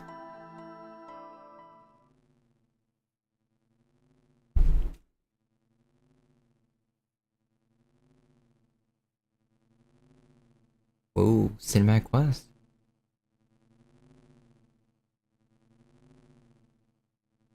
First mysterious voice. Saradomin be with you. Second mysterious voice. And with you, Zakaria. So it's really true? Indeed it is. Aliyah. And he has given us the task of protecting it. What would he have me do? You must build a sanctuary for the Eye. The forces of chaos already seek to reobtain it, as do the countless others. I will keep it safe no matter what the cost. And you? Zamorak has tasked his collector with finding the Eye. I will hunt him down before he does, along with any others who would try to claim it. Then I wish you luck, brother. There is one last thing, Elia. You must keep the Eye a secret from all others who, even our own. The fewer people that know about it, the truth, the better. On my honor, as Justicar, it will be done. Good. Saradomin will be with you, sister. What the? Sweaty paw job? Joss. What did you say? I don't know. Did you just say Joss? Can't remember. When I looked at the marks on the floor, I had this vision, but it's all unclear. Curious. Well, time to see what the others have found. Right, what have we discovered? That large hole behind is radiating a strange energy. I'm trying to work out what it is. Need a hand with that? No, I can work it out myself. Sure you can. What else do we have? There's some old ruined guardians here with the eye symbols on them. So this place definitely used to be definitely used by wizards at that point. Amazing. Not just any wizards, Saradomin wizards. There's some statues of Saradominus Justicar called Aliyah. Remarkable. The Justicars haven't been around for thousands of years. That confirms my suspicions about the age of this place. That's not all I found. Apparently this place was once called the Temple of the Eye. The Eye? What's the Eye? I remember reading back about something called the Eye back in the Wizard's Tower. I only came across mentions of it once, but apparently it was a powerful artifact made by Saradomin himself. Sorry. Made by Saradomin, you say? That's what the book said. Why? We're just checking. I get all caught up in the moment and mishear things sometimes. This eye, did the book say what it would look like? It didn't. It just said... It didn't. It actually... it didn't actually have any information on it. I tried to learn more from other books, but found nothing. Anything else was probably lost when the wizard's tower burnt down. Of course, I've worked out what the energy from the hole is. It's abyssal energy. Yeah, brilliant. Kirsten? Oh yeah, sorry, lost in thought again. It was for a good reason though. I thought I've just worked it all out. Amazing, as always, Pearson. We're so lucky to be able to work with you. Thank you. So I reckon my theory that this is an old teleportation matrix was spot on. The wizards here must have used this power from the abyss to create portals to the runic altars. Then, with that power from the eye and support from the rune guardians, they have been able to create ruins at lightning speed. The eye must have been a huge impact on their work. They named the temple after it and have fashioned a symbol based on it. And here, we're still used to seeing that symbol today. We just never knew why. Should we report back to Sarah Sidramore?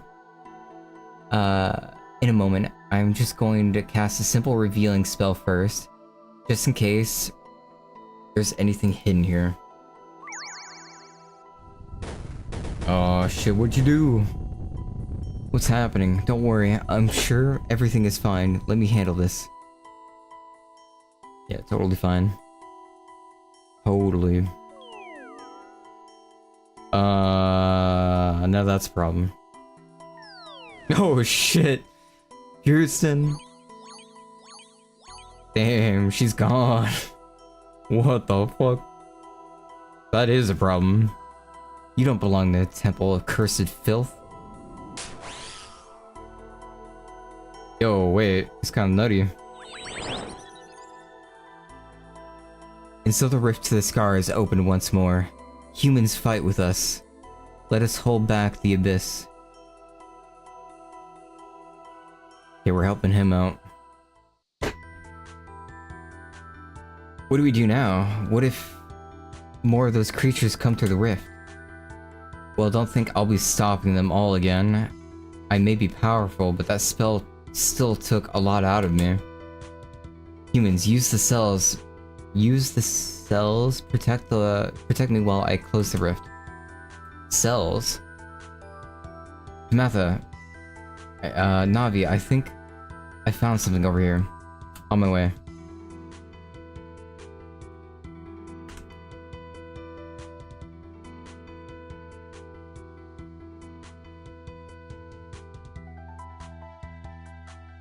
What have you found? Well, I can't say for sure, but I think I found containers on this table containing small amounts of runic energy. Right, I'll take one to Tamata. Just make sure you don't take more than one. I tried to do that already, and the energy within them seems to explode. Alright, thanks for sharing. 1 week cell.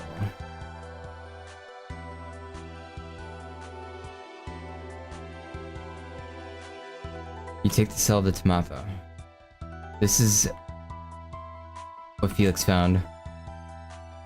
Tamara, that's her name, Tamara. That must be one of the cells that we need. Try placing it on the tile next to me.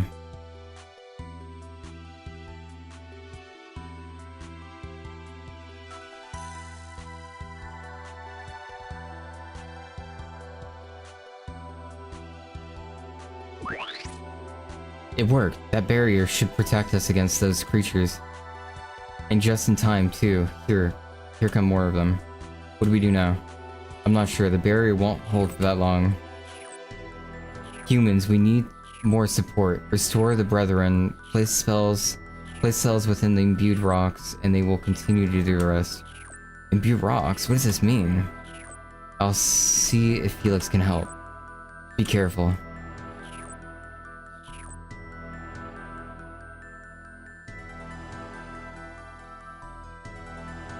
Felix, we need to place those cells in some imbued rocks, and we need to place cells in some imbued rocks. Any idea what this means?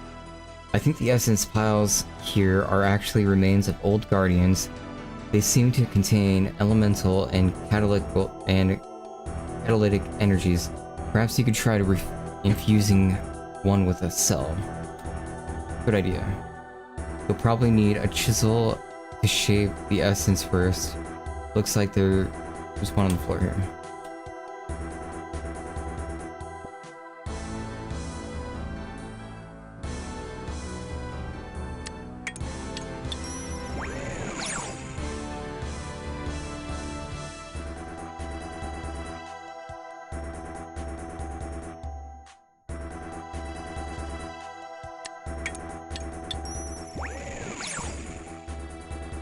Amazing. Looks like that one's following the catalytic symbols.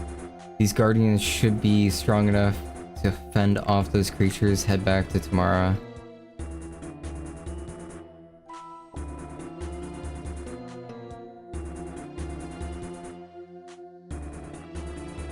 Wait, do I actually need a pickaxe in this zone?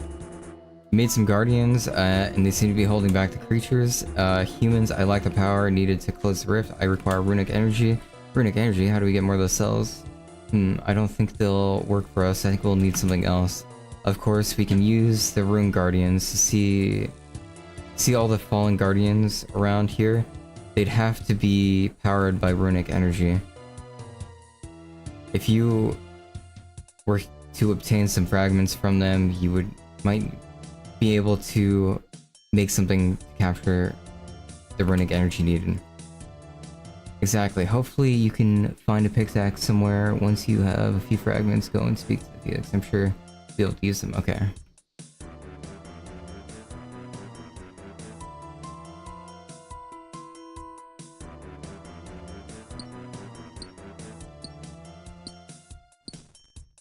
Okay, so I think my Addy pickaxe would definitely be needed here.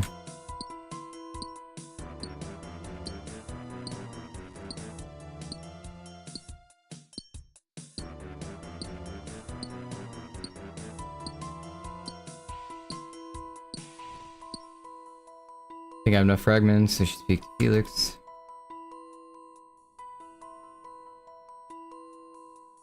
We need to power up the guardians. Okay. I reckon this could work.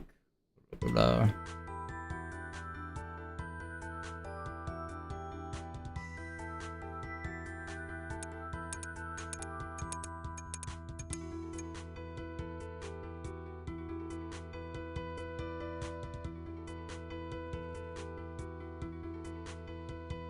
Will this work? Perfect. Now we just need to capture the runic energy within it.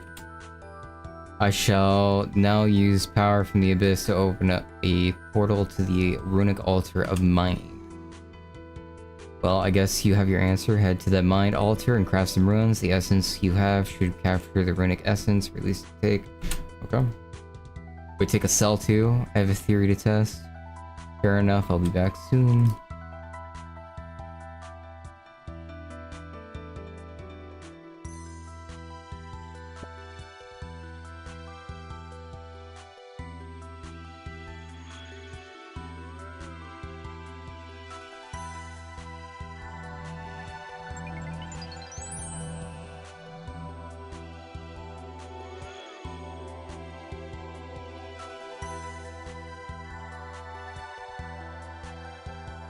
Look, this is what happened when I took the essence to the mind altar. Great, that's exactly what I was hoping for. What about the cell? You show the cell to Tamara. Captured energy from the altar as well. I had a feeling it would. It's all coming together. What do we do now? First, you should use that new cell to replace the one pouring the barrier over here. I don't think the current one will last much longer. And then just use those runes, those stones to power the big guardian.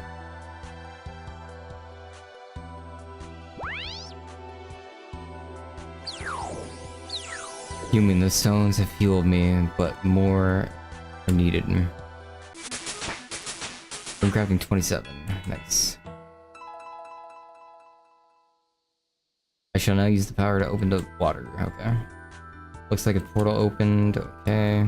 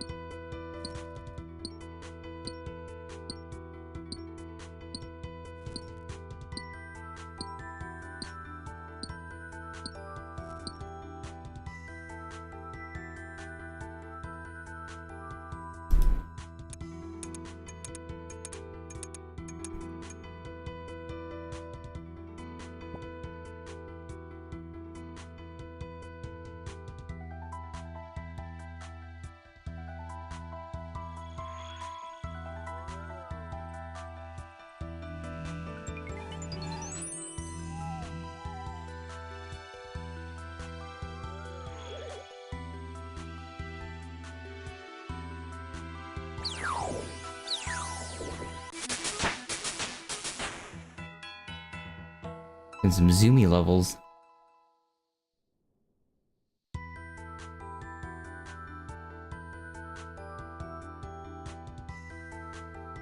Something odd happened here at the water tower. The energy in this cell seems different from before. The essence has also formed into a strange talisman. Oh, fascinating. I guess it makes sense that the stronger the runic energy, the more powerful the cell will become. After all, the water is more powerful than air or mind. Try making another rune guardian using that cell. In the meantime, I will see if I can work something out with the talisman. Oh, so this is like a water version, or wait, no, medium cell.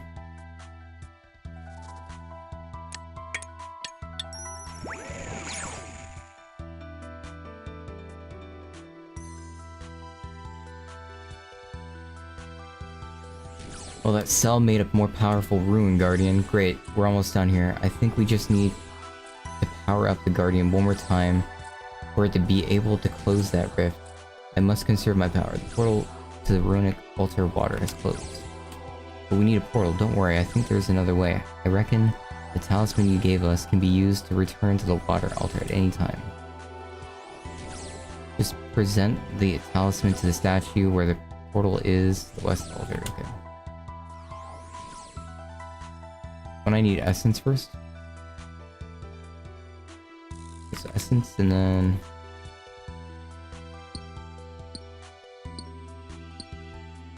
we go water.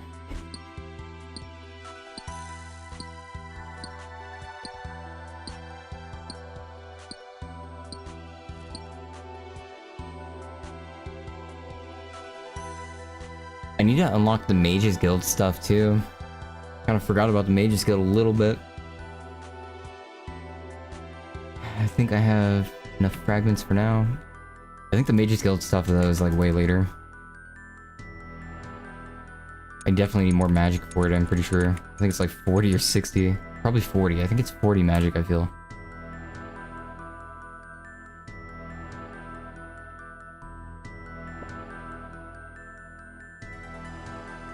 Maybe it's higher though.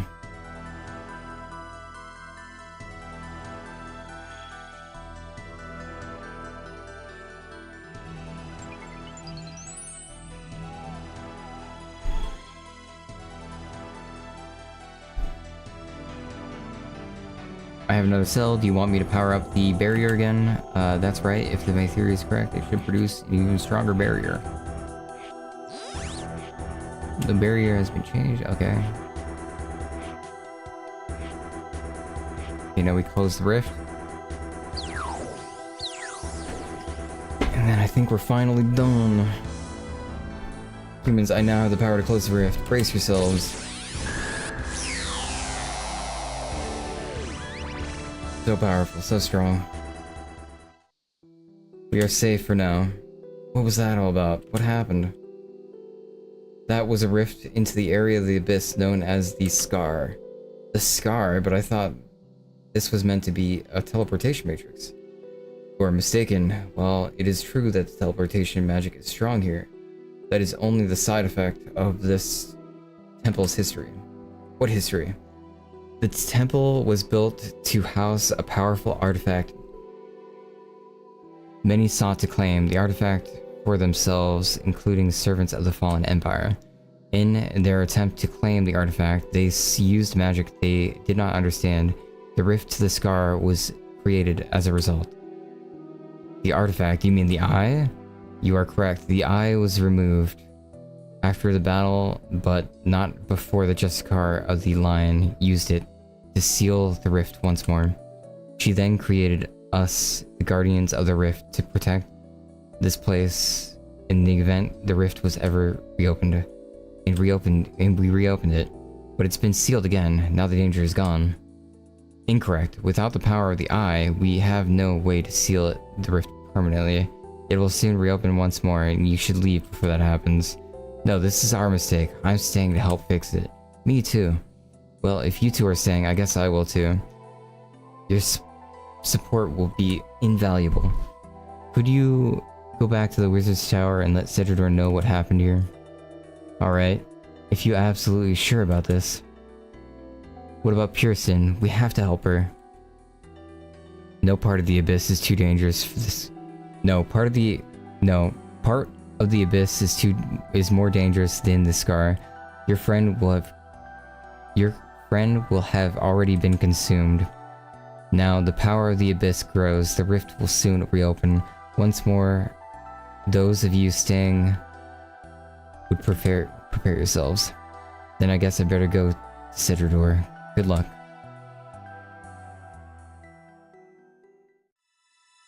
Cedrador, it all went wrong. What do you mean? Was there no teleportation matrix?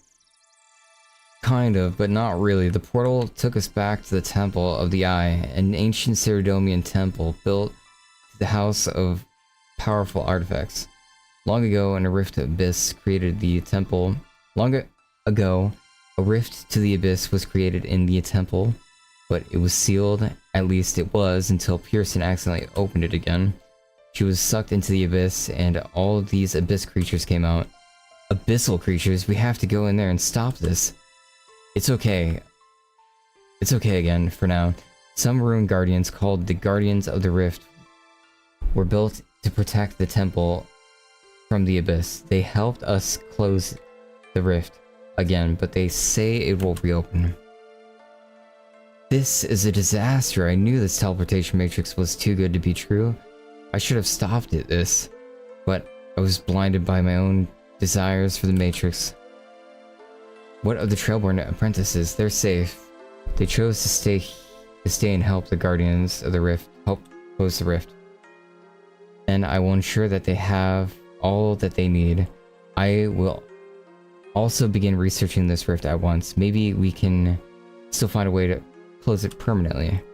In the meantime, I suggest that you do what you can to help us as well. After all, this is partially your doing. I know. I'll help wherever is needed. Thank you. I appreciate you did this. I appreciate that you did not mean for things to go this way. You should have this. It belonged to Pearson. I don't know what to think about it. Think about where she is. I don't want to think about where she got it. Oh, another pouch? Sadly, this means unlikely. Still, if anyone can survive the Abyss, it's her. Now we'd better get to work. You've completed Temple of the Eye. You're awarded 1 quest point. Temple of the Eye access and 5,000 rune crafting XP and a medium pouch. Nice. Level 29. 32. Okay, we zoomed. We zoomed. Should I save my medium pouch? For like later?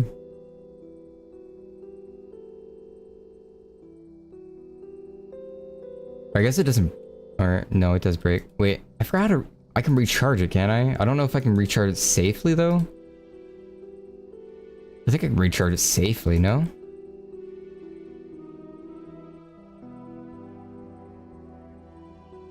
Maybe it breaks.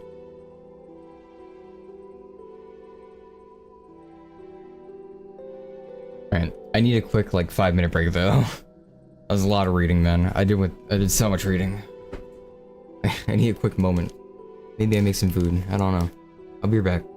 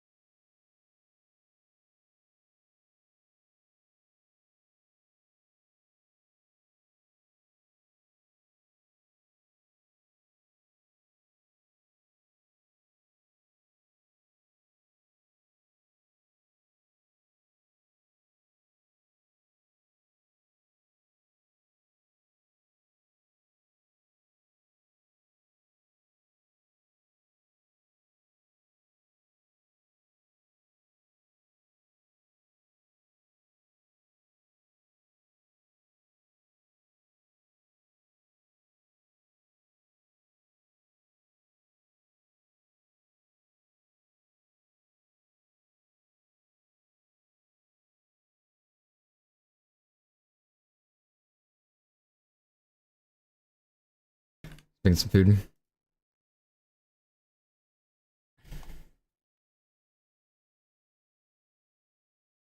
Okay, so there should be a world for this minigame.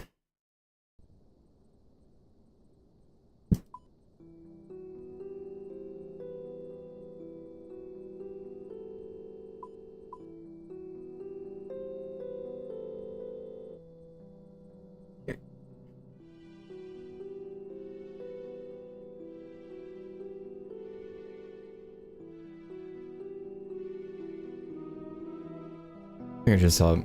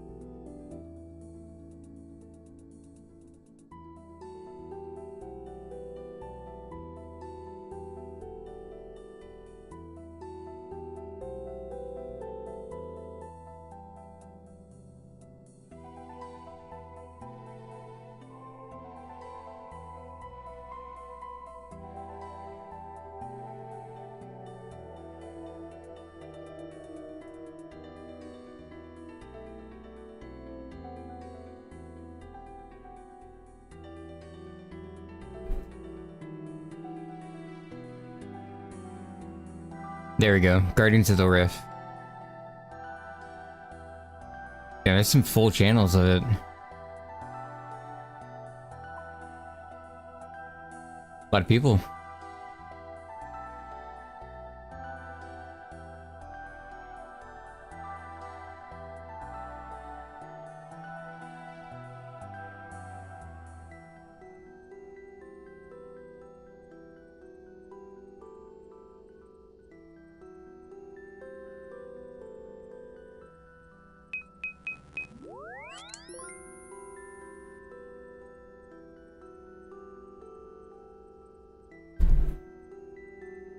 Okay, so I need my Addy pickaxe. That's it.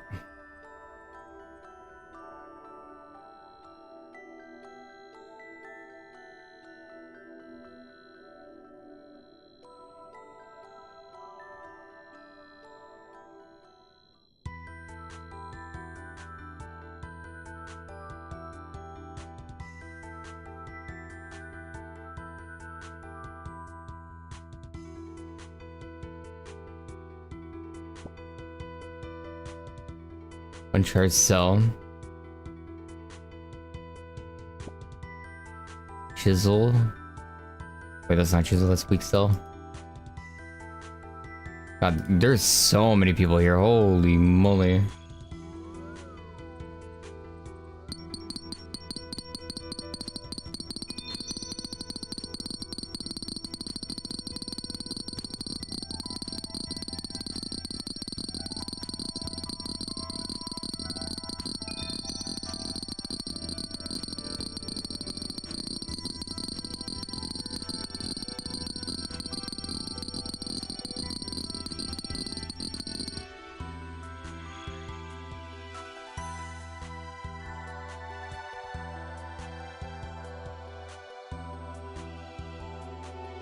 I don't know what altars are even open. Are they all open? Oh, I see, wait. Blood and... It's just blood and earth? Oh, water's up.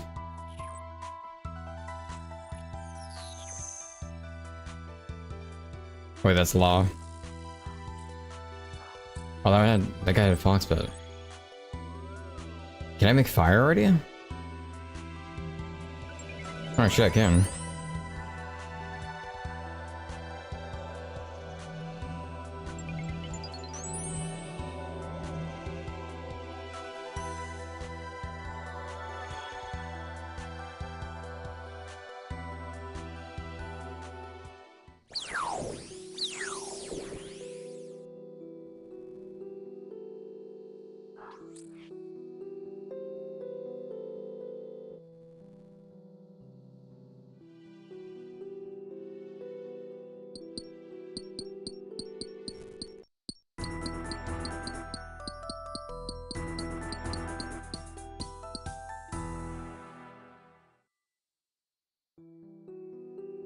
Wait, this one ended already?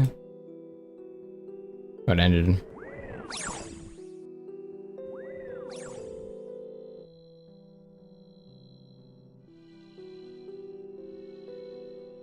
Wait.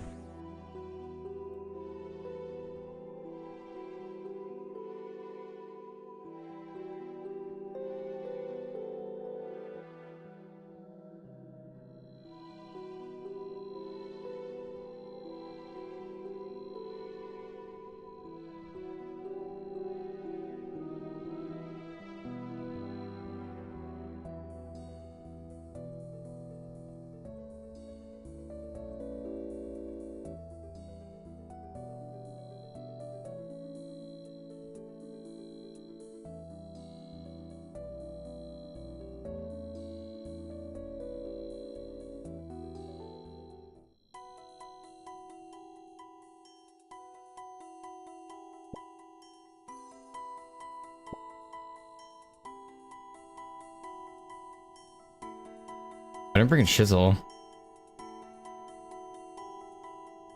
Big chisel, there we go.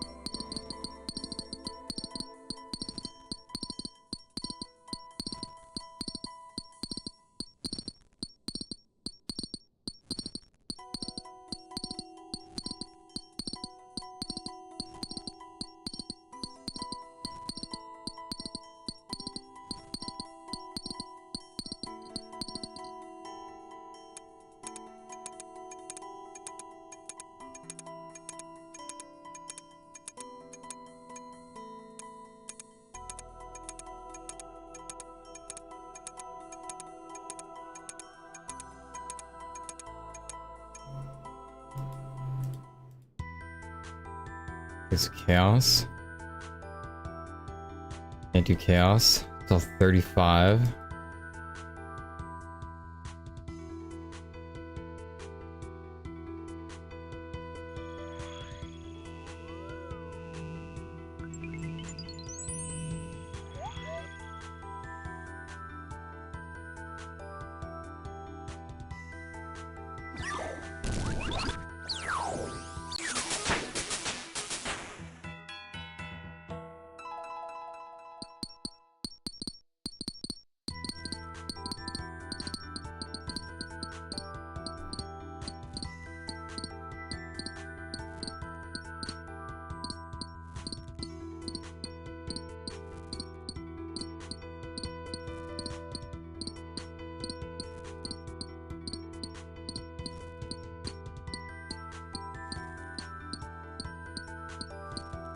Wait, crystal open, I'm so dumb.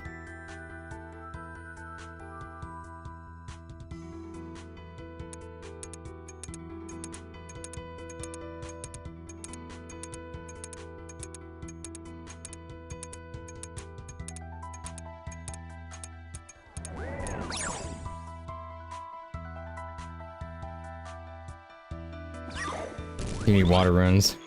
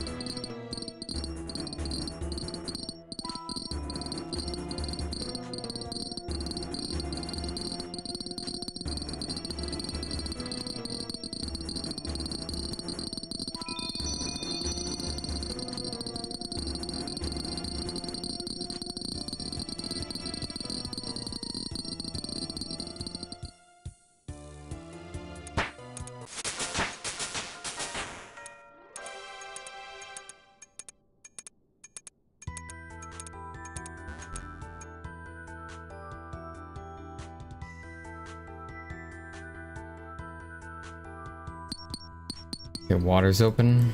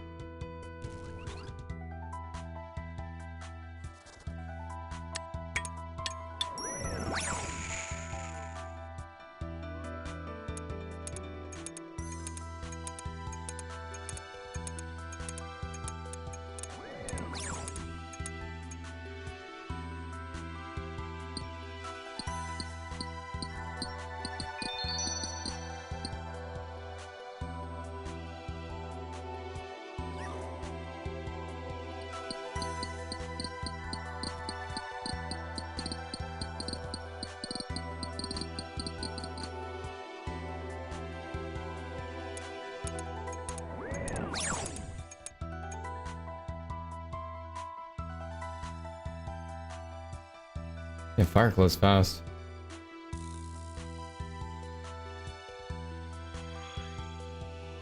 The more energy, the better, right?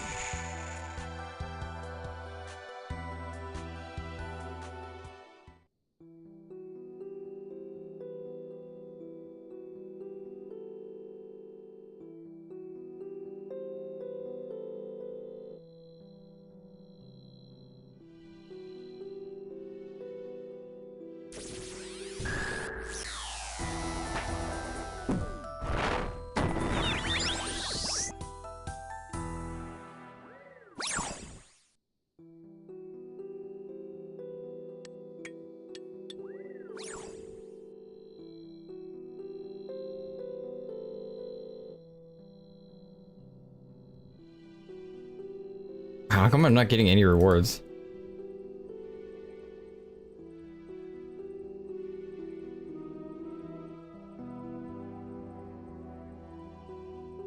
Get back.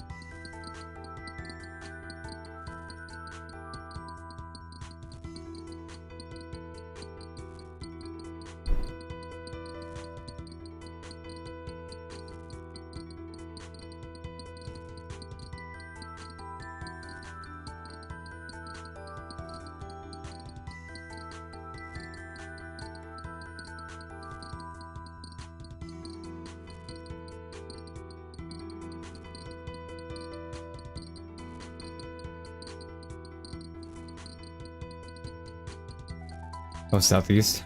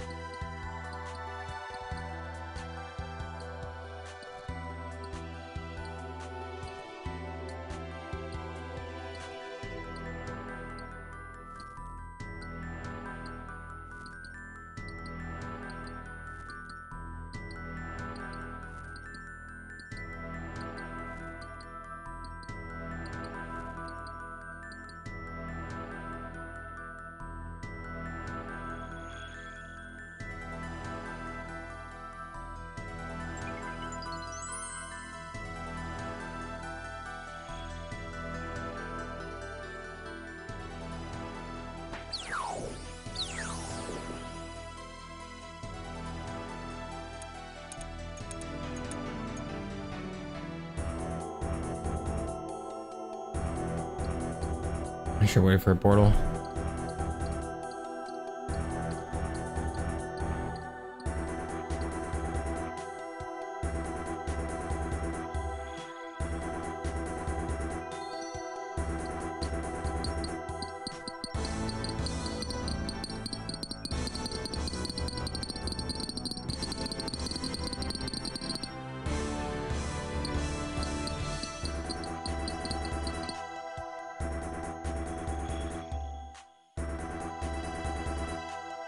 Where's fire?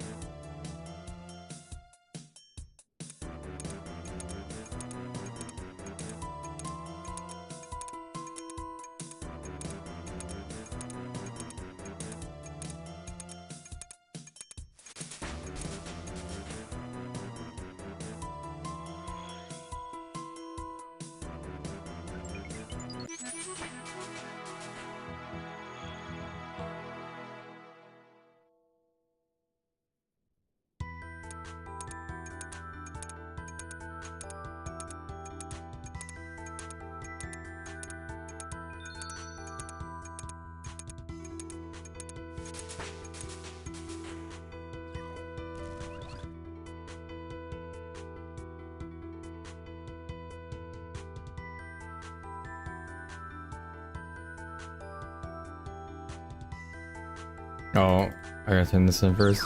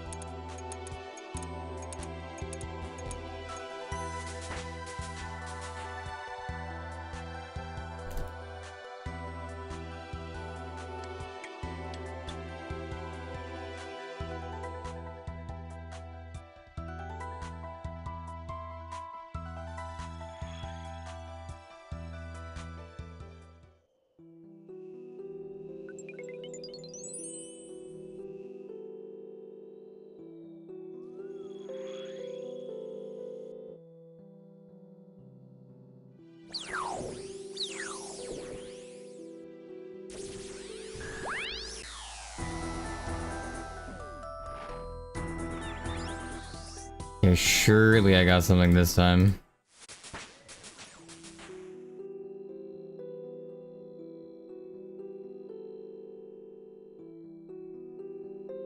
Nothing in the rift? Am I not scoring high enough for something?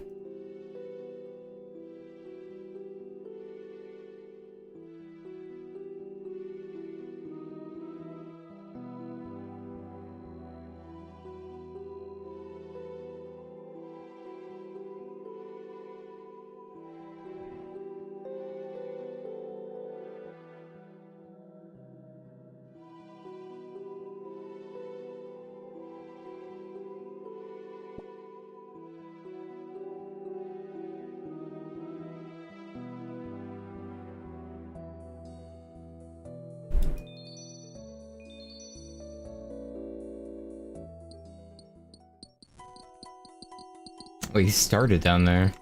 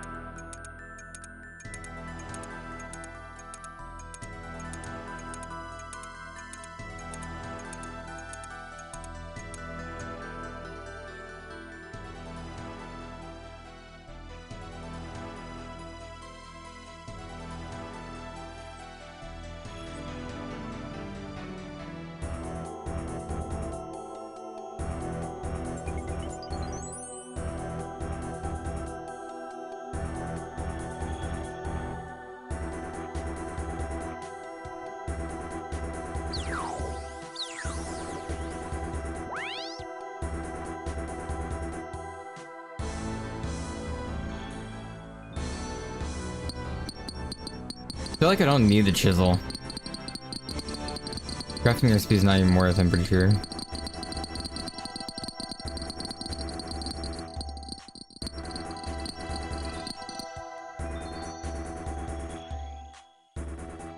Item pouch.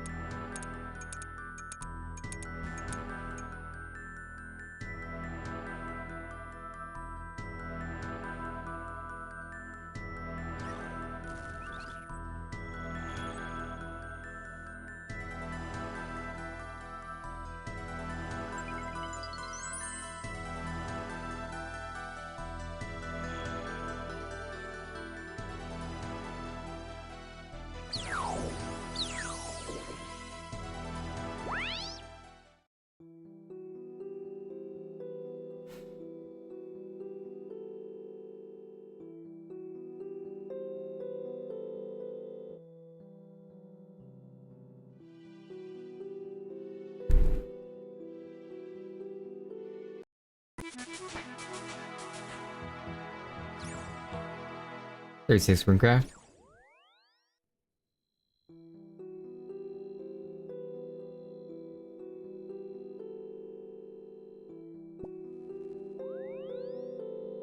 Oh, I got a large pouch.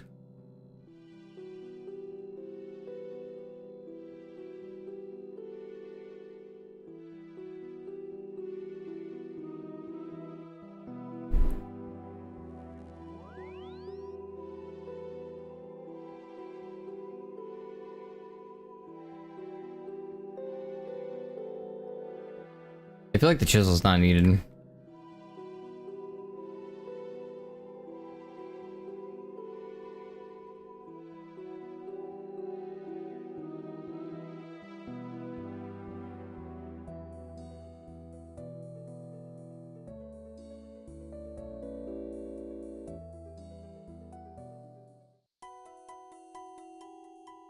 $56 agile? Fuck.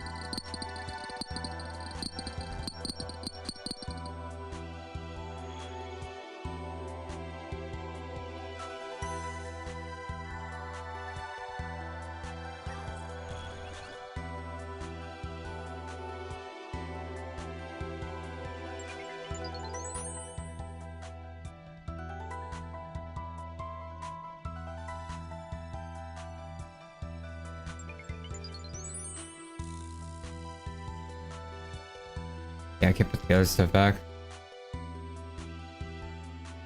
Actually, I could just drop it, I guess.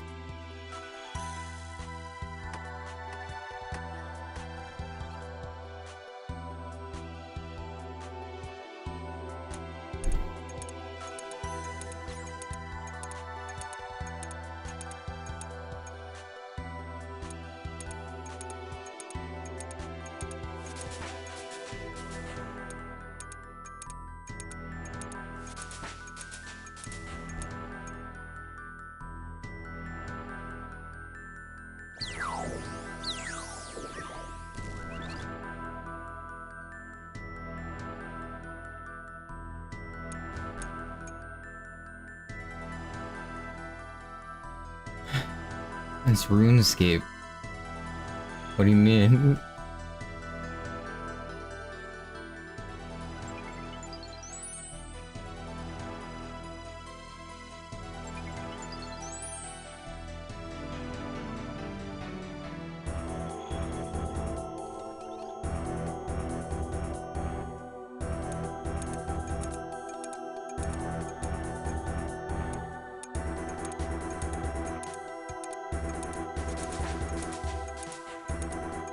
Shit, I'm literally staring at a portal. Fuck.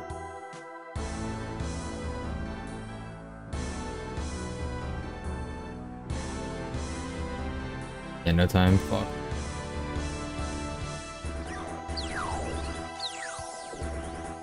I missed that portal bad.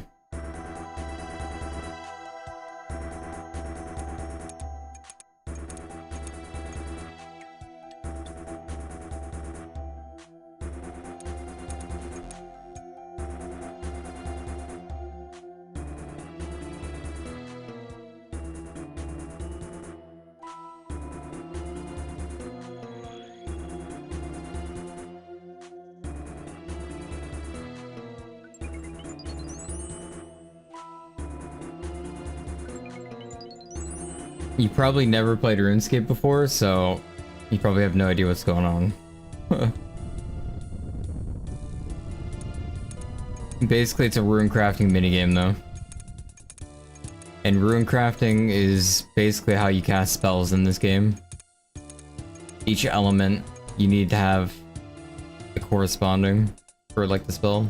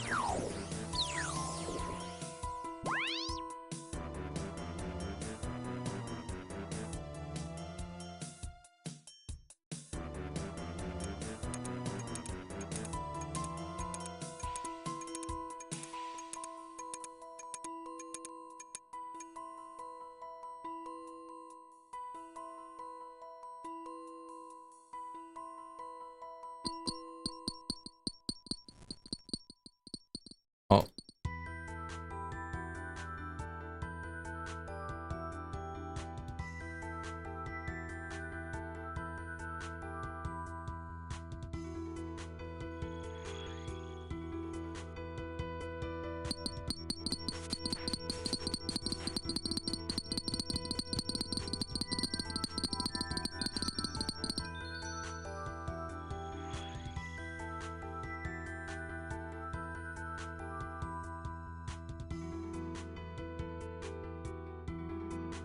I did make that one.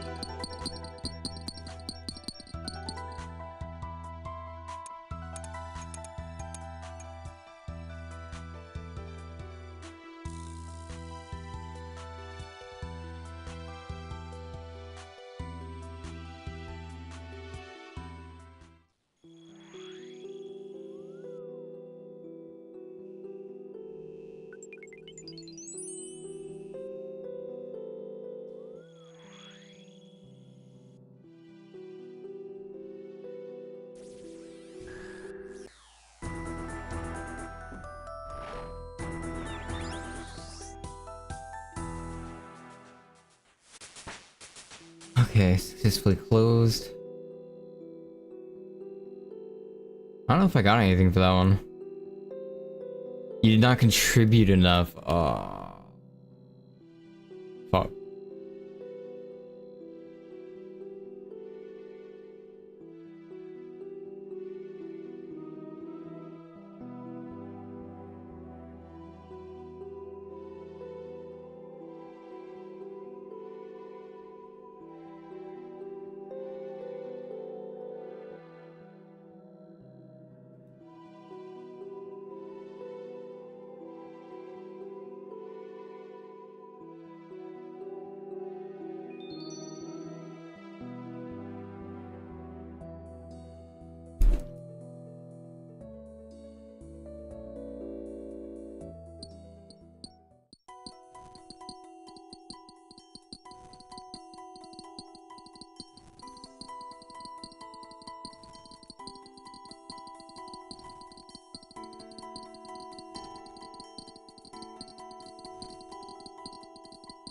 I feel like the 56 agile probably helps that a lot.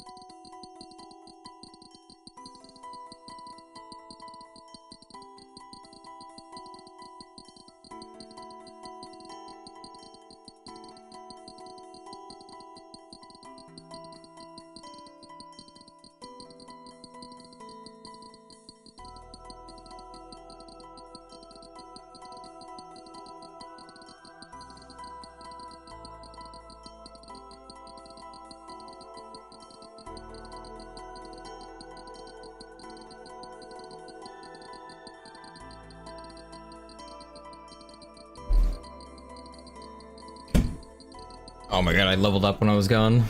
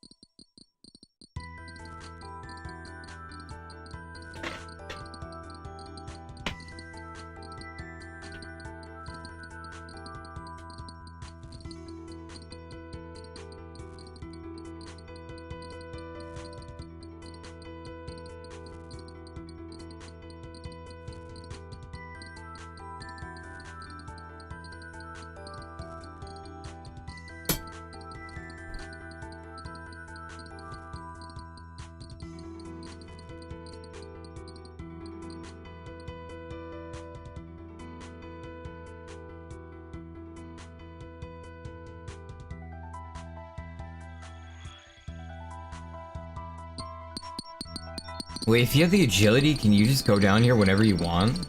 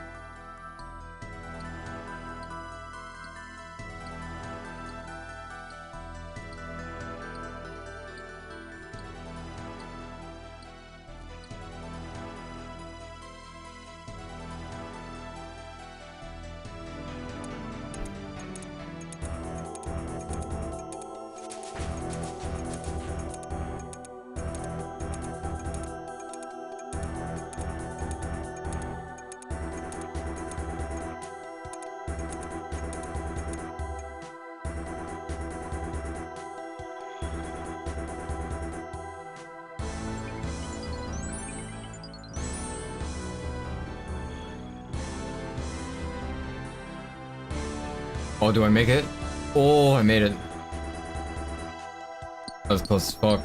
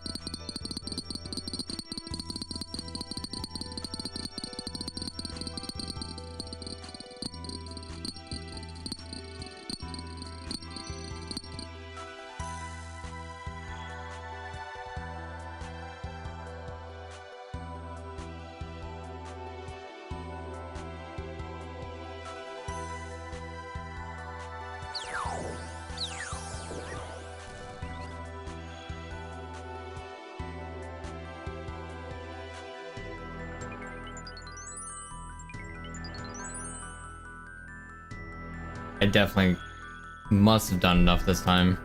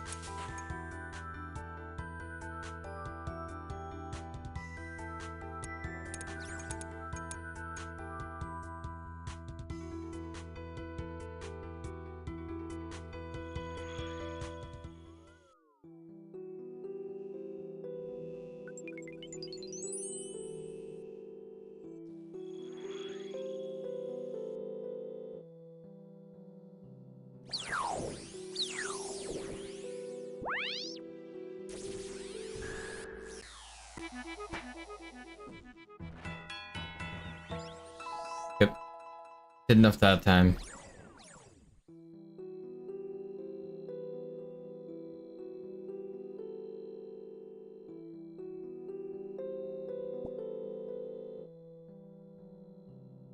Giant pouch?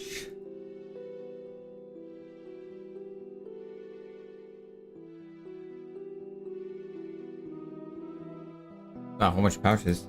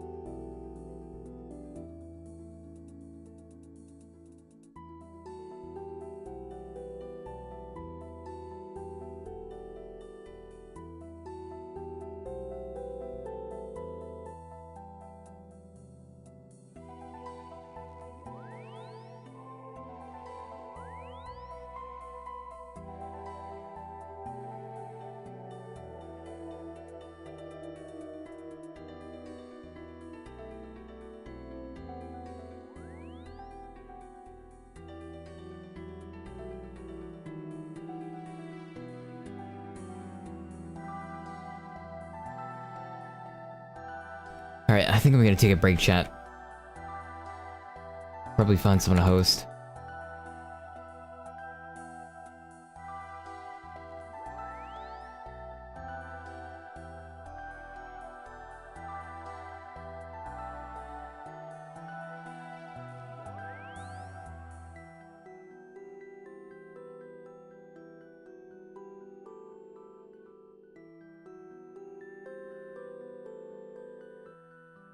Have a good night, chat.